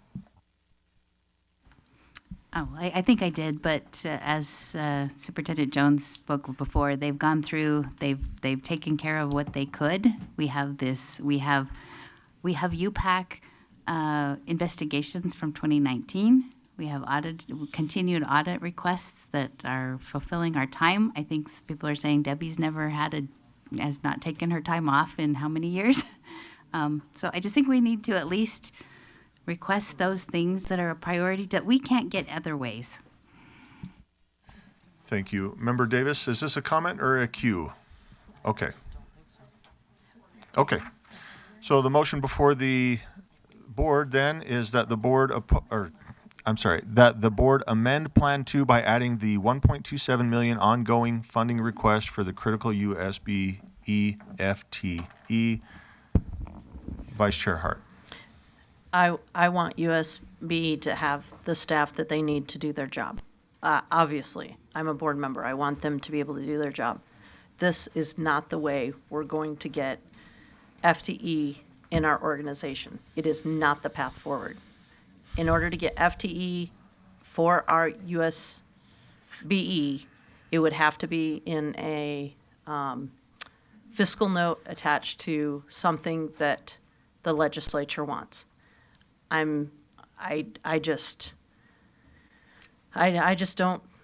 We're now, if you total it up, you're over the number. We're back to where we started. We have to be disciplined with this. And, I just speak against this.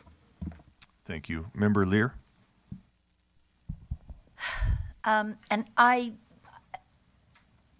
You're beginning to make a dent in my resolve to say, no, we need this. However, I look at all of the other items, and I know there are strong and powerful people behind a lot of them, even ones I really want, interestingly. But this is one where we, the board, is the only entity that's going to stand strongly behind that. We're not going to get, a match from rich people. We're not going to get some other people who will, legislators, for instance, who've said, oh yeah, USB really does need those people. We're not going to get that. So if we don't stand by this, I feel like we are looking like we will back down to our staff and what we only can advocate for. Thank you. Member Kelly? I want to make a point of clarification first, and then I'll make a comment. But the motion is taking the blue and moving it over to Plan 2. Is that correct? That's correct. Okay. So, just the ongoing portion, not the one time. oh, okay. So not the one time. All right. I know Carol's not going to like my comment. Okay, but I think you're going to like, Carol, the where I'm going with it. But we currently have a president who I long before he became president of the United States, I read 2 of his books, and one of them was The Art of the Deal. And in The Art of the Deal, you ask for this much, and oftentimes you may end up getting this much. But if you ask for this much, you may end up getting less, and you may end up And so my attitude as I'm voting and looking at this proposal is, I think we ask for this much, and if it so happens that they come in and say, all right, you're only going to get this much, at least we asked. And I think, prioritizing the staff, I think, is an important thing, and I don't think it hurts for us to ask. Thank you. And then we have Member Carey and then Member Lear. Okay. Member Carey. Yeah, just if Vice Chair Hart would take a question. She said this is not the way to do this. And I'm just curious what Vice Chair Hart meant by that. And Sure. Where is this better path? To me, if we want, well, and legislators, I hope they're not listening.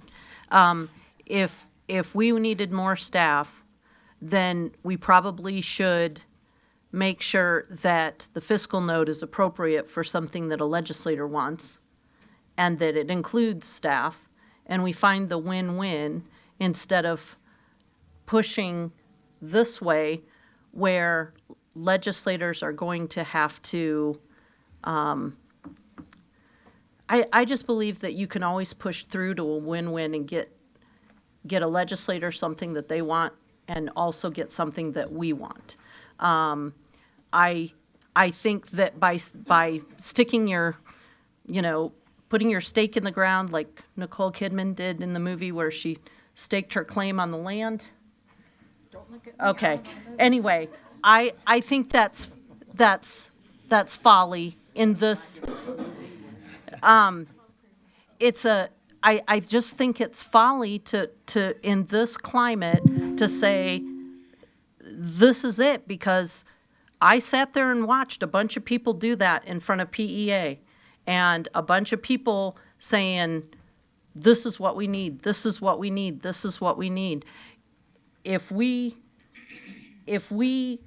want that, then we need to go hear what they want too and work those things together. It's a hard thing for me to articulate without having an example, but I am more concerned right now, to be honest with you, about CCA being cut out of being carved, the carve out being eliminated, than I am half the things on this list. And so I think there are too many things that we're thinking about these things in isolation when they need to be thought of all together so that the legislature can win at the same time we win. Follow up for Chair Carey, or Member Carey. Thank you. So if I understand correctly, what you're saying is, for instance, if a legislator comes and says, we want more accountability, we want more enforcement, that's the time to say, we can do it, and watch this Nicole Kidman movie. But I understand. Thank you. Okay, I do. Thank you, Member Carey. Member Lear? I'm just trying to understand well, first of all, I want to make sure I understood. You want to take away the ongoing and the one-time, Leanne, or just the ongoing? The motion is to add the ongoing to Plan 2. Add the ongoing, but not the one-time. But not the one-time, yeah. I agree. My point was going to be, one-time money does not help us with staff. Thanks. Thank you. So the motion before the board then is that the board amend Plan 2 by adding the $1.27 million ongoing funding request for the critical USBE FTE. Let's go ahead and vote.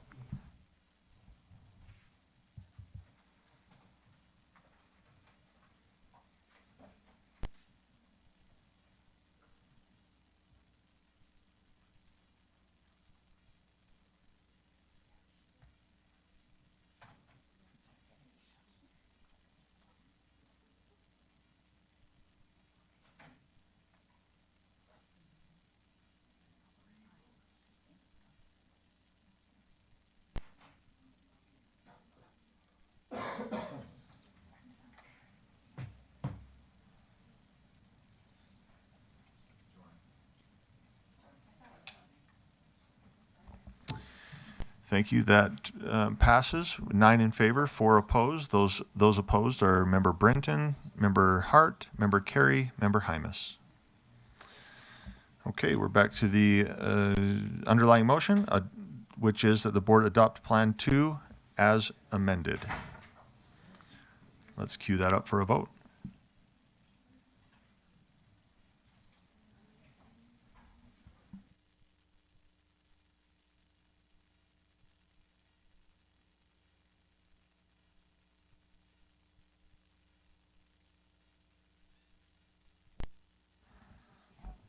Member Davis is.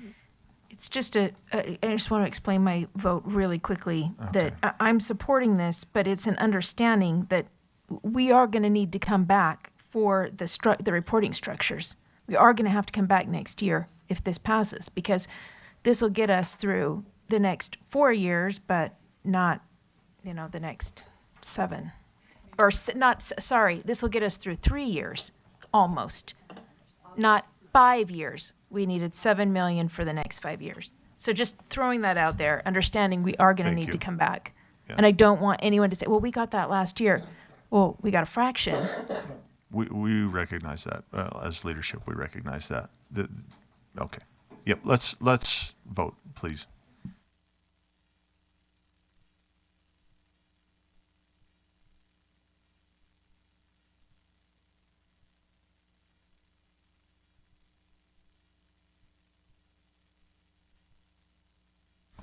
So that passes, 10 in favor, 2 in opposition. Those opposed being Member Brenton and Member Carey. Okay, Vice Chair Wood. All right, I have a handful of motions regarding the legislative fiscal analysts. I'm going to take them one by one, just because I know that they would end up being divided anyway. So the first one is, I move that the board recommend to the legislature that ongoing funds be maintained for the CTE student organizations, CTE College and Career Awareness, and CTE Work-Based Learning. If I have a second, I'd love to speak to it. Is there a second? We have a second to that. Vice Chair Wood will speak to that, and Scott has his hand up so Have patiently. Scott speak to it while I find my data. No, well, Chair, can you just orient the board members to their, in the backup is what or Vice Chair Wood is referencing, right? There's a backup item that shows the LFA recommendations, and so you can see that. Is that something that could be put on the screen? I don't know if you can do both at the same time. It's in the backup. It's in the backup to 12.1. It's the first, yeah.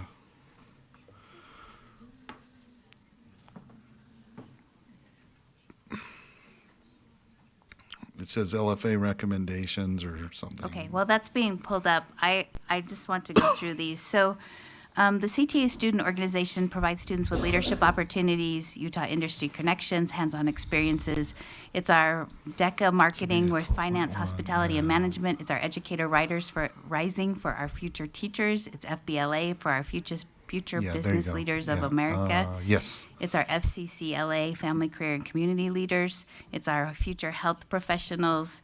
It's our technical skilled and service occupations. It's our Technology Student Association for STEM. These are the things that give our kids that ability to provide leadership and learning as they move forward. We're trying to prepare good citizens. I think this is part of our vision, to prepare them. And these are the opportunities that they get for doing that.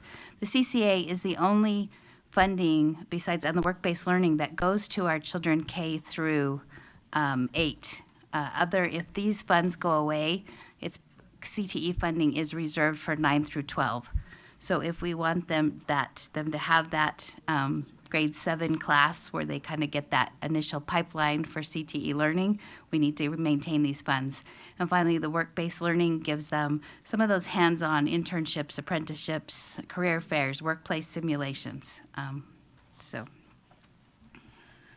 Thank you, Vice Chair Woods. So the motion before the board, if we can get that back on the screen.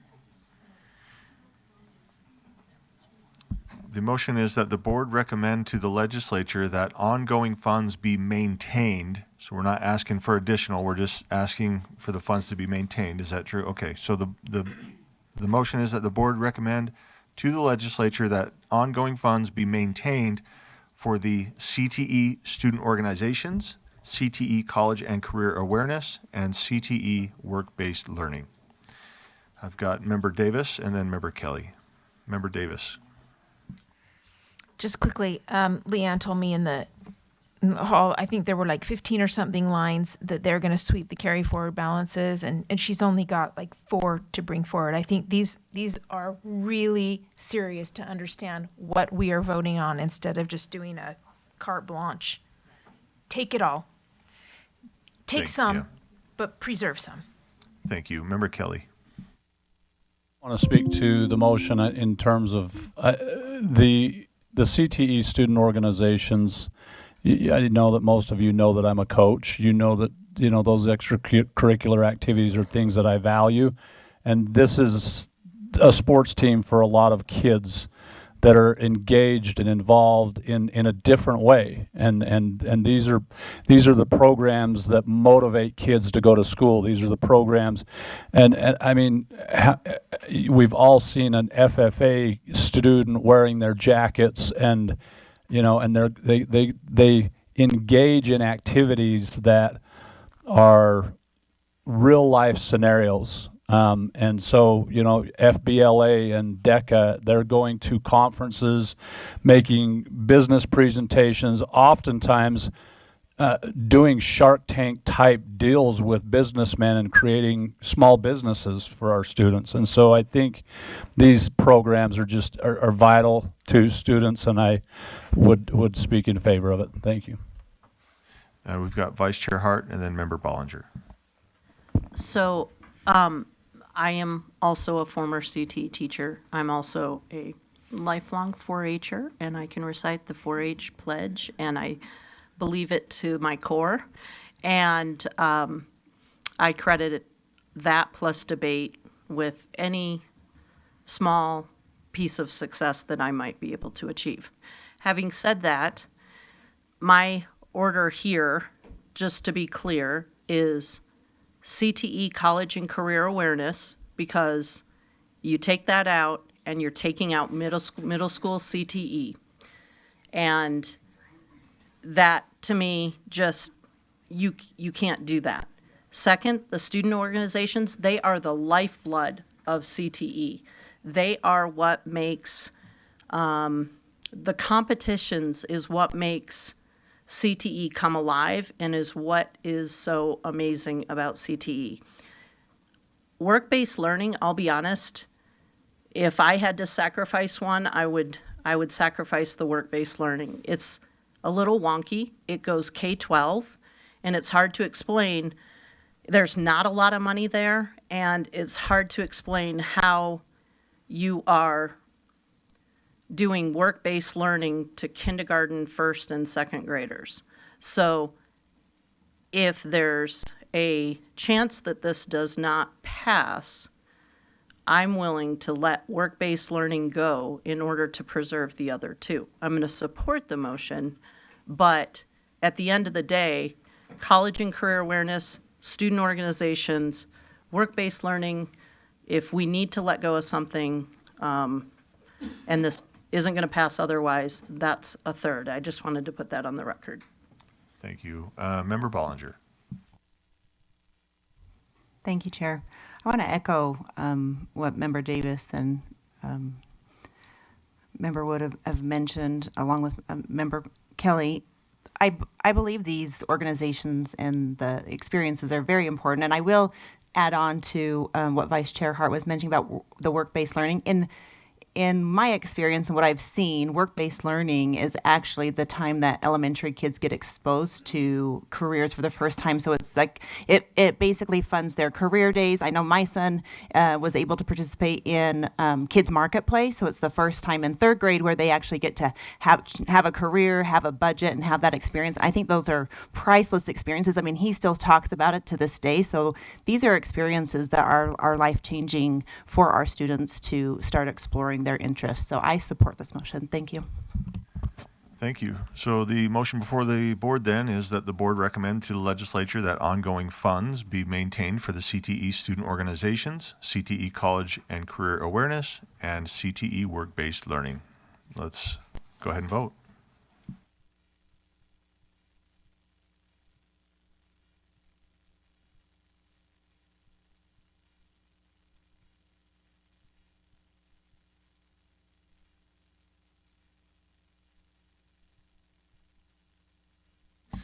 Okay, that passes unanimously. Back to Vice Chair Wood. Okay, I move that the board recommend to the legislature that ongoing funds be maintained for the grants for professional learning. Do we have a second?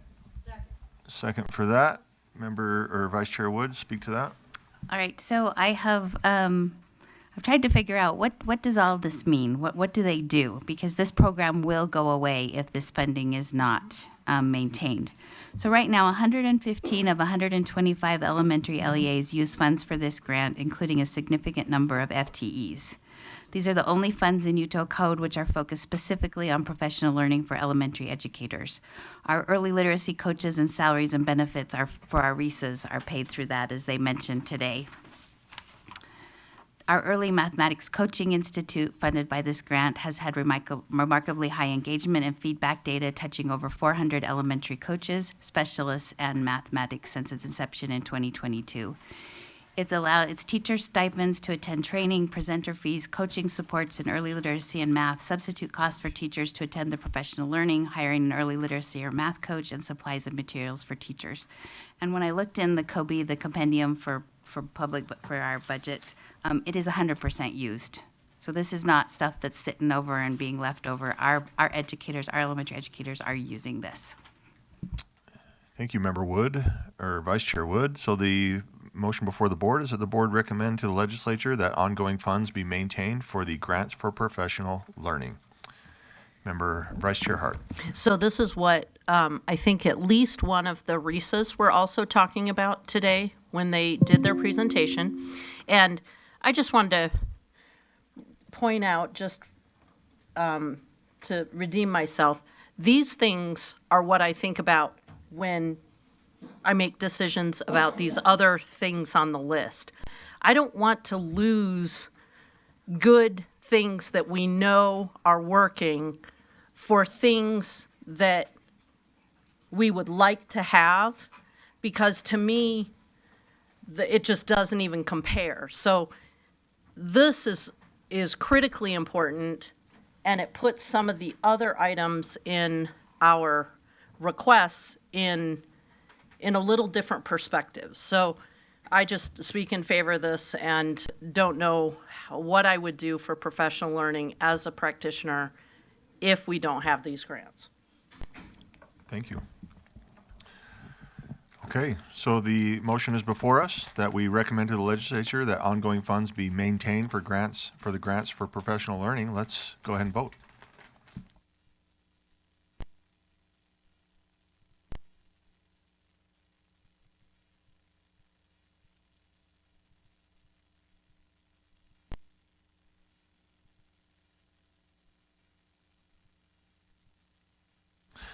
That passes with 12 in favor, 1 abstention, the abstention being from Member Kelly. Oh, Vice Chair Wood. Okay, one more.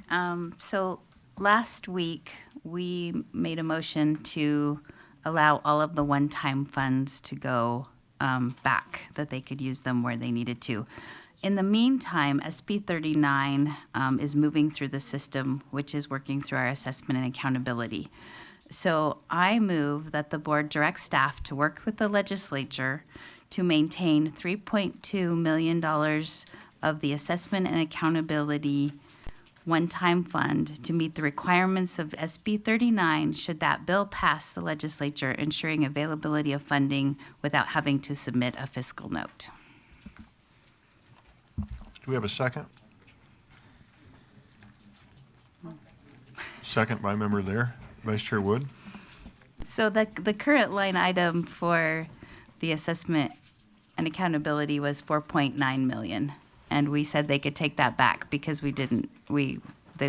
our staff had said that would be fine. But in the meantime, this bill is coming through that's going to need a fiscal note, or would need a fiscal note if the funding is not. I like the nods when I'm doing it right. Thank you. So this would just help fund the changes that are going to be needed if SB 39 passes.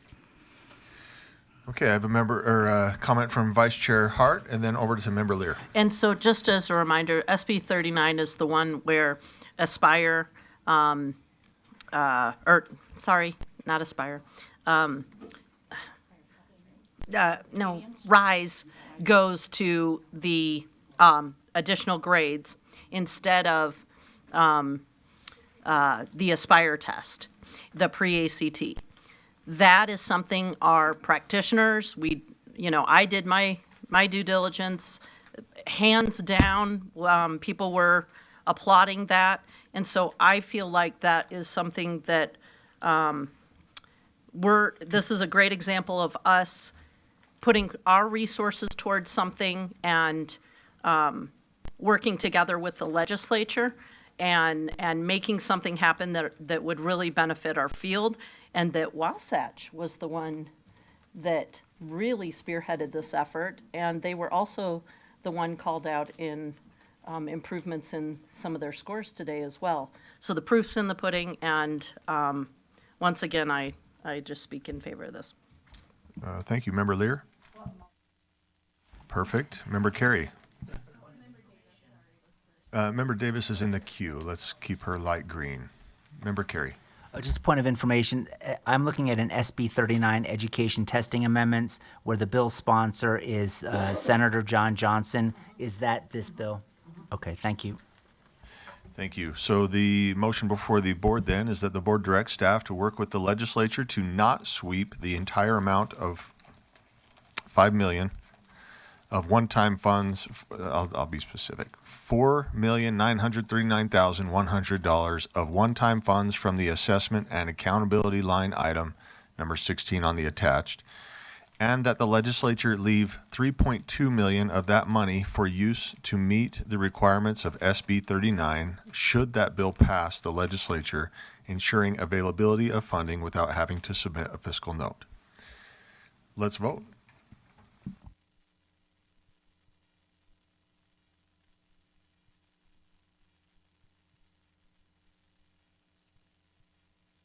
Okay, that passes 13 in favor with one abstention being from Member Bogus, who missed out on the conversation. So we appreciate her return though. So let's move on. We've got Member Davis.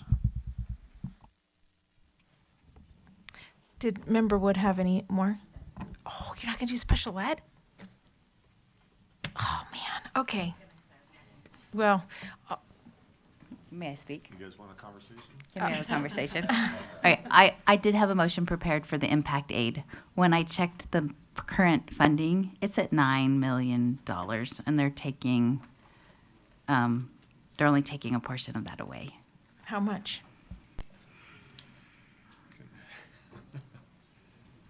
So I can make mine while you find that. yeah, you can. So they're taking away 3.4 million, and the current fund is at 9.5 million. So they're leaving 6.5 million there. I just thought, in light of the conversation of ongoing funding, I'll I make had my to other motion. maintain my good It's graces fine. because it's just, it funds some really important things, but okay, maybe next year it'll come back. Okay, does someone have the language ready to put up for the motions from the Data Privacy Advisory Committee? Or the Data Protection Commission now it's called, or something. It's called something new now.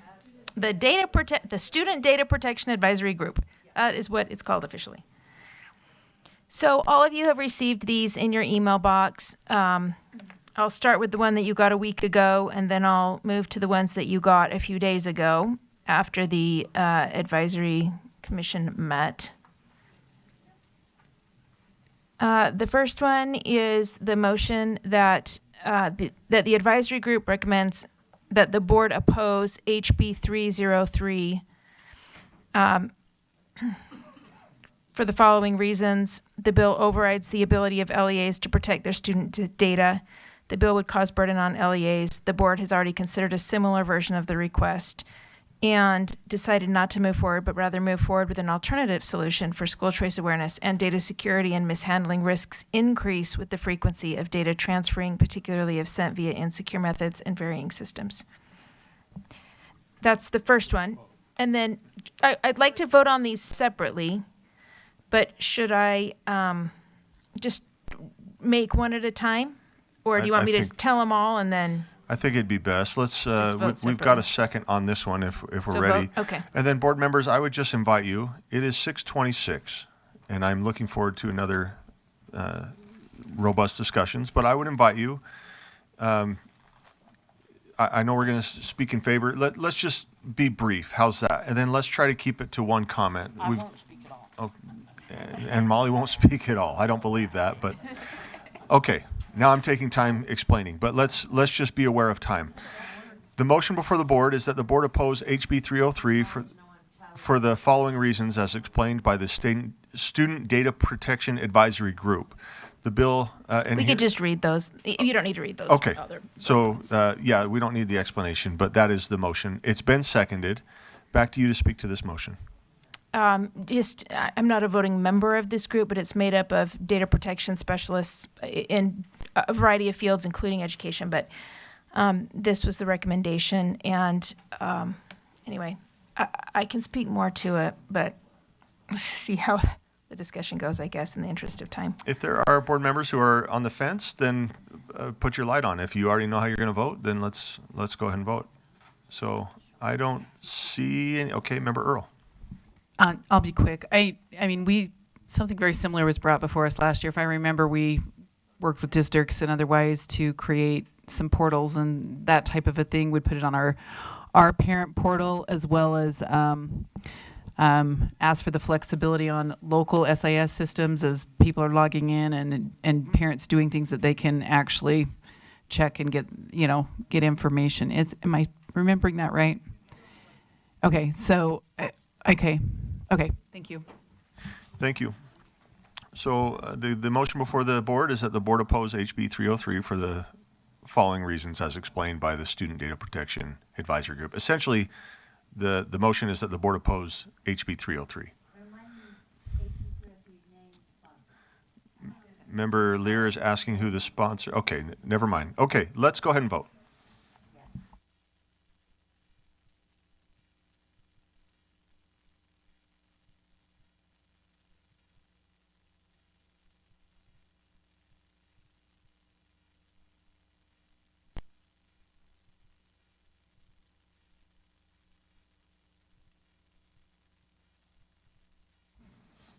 Okay, that passes. 8 in favor, 4 abstentions, 2 no. The abstentions being Vice Chair Hart, Member Earl, Member Kelly, Member Bogus. The no votes being Member Hymas, Member Carey. So that passes.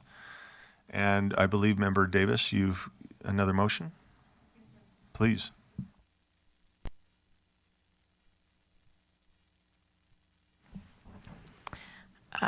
I move that the board direct staff to work with the legislature to amend lines 1386 to 1400 of HB 40 sub 1 to 1, add a requirement for an audit log feature when someone outside the school system, like public safety answering points and law enforcement agencies or others, accesses panic alert or surveillance footage, and requires a law enforcement agency or public safety answer point to submit a report after any event of access. And B, add a requirement that LEAs establish appropriate access protocols with the entities in 3A consistent with 34 CFR 99.36. Do we have a second to that? Second. Okay, second. Back to Member Davis. If you have specific questions, I might have to call on Director Chalice because I was not able to attend this particular meeting, but it did pass unanimously of the Student Data Protection Task Force or group. Member Lear. I know you don't want to take a lot of time, but in order to vote on this, with eyes open, I need to know if 34 CFR requires the first part of that or that B section, or if it is just allows. And I don't know if Katie can speak to that quickly or no. Yeah, as she approaches, thank you, Katie, for being available.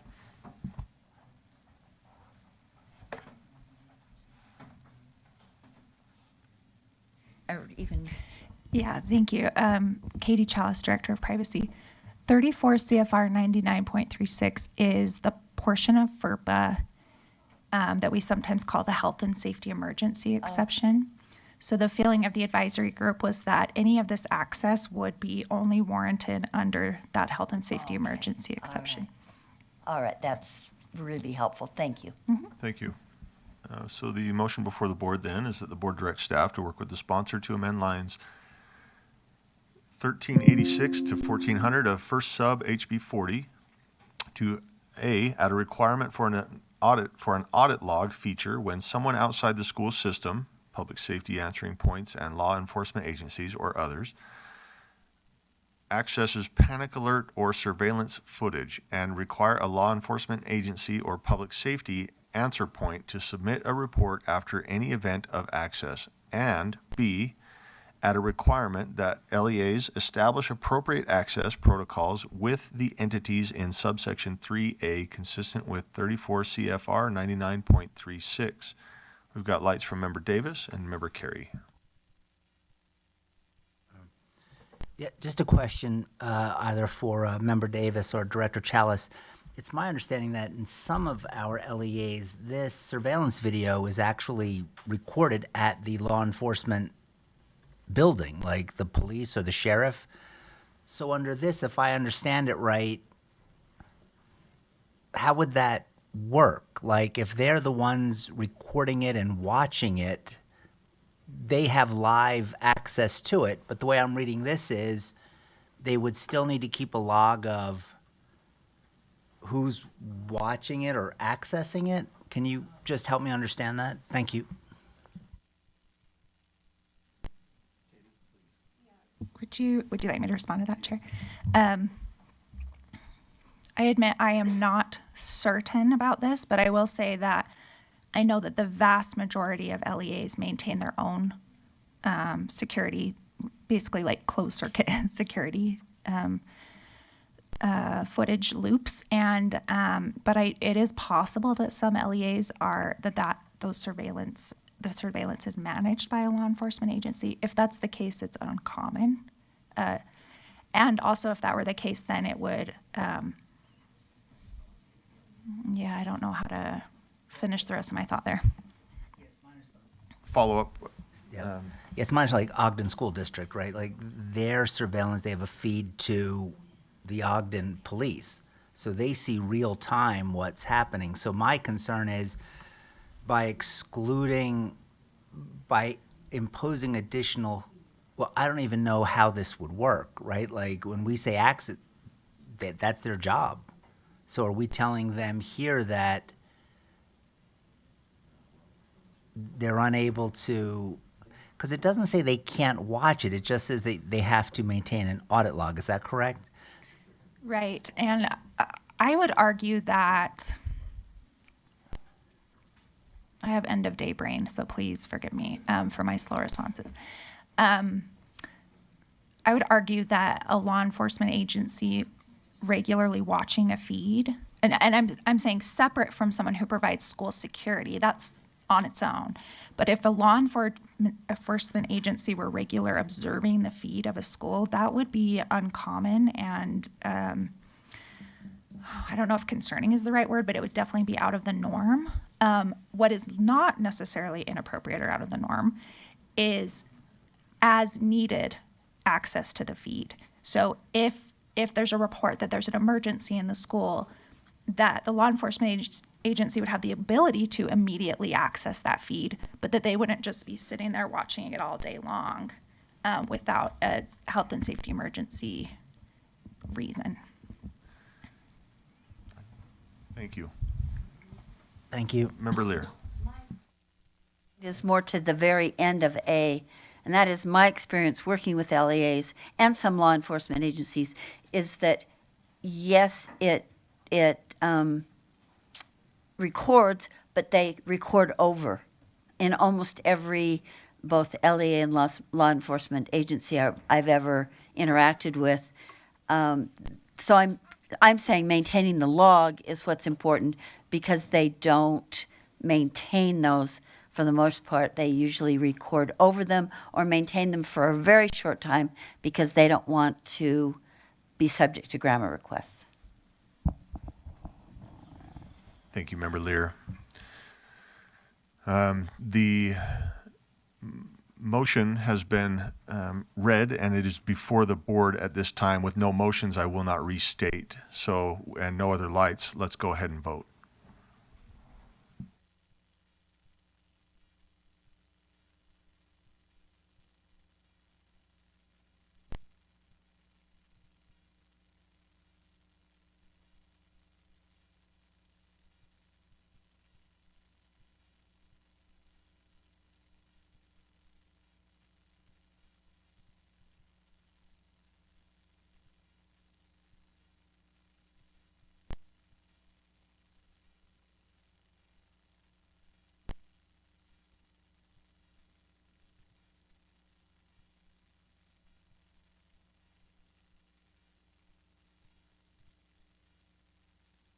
Okay.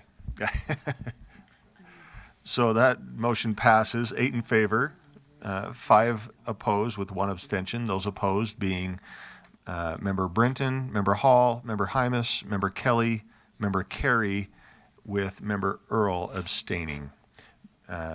Member Davis, you have your light on? Yeah, last one, if that can be brought up.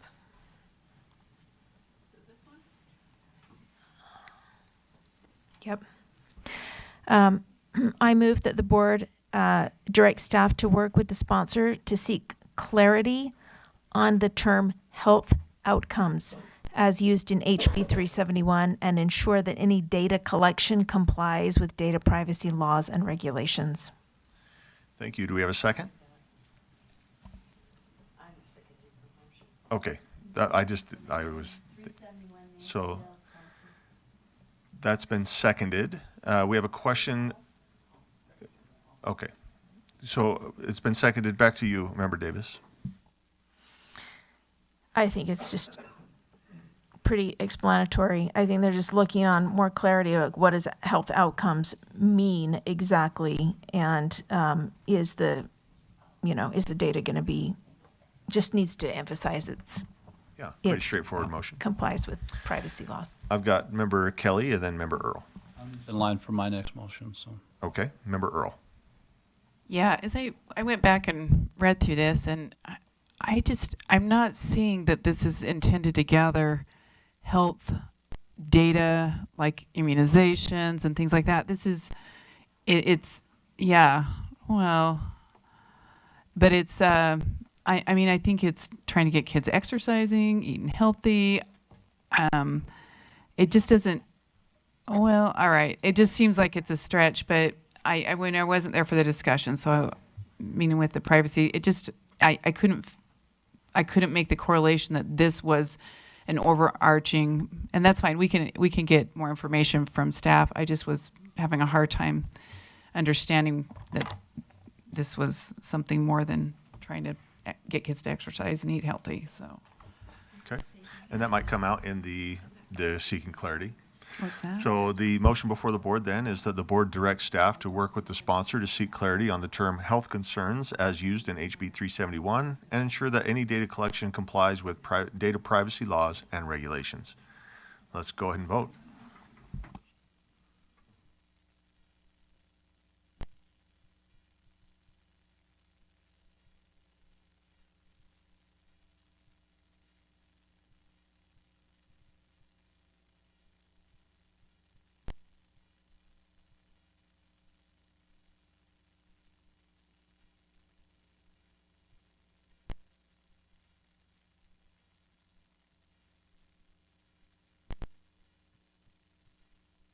Okay, that passes. 11 in favor, 2 in opposition, 1 abstention. Those in opposition are Member Hall and Member Carey, with Member Brinton abstaining. Yep. Member Kelly. I know that many of us over the past few months have gotten lots and lots of emails over HB 415 that was passed by Representative Strong. I think there was a handful of us there yesterday as that was being presented. And my motion, I think part of there's a lot of panic with schools. Let's put the motion on the floor, then we'll speak to it. Sorry, my bad. Is that okay? Yeah. Yep. Thank you. And I'm happy to entertain. All right, the motion is that the board directs staff to work with Representative Mark Strong on HB 344. And I'm going to add and to delay the implementation date of HB 415 to the 26-27 school year. I guess what I'm trying to get at with this is... Let's get a second. Yeah, sorry. No worries, no worries. So I will second it, Yeah. assuming you will say HB 415 from the appropriate year. Yeah, so that's what I'm trying to get at with this is, like, 415 is supposed to be coming into it being implemented for the 25-26 school year, but they're still debating 344 that would replace 415, and there's still a lot of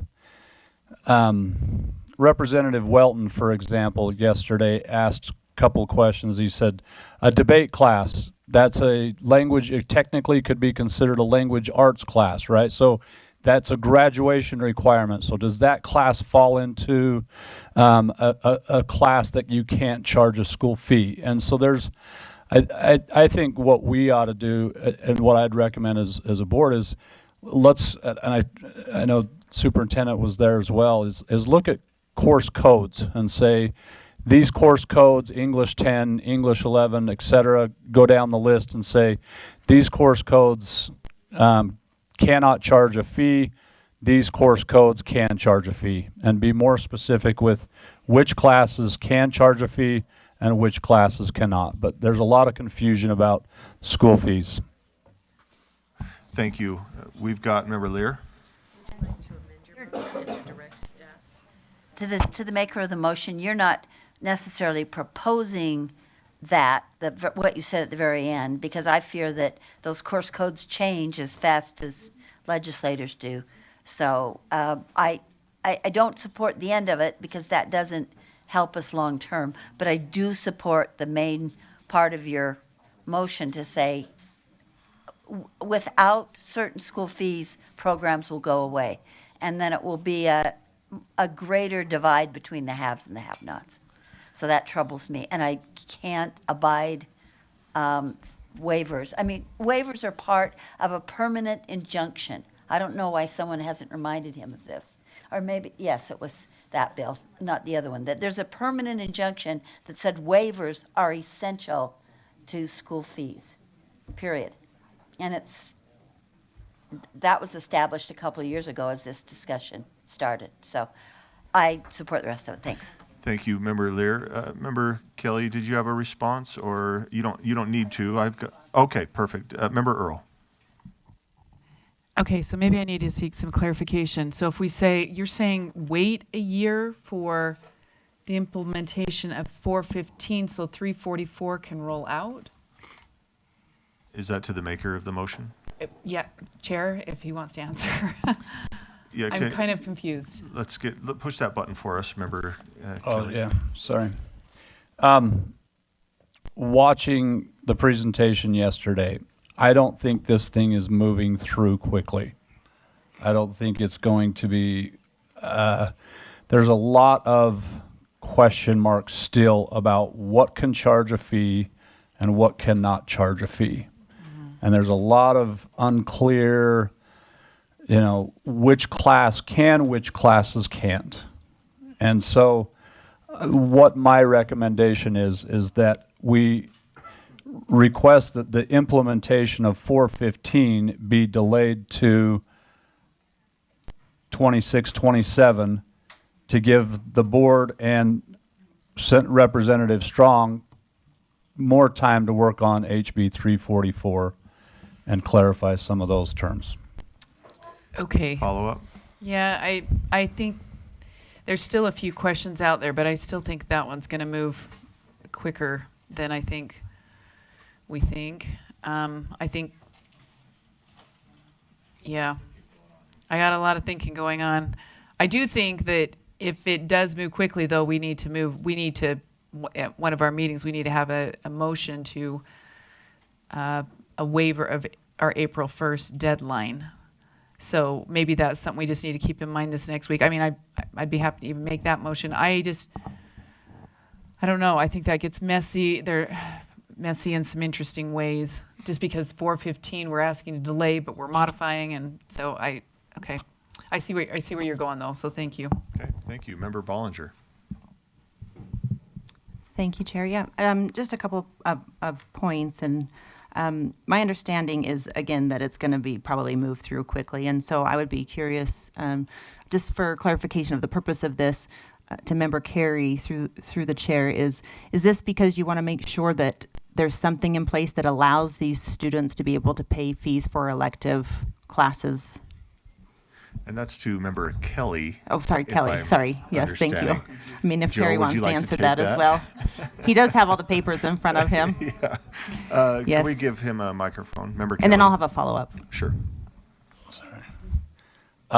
Yeah, so the April 1st deadline, I'm seeing schools scrambling to know, are we, as we're putting together our class schedule, as we're putting together our class courses, part of, and I know that in HB 344, they're saying, hey, you don't necessarily have to list the fee and disclose that to people for a year, but we are going to require you to not charge fees for these classes this year, starting this year. And so I feel like schools, I've talked with my principal, there's still a lot of just unclearness, uncertainty with an upcoming April 1st deadline, and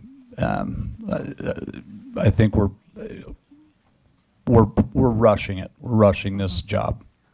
Thank you. One more follow-up? Follow-up, yes. And I agree with that. And I do know that there was discussion at the end by Representative Strong to work with the board for that extension on the April 1st, because I think the plan is to move it forward. And if they didn't, to change the implementation of 415, that would have to be an amendment. They'd have to push 415 with a change. So I think what they're trying to do is 344. So I wonder with this motion, if we maybe could delay it a week to see what happens with the bill, if you'd be open to that. The motion is before the body at this point. We could, if there's a motion to postpone, is that what you're suggesting here? Okay, so you're making that motion, not asking him to make that motion. Okay.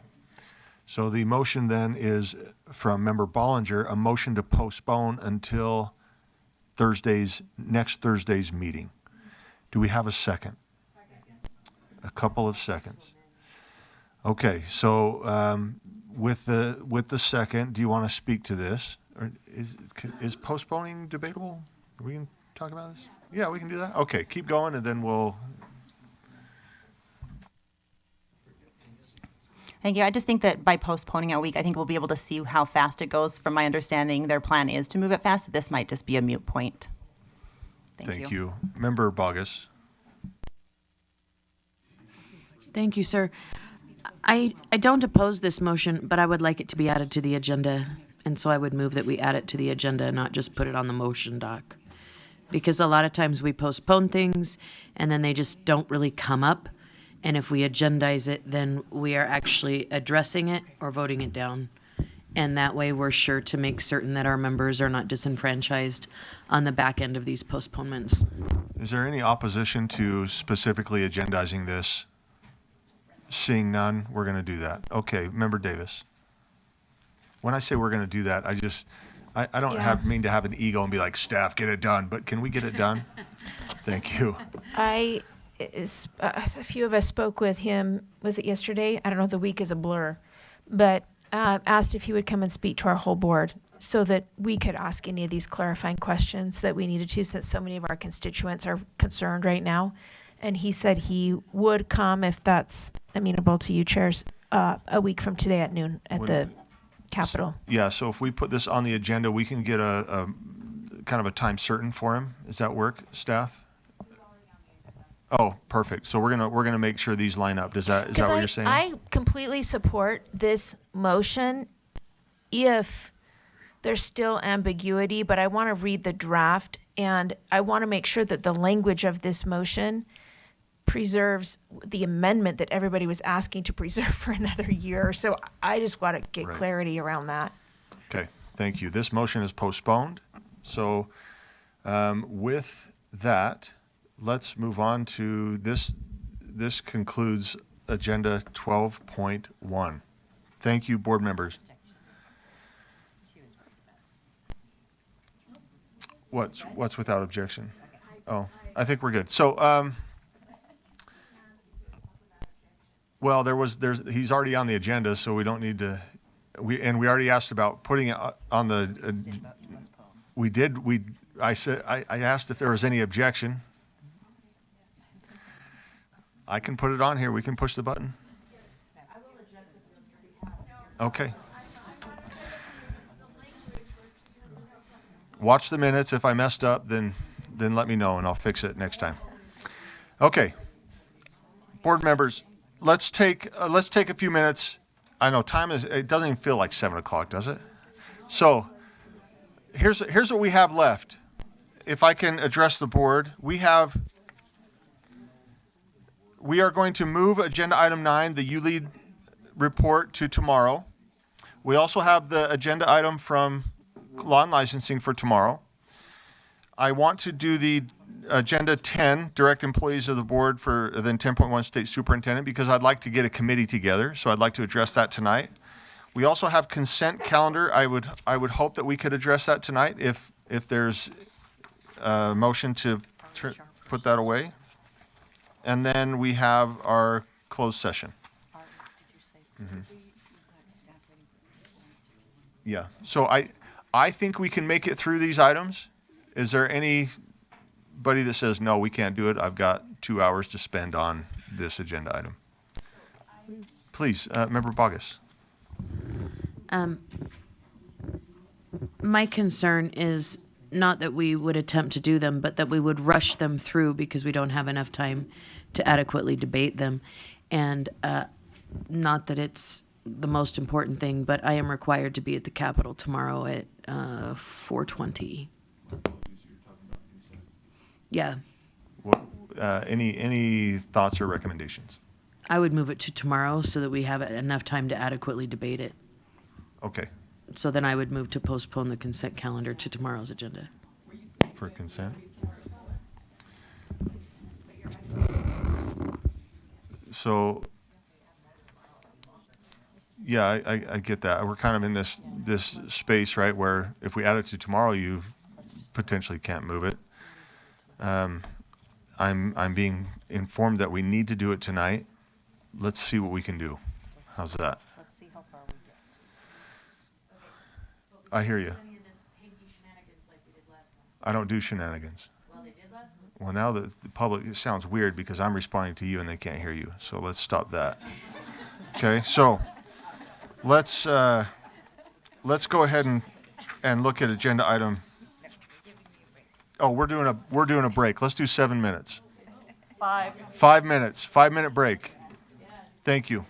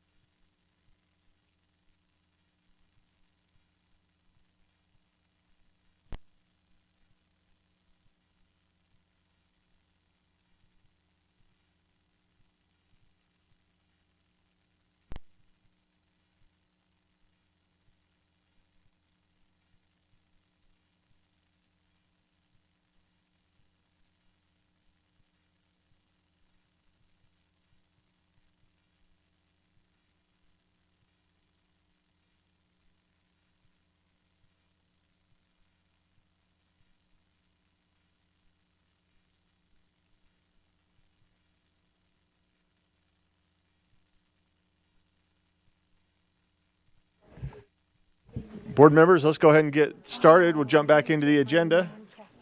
Go get it. Go get it for real. What are we gonna do first?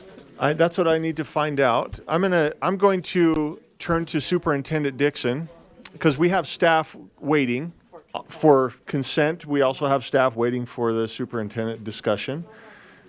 So let's jump to agenda item 13. This is the general consent calendar. So with that, we will turn the microphone over to Member Bogus. I would just pull items 2 and 4. Okay, items 2 and 4 are pulled. Any other motions?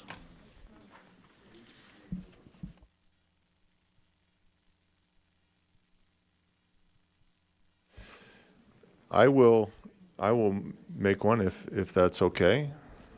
I move that we adopt the remaining items on the consent calendar. Second that? Okay. Seeing no discussion, let's go ahead and vote if we could. There it is.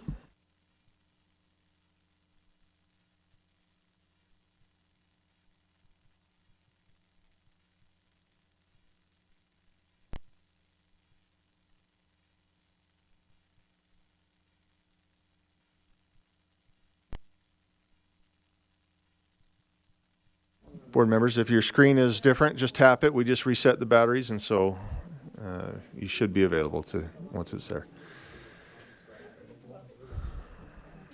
Okay, how many do we have? Are we finished at 8, or do we have more? 2, 4, 6, 8, 10, 12. We should have 12 at least. Member Lear, to adopt the rest of the remaining portions of consent.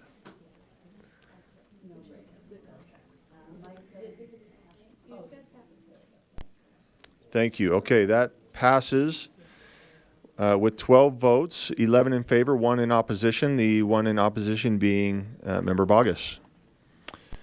Okay, so there are 2 pulled items, agenda item 13.2 and item 13.4. I don't know if it's point. Yeah, it is. 13.4. Is there any motions concerning these 2 pulled items?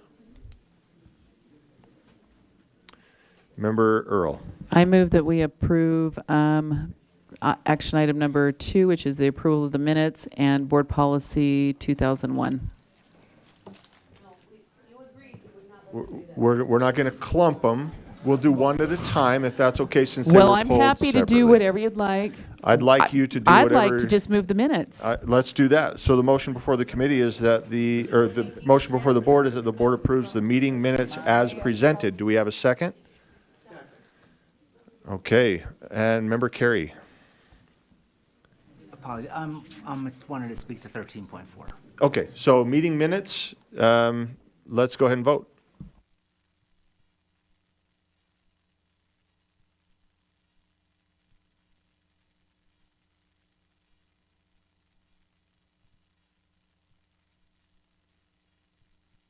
Okay, that passes unanimously. Chair rules, that is unanimous. Let's go ahead and look at 13.4. Member Earl.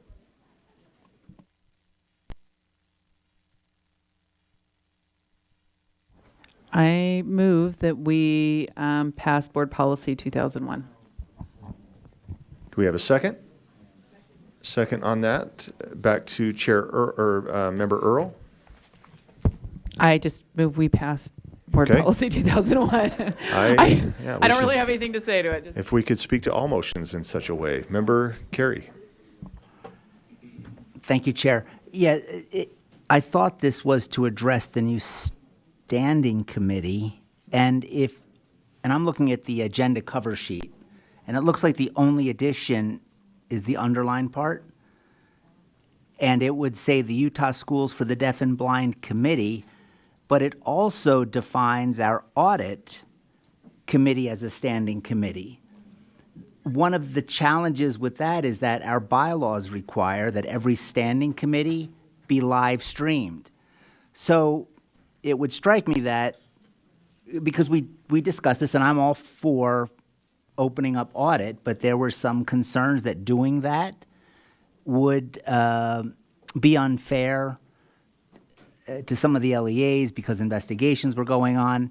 So I just want to point, and I don't know if the actual application pushes audit being a standing committee. If it's limited to Utah Schools for the Deaf and Blind, it's not going to be an issue. And based on the agenda, it looks that way. So I'd like to ask whoever put this together, are we also saying now that audit will be considered a standing committee? And I would argue that in order to do that, we would need a change of our bylaws. And that would require, what vote is that, 2/3? So it may not be necessary if this was a mistake or oversight, but I just want to know, are we formally in this application moving to have audit be a standing committee? Because currently it is not, and therefore not subject to being open. Thank you, Member Carey. I don't know if that's rhetorical. It doesn't sound rhetorical to me. No, I don't know. So let's, Vice Chair Wood has a comment. Ben, will you come forward and then you can answer that? So Vice Chair Wood has a clarifying question on top of Member Carey's, and then Director Rasmussen will respond. So this definition says for purposes of this policy. So do our definitions, when defined as for the purpose of this policy, which is the compensation policy, do they transfer over to other policies that are not this policy? Because that's what's saying the definition, it's a standing committee so that people can get paid accordingly for it, right? You get paid for your standing committee attendance. So the question is, what does that do in terms of definition? Okay, I think we're ready to hear from Director Rasmussen.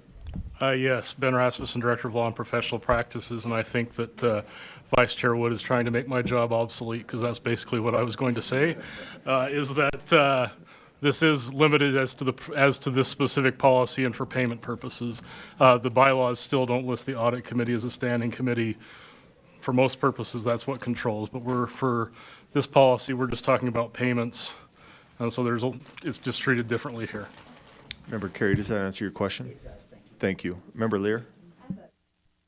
Or a request more related to this policy. I'm looking at number 2B, Roman numeral 3. And I've been dutifully keeping track of my meetings, but I have had a hard time finding a document that gives the objectives of the board's strategic plan, because it seems it's somewhat in flux. At least some of the things I've read. So I am requesting a copy of the objectives. Today's, I guess we go by what's in place today. I'd like a copy of the board's objectives. Pardon me? I looked and it said, it gave me a long explanation of why it may not be current.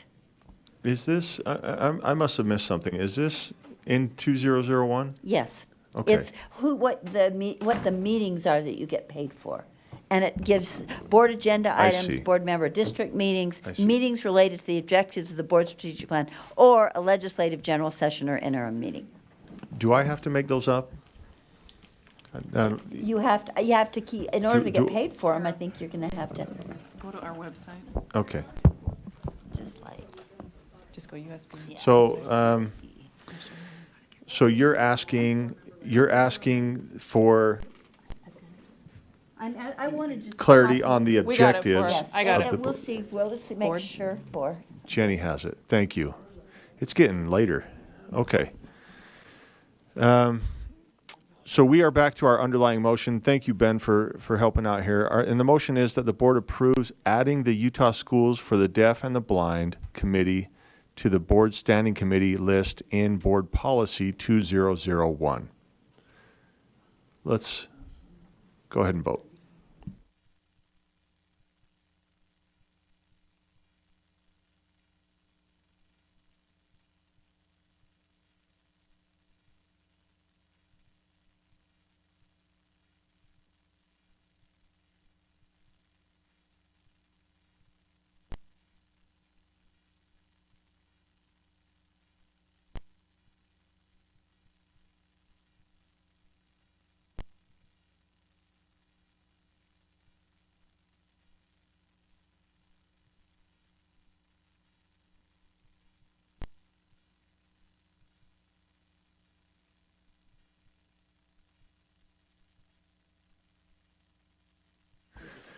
I'm missing 3 votes. 2, 2 more. I will consider my question answered, but if you folks get my little log and you don't like it, Okay, that's fair. Member Earl, did you vote? Thank you. That passes unanimously. Without shenanigan, we are finished with consent. So let's move to agenda item. Let's move to agenda item, I believe it's 10.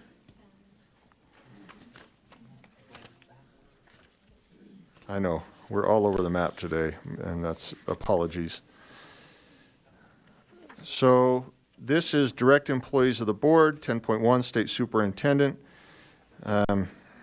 We need to put together a selection committee.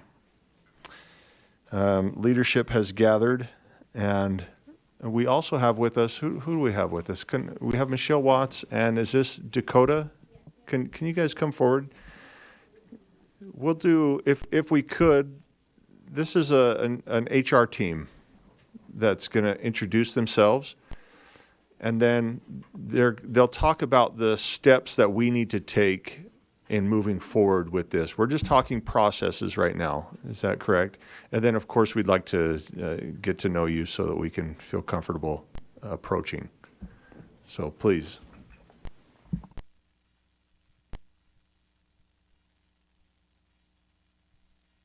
There we go. Good evening. My name is Michelle Watts. I am the HR Director of Field Operations, and this is Dakota Cambruzzi, and she is your new HR Field Office Director for the State Board of Education. We are here to talk about the superintendent recruitment process and resources. So we can post the job on our website, and we can help create that posting, place that up for as long as you'd like, and we can work with you and the committee, whoever that is, to make that posting what you want it to look like.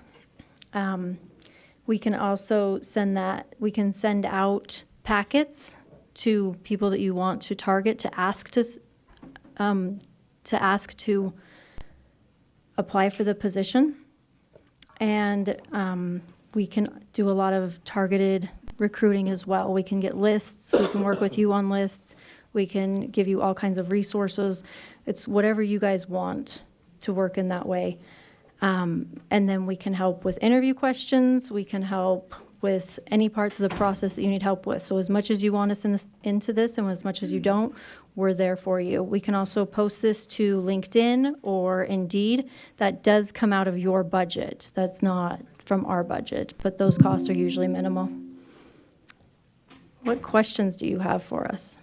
Any questions on the process as of now, or is that something that we would like to wait for the committee? Once we have a committee established, I think we'll have a lot more questions. I think is that fair? Okay. Thank you. Dakota, anything to add? Nothing to add for me, just really grateful to be here and meet you all, and happy to help in any way that we can. Thank you. So, I'm going to, I don't know if we have a list, I don't know if I've shared this list with anybody, of recommendations that we can have a list to start from instead of just throwing things out there. I see, remember Earl, you have a question? I guess if we were to post, right, and what is that reach, how far? And maybe you addressed that and I missed it. Would it go further than Utah? Do you know what I mean? Is there a way to reach further than that, or is that kind of limited? I'm just curious. It would be on our state jobs website, so it is for the state of Utah, but generally people hear about that and would perpetuate it, or yeah, okay. And we can post in other places that link back to that so that we get candidates that way. So if there's superintendency newsletters or different things, we would love to place them there. If there's costs, then, you would pay Okay. those, but if there's no cost, we can also add them to things, or we can send it out through email listservs as well. Okay, I just didn't know the restrictiveness, right? If we needed to find someone else to help with a broader reach or not, or if it sounds like you might have the capabilities of doing that. Okay. Thank you. Thank you. Can we have somebody, I'm just gonna read off a list of names. I'd like to see them on the screen. So that for the board members, sorry, Leah, you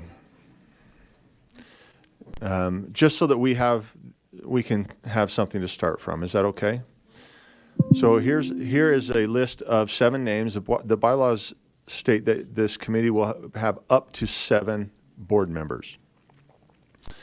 If I'm honest with you, I've had other organizations, including the SCSB, reach out and say, can we be on this committee? And I said, that's not my decision. I'll talk to the board. I'm getting some head nods in the no direction and even a scowl.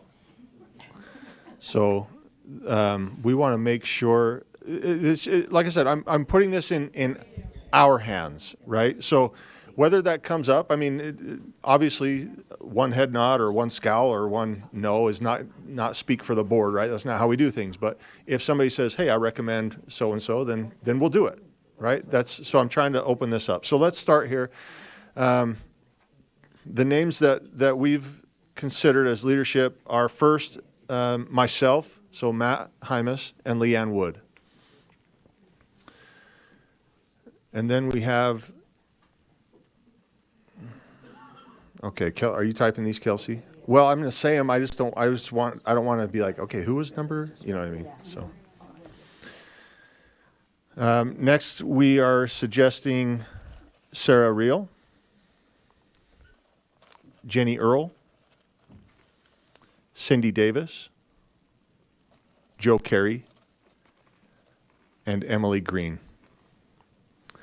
That would make 7 board members. And with that, I will open it up to amendments, comments, motions, whatever you'd like. But I get if you need a second to read them over.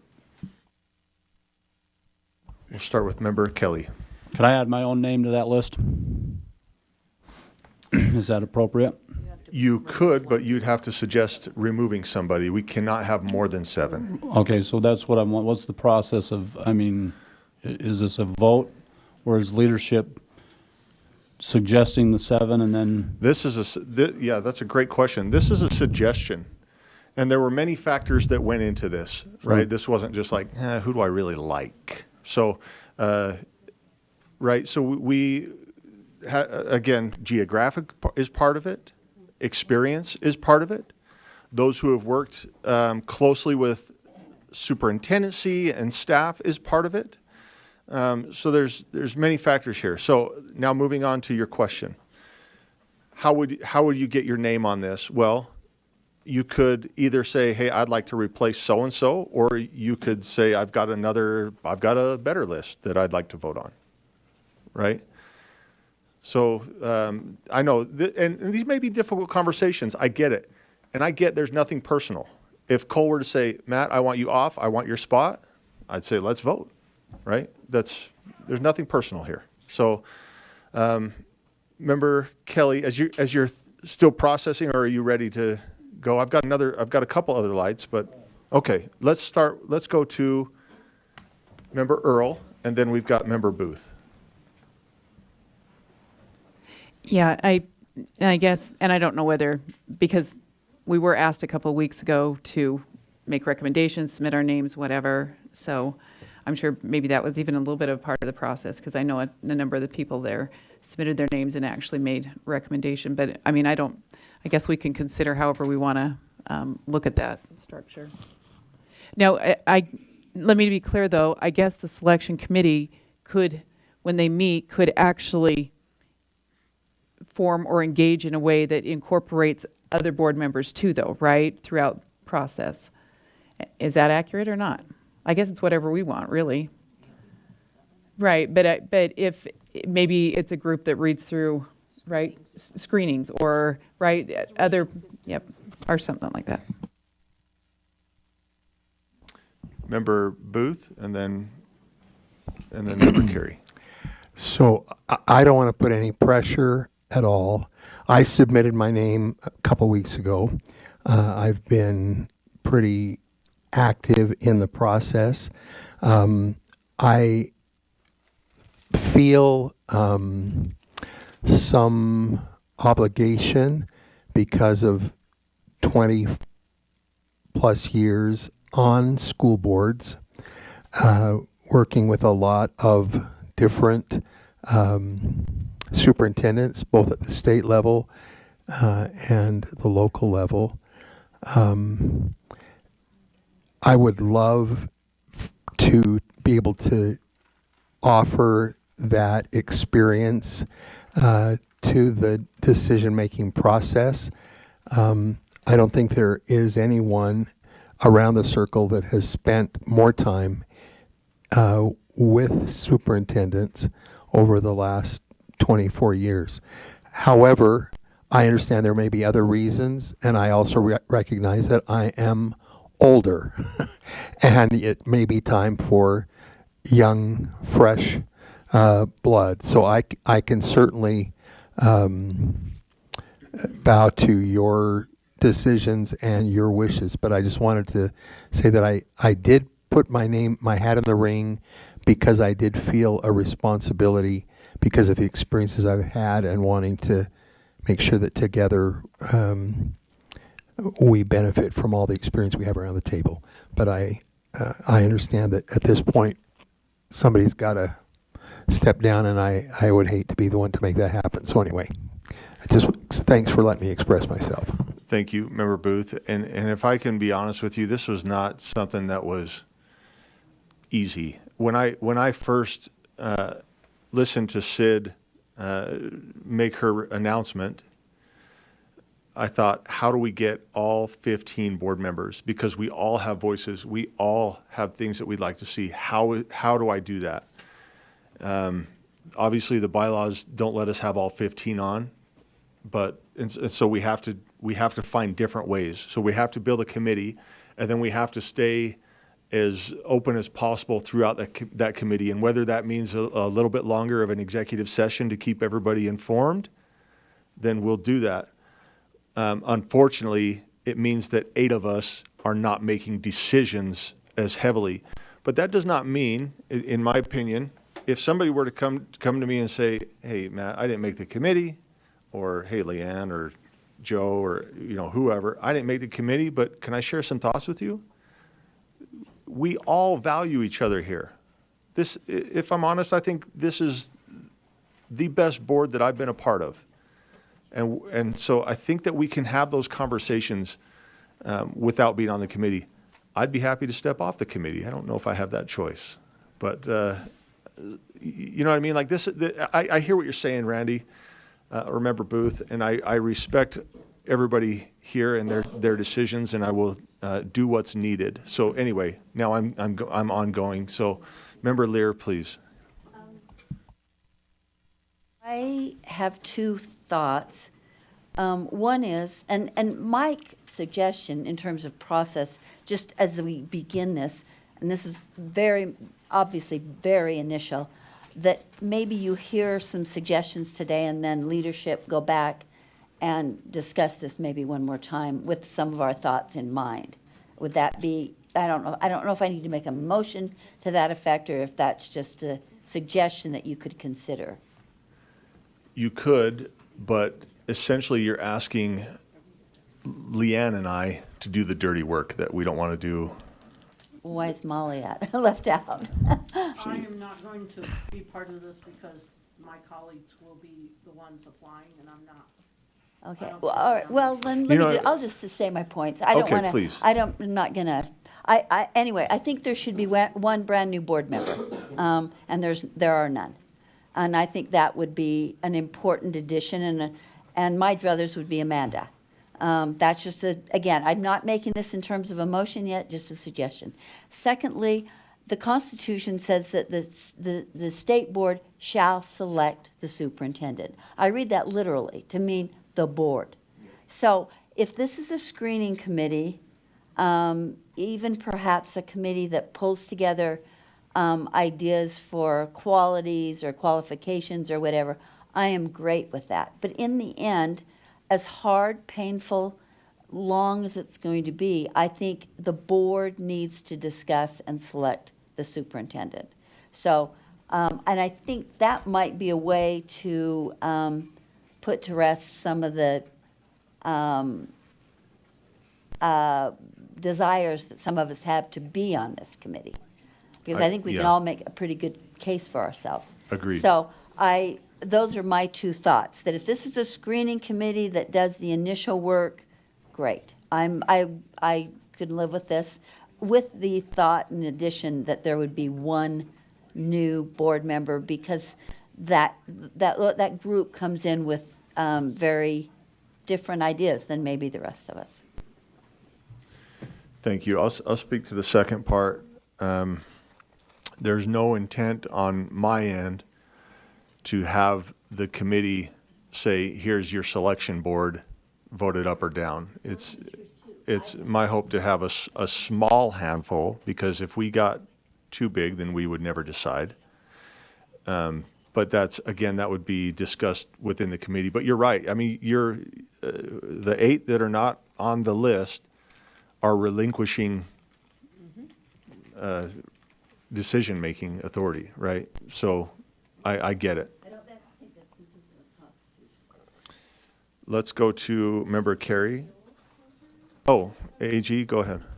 I just want to provide just a little bit of clarity. So your bylaws does say the board shall appoint the superintendent, and so the kind of delineation here, just for clarification purposes, is that the selection committee does the hiring process and can like create the screening and interview process and do the first round interviews, but then it also does allow for the selection committee to bring the candidates for second round interviews to the whole board. So the second round interviews could be done with the whole board. Thank you. Michelle? Point of clarity, this is a very time-consuming process, so just you want to make sure that you have the time to put into this, going through resumes, going through all of that. And then if you have 10 interviews, they're probably an hour apiece. That's 10 hours. That's probably 2 full days. So there's a lot of time commitment. Agreed. So with that, if anybody says, I'm out, we get that too, right?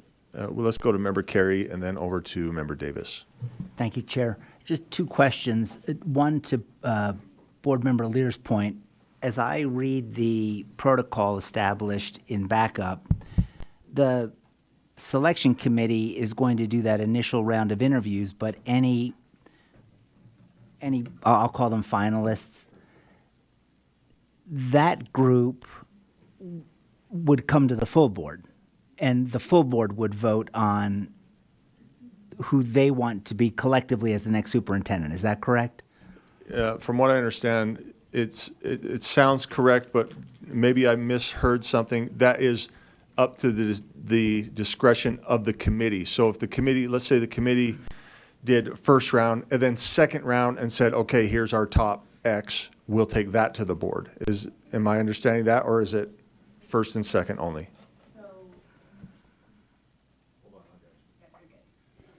Okay, so the language is that following the work of the selection committee, the board may recall final candidates for second interviews. So that would be at the board's discretion as a whole, and then the appointment of the superintendent shall take place by a vote of the board in an open meeting. And out of curiosity, is that a majority, or is that just an eight votes? And I'll let you look at that. Just, that's a curiosity we can get to later. Thank you. Back to Member Carey. And my second question is, you referenced that, we could extend executive committee to have more in-depth discussions on this process.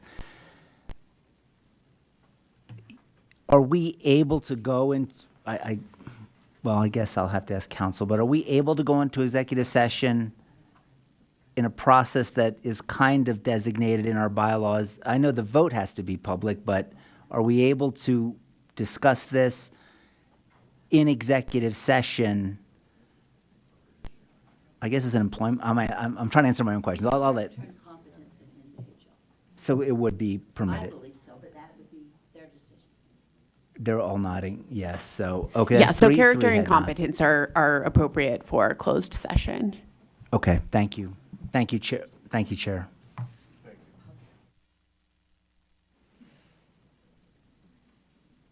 Emily is not here.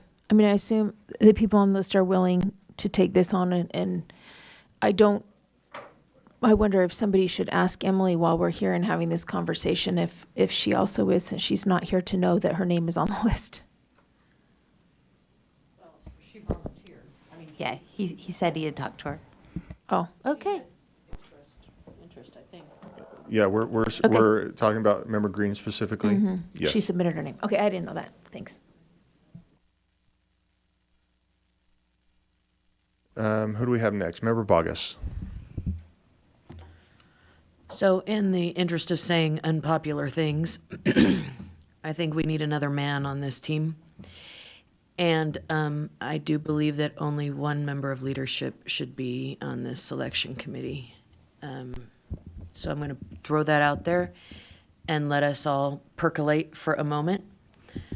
But it is my opinion that this is not a very balanced representation of this board. Okay, well, I know. I just had Vice Chair Wood saying I've already told you what I do. Do you want to speak to that? I will remove my name in behalf of Randy.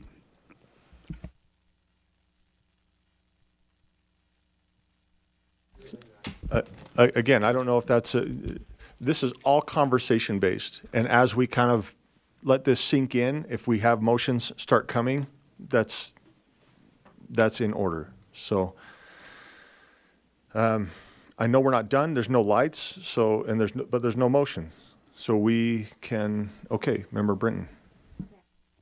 I'd like to make a motion that it be Cole Kelly's name that go on there to represent one of the new board members that's been voted in this last election, who's also a current teacher in the district as well, I think. And you would replace Leanne if she's removing her name. Member Wood. Okay. So there's a motion on the floor then to strike Leanne Wood from the suggested committee and add the name of Cole Kelly. Is there a second to this? Because there was no motion. There was just, she says she's willing to. That's why I'm asking. I know I've mentioned it like 3 times. Like there's no motions. There's no, right? We're just discussing. Well, if we don't do it by motion, then I think it can get out of hand. That's my concern. Yeah. I'm just speaking here. So again, there's a motion then before the board. And it's on the screen here, and that is that Cole, did we have a second to that? Sure. Okay, that Cole Kelly's name be added to the list and replace Leanne Wood. Member Lear, discussion to that motion? No, I just feel like we kind of got shortchanged in the beginning, and that. Again, no. I want to remind, it's okay to say no. Cole is a grown man. He will not have his feelings hurt, I hope. So I apologize. I didn't go back to Member Brinton to speak to her motion. Sure. I just think that in light of the elections that we just have had taking place and to more represent the will of the voters and our constituents, I think that would make more sense. Okay. Member Davis. I have nothing personal about this vote. I just think Leanne said, I'm removing my name for him, and I think, so I do want an opportunity to vote on Randy, who has, the reason is he expressed that he's had 20 years of working with, and especially in local board and superintendency selections. So. Thank you. Member Kelly.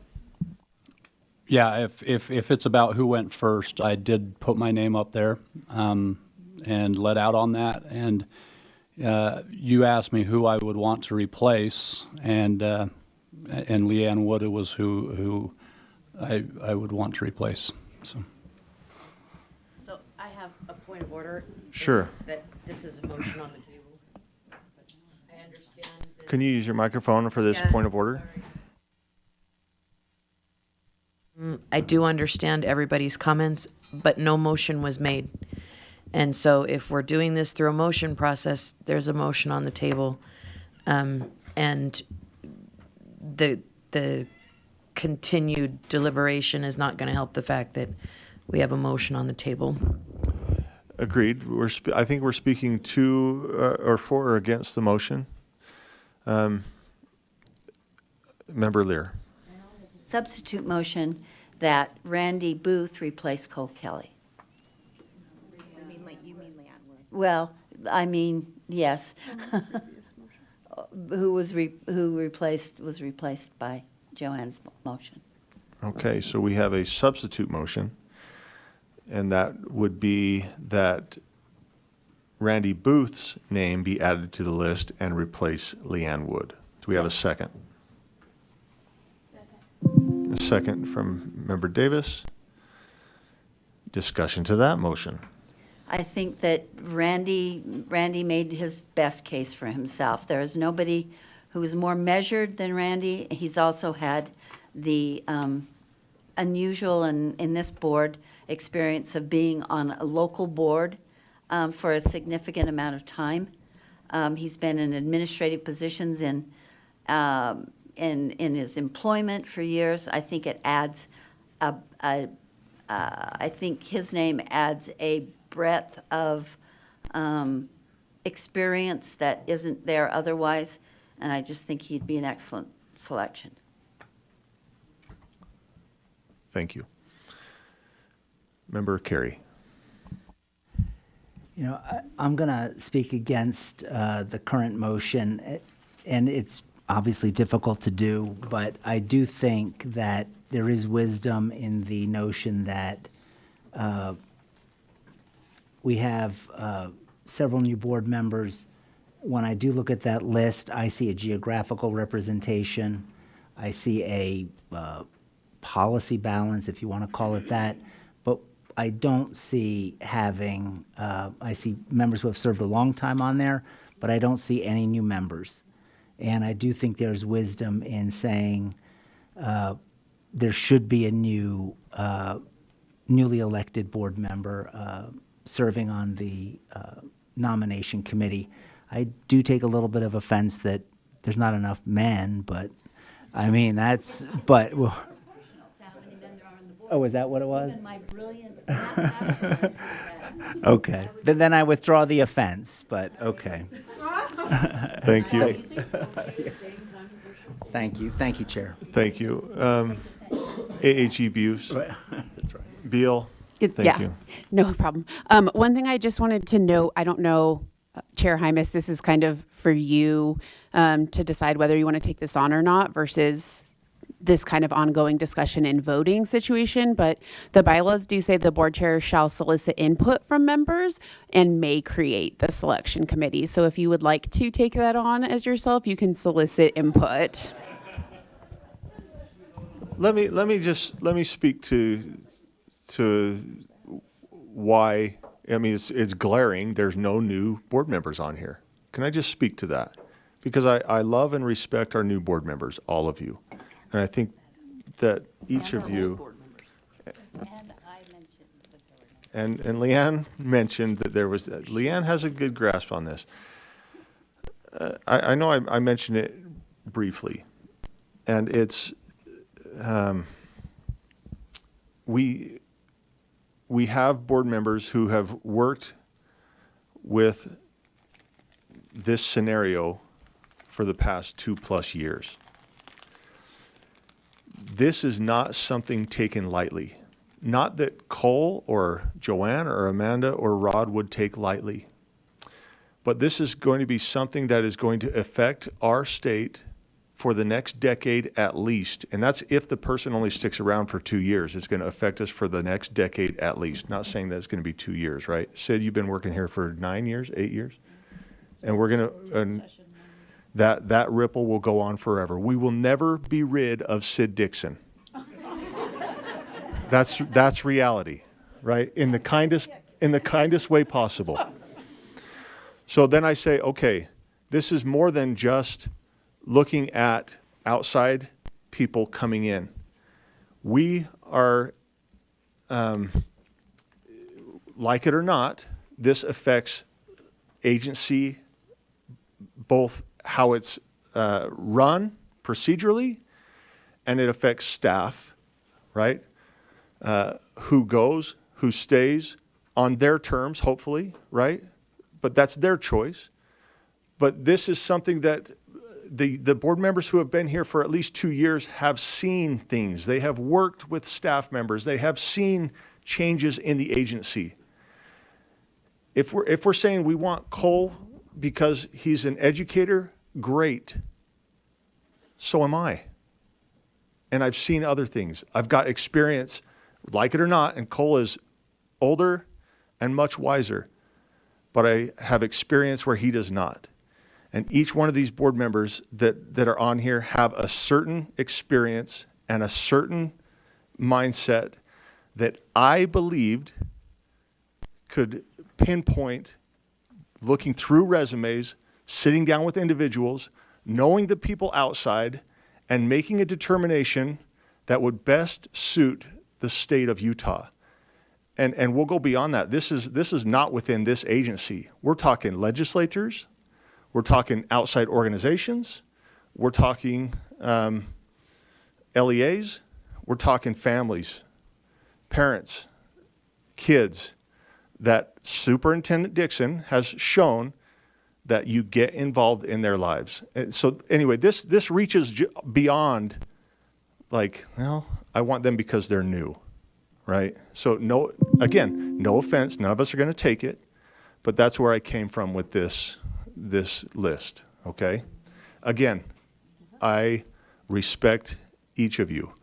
Each of you have a skill set that I think could really be powerful here, but I only get 7, okay? So anyway, with that, we've got Member Kelly, then Member Lear. The thing that you and I have in common, Chair Member Hymas, is that we were both elected into this position by our constituents.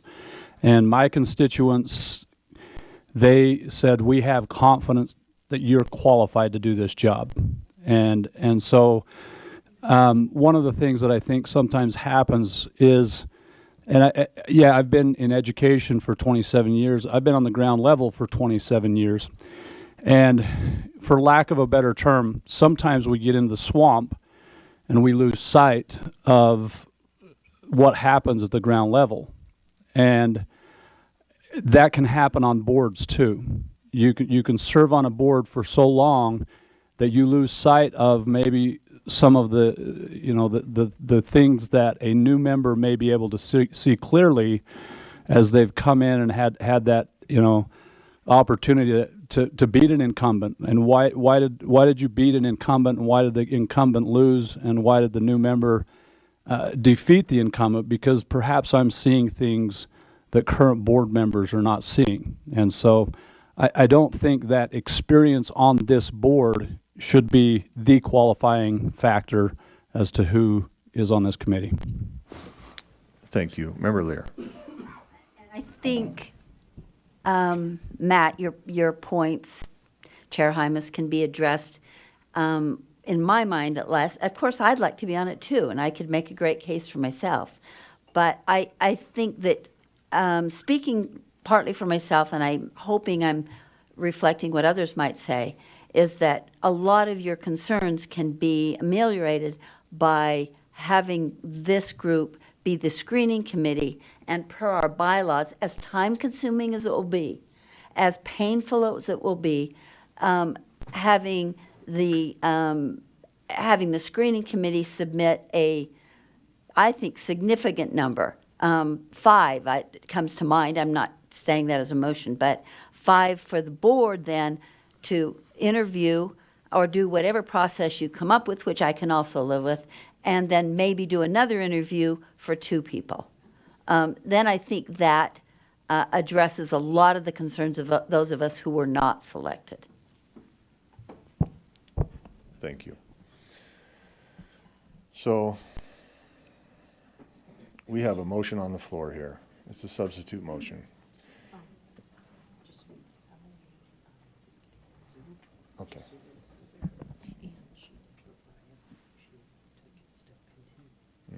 Perfect. We're just getting feedback that Emily's going to join us shortly. Is she online? Perfect. Perfect. Okay. So the motion is that Randy Booth's name be added to the list and replace Leanne Wood. Let's vote.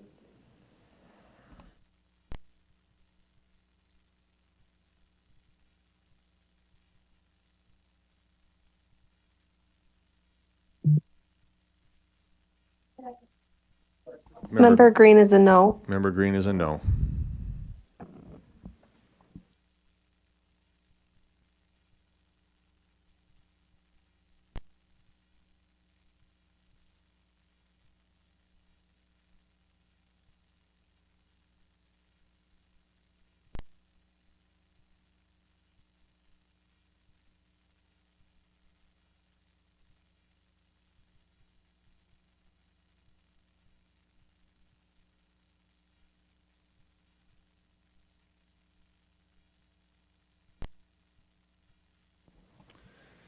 Which That- means it's your vote anyway.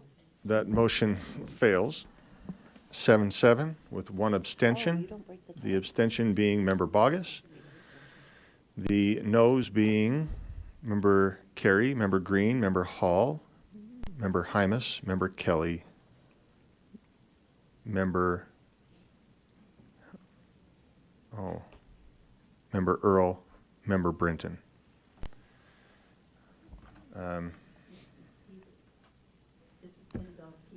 Well, if, yeah, there's an underlying, don't bring up the other things. Okay. So we are back to the underlying motion, and that is that, essentially that Leanne is her name is replaced with, Member Kelly.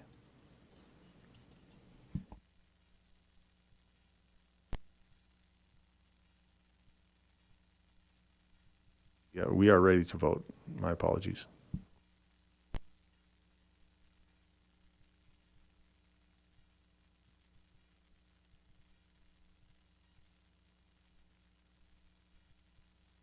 Can I clarify that the blue is what the current motion is?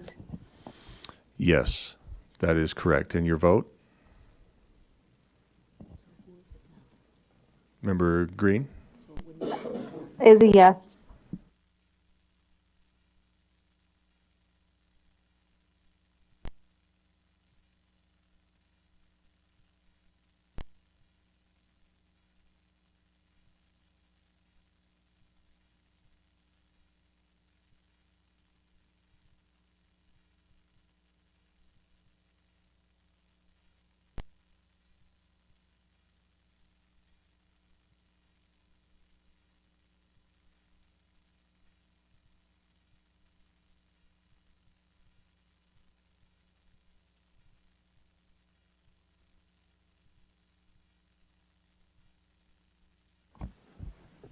Okay, that motion passes 8-7. The no votes being Member Reel, Member Davis, Member Booth, Vice Chair Wood, Member Hymas, Member Bollinger, and somebody else. Who was it? Member Lear. Thank you. Okay, can we readjust this? Member Bogus. We'll readjust the list and then Member Bogus.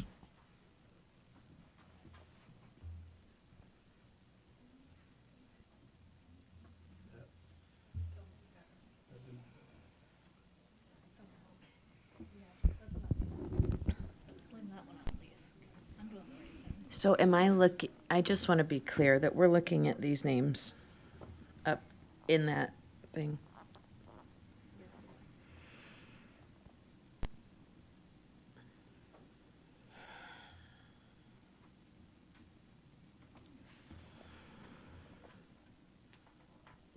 So, again, in the interest of being unpopular today, I would move that we strike Sarah Reel and insert Rod Hall.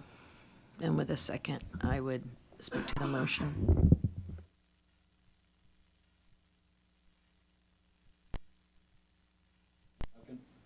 Second by Member Kelly. Speak to the motion.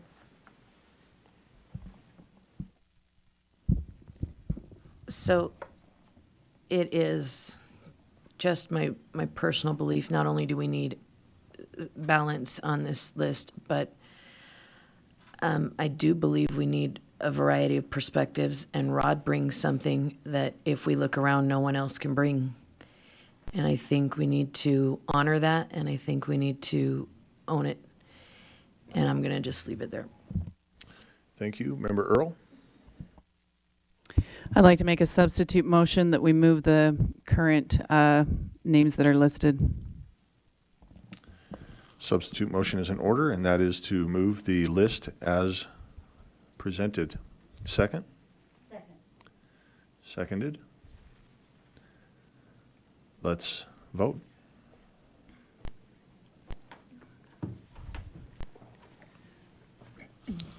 Member Green is a no. Thank you, Member Green. We've got you.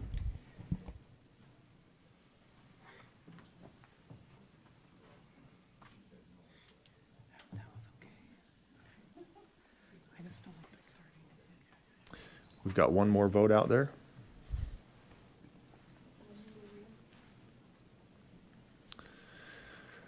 Okay, that passes. 12 in favor, 3 opposed. Those opposed being Member Green, Member Bogus, Member Brenton.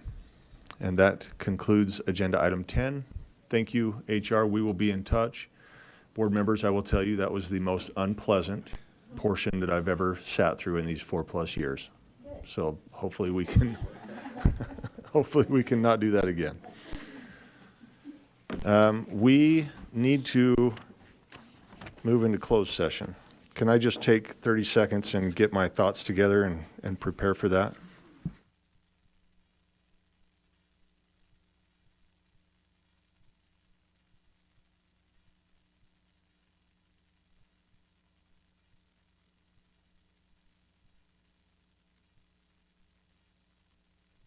Perfect. That's what I was looking for. Thank you, Vice Chair Hart. So, board members, I am seeking a motion here that the board go into executive session for the purpose of discussing the character, professional competence, and pending or reasonably imminent litigation. Is there, I'm seeking a motion for that. So moved. So moved. Perfect. Second? Do we need a second? We have a second. Perfect. Understanding that, well, we got to do a roll call vote. Okay. Vice Chair Wood? Yes. Member Reel? Yes. Member Lear? Yes. Member Carey? Yes. Member Kelly? Yes. I'm a yes. Vice Chair Hart? Yes. Member Hall? Yes. Member Green? Yes. Member Earl? Yes. Member Davis? Yes. Member Brenton? Yes. Member Booth? Yes. Member Bollinger? Yes. Member Bogus? Okay. Yes. And then thank you. We are going into closed session. Member Green, maybe we'll have somebody text you when we're coming out. Thank you. Thank you.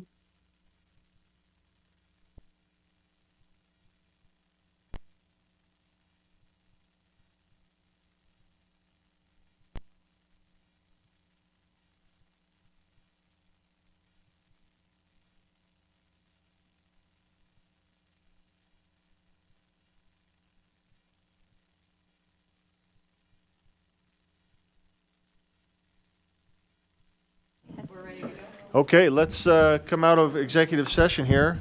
I'll moved. seek a motion that we come out of executive. It was so moved. Is there a second? Thank you. Let's do a roll call vote. Excuse me. Vice Chair Hart? Yes. I'm a yes. Member Kelly? Yes. Member Carey? Yes. Member Lear? Yes. Member Reel? Yes. Member Wood? Vice Chair Wood?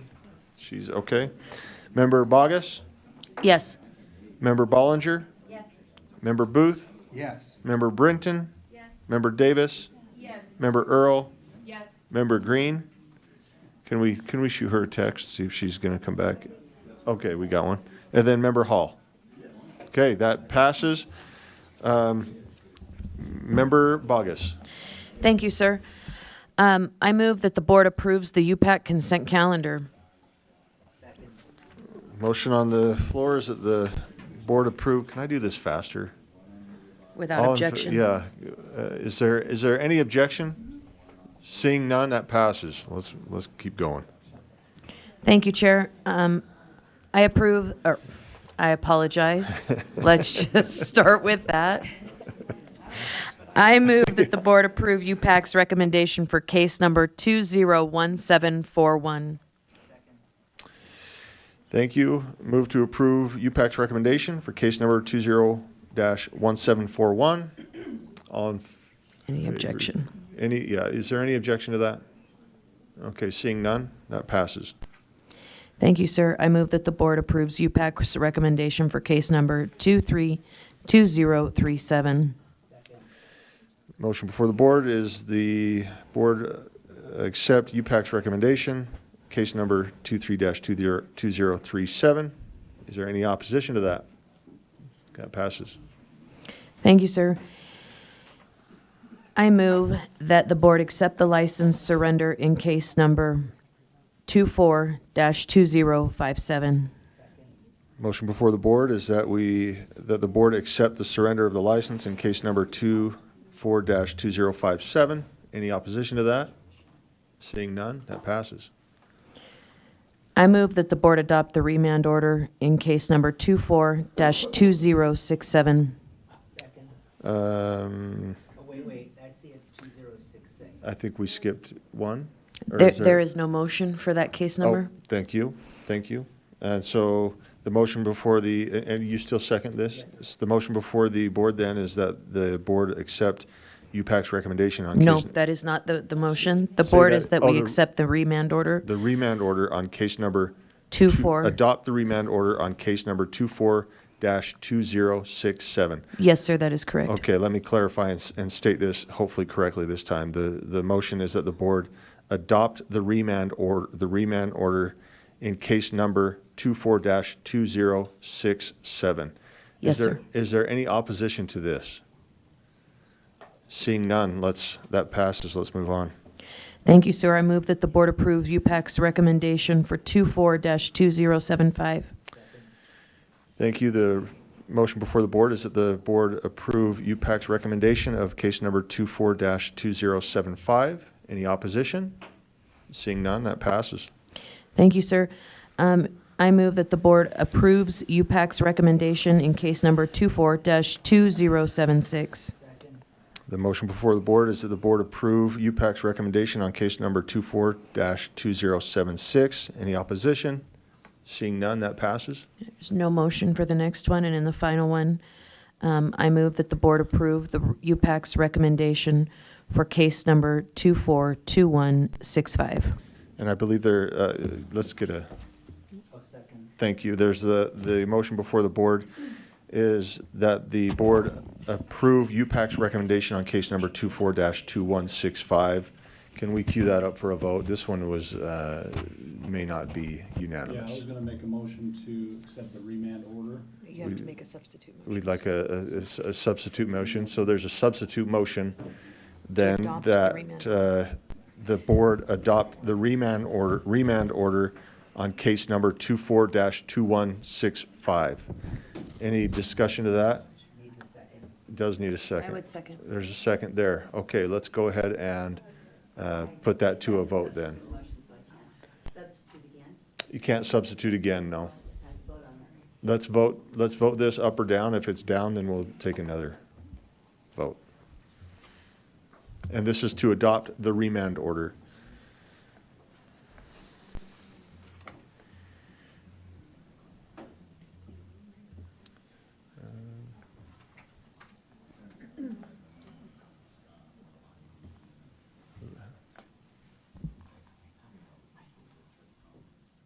You're looking for 14 votes.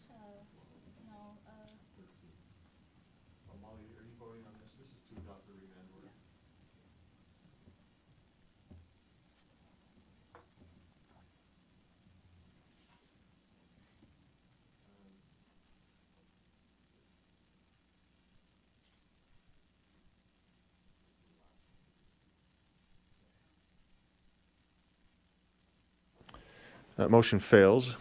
9 against and 5 in favor. The 5 in favor are Member Davis, Member Brinton, Member Booth, Member Bogus, Member Kelly. Motion, Member Lear. Let's get your mic going, please. I move that in case number 24-2165, the educator receive a reprimand for 2 years that stays, receive a reprimand that stays on his cactus file for 4 years.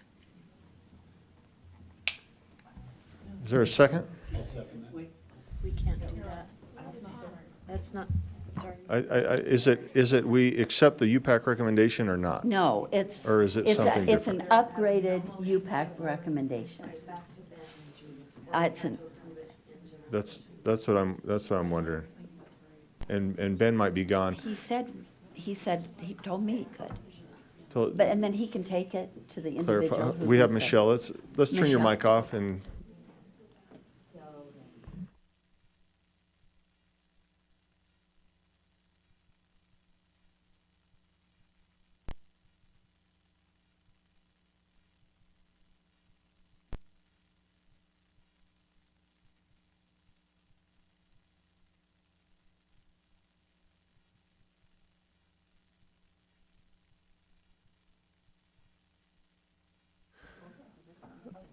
Now that there's a little more, okay, a little more clarity, we withdraw that motion. Over to Member Bogus. To the previous question, because that was a substitute motion that failed. Perfect. So the motion on the floor then is that the board adopt or accept UPAC's recommendation on case number 24-2165. Yes, sir. That's been seconded. Let's go ahead and vote.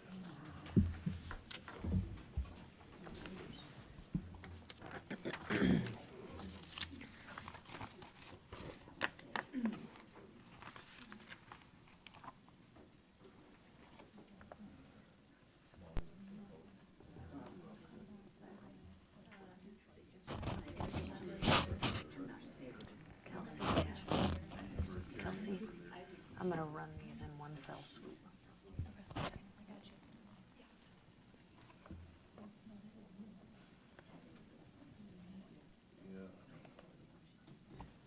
This passes with a vote of 8-4.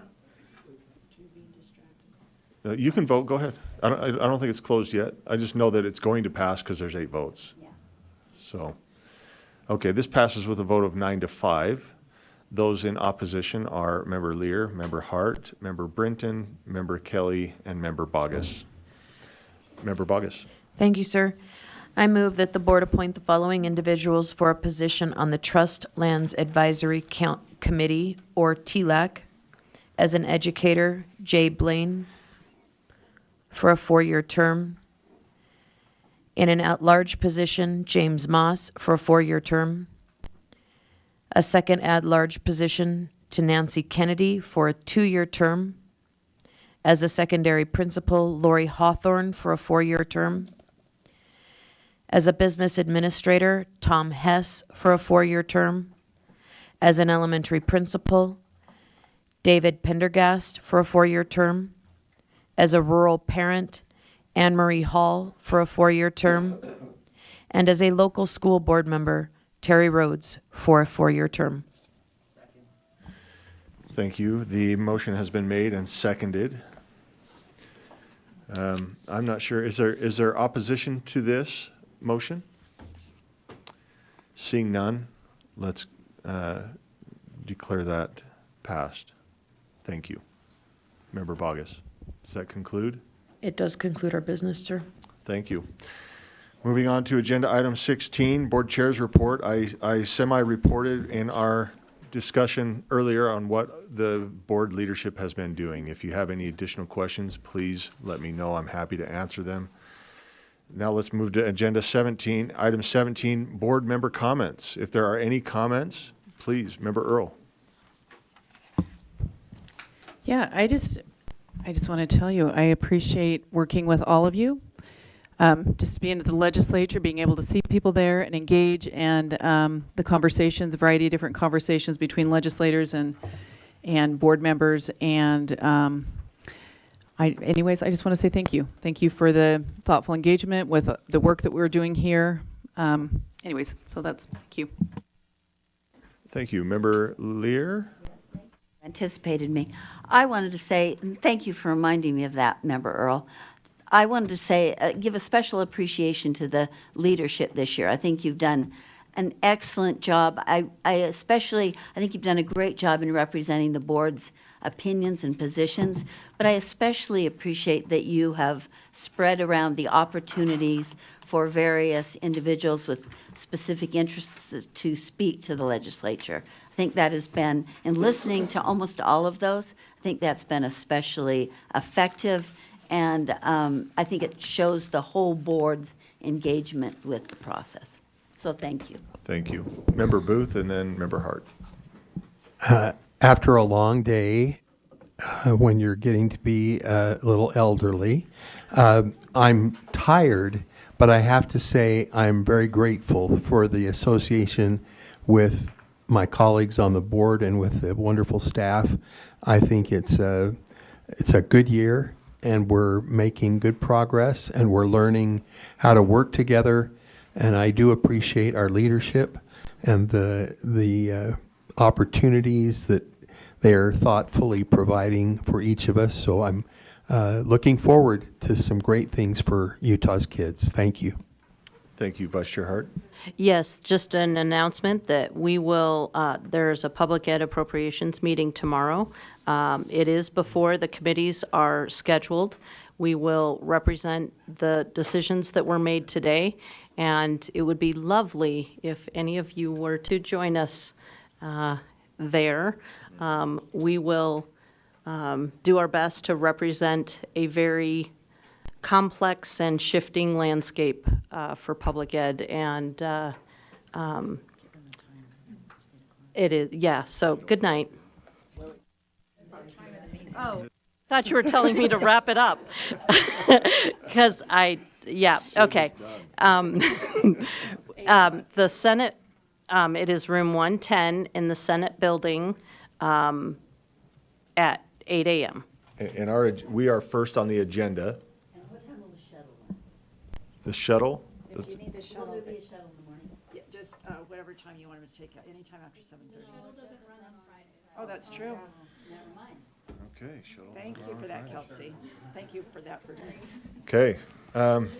Thank you. Let's go, Member Bogus. Well, if you're seeking one final motion, I'm happy to make it unless. Is that okay? is fine. Can you postpone your motion? That's fine. Member Davis. I just wanted to thank people for kind of rethinking through some of the CTE funding and sweeping monies. And I went home a week ago and said to my husband, I broke all of my personal goals in board meeting. I got frustrated in board meeting because I was so concerned about some of the things on the ground we were going to lose. And I just, thanks for your patience with me, and just appreciate people being willing to come back and revisit sometimes. Thank you. Member Bogus. I move to adjourn. All in favor? Aye. We're adjourned. Thank you.